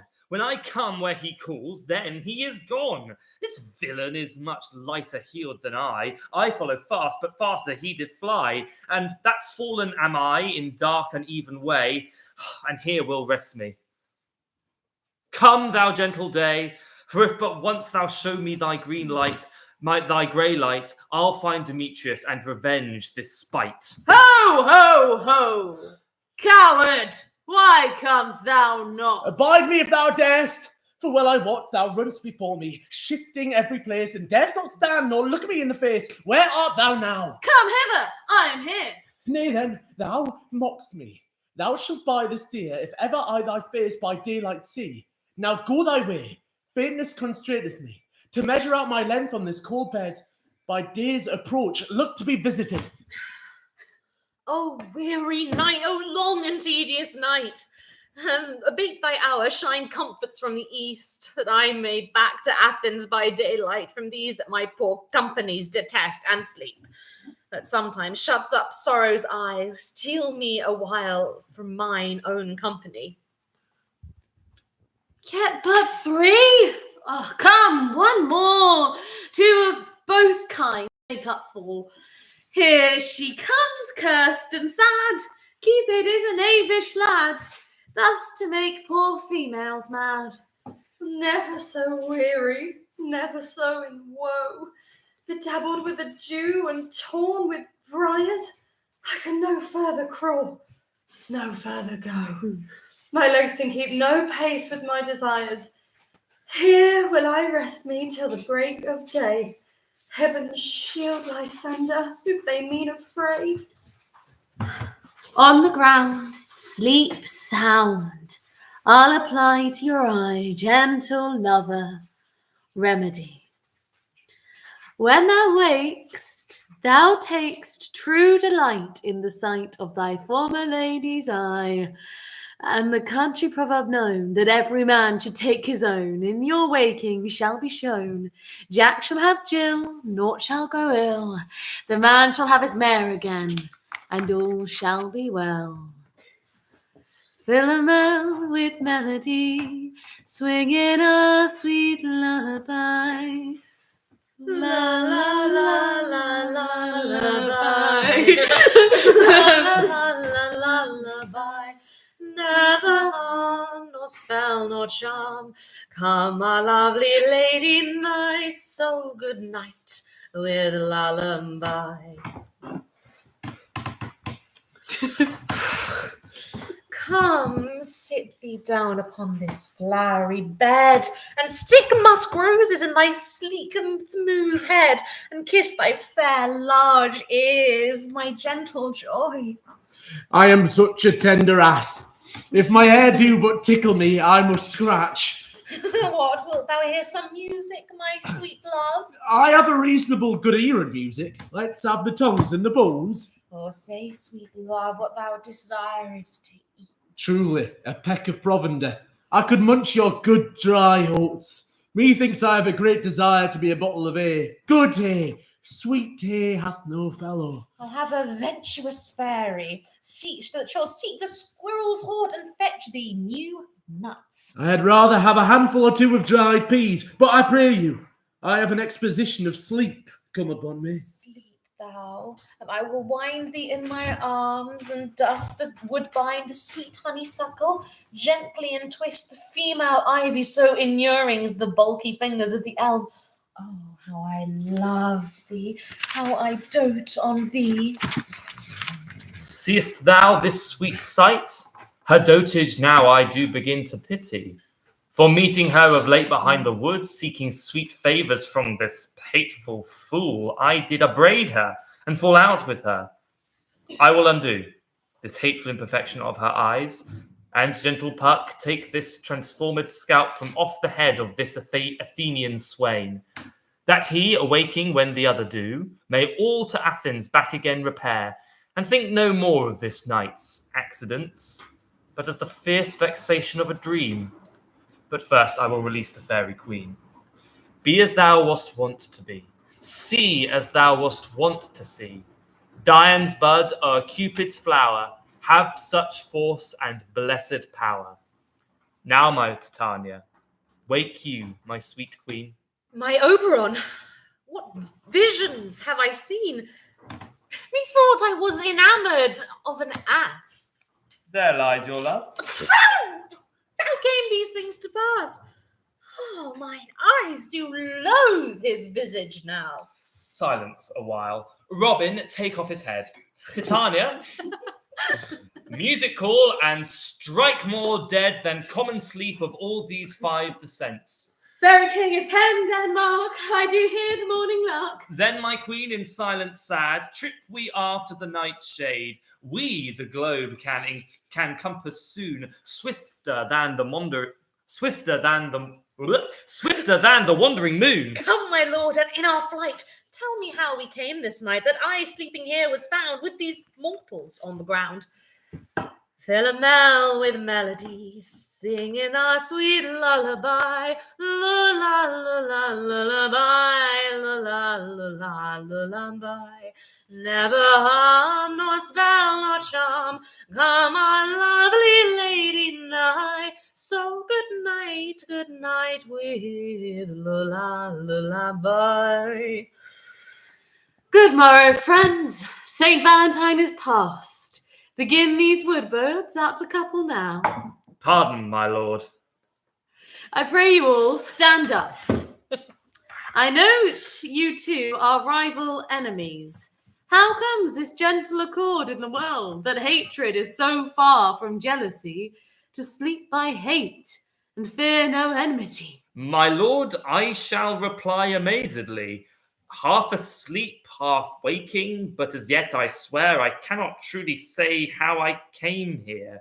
But as I think, for truly would I speak, and now do I bethink me, so it is, I came with Hermia hither. Our intent was to be gone from Athens where we might, without the peril of the Athenian law. My lord, fair Helen told me of their stealth, of this their purpose hither to this wood, and I in fury hither followed them. Fair Helen then fancy following me, but my good lord, I wot not by what power, but by some power it is. My love to Hermia, melted as the snow, seems to me now, as she remembrance of an idle god, which in my childhood I did dote upon, and all the faith, the virtue of my heart, the object and the pleasure of mine eye is only Helena. To her, my lord, was I betrothed ere I saw Hermia. But like in sickness did I loathe this food, but as in health came to my natural taste. Now I do wish it, love it, long for it, and will for evermore be true to it. Fair lovers, you are fortunately met. Of this discourse we will hear anon. Away with us to Athens. 3 and 3 will hold a feast in great solemnity. These things seem small and undistinguishable. Methinks I see these things with parted eye, when everything seems double. So methinks, and I have found Demetrius like a jewel, mine own and not my own. Are you sure that we are awake? It seems to me that we are yet asleep. We dream. Do not you think the Duke was here and bid us follow him? Yeah. And he did bid us follow to the temple. Why then we are awake. Let's follow him, and by the way, let us recount our dreams. When my cue comes, call me, and I will answer. My next is most fair Pyramus. Peter Quince flew the bellows mender. God's my life stolen hence and left me asleep. I have had a most rare vision. I have had a dream. Past the wit of man to say what dream it was. Man is but an ass. If he go about to expound this dream, me thought I was. There is no man can tell what. Me thought I was, and me thought I had. But man is but a patched fool. If he will offer to say what me thought I had, the eye of man hath not heard, the ear of man hath not seen, man's hand is not able to taste, his tongue to conceive, nor his heart to report what my dream was. I will get Peter Quince to write a ballad of this dream. It should be called Bottom's Dream, because it hath no bottom. And I will sing it in the latter end of a play, before the Duke. Peradventure, to make it more gracious, I shall sing it at her death. Have you sent to Bottom's house? Is he come home yet? If he comes not, then the play is marred. It goes not forward, doth it? It is not possible. You have not a man in all Athens able to discharge Pyramus but he. No, he hath simply the best wit of any handicraft man in Athens. Yea, and the best person too. And he is a very paramour for a sweet voice. You must say paragon. A paramour is, God bless us, a thing of naught. Masters, the Duke is coming from the temple, and there is 2 or 3 lords or ladies that have been married. I don't know what's going on. If our spur be gone forward, we had all been made men. Oh, sweet bully Bottom! Thus hath he lost 6pence a day during his life. He could not have scaped 6pence a day, and the Duke had not given him 6pence a day for playing Pyramus. I'll be hanged. He would have deserved it. 6pence a day in Pyramus or nothing. Where are these lads? Where are these hearts? Oh, most courageous day, a most happy hour. Masters, I am wonders, but ask me not what, for if I tell you, I am no true Athenian. I will tell you everything, right as it fell out. Oh, let us hear, sweet Bottom. Not a word of me. All that I will tell you is that the Duke hath dined. Get your apparel to get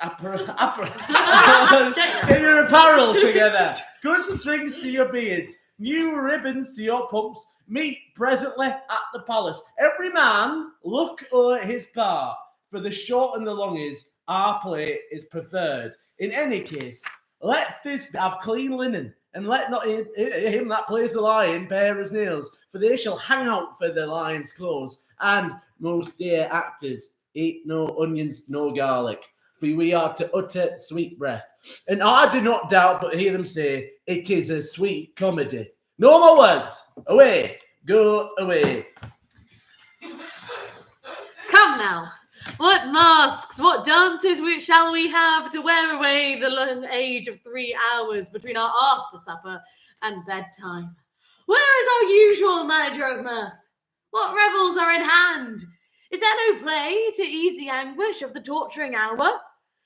A tedious, brief scene of young Pyramus and his love Thisbe. Very tragical mirth. Merry and tragical. Tedious and brief. That is, hot ice and wondrous strange snow. How shall we find the concord of this discord? I will hear that play.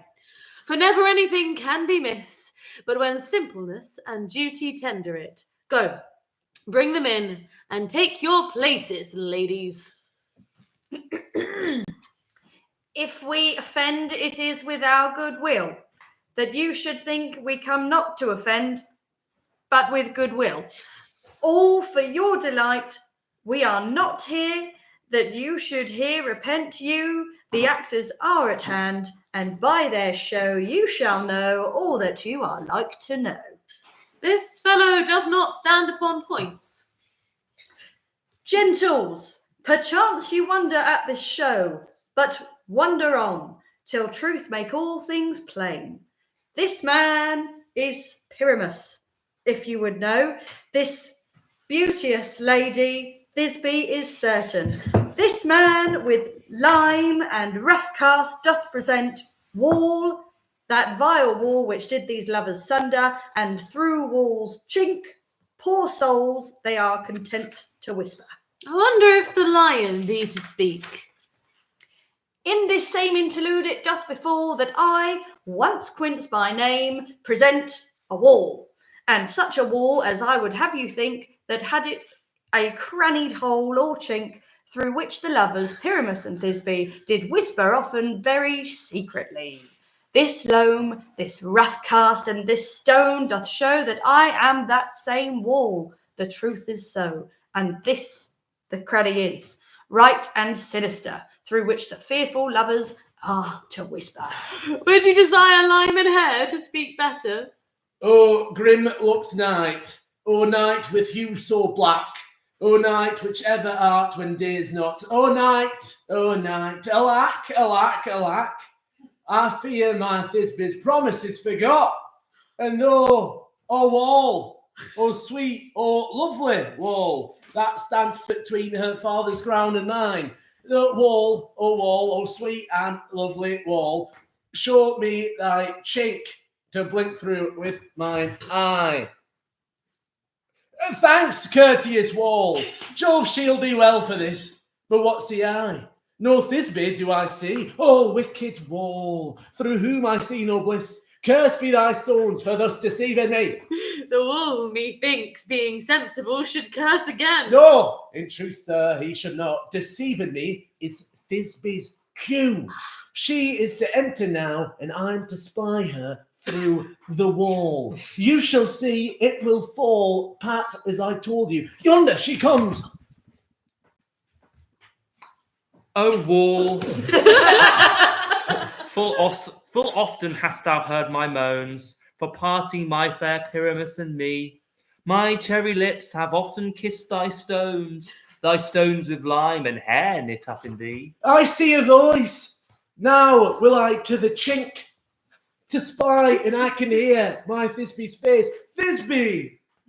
My love, thou art my love, I think. Think what thou wilt. I am thy lover's grace, and like Lamander am I trusty still. And I like Helen till the fates me kill. Not Shafalus to Procurus was so true. As Shafalus to Procrus I to you. Oh, kiss me through the hole of this vile wall. I kiss the wall's hole and not your lips at all. Willst thou at Ninny's too meet me straight away? Tide life, tide death, I come without delay. Thus have I, wall, my part discharged so, and being done, thus all away doth go. Now is the mural down between the two neighbours. Here come two noble beasts in, a man and a lion. You ladies, you with gentle hearts, do fear the small monstrous mouse that creeps on floor. Now, perchance both quake and tremble here when lion rough in wildest rage doth roar. Then no, I'm on Snug the joiner, and a lion fell, no else nor lions damn. But if I should as lion come and strike into this place, 'twere pity on my life. A very gentle beast of a good. This is old Ninny's tomb. Where is my love? Oh, well roared, lion. Well run, Thisbe. Well moused, lion. And then came Pyramus. But Mark, poor night, what dreadful dole is here? Eyes, do you see? How can it be? Oh, dainty duck, oh dear, thy mantle good, what stained with blood? Approach ye, furies fell, oh fates, come, cut thread and throat, quail, crush, conclude and quell. This passion and the death of a dear friend would go near to make a man look sad. Oh, wherefore, nature, didst thou lion's frame? Since lion vile hath here deflowered my dear, which was the fairest dame that lived, that loved, that liked, that looked with cheer. Come, tears, confound, out, sword and wound, the pap of Pyramus, aye, that left pap where heart doth hop. Thus die, thus now am I dead, now am I fled, my soul is in the sky, tongue lose thy light, moon take thy flight, now die. With the help of a surgeon, he may yet recover and prove an ass. Here this becomes, and her passion ends the play. She hath spied him already with those sweet eyes. Asleep, my love? What, dead, my dove? Oh, Pyramus, arise! Speak! Quite dumb? Dead? A tomb must cover thy sweet eyes. These my lips, this cherry nose, these yellow cowslip cheeks are gone, lovers make moan. His eyes were green as leeks. Oh, sisters three, come to me with hands as pale as milk, that lay them in gore, since you have shore with shears his thread of silk. Tongue, not a word. Come, trusty sword, come, blade, my breast imbrue. And farewell, friends. Thus Thisbe ends. Adieu. And Moonshine and Lion are left to bury the dead. No, I assure you, the wall is down that parted their fathers. Will it please you to see the epilogue, or to hear a burger mask dance between two of our company? No epilogue, I pray you, for your play needs no excuse, never excuse. For when the players are all dead, there needs none to be blamed. Marry, if he that writ it had played Pyramus and hanged himself in Thisbe's garter, it would have been a fine tragedy. And so it is, truly, and a very notably discharged. But come, your burger mask, let your epilogue alone. The iron tongue of midnight hath told 12 lovers to bed. 'Tis almost fairy time. Skips on. Yes. If we shadows have offended, think but this, and all is mended, that you have but slumbered here, while these visions did appear, and this weak and idle theme no more yielding but a dream. Gentles, do not reprehend. If you pardon, we will mend. And, as I am an honest puck, if we have unearned luck now to scrape the serpent's tongue, we will make amends ere long. Else the puck a liar call. So good night unto you all. Give me your hands, if we be friends, and Robin shall restore amends. Fabulous. Thank you all. We have 2 minutes until the next one starts, so we are straight in. Right, folks. Sophie, can you pass me all of the play placards? Fabulous.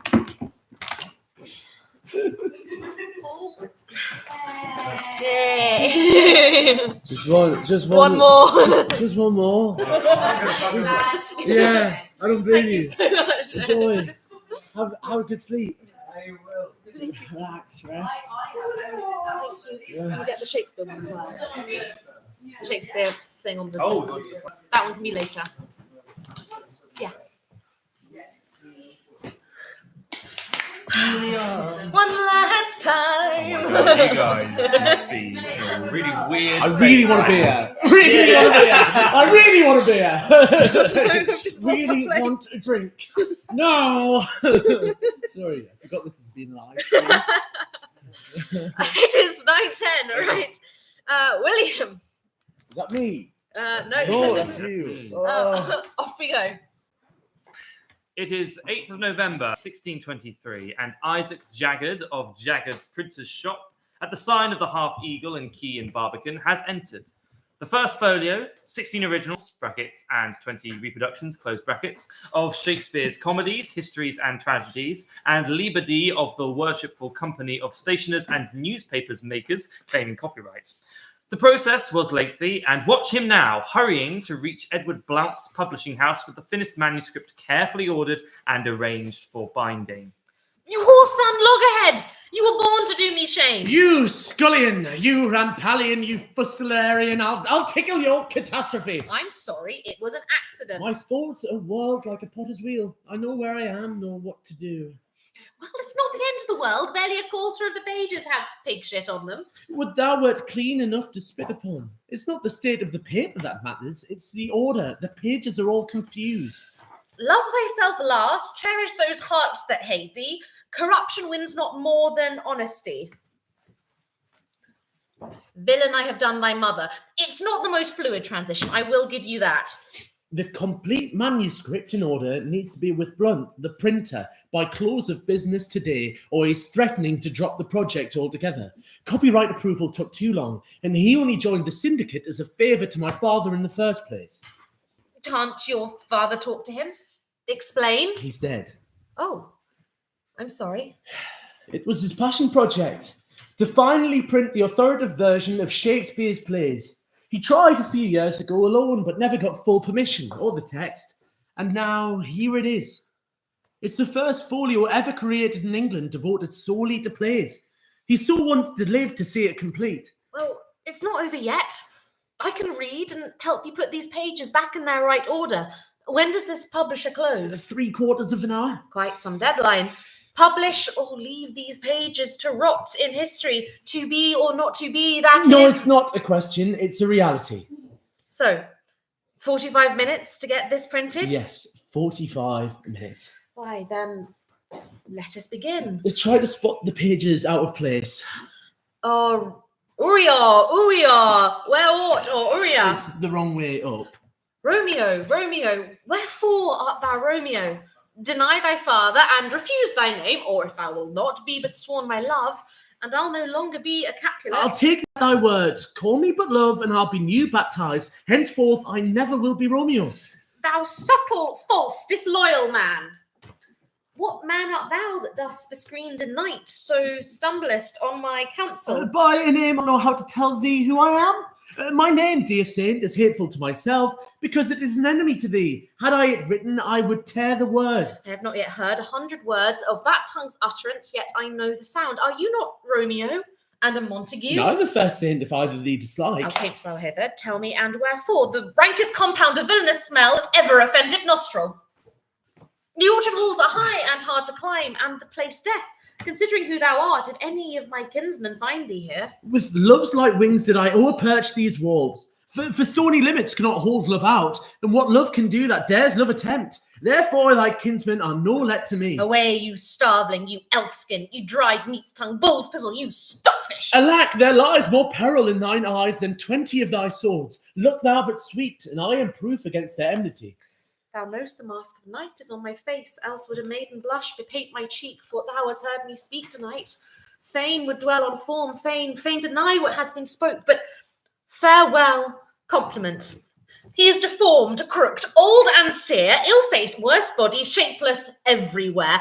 Vicious, ungentle, foolish, blunt, unkind, stigmatical in making, worse in mind. What? No, I'm sorry, no. This is Romeo and Juliet, the immortal tale of tragic love. This is the balcony scene where the two young hearts declare their forbidden love and to set into the motion the events that cause their sacrifice and the restoration of Verona. Insults from the comedy of errors have no place in the authoritative version of this tragedy. Here, go from there. Romeo. My nice. At what o'clock shall I send to thee? At the hour of 9. I will not fail. 'Tis 20 years till then. I have forgot where I did call thee back. Let me stand here till thou remember it. I shall forget to have thee still stand here, forgetting any other home but this. And I'll stay to have thee still forgetting any other home but this. 'Tis almost morning. I would have thee gone, and yet no further than a wanton's bird that hops a little from his hand. I would, with thy bird. Sweet, so would I, yet I should kill thee with much cherishing. Good night. Good night. Parting is such sweet sorrow that I should say good night till it be morrow. And that is how you end the love scene. And you are... Helping. Sir, do you know this author? Do you know his works? Intimately. Then lend us your aid. Here, does this go together? Love all, trust a few, do wrong to none, be able in my enemy, rather in power than use, and keep thy life's friend under thine own life's key. Be checked for silence, but never taxed for speech. This above all, to thine own self be true. It must follow on as day the night. Thou canst not then be false to any man. Farewell, my blessing seasons is in thee. You started in All's Well That Ends Well and ended in Hamlet. This is impossible. It's not. Even this mistake is better than the first. It seems the more we read the lines, the more they find their order. And if there is meshing here or there, the similarity of the text will help the remedy. I agree with your friend. We don't know. Come. We have little time. Let us three read through this drafted folio and help these pages find their narrative. O God, methinks it were a happy life to be no better than a homely swain, to sit upon a hill, as I do now, and carve out dials, quaintly, point by point, thereby to see the minutes how they run, how many make the hour full complete, how many hours bring about the day, how many days will finish up the year, how many years a mortal man may live. Oh, time. That clock setter, that bald sexton, time. Dost thou know the difference, my boy, between a bitter fool and a sweet fool? No, lad, teach me. That lord that counselled thee to give away thy land, come place him here by me. Do thou for him stand. The sweet and bitter fool will presently appear, the one in motley here, the other found out there. Dost thou call me fool, boy? All thy other titles thou hast given away, that was born. All thy other titles thou hast given away, that thou wast born with. When were you wont to be so full of songs, sirrah? I have used it, nuncle, ever since thou madest thy daughters thy mothers. For when thou gavest them the rod, thou putst down thine own breeches. I think this is your daughter. Her mother hath many times told me so. Were you in doubt, sir, that you asked her? Signor Benedict, no, for then were you a child. If Signor Leonato be her father, she would have not had his head on her shoulders for all Messina, as like him as she is. I wonder you are still talking, Signor Benedict. Nobody marks you. What, my dear Lady Disdain, are you yet living? Is it possible Disdain should die when she has such meat food to feed it as Signor Benedict? Courtesy itself must convert to disdain if you come in her presence. Then is courtesy a turncoat? But it is certain I am loved of all ladies, only you excepted. And I would I could find in my heart that I had not a hard heart, for truly I love none. A dear happiness to women. They else would be troubled by a pernicious suitor. I thank God, and my cold blood, I am of your humour for that. I'd rather hear a dog bark at a crow than a man swear he loves me. God, keep your ladyship still in that mind. So some gentleman or other shall escape a predestinate scratched face. Scratching could not make it worse, and 'twas such a face as yours were. Well, you are a rare parrot A teacher. bird of my tongue is better than a beast of yours. Hearing thy mildness praised in every town, thy virtues spoke of, and thy beauty sounded, yet not so deeply as to thee belongs. Myself am moved to woo thee for my wife. Moved? In good time. Let him that moved you hither remove you hence. I knew at the first you were immovable. Why, what's immovable? A joined stool. Thou hast hit it, come, sit on me. Asses were made to bear, and so are you. Women are made to bear, and so are you. No such jade as you, if me you mean. Alas, good Kate, I will not burden thee, for knowing thee to be but young and light. Too light for such a swain as you to catch, and yet as heavy as my weight should Oh, be. come, you wasp in faith, you are too angry. If I be waspish, best beware my sin. My remedy is then to pluck it out. Aye, if the fool can find where it lies. Who knows not where a wasp does wear his sting? In his tail. In his tongue. Whose tongue? Yours, if you talk of tales. And so, farewell. What, with my tongue in your tail? Sweet saint, for charity be not so cursed. Foul devil, for God's sake, hence and trouble us not. Blush, thou lump of foul deformity. Lady, you know no rules of charity which renders good for bad, blessings for curses. Ye villain, thou know'st no law of God nor man, no beast so fierce as knows some touch of pity. Never came poison from so sweet a place. Never came poison on a fouler toad. Out of my sight, thou dost infect mine eyes. Thine eyes, sweet lady, have infected mine. Would they were basilisks to strike thee dead. I would they were, that I might die at once, for now they kill me with a living death. Teach not thy lips such scorn, for they were made for kissing. Lady, not for such contempt. If thy revengeful heart cannot forgive, lo, here I lend thee this sharp, pointed sword, which if thou please to hide in this true bosom, and let the soul forth that adoreth thee, I lay it naked to the deadly stroke, and humbly beg the death upon thy knee. Nay, do not pause, for I did kill King Henry, but 'twas thy beauty that provoked me. Nay, now dispatch, 'twas that I stabbed young Edward, but 'twas thy heavenly face that sent me on. Take up the sword again, or take up me. Arise, dissembler. Though I wish thy death, I would not be thy executioner. Then bid me kill myself, and I will do it. I would I knew thy heart. 'Tis figured in my tongue. Fear me, both are false. Then never man was true. Well, put up your sword. Say then, my peace is made. That you will know hereafter. But shall I live in hope? All men, I hope, live so. Vouchsafe to wear this ring. To take is not to give. Look how this ring encompasseth the finger. Even so thy breast encloseth my poor heart. Wear both of them, for both of them are thine. Bid me farewell. 'Tis more than you deserve. But since you teach me how to flatter you, imagine I have said farewell already. Was ever woman in this humour wooed? Was ever woman in this humour won? How should I your true love know from another one? By his cockle hat and staff, and his sandal shone. He is dead and gone, lady, he is dead and gone.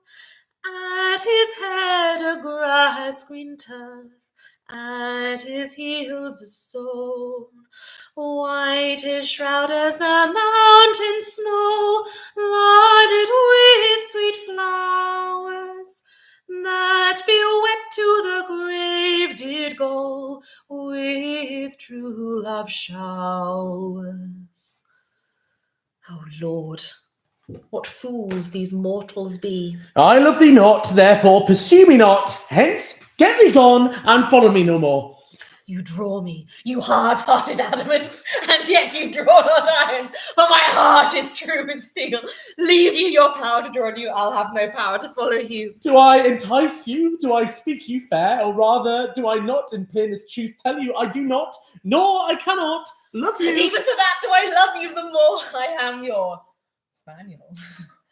And Demetrius, the more you beat me, I will fawn on you. Use me, but as your spaniel, spurn me, strike me, neglect me, lose me, only give me leave, unworthy as I am, to follow you. What worse a place can I beg in your love, than yet a place in high respect with me, than to be used as you use your dog.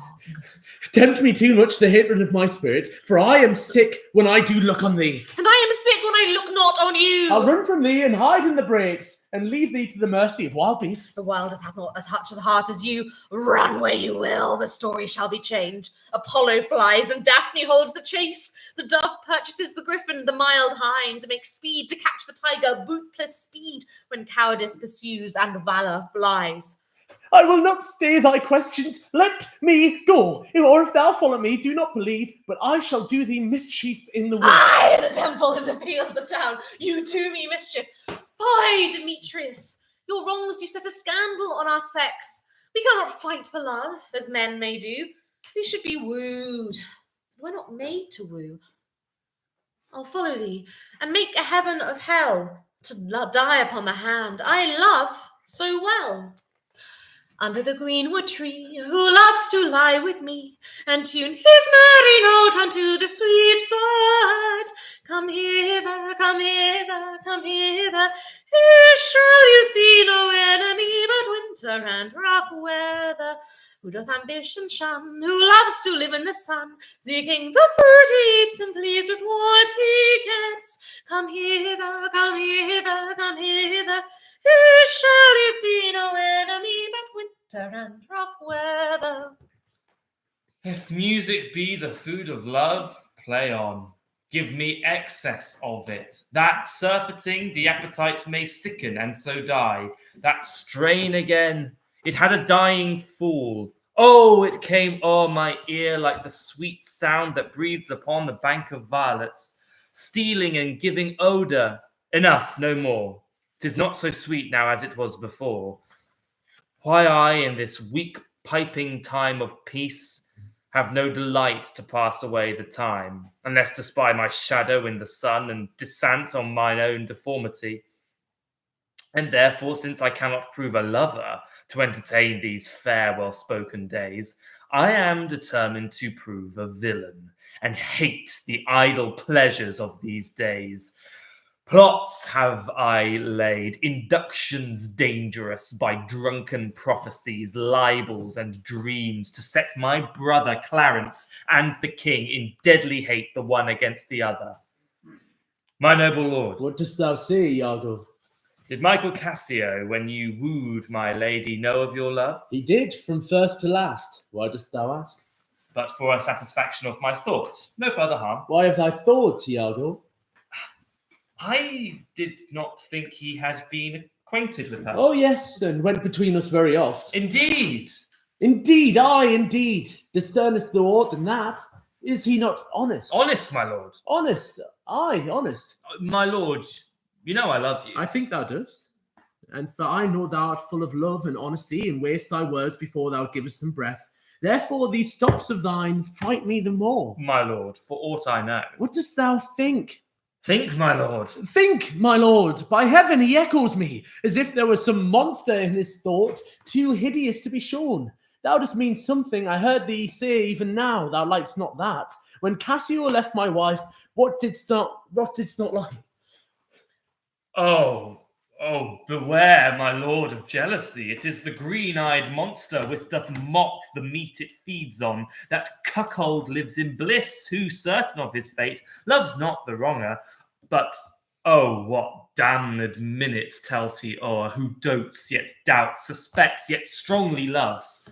Let it not be believed for womanhood. Think we had mothers. Do not give advantage to stubborn critics, apt, without a theme, for deprivation to square the general sex. By Cressid's rule, rather think this not Cressid. What hath she done, prince, that can soil our mothers? Nothing at all, unless that this were she. Within my soul there doth conduce a fight of this strange nature, that a thing inseparate divides more wider than the sky and earth, and yet the spacious breadth of this division admits no orifice for a point as subtle as Ariadne's broken woof to enter. Instance, oh instance, strong as Pluto's gates, Cressid is mine, tied with the bonds of heaven. Instance, oh instance, strong as heaven itself. The bonds of heaven are slipped, dissolved, and loosed, and with another knot, 5-finger tied, the fractions of her faith, aughts of her love, the fragments, scraps, The bits and greasy relics of her o'er-eaten faith are bound to die amid. My lord, I have remembrances of yours that I have longed to redeliver. I pray you, now receive them. No, not I. I never gave you aught. My honoured lord, you know right well you did. With them words of so sweet breath composed as made the thing more rich. Their perfume lost, take these again. Thought the noble mind rich gifts wax poor when givers prove unkind. There, my lord. Are you honest? My lord? Are you fair? What means your lordship? That if you be honest and fair, your honesty should admit no discourse to your beauty. Could beauty, my lord, have better commerce than with honesty? Aye, truly. For the power of beauty will sooner transform honesty from what it is to a bawd than the force of honesty can translate beauty into his likeness. This was sometimes a paradox, but now the time gives it proof. I did love you once. Indeed, my lord, you made me believe so. You should not have believed me. For virtue cannot so inoculate our old stock, but we shall relish of it. I loved you not. I was the more deceived. Get thee to a nunnery. Why wouldst thou be a breeder of sinners? I am myself indifferent, honest, but yet I could accuse me of such things that it were better my mother had not borne me. I am very proud, revengeful, ambitious, with more offences at my back than I have thoughts to put them in, imagination to give them shape, or time to act them in. What should such fellows as I do crawling between earth and heavens? We are arrant knaves all. Believe none of us. Go thy ways to a nunnery. It shall scarce boot me to say not guilty. Mine integrity being counted falsehood shall, as I express it, be so received. But thus, if powers divine, behold our human actions as they do, I doubt not then but innocence shall make false accusation blush, and tyranny tremble at patience. Talk not to me, for I'll not speak a word. Do as thou wilt, for I have done with thee. Quality of mercy is not strained. It droppeth as the gentle rain from heaven upon the place beneath. It is twice blessed. It blesseth him that gives and him that takes. 'Tis mightiest in the mightiest. It becomes the throned monarch better than his crown. His sceptre shows the force of temporal power, the attribute to awe and majesty, wherein doth sit the dread and fear of kings. But mercy is above this sceptred sway. It is enthroned in the hearts of kings. It is an attribute to God himself, and earthly power doth then show likest gods when mercy seasons justice. This sceptred isle, this seat of majesty, this other Eden, demi-paradise, this fortress built by nature for herself against infection and the hand of war, this happy breed of men, this little world, this precious stone set in a silver sea, which serves in it the office of a wall or remote defensive against the envy of less happier lands. This blessed plot, this earth, this land, this England. Sigh no more, ladies, sigh no more. Men were deceivers ever, one foot in the sea and one on shore, to one thing constant never. Then sigh not so, but let them go, and be you blithe and bonny, converting all your sounds of woe into hey, nonny, nonny. Sing no more, deity, sing no more of dumb so dull and heavy. The fraud of men was ever so, since summer first was leafy.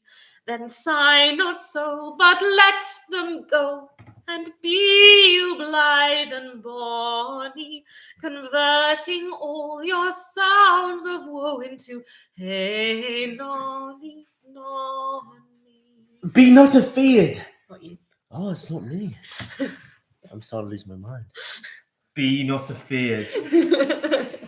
The isle is full of noises, sounds, and sweet airs that give delight and hurt not. Sometimes 1,000 twangling instruments will hum about mine ears, and sometimes voices that, if I then had waked after long sleep, will make me sleep again. And then, in dreaming, the clouds methought would open and show riches ready to drop upon me, that, when I waked, I cried to dream again. To be or not to be? That is the question. Whether 'tis nobler in the mind to suffer the slings and arrows of outrageous fortune, or to take arms against a sea of troubles, and by opposing, end them. To die, to sleep no more, and by a sleep to say we end that heartache and the 1,000 natural shocks that flesh is heir to. 'Tis a consummation devoutly to be wished. To die, to sleep perchance to dream. Aye, there's the rub. For in that sleep of death, what dreams may come when we have shuffled off this mortal coil must give us pause. There's the respect that makes calamity of so long life. How many thousand of my poorest subjects are at this hour asleep? O sleep, O gentle sleep! Nature's soft curse, how have I frighted thee, that thou no more wilt weigh my eyelids down, that steep my senses in forgetfulness? Why rather sleep liest thou in smoky cribs, upon uneasy pallets stretching thee, and hushed with buzzing night flies to thy slumber, than in the perfumed chambers of the great, under the canopies of costly state, and lulled with sound of sweetest melody? Take, oh, take those lips away that so sweetly were forsworn, and those eyes that break of day, lights that do mislead the morn. But my kisses bring again seals of love, but sealed in vain, sealed in vain. Hide, oh hide those hills of snow that my frozen bosom wears, on whose tops the pinks that grow are yet of those that April wears, that first set my poor heart free, bound by those icy chains.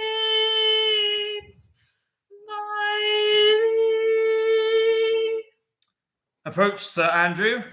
Not to be abed after midnight is to be up betimes, and diluculo segure. Thou knowest. Nay, by my troth, I know not, but I know. To be up late is to be up late. False conclusion. I hate it as an unfilled can. To be up after midnight and to go to bed then is early.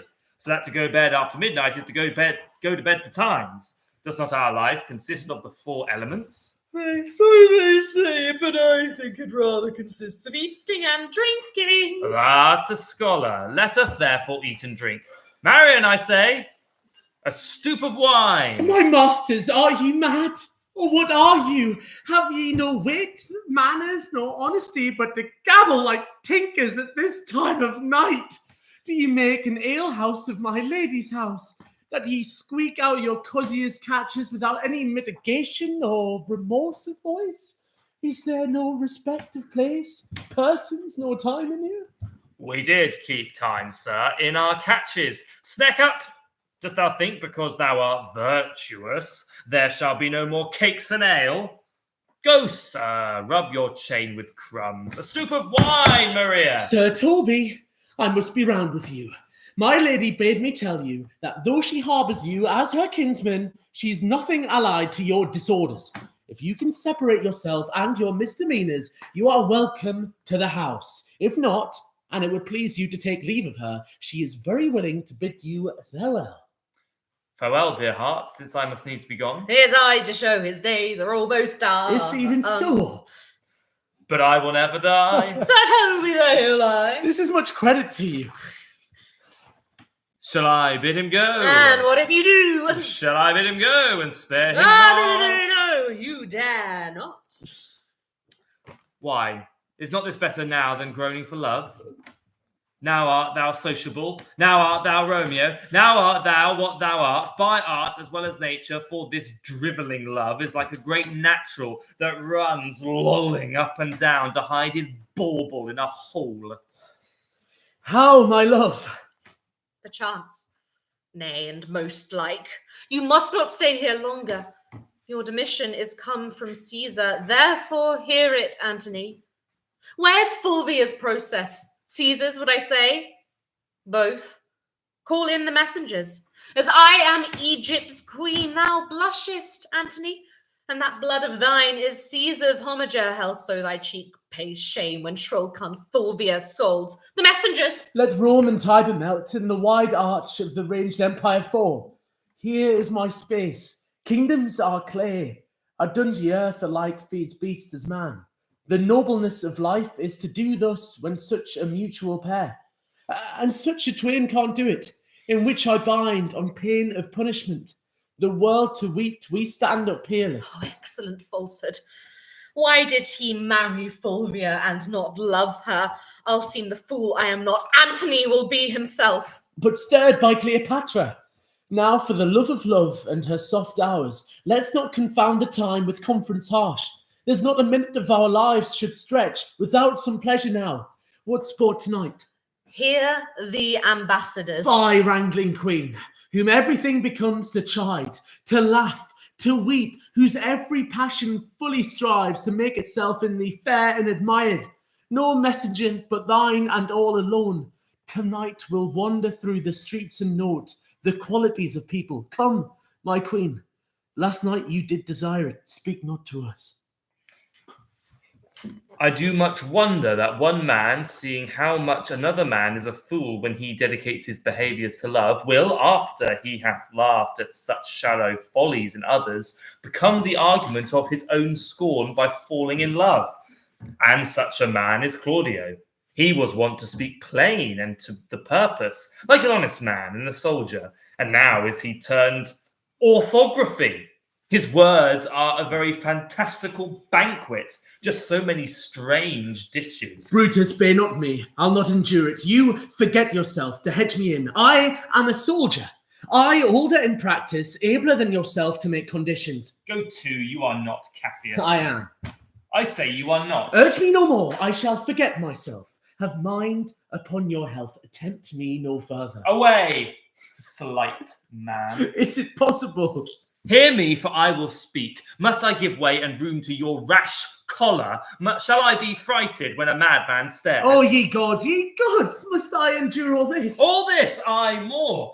Fret till your proud heart break. Go show your slaves how choleric you are, and make your bondmen tremble. Must I budge? Must I observe you? Must I stand and crouch under your testy humour? By the gods, you shall digest the venom of your spleen, though it do split you, for from this day forth I'll use you for my mirth, yea, for my laughter, when you are waspish. Is it come to this? You say you are a better soldier, let it appear so. Make your vaunting true, and it shall please me well. For mine own part, I shall be glad to learn of noble men. You wrong me every way, you wrong me, Brutus. I said an elder soldier, not a better. Did I say better? If you did, I care not. You love me not. I do not like your faults. A friendly eye could never see such faults. A flatterer's would not, though they do appear as huge as high Olympus. Strike as thou didst at Caesar. For I know when thou didst hate him worst, thou lovest him better than ever thou lovest Cassius. Oh, Cassius, you are yoked with a lamb that carries anger as the flint bears fire, who much enforce shows a hasty spark, and straight is cold again. Hath Cassius lived to be but mirth and laughter to his Brutus, when grief and blood ill-tempered vexeth him? When I spoke that, I was ill-tempered too. Do you confess so much? Give me your hand. And my heart too. I did not think you could have been so angry. Oh, Cassius, I am sick of many griefs. Of your philosophy you make no use if you give place to accidental evils. No man bears sorrow better. Portia is dead. Portia. She should have died hereafter. There would have been a time for such a word. Tomorrow and tomorrow and tomorrow. creeps in this petty pace from day to day to the last syllable of recorded time. And all our yesterdays have lighted fools the way to dusty death. Out, out, brief candle. Life's but a walking shadow, a poor player that struts and frets his hour upon the stage and then is heard no more. It is a tale told by an idiot, full of sound and fury, signifying nothing. Fear no more the heat or the sun, nor the furious winter's rages. Thou thy worldly task hast done, home art gone, and ta'en thy wages. Golden lads and girls all must, as chimney sweepers come to dust. Fear no more the frown or the great, thou art past the tyrant's stroke. Fear no more to clothe and eat, to thee the reed is as the oak, the sceptre-leaning psychic must all follow this and come to dust. If we are marked to die, we are enow to do our country loss, and if to live, the fewer men, the greater share of honour. God's will, I pray thee, wish not one man more. This day is called the Feast of Crispian. He that outlives this day and comes safe home will stand a tiptoe when the day is named, and rouse him at the name of Crispian. Old men forget, yet all shall be forgot. But he'll remember with advantages what feats he did that day. Then shall our names, we few, we happy few, we band of brothers, for he today that sheds his blood with me shall be my brother. Be he ne'er so vile, this day shall gentle his condition, and gentlemen in England now abed shall think themselves accursed they were not here, and hold their manhoods cheap whilst any speaks that fought with us upon St. Crispin's day. Hooray! If any think brave death outweighs bad life, and that his country's dearer than himself, let him alone. Or so many so-minded wave thus to express his disposition, and follow Marcius. Thou seest we are not all alone unhappy. This wild and universal theatre presents more woeful pageants than the scene wherein we play. All the world's a stage, and all the men and women merely players. They have their exits and their entrances, and one man in his time plays many parts, his acts being 7 ages. At first the infant, mewling and puking in the nurse's arms, and then the whining schoolboy with his satchel and shining morning face, creeping like snail unwillingly to school, and then the lover, sighing like furnace, with a woeful ballad made to his mistress's eyebrow, and then a soldier, full of strange oaths and bearded like the bard, jealous in honour, sudden and quick in quarrel, seeking the bubble reputation, even in the cannon's mouth. And then the justice, in fair round belly, with good cape and lined, with eyes severe, and beard formal cut, full of wise saws and modern instances, and so he plays his part. The 6th age shifts into the lean and slippered pantaloon, with spectacles on nose and pouch on side, his youthful hose well saved, a world too wide for his shrunk shank, and his big, manly voice turning again towards childish treble, pipes and whistles in his sound. Last scene of all that ends this strange, eventful history is second childishness and mere oblivion. Sans teeth, sans eyes, sans taste, Sans everything. I think that's all complete. And if a couple of pages are in the wrong place, you will really know the difference. And with a couple of minutes to spare. Wait, rogue parchment. What's this? Just an artist's impression of the author. Dead a few years now, they say. His friends compiled the whole anthology. Oh Lord, is that the time? I'll have to run. Keep the picture if you like. A gift with my thanks. We have a duplicate at Blunt's. Will you help? It seems we went on a journey today, you and I. Of course, I will follow you. Is something wrong? Oh, nothing. John and Henry are wonderfully kind to have arranged the publication. The first folio of plays ever published in England. It's just... I would prefer to be remembered with a bit more hair. To the great variety of readers, from the most able to him that can but spell. Well, it is now public, and you will stand for your privileges, we know, to read and censor. And though you could be a magistrate of wit and sit on the stage at Blackfriars or the cockpit to arraign plays daily, know these plays have had their trial already, and stood out all appeals, and do now come forth quitted rather by a degree of court than any purchased letters of commendation. It had been a thing, we confess, worthy to have been wished, that the author himself had lived to have set forth and overseen his own writings.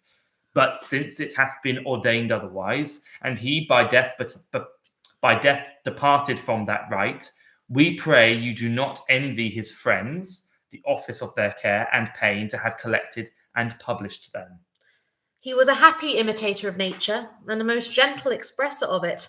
His mind and hand went together, and what he thought he uttered with that easiness that we have scarce received from him a blot in his papers. For his wit can no more lie hid than it could be lost. Read him, therefore, and again, and if then you do not like him, surely you are in some manifest danger not to understand him. Our revels now are ended.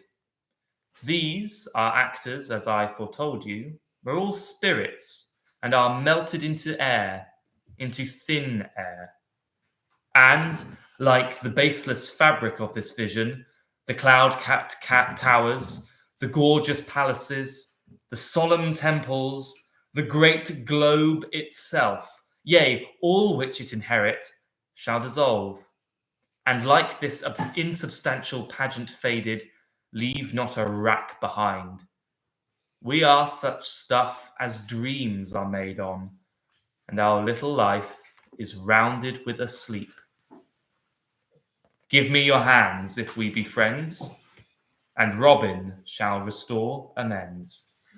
When that I was and a little tiny boy, with a hey-ho, the wind and the rain, a foolish thing was but a toy, though the rain it raineth every day. But when I came to man's estate, with a hey-ho, the wind and the rain, 'gainst knaves and thieves men shut in their gate, for the rain it raineth every day. But when I came to man's estate, with a last wife, with a hey-ho, the wind and the rain, by swaggering could I never thrive, for the rain it raineth every day. But when I came unto my beds, with a hey-ho, the wind and the rain, with toss-pots still have drunken heads, for the rain it raineth every day. A great while ago the world begun, with a hey-ho, the wind and the rain, but that's all one. Our play is done, and we'll strive to please you every day. That is the end of the folio. We have 8 7 minutes left of our marathon. So we've skipped a couple of songs. So I'm going back there because I'm determined we are actually going to do the I don't know any songs. No, but at least we're going to do something. You can do a song. Or if anyone else has any kind of scenes, let's go for it. But we've got 7 minutes. Now the hungry lion roars and the wolf behowls the moon. Just join in. As the heavy ploughman roars and all the weary task foredone. Now the wasted brands do go, whilst the screech owl screeching out. Why puts the wretch that lies in woe in remembrance of a shroud? Now it is the time of night, and the graves all gaping wide. Let's forth his sprite in the churchway paths and glides. I'm changing what we're going to do. Yeah. Joel, go from here. Okay. We're back to Venus and Adonis for the last bit. Give me my hand, saith he. Why dost thou feel it? Give me my heart, saith she, and thou shalt have it. Oi, give it to me, or give it me, lest thy hard heart do steal it, and being steeled, soft sighs can never grave it. Then love's deep groans I never shall regard, because Adonis' heart hath made mine hard. For shame, he cries, let go and let me go. My day's delight is past, my horse is gone, and 'tis your fault I am bereft him so. I pray you hence, and leave me here alone, for all my mind and my thought, my busy care, is how to get my palfrey from the mare.